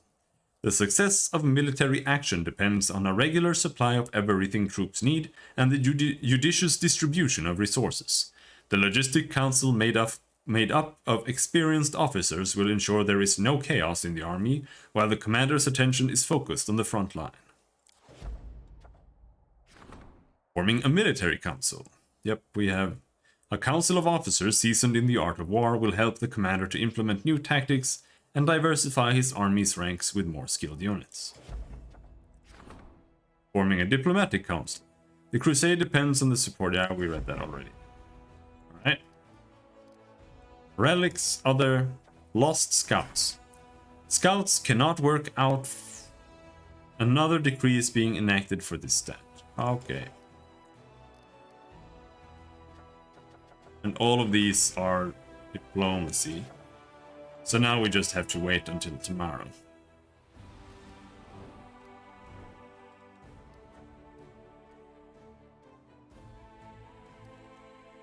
See if this gal can kill these guys.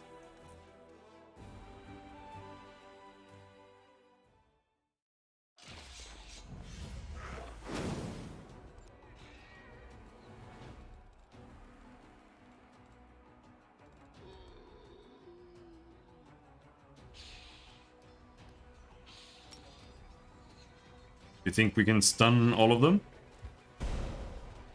No, stun one. Ghouls, cultists, Nabasu. Alright.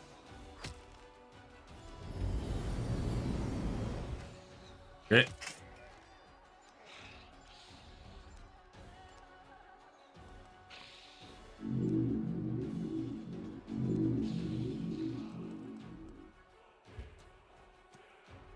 Bonk.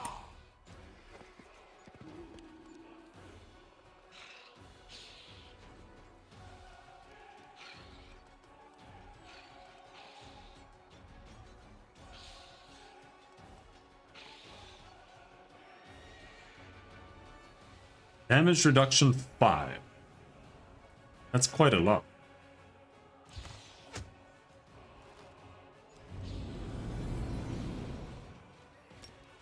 Gonna do penetrating strike on my archers here, and then we're gonna shoot the Nabasu. Ow!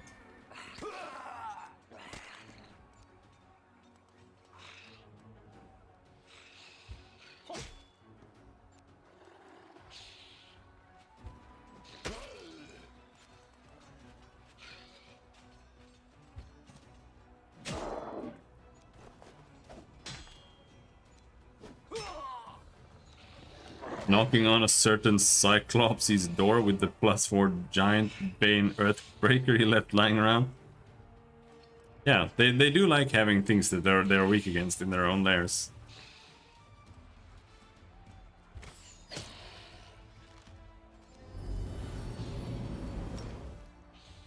Attack formation. Unfortunately, this guy has to move, because he is in melee. Ow, fuck! He's gonna kill all my rangers there, easily. Smite.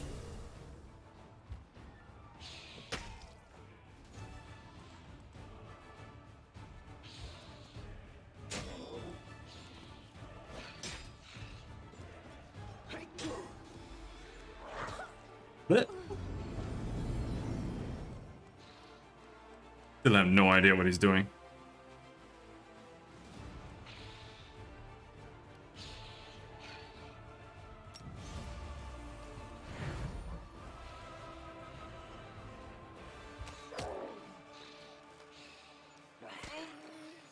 Ouch, 24 deaths? I'm gonna load this fight. This sucks too hard.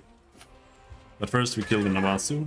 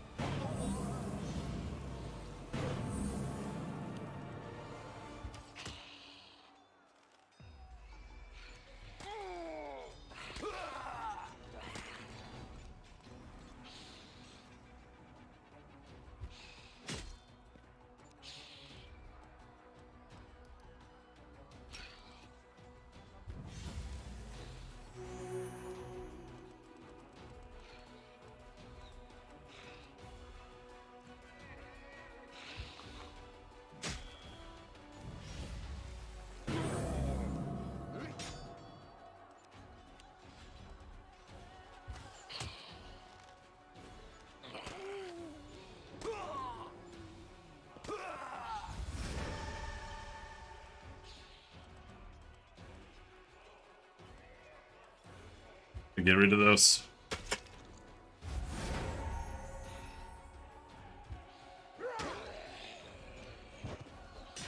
Oh no, are my guys stunned or something?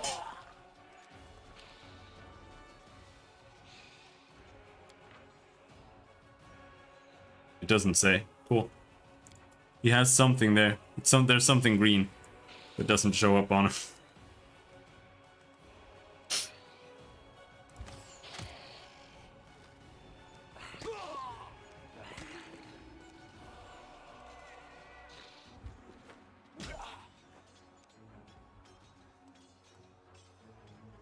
But I have to heal. I have to heal that unit. Otherwise, I'm going to lose everything.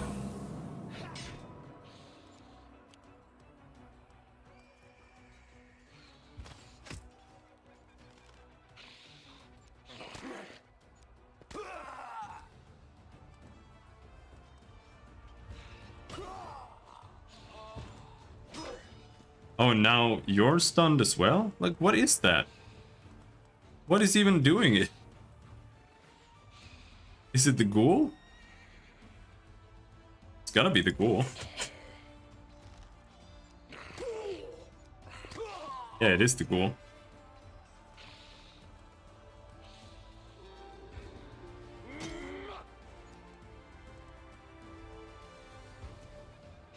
Right.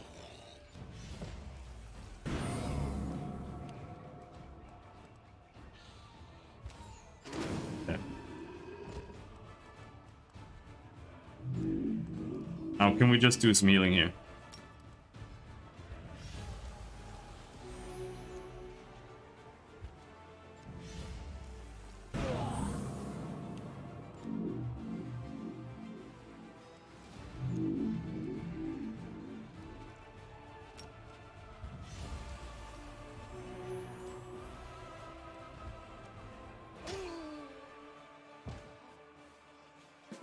Took some heavy losses there, though.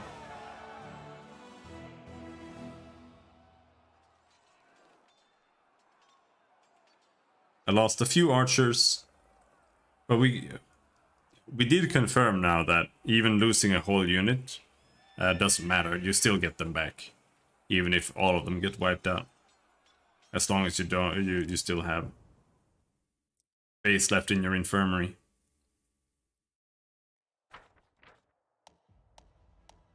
On the Crusade management screen, you can make decisions, issue decrees. Yeah, we know. Evidently, demons had taken a liking to the place and had been using it as a sacrificial site for quite a long time. A dagger, presumably used for killing innocents, was found plunged into the center of the ritual symbol. Edge of Force.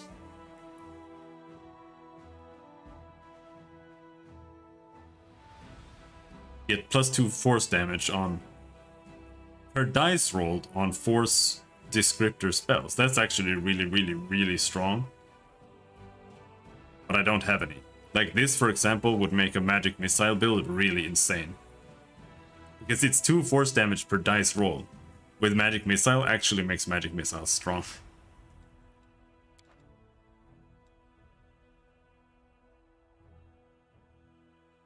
Because then it does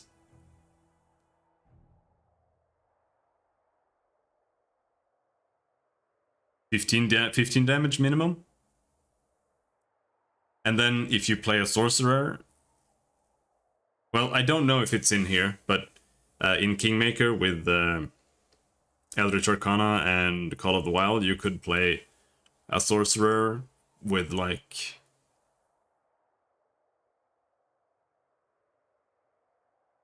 I don't know if you had to be like fire elemental lineage or what, but you could get so that you got +2 damage to fire spells, and then you could convert magic missile to fire, and it would get those bonuses.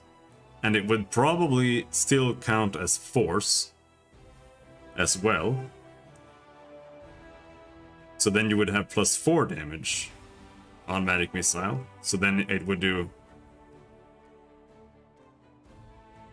5 times 5, 25 minimum damage every magic missile. And then you could quicken it and you would do 50 damage each turn with just magic missiles. Minimum.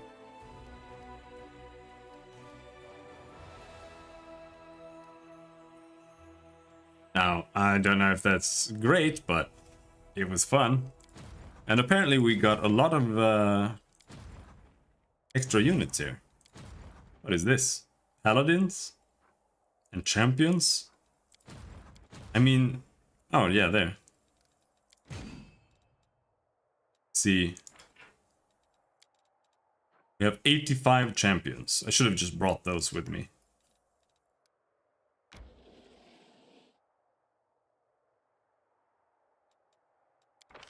Also, we can buy units. And I assume they'll appear here.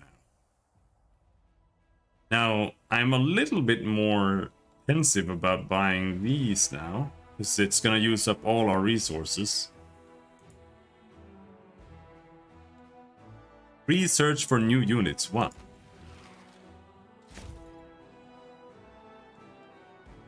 Okay.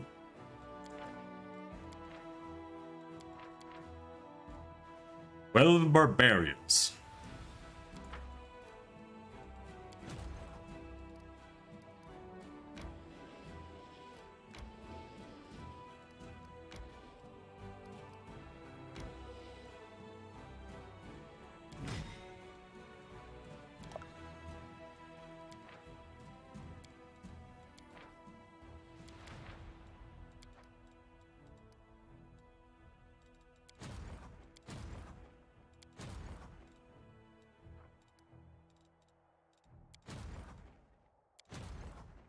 Alright, that's a lot of units. But let's see what happens if we skip a day then. Forming a council and shit.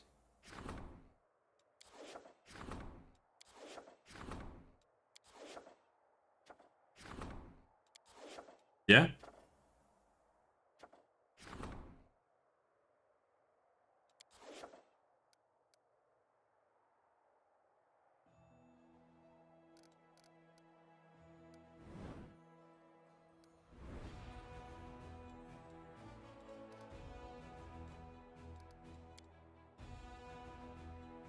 But it didn't do anything?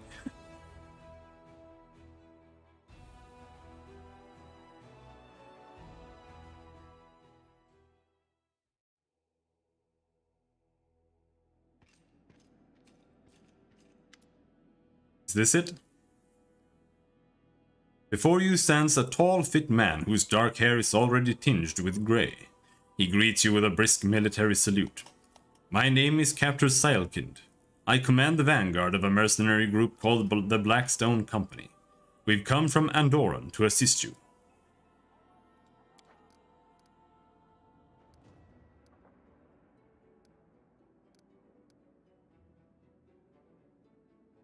I want to know more about your unit. The Blackstone Company is proud to be recognized as one of the finest Andoran mercenary regiments. We're not a bunch of unscrupulous sellswords looking to oppress the innocent and serve the tyrants of the world. No, we're adventurers eager to get involved in a dangerous enterprise and leave it with pockets full of gold. And a clear conscience. Andoran is a nation... I need to stop soon. I can't talk anymore. Andoran is a nation of the people, governed by the principles of common rule, which grant every citizen a voice. Andoran holds the reins of its own destiny in the strong hand of its people. It considers itself the birthplace of freedom. Cringe. Why did you join up with us? He just told you. I want to know more about you, Captain Seilkind. The man flashes a genuine smile. I don't even know what to say. I am a soldier, a bit of an explorer, and just an all-around honest man. Why'd you join up with us? Queen Galfrey paid for our services, but please do not think we're fighting for gold alone. We are true sons and daughters of Andoran. So the ideals of equality and resisting enslavement ring true in our hearts.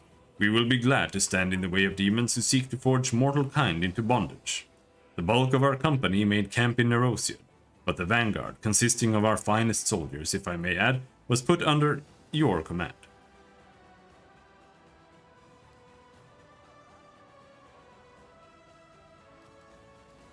Get on with your duties. Yes, sir. Glad to be under your command. Captain Silkin salutes you again, smiles and adds in a softer voice, "It will be an honor to serve with you, Commander. If you have any questions, let me know. If you need to know, I'd be happy to lend an ear." Oh, not these. Grandma Gretlen lowers herself into a bow. "Good day, your commandership. If we, the artistic board of the next door theater, it is we, the artistic board of the next door theater. We are still working on our piece about your heroism. We have even taken on a few new crew members. We now have a master of stage equipment and scenery. It's my granddaughter, Tina. Tina, say hello to his commandership. We are faced with another dilemma. We simply can't decide on a climactic moment for the act. That is all about the Battle of Dresden. Here, you listen to the options." Grandma Gretlen holds the scroll up before her eyes and begins to read, running a gnarled finger along each line. Option 1, the commander's, so that's you, launches himself out of a catapult and smashes down the fortress wall, allowing the armies to rush aside. Option 2, the commander, so that's you again, masquerades as a succubus and creeps into Dresden in disguise and opens the gates to the Crusaders. Option 3, the commander, so that's you again, rides to the attack on an enormous mountain goat, or should we call it a battering ram, and it breaks down the city gates. Well, what say you? Guards, get these clowns out of here, actually out of Dresden altogether. But the art! Grandma Gretlen throws up her hands. Never mind. We have the only things that matter, talent and motivation. The stage and the audience can be found later. I can't tolerate them anymore. A sharp-looking kitsune gives you a quick business-like bow. Commander, the matters before us are urgent, so let us not stand on ceremony. I am Lady Konomi, the official attaché of Nerosian. Here are my credentials. She presents a scroll adorned with Galfrey's seal. Her Majesty has instructed me to lead your headquarters diplomatic council. Honestly, I was surprised when Lady Konomi asked me to join this council, but I will do my best to fill the shoes of a trained diplomat.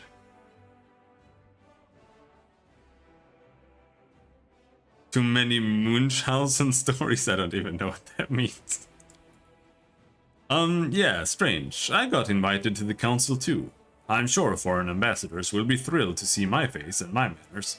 Lady Konomi, you haven't mistaken me for some other Crusader Lan, have you?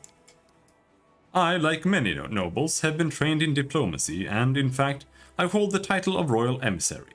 It is passed down the Arendelle line. I must say that prior to this day, I employed my diplomatic skills solely to undermine Vendev's international reputation. It is time to break that habit. I imagine preventing international scandals will be just as interesting as causing them. Who knows? I might even enjoy it.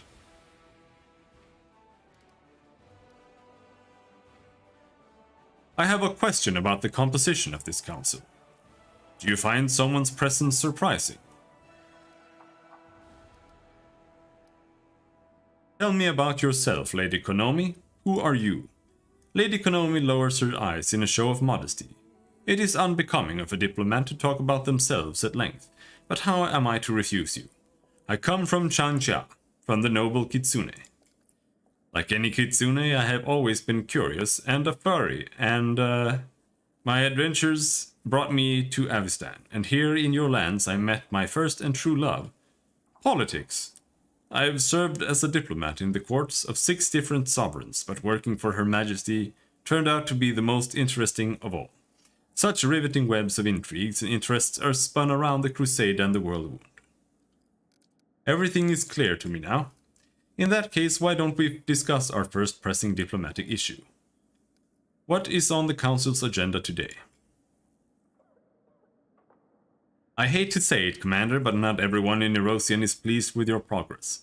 Some believe that, to use their words, you are out of control and fancy yourself an independent leader. It wouldn't surprise me if you encountered supply disruptions in the near future. I would suggest quelling their anger. Show the capital you haven't forgotten about the chain of command. For example, you could hold a parade in honor of Her Majesty. If we need to demonstrate that we're keeping Nerosian in mind, why don't we invite the capital's high priest to Dresden for a religious festival? It'll be appropriate, and the church's support will shield us from the accusations of schemers. Pander to the naysayers. I think not.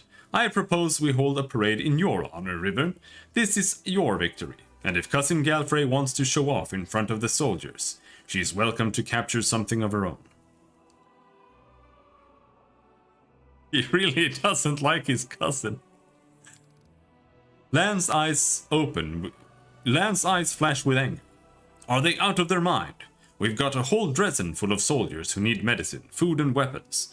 Until everyone has been taken care of, we can't waste a single coin on pointless celebrations.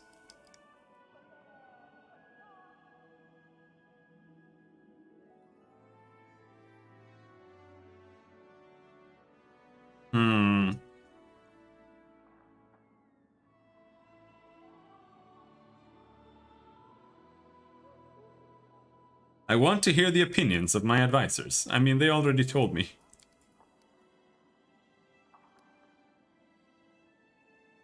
Alright, they can elaborate. Whatever for? Aren't the wishes of the capital obvious enough? Although, very well. Let us hear their counsel. Alright, Darren, let's hear it. What's the point of taunting the capital by throwing a parade in my honor? There is a fine line between taunting and setting boundaries, and between showing respect and putting on a collar. Mind you, I'm not suggesting anything treasonous or disrespectful. A parade in honor of the true hero of Dresden and Conabras. What could be more natural than that? Besides, a healthy amount of disobedience guarantees that people won't pester you with lectures and nonsense as often. A dozen tutors responsible for my upbringing can attest to that.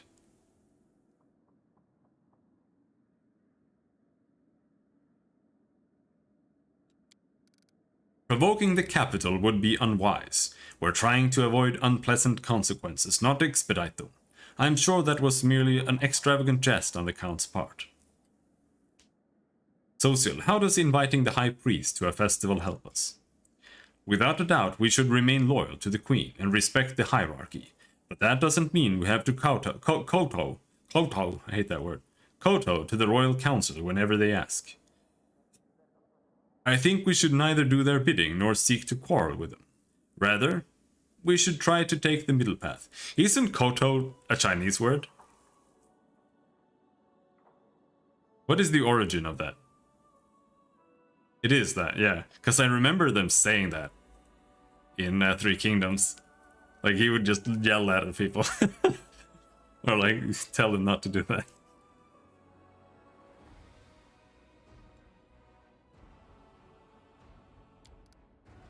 The High Priest of Nerosian is a powerful figure. Oh, and also, kowtow has... It has had an impact on my life. Because at some point I was having like a little speedrun competition at my place, and we were playing... what is it called? Treasures of the Rudra. We were playing it blind, and we were just like speedrunning it and just competing, see who can beat it first. And whoever loses has to buy the other person a pizza. And in the game, you can like enter keywords as spells, and depending on the characters and the composition, it does certain things. And you can like see enemies. When they use spells, you can read what they are using, and you can just copy that, and then you can use that spell as well. And then in chests, you can also find keywords that are more unique. And one of them is kowtow, and it just makes your fighter like super strong. And in the end of the game, that was like the only thing that was worth doing in the entire game. So every single fight was just a competition between us spamming kowtow on our fighter and pressing attack. And every single time we did it, we would just yell, Goto! It was just great.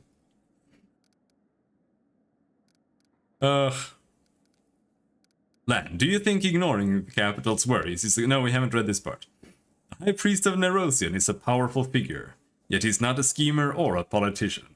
By inviting him to the festival, we'll both show that we're not cutting ties with the Nerosian, and let them know that we have influential friends that are not about to buckle under to the Royal Council. Lan, do you think ignoring the capital's worries is a good idea? And what are they going to do about it? We're the ones protecting them from the demons, not the other way around. Having loyalties from the capital is great, but there are more important things, like having the loyalty of our own soldiers. When the demons come, what will we do? Shake our fists and say that we've got powerful friends in Nerosian. Why, that's true. Who needs to stay friends with those who supply you with provisions, recruits and weapons? And there is certainly no reason to fear that base jealousy and envy at the sight of your glory might get the better of their common sense. Because that has never happened before. Fuck you, Lady Konomi. I fucking hate you, you sarcastic bitch. Everything is clear. Lan, spend the funds we have to help those in need. It's more important than any parades. A moment, Commander. I understand that you're used to being the highest authority in all matters, but political decisions are an exception. I am a professional in this field, you are not. By ignoring my recommendations, you are not only deliberately seeking conflict with the capital, but disregarding common sense as well. I urge you to reconsider.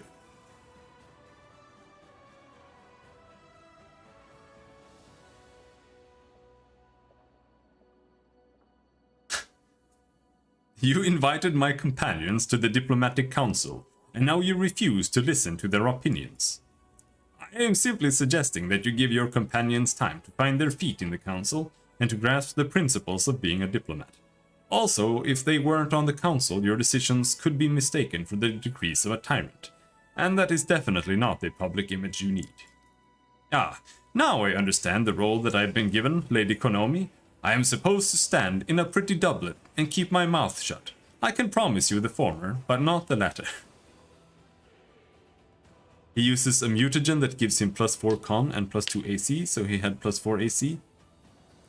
Yeah. Unfortunately, you're probably not level 5 yet, so you probably don't have access to Dispel. But if you change the settings to normal, you might be able to dispel him. But otherwise, probably not. You'll just have to punch him in the head. If you can trip him, he loses his AC except for his armor, I think. Though, yeah, that'll be a lot for him. Because he's probably dex based, and if you can hold him or something, or knock him down.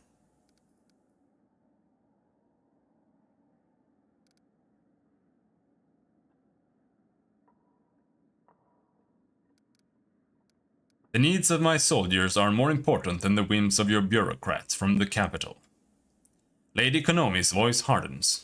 I cannot challenge your decision. However, I have no choice but to inform the capital that you have disregarded my recommendations. Actions like these are precisely what give Nerosian cause for concern, Commander. I hope you will revise this defiant stance in future. That's right. And everyone who's unhappy with our actions can go ahead and leave their mansions in Nerosian and come here to tell us so in person. And if something happens to them along the way, we'll have just enough money to stitch their arms and legs back on. And with that, we can bring this meeting of the Diplomatic Council to a close. It is unfortunate that things were so tense, but I'm sure we'll soon have many more opportunities to resolve any misunderstandings between us.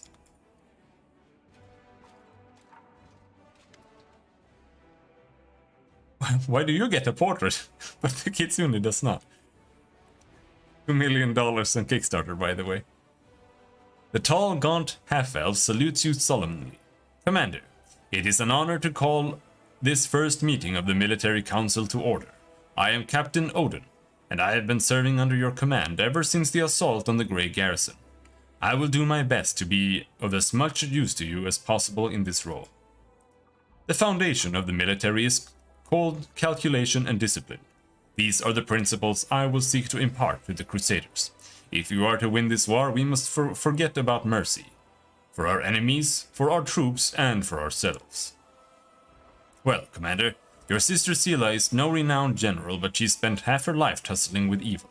It looks like I'll be stepping up on behalf of all of Iomede's faithful here. I hope my advice will prove useful. The first issue on the Military Council's agenda is the reorganization of troops. Our infantry has been bled dry. The forces Her Majesty granted to us were enough to take Dresden, but we need more troops to hold it. Furthermore, the army was assembled in great haste after the assault on Canabras, and was never adequately equipped. Unfortunately, we don't have much time for redeployment.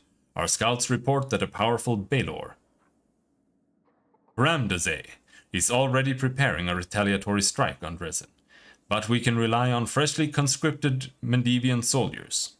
They may not have the skill, but our strength as always lies in the number and the fervor of the volunteers joining the Crusades.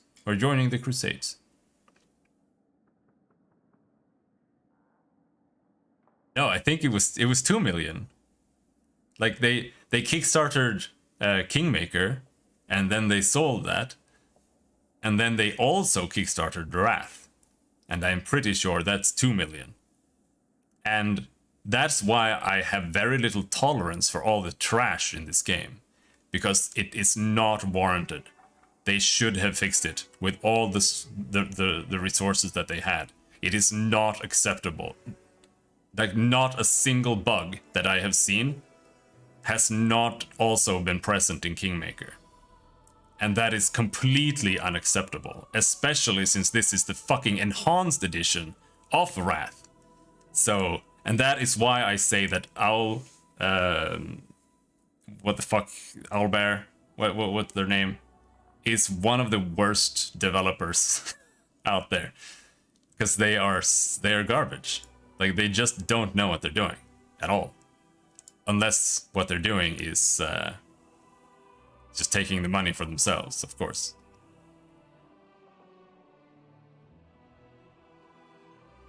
We can't throw everyone into the meat grinder. We'll just get our youths killed for nothing. We need to select the best among the recruits, or even better, hold a contest. The bravest and the most capable will join the Crusaders. The death count is always highest in the infantry. Its purpose is to serve as a shield.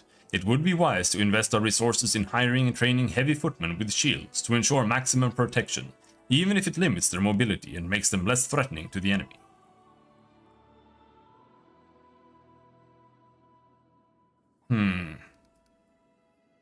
Who is this Baelor Khorramzadeh? Haven't we met him? The most trusted servant of the Demon Lord Iscari. No, they just mentioned him. Among the historians of the Mendevian Crusades, he is known as the strategist of the Worldwood. He is not as renowned as Minago, the conqueror of Dresden, or Hepsamira, daughter of Baphomet, but he has claimed the most major victories over the forces of Menden. He is a general and quite possibly one of the best tacticians in the entire Abyss. I have been studying his style of warfare for years. He may seem like an ordinary demon, another typical war taskmaster, but that's a fallacy. Like a beast following a scent, he senses weaknesses in his enemy's defenses and strikes at them, sending soldiers to bring targeted carnage. His uncanny charisma attracts more and more soldiers to him, so he's never short on troops and sacrifices them like pawns whenever he pleases in order to achieve his victories. Khorramzadeh is the face of the demon host. For many years, I've been gathering research on him, preparing for the day our armies would clash with his once more. I hope my council will help you defeat him, but so far, Khorramzadeh has known no defeats. I want to hear the opinion of my advisors. Everyone looks at you expectantly. Sela, do we really need only the bravest and most capable for our infantry? I mean, we can't send untrained rookies to a slaughter. We have the right to command only those who are ready for battle, those who can defeat the enemy. We must find out who has the skill and the guts. Contests are perfect for that, and a little excitement for our warriors couldn't hurt either. We won't get that many winners, but their strength will come from their prowess, not their numbers. Your proposal would leave us with an infantry full of selfish risk-takers, dreaming of glory and valor. That is bad material for a soldier. The infantry's role is to be a shield for the archers and mages. All they're required to do is follow orders and hold the line, unto victory or death. Ambitious loners, cherry-picked through contest of skill, are not fit to perform this duty. He's such a Chad, I like him. He's like one of the only good characters in the game. Fuck you and your fucking stupid car that makes loud noises. Regil, why do you insist on shield bearers? The infantry is a meat shield intended to catch the blade of the opposing army in its flesh. The shield must be reliable. That is all that is required of it. That is why I would like to see well-armored shield bearers as our foot soldiers. We must have the option of pitting ranks of footmen against a tide of rampaging demons, knowing with certainty that they will not scatter or die until they have completed their task.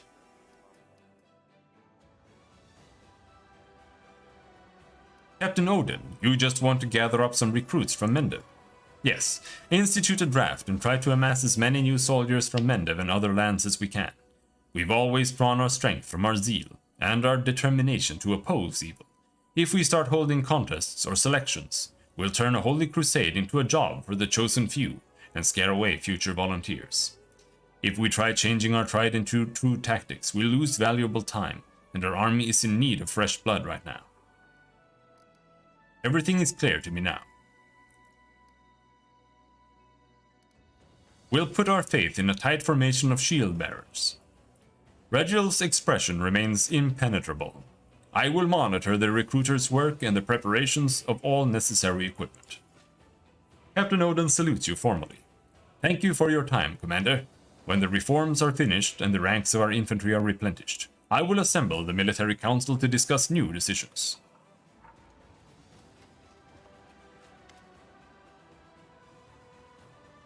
Hail, Commander. Before you, an aged yet fit and sturdy Garundi stands at attention. His dark skin has an earthy tone to it, and crystals sparkle forth from where his hair and eyebrows should be, clearly identifying him as an Oread. Captain Harmatan, Chair of your Staff Council by order of Her Majesty Queen Galfrey, here to deliver a report. I'm on this council too. Sela salutes briskly. We'll be racking our brains on how to improve troop morale.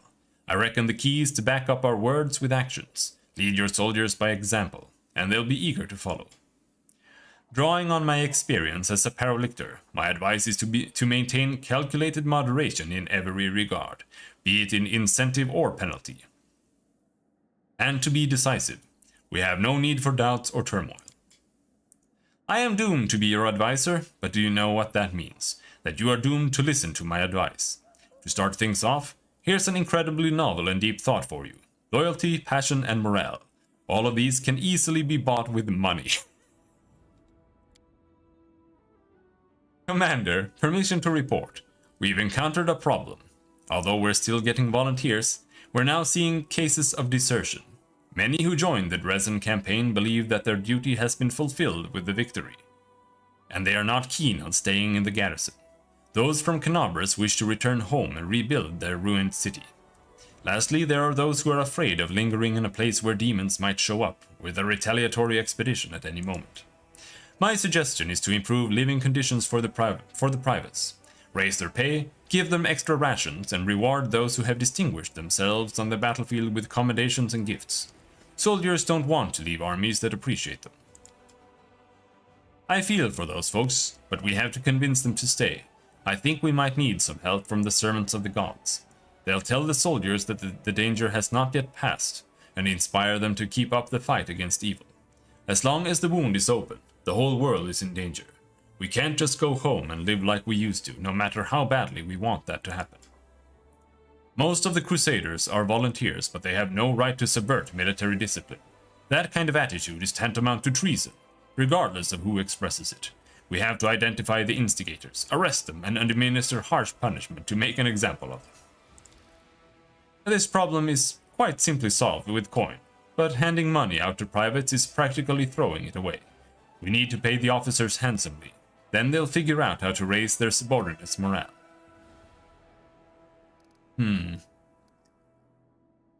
Let's discuss our options in further detail. As you command. Sila, what's your plan? The situation is not that dire. Morale is high, and we just won a major victory, so some have let down their guards. We have to call for priests and paladins to get it through to the volunteers that it is still early for celebration. If they leave for their homes today, Dresden will fall again tomorrow, and the day after, the demons will show up on their doorstep. Servants of the gods are indeed the masters of sweet-talking others into dying free of charge, all through pretty words. But when the choice comes down to inspired preaching or homemade pies, 9 of every 10 will look for comfort in their home and at their table. Their incentive needs to be more substantial than wasted breath. I didn't like him in the beginning, but here he's kind of nice, overall. It's like he's grown up a little bit. Regil, what do you suggest? There is no place in the army for the mindset of playing soldier today, then going home tomorrow. These dangerous ideas must be suppressed with the utmost harshness. We'll identify the most vocal rabble-rousers and exact punishment on them as an example to others. They may be volunteers, but they join the ranks of the Crusaders. We can't abet in their rejection of their responsibilities, or we'll be heading towards complete chaos, and therefore defeat. That's a great plan, if you want your soldiers to run back home twice as fast. They came here of their own volition. We must convince them to stay, not terrorize them into fighting. Darren, your opinion, please. Our forces are in good spirits. It's just that the euphoria of victory has gone to a few heads. No one can sober them up quicker than the officers, especially those of lower rank. We'll give our dear oafs, all of those sergeants and corporals, a bonus on the sly, and then promise to sweeten the deal once they've convinced the volunteers to stay. Perhaps they will do so over a beer mug, or perhaps with a broken nose. Why bother solving problems yourself when you can push them off on someone you pay? Your bought loyalty will run out even sooner than your gold. Once soldiers turn into profiteers instead of following orders, they start appraising them. They'll wonder whether or not it's worth their while to obey their general. I hardly need to explain the effect this will have on discipline. You are right, I agree, but I think he is too harsh on the volunteers in this case. Because they are just volunteers. Captain Harmattan, what would you advise? The volunteers believe that we've almost won. Great. Let's not ruin this pretty illusion. Instead, we'll turn it to our advantage.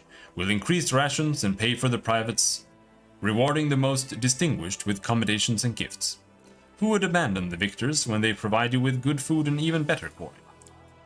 It is naive to expect the troops won't understand that we would just be trying to appease them. An army cannot stand if it's held together by handouts and desperate promises. We shouldn't lie to our soldiers. If we build up flimsy illusions now, the demons will shatter them later. Those fighting alongside us must recognize the seriousness of the situation instead of celebrating victory when the war has just begun. Thank you. Everything is clear. What are your orders? Darren, pay the officers and promise that they'll get more if they stop the drain on manpower. Wonderful. I'll get right on it. Well, not me personally, of course. I'll pay someone to bribe the officers on my behalf. Thank you, Commander.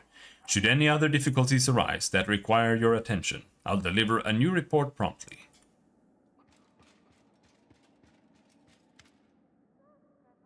Hail, Commander. A middle-aged dwarf who has clearly seen some combat salutes you with one barely moving, bone-dry hand. On her face are huge scarred claw marks. A black eye patch covers one eye, but she is watching you with the other, intent and somber. Dorgalinda Stranglehold, Chair of the Logistics Council, at your service. We've got ourselves an ugly situation that requires your decision. Is this better than the first one? So far it's worse. By quite a lot, in my opinion. But we'll see. Because the games are long, even Kingmaker has ups and downs as you go along. So, we'll see. But so far, worse. Because the characters are just bad. I hate the characters. Almost all of them are terrible. They're completely intolerable. It's like imagine Rigongar trying to have butt sex with you the entire time, and at the same time he's also making Reddit jokes. Like, it's that bad. That's pretty close to what Rigongar already does, but still. And the way they design all the encounters is really annoying. Like Pathfinder, like Kingmaker already has problems with bosses just one-shotting you in a turn. And this game is twice as bad when it comes to that. Here they one-shot your entire party in one turn. Hopefully this council will benefit from my vast experience surviving with gear that consists of rocks and sticks, and where any dinner that's not squirming on your plate is considered a feast. All in all, kind of like our crusade. I won't lie to you, our logistics are a mess.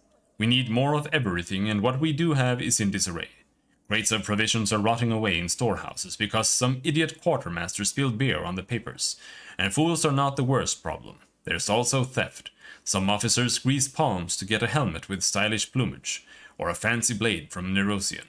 Meanwhile, that means that ordinary soldiers are being armed with barely more than kitchen knives. Hammer and tongs. It's time to give the entire logistics staff the bum's rush. The question is, where do we find capable and honest people to replace them? Let's get some veterans on the job. People who have had their fill of the front lines and who know firsthand what life is like for a common soldier, what rations taste like, and how the boots are always the wrong size.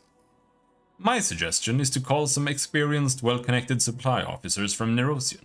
Let them leave their cushy jobs in Mendev and work up a sweat for the good of the crusade. Oh, that sounds terrible.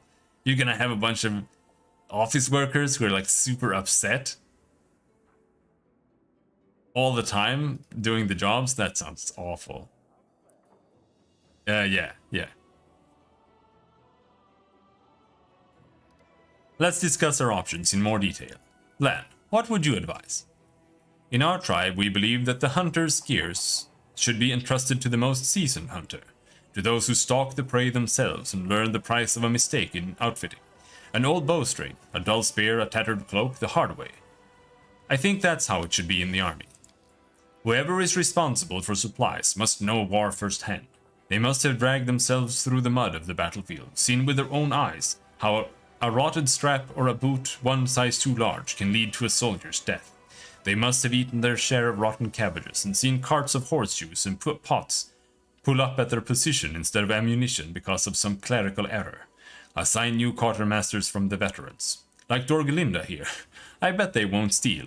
And they won't let anyone else steal either. Dorgelinda, your opinion. There are some great workers in Mendev who have been sitting at home for way too long. Let the Queen send them to us, instead of counting buttons for the frock coats of Nerosian Royal Guard. Let them sort out our supplies, and they'll already have connections in Nerosia. They could easily have army property decommissioned and later sold to private buyers for next to nothing. And those buyers will just happen to be the same mercenaries we're negotiating with. Dorgelinda makes a face. Connections are all too important, as you well know. Everything is clear to me now. Lan, our new quartermasters will be veterans. Veterans know what's what. They won't do their comrades wrong. They'll see that they're always fed healthy and warm. Then it is decided, no matter what our new quartermasters are like, there's no possible way they can be worse than what we have now. The results will be reported to you. And if anything else comes up, I'll call the council right away. Alright. I kind of like that though, that was kind of nice. But I also like this in Kingmaker. Even though there it was also very lackluster. Because there just wasn't enough of it. It wasn't developed enough.